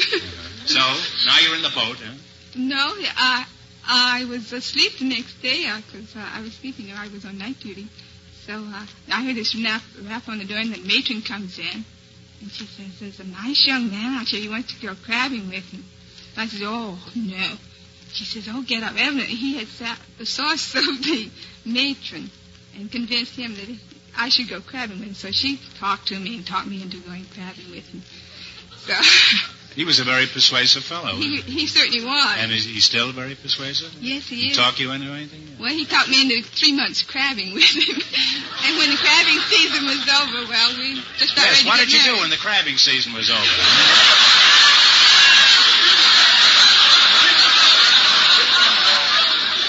I mean, there comes a time in every couple's life when the crabbing season is over.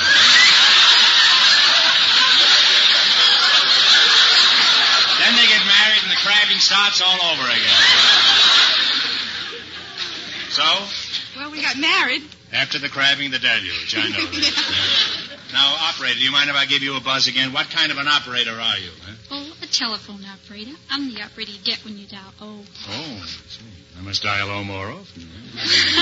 Obviously, you're the belle of the phone company, huh? As a phone operator, how many hours a day are you on the phone? Oh, 8 hours. You spend 8 hours a day on the phone, huh? Mm-hmm. Typical woman. Oh. I don't see how you get any work done. Now, housewife, on an average day, how much time do you spend talking on the phone? Oh, about an hour altogether. An hour. And what do these calls consist of mostly? Social calls. Social calls. Yes. And what do you talk about? Well, my sister calls me up and talks about her boyfriend most of the time, and my arm gets broke. I prop it against the table, and here she goes. She talks. Why? I don't do any talking. She does it all. What does she talk? What is the gist of this? I mean, is she complaining about her boyfriend, or? Well, she's just giving me the whole story of everything that happens. And is there a new story every morning? No, it's the same old story, so that's when I just sit there and listen. I see. Well, you could put stuff in your ears, you know. I guess I could go make the beds up and watch she and come back again. She'd never know I left the phone. Well, try that tomorrow, will you?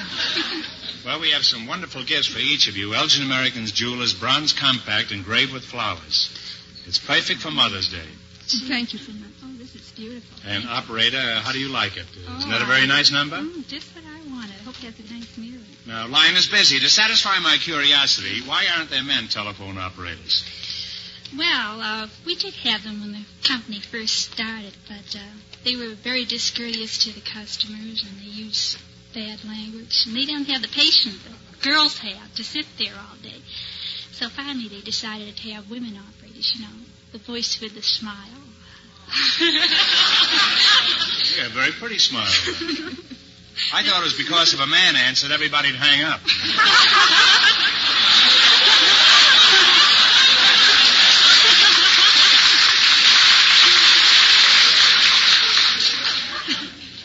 What training is necessary for your job, Pat? Well, we go through 12 weeks training on with an instructor on a dummy board. A dummy board? Yeah. Is it anything like a smorgasbord? What is a dummy board? Well, it's made up to look just like a real board, but the only thing is it seems like you're on a real board, but it's not connected up. They can't put any closer. And the board of directors are all dummies? They sit around there and watch you? How can you tell when some swindler sticks a slug in a phone instead of a nickel? Well, I listen to money so often, I can tell by the tone of the bell. If it doesn't ring. I'll remember that. I've lost a lot of slugs lately. Oh, yeah. Well, always thought you operators bit the nickel face before you put the call through. Huh? Must get pretty monotonous sitting there all day, doesn't it? What do you do for relaxation? Take the plug out for a canter around the park? Oh, that's an idea. Huh? How often do you have a rest period, Pat? Well, we have a rest period about every 2 hours. Do you ever get angry with a subscriber who bawls you out? Oh, no. I'm trained to be very patient and courteous. I never get angry. You never get angry, huh? No. Tread softly and carry a big stick. There. You treat your teeth. Grit your teeth. Well, you have nice teeth. You can grit them. If I grit mine, they'll fall out, huh? You treat your customers with a great deal of respect and reverence. I've noticed that you always observe 2 full minutes of silence before you answer a call. That's because we're busy. You're busy, huh? Now, what's the strangest call you ever had, Pat? And what's the strangest Pat you ever had call, huh? Well, one of the strangest calls the other day, this man called me up and he said, Operator, how about fixing me up on a date tonight with a blonde? I have a lot of calls like that, but this one, I don't know what he thought it was, the lonely hot sparrow. You don't answer any of those calls at all? Suppose it had been for a brunette. Well. Now, what's the most embarrassing experience you've ever had? The most embarrassing experience? Well, I can't think of any single one. Oh, well, the other day I answered this call. It was a private line signal. I was so busy working, I didn't notice. I took it for a coin box, so I pressed the coin return, and I said, please deposit 40 cents for 3 minutes. And he said, Operator, I'm speaking from my own home. Where do I deposit it? Was my face red? Well, he could have dropped it in the garbage disposal. Now, what was the most expensive call you ever had, Pat? Well, I don't have too many expensive ones, but last year when I worked on long distance, I had a man placing a series of calls, about 3 or 4 to Europe, to England, and places like that. And it must have amounted up to about $400. I think he was a movie producer, something like that. Of course, I don't listen in. You didn't eavesdrop at all? No. Not at all? Well, sometimes you have to listen a little to see if they're getting the right number. Might have been Rita and Allie, you know. In that case, You know, the most expensive telephone call I ever made only cost me a nickel. I proposed to my wife on the phone. It was a party line. I got 5 acceptances and 3 refusals. Now, wrong number. On your job, you must overhear some fascinating conversations. Do you ever learn any state secrets? No. No, we don't listen. Don't That's against Rule X923. Is that the rule? Yes. Can you give me that number again? Well, something like that. What is it, X0923? Yeah. That's a good number, huh? I like your number better now. How do you know when my 3 minutes are up on a long-distance call? Well, when you start talking, I have a clock there, and I time it. And I know just what time your 3 minutes is up, so I notify you then. And, housewife, what's your chief complaint against the phone company, in addition to your sister? Well, when I get my bill, I think they overcharge me, or they charge too much, or they can't count or something, because it seems like they've got more calls on the bill than I can recall making. In other words, you're implying that they're crooks, is that it?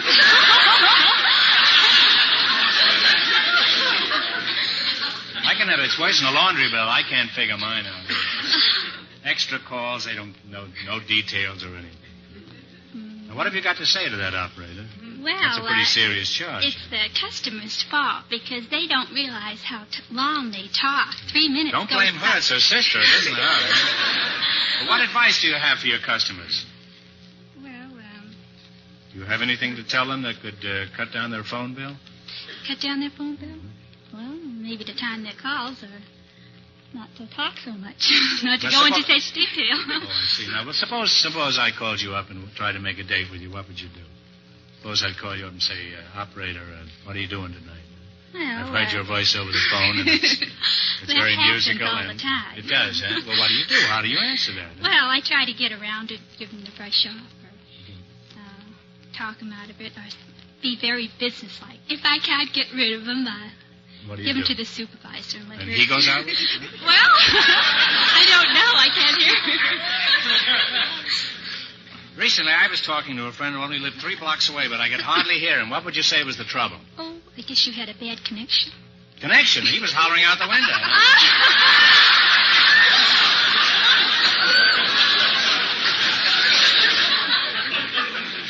A busy signal. What are your favorite complaints against telephone subscribers? Oh, they're not very courteous, and besides that, they treat us like we're a machine, and after all, we're not. You certainly don't look like a machine to me, Pat, huh? Oh, thank you. If that was the way machinery looked, I'd become an engineer in the morning, huh?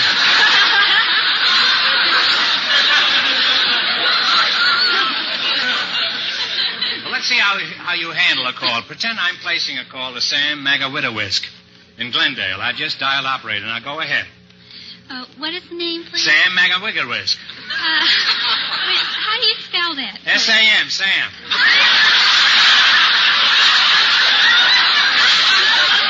I mean the other name, Mr. Whiskey Whisk. If I could spell it, I'd write him a letter.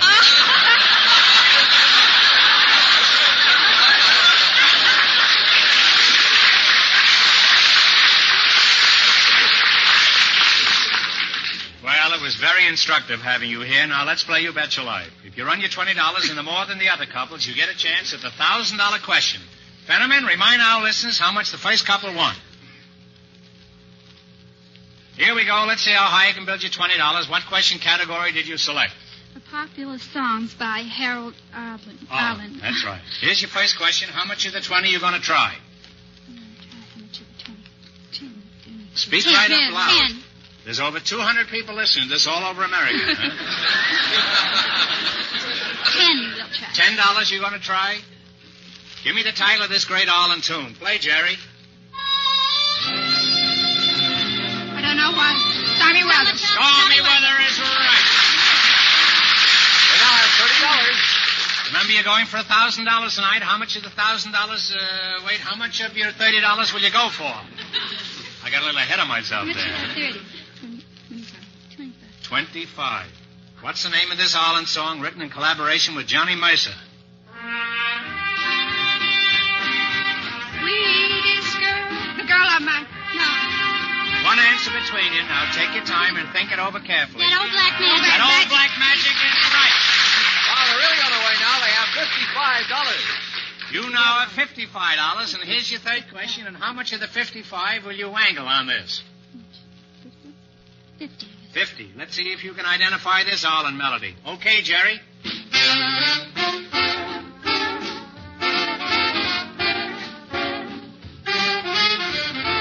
Accentuate the positive. Accentuate the positive. That's exactly what they're doing. They now have $105.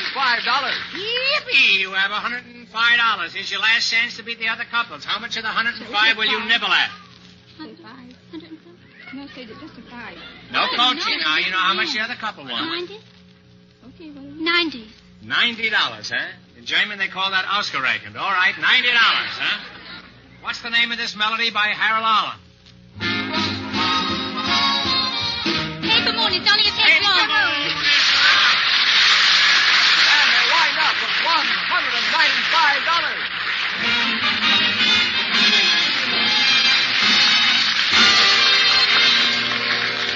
Thanks and good luck from Elgin American Compacts. Now, in just 1 minute, our last couple will play You Bet Your Life. And then we know who gets the chance at the $1,000 question. Fenneman, say something new for a change. How about a nice recipe? A recipe? All right, Groucho, how's this? A recipe for happiness. Take a lovely new Elgin American dresser set. Give it to Mother on May 8th, Mother's Day, and see how perfectly delighted she'll be. This is the gift that really dresses up a bedroom. It's the unusual gift that proves you gave thought to Mother's big day. These dresser sets come in a range of easy prices and lovely designs, with or without matching powder jars. Combs are hand-cut, bristles are nylon, mirrors are specially ground for extra clear reflection. Every detail is Elgin American perfect for the perfect gift Mother deserves. See these beautiful, beautiful dresser sets tomorrow. For the Mother's Day gift she'll cherish for the special look it gives her bedroom, for that special cared-for feeling it gives her. give a charming new dresser set by Elgin American.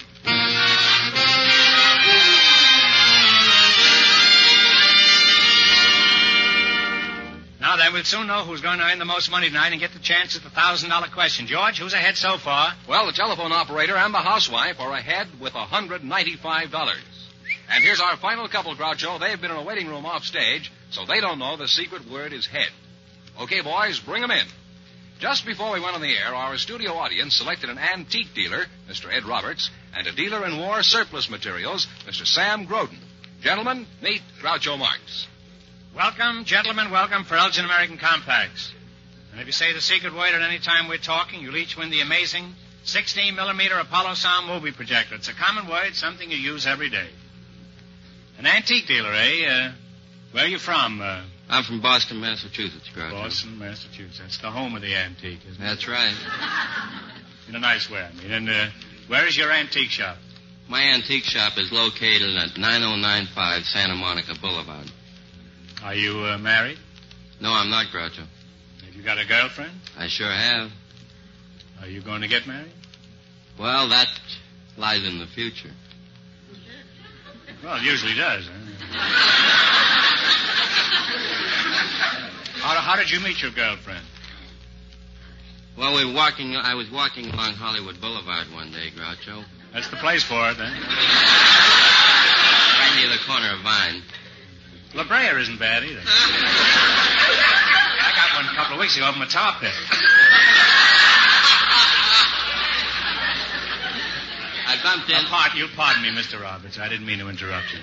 I bumped into her while she was walking along. She was carrying a lot of bundles. And the bundles scattered all over the street. I bent down to help her pick them up. And at the same time she did, and our heads bumped.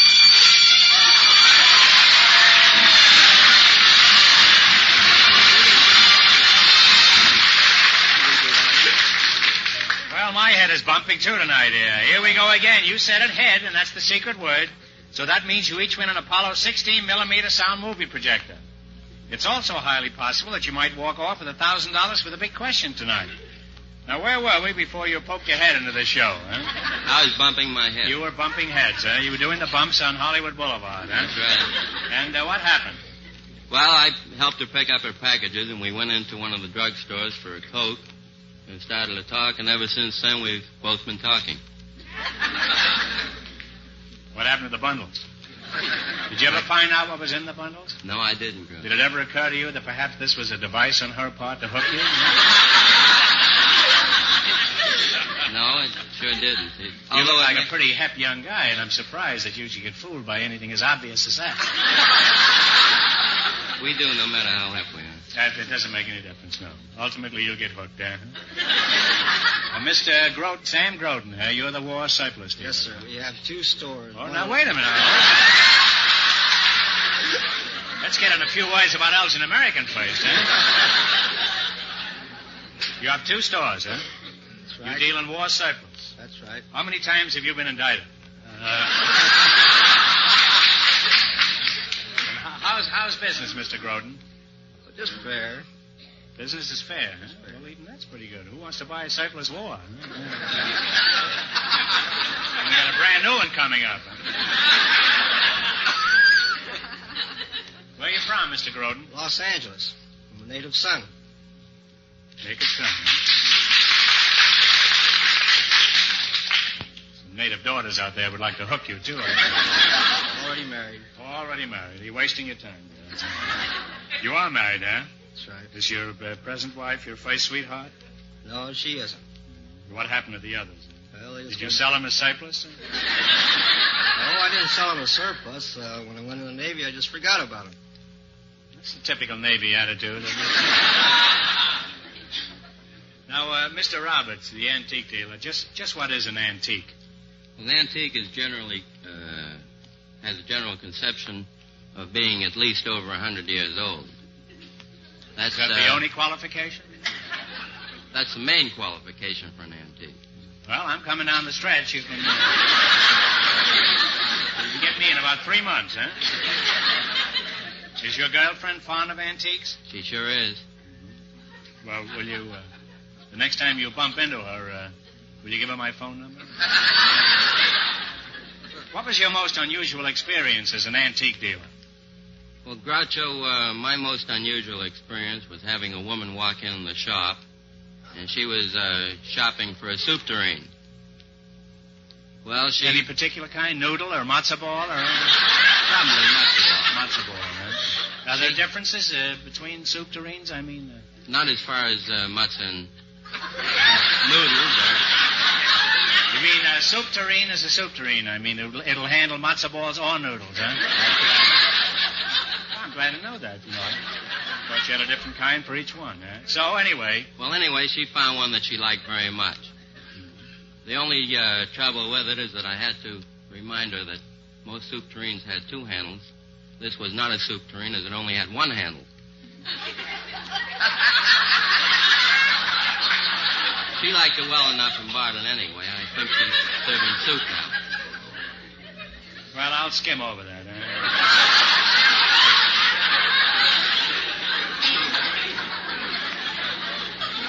How do you junk dealers, I mean antique dealers, how do you get those holes in old furniture? Do you have a little squad of trained worms that... No, if a piece is antique, then it's got those holes in it already. It does, huh? Well, how does it get the holes in it? I mean, I don't know who trained the little worms, but evidently there were worms at one time that did make the holes in the pieces. That's the only test of an antique it has? No, that isn't the only test, but it's one of them. Where do you get your antiques? Well, I have all of my antiques shipped in. You breed your own worms? You have them all shipped in? I have them shipped in from the New England states. My mother does the buying back there from various private estates. Long trips she makes through the small towns? And That's right, through the small towns of New England. Have you ever been fooled by a phony one? I sure have. How do people get bamboozled by antiques? Well, when I first started in the business, I went ahead and bought something that I believed genuinely to be an antique. A man walked in, and I tried to sell him this piece and found out that he'd reproduced it himself less than 2 years before that time. Well, when you get stuck with an antique that was made in Grand Rapids, are you always successful in palming it off on some sucker? None of my antiques come from Grand Rapids.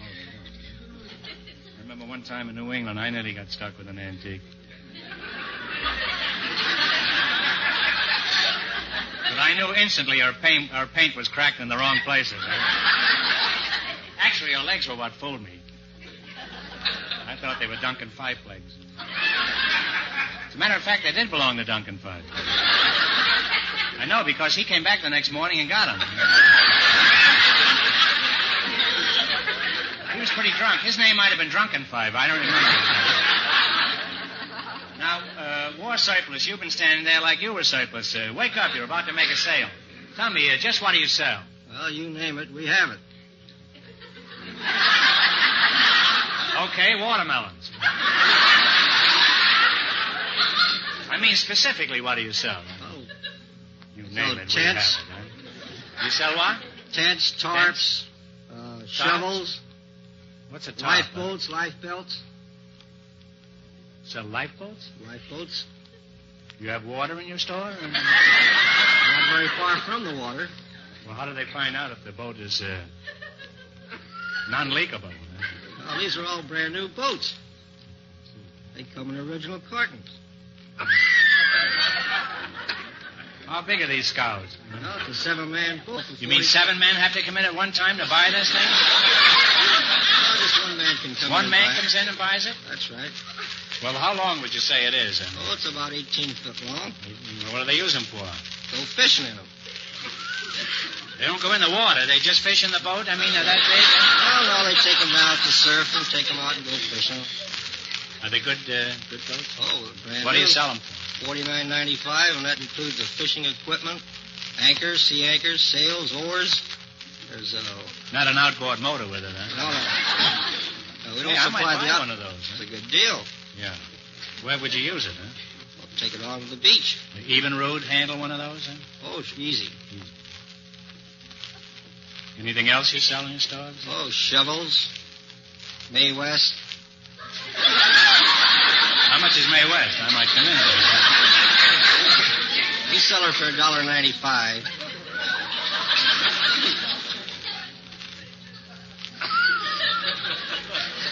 We also have life belts and jackets and shoes. You're all ready for a war, aren't you? No, not right now. No. Were you in the war, the last one? I was in the Navy. Did you have your own boat? And the government supplied one for me. What was your most embarrassing experience, war assets? Well, the most embarrassing experience is when I got married. The judge was going through the ceremony, and I kept saying, I do, and the judge says, one I do's enough. That was just about my most embarrassing experience. What'd you say? I do. You just kept on repeating it, even after he told you it was enough. Huh? I'm still doing it. I do. Well, you're just an old yes man at home, huh? Not quite. Well, just to show you how welcome you are, we have an Elgin American silver finished cigarette case for each of you. These have an engraved panel design. Now, war surplus, just what does most of your merchandise come from? Well, the Army, Navy, and the Marine Corps. You were in the Navy, huh? That's right. I bet you had the biggest duffel bag in the Navy, huh?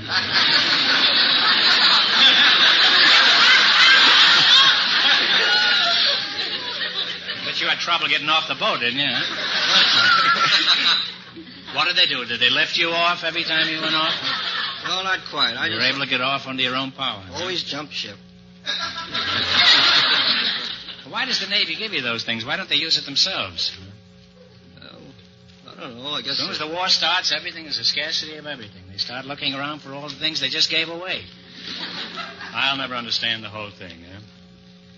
Well, you don't know any more about it than the next man, I suppose. And the next man happens to be an antique dealer.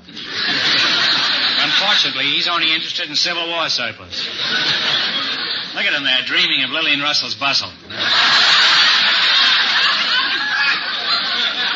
What Navy surplus do most people buy, Mr. Groden? Well, clothing's our biggest item. Clothing, huh? What's the largest item you have for sale? Well, that's that big 7-man lifeboat I was telling you about. Well, here we are, back in the water again. Now, Antique, let me jerk you away from the War of 1812 and bring you back to 1949. Well, I've still got some change in my pocket. What's the most valuable antique in your shop? Well, I have a very beautiful French porcelain steeple clock. Mm-hmm. Why is it valuable? Well, it's approximately 400 years old, and it's a very beautiful item, very desirable. Very few of them in the country. Mm-hmm. Where'd you get it? It was purchased in New England from one of those private estates I was telling you about. And what is it up for now? I mean, how much would it cost? Well, the price to you, Groucho, would be very small. I'd give you a dealer's discount, which would only cost you $350. I can get a boat for $49.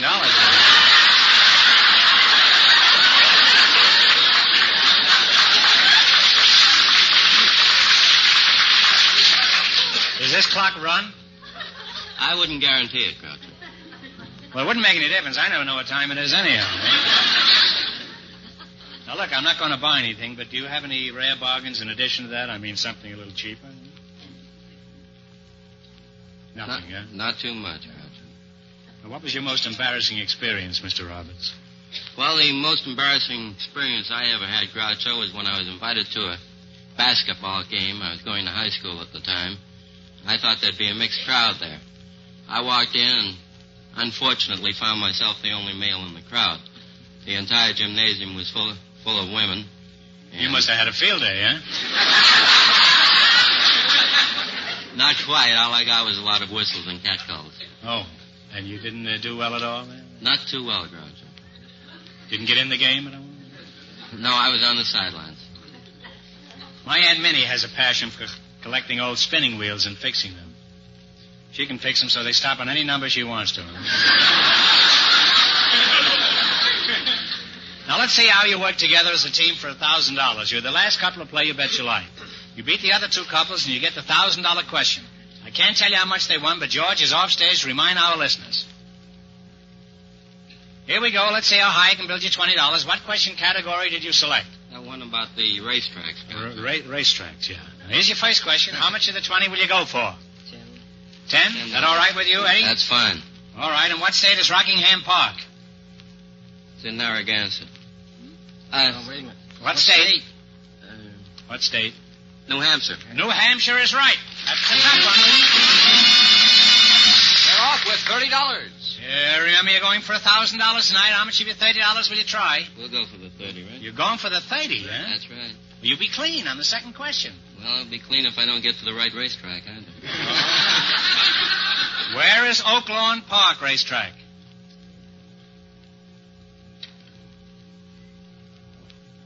Chicago. Illinois. No, I'm sorry, it's Arkansas. That was a tough one. You bet all your money and didn't do so well. I'm too soft-hearted to let you go home broke, so I'm going to give you one more chance. You get this one right and you win $10. It's a toughie, so think hard now. What large ocean washes the Atlantic coast of the United States? The Atlantic. The Atlantic Ocean is right. Groucho, that means that the telephone operator and the housewife with $195 get the chance at the $1,000 question.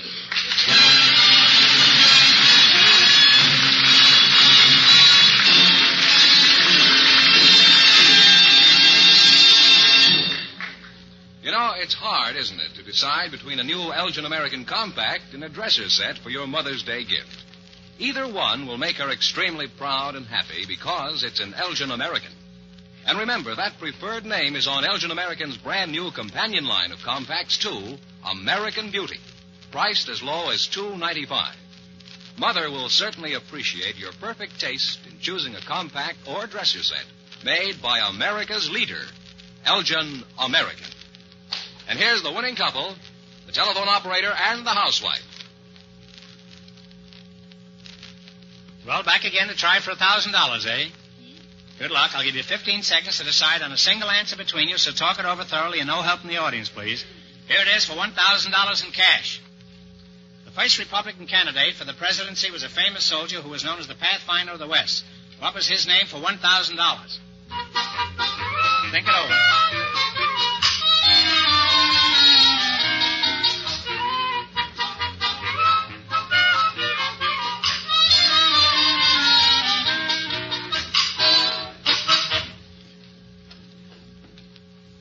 And what is the answer you two have decided upon?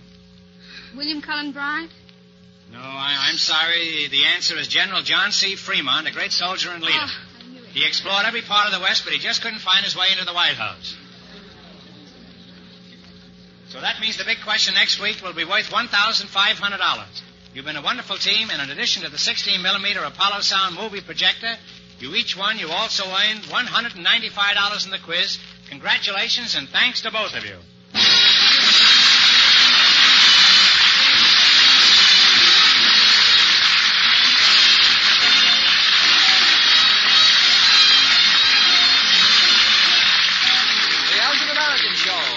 Bet Your Life is a John Goodell production, transcribed from Hollywood, directed by Bob Dwan and Bernie Smith. Music by Jerry Fielding. Remember, next week's big question pays $1,500. Be sure to tune in again next Wednesday night at this time for You'll Bet Your Life, starring Groucho Marx, presented by the creators of America's most beautiful compacts, smartest cigarette cases, and finest dresser sets. Good night, folks.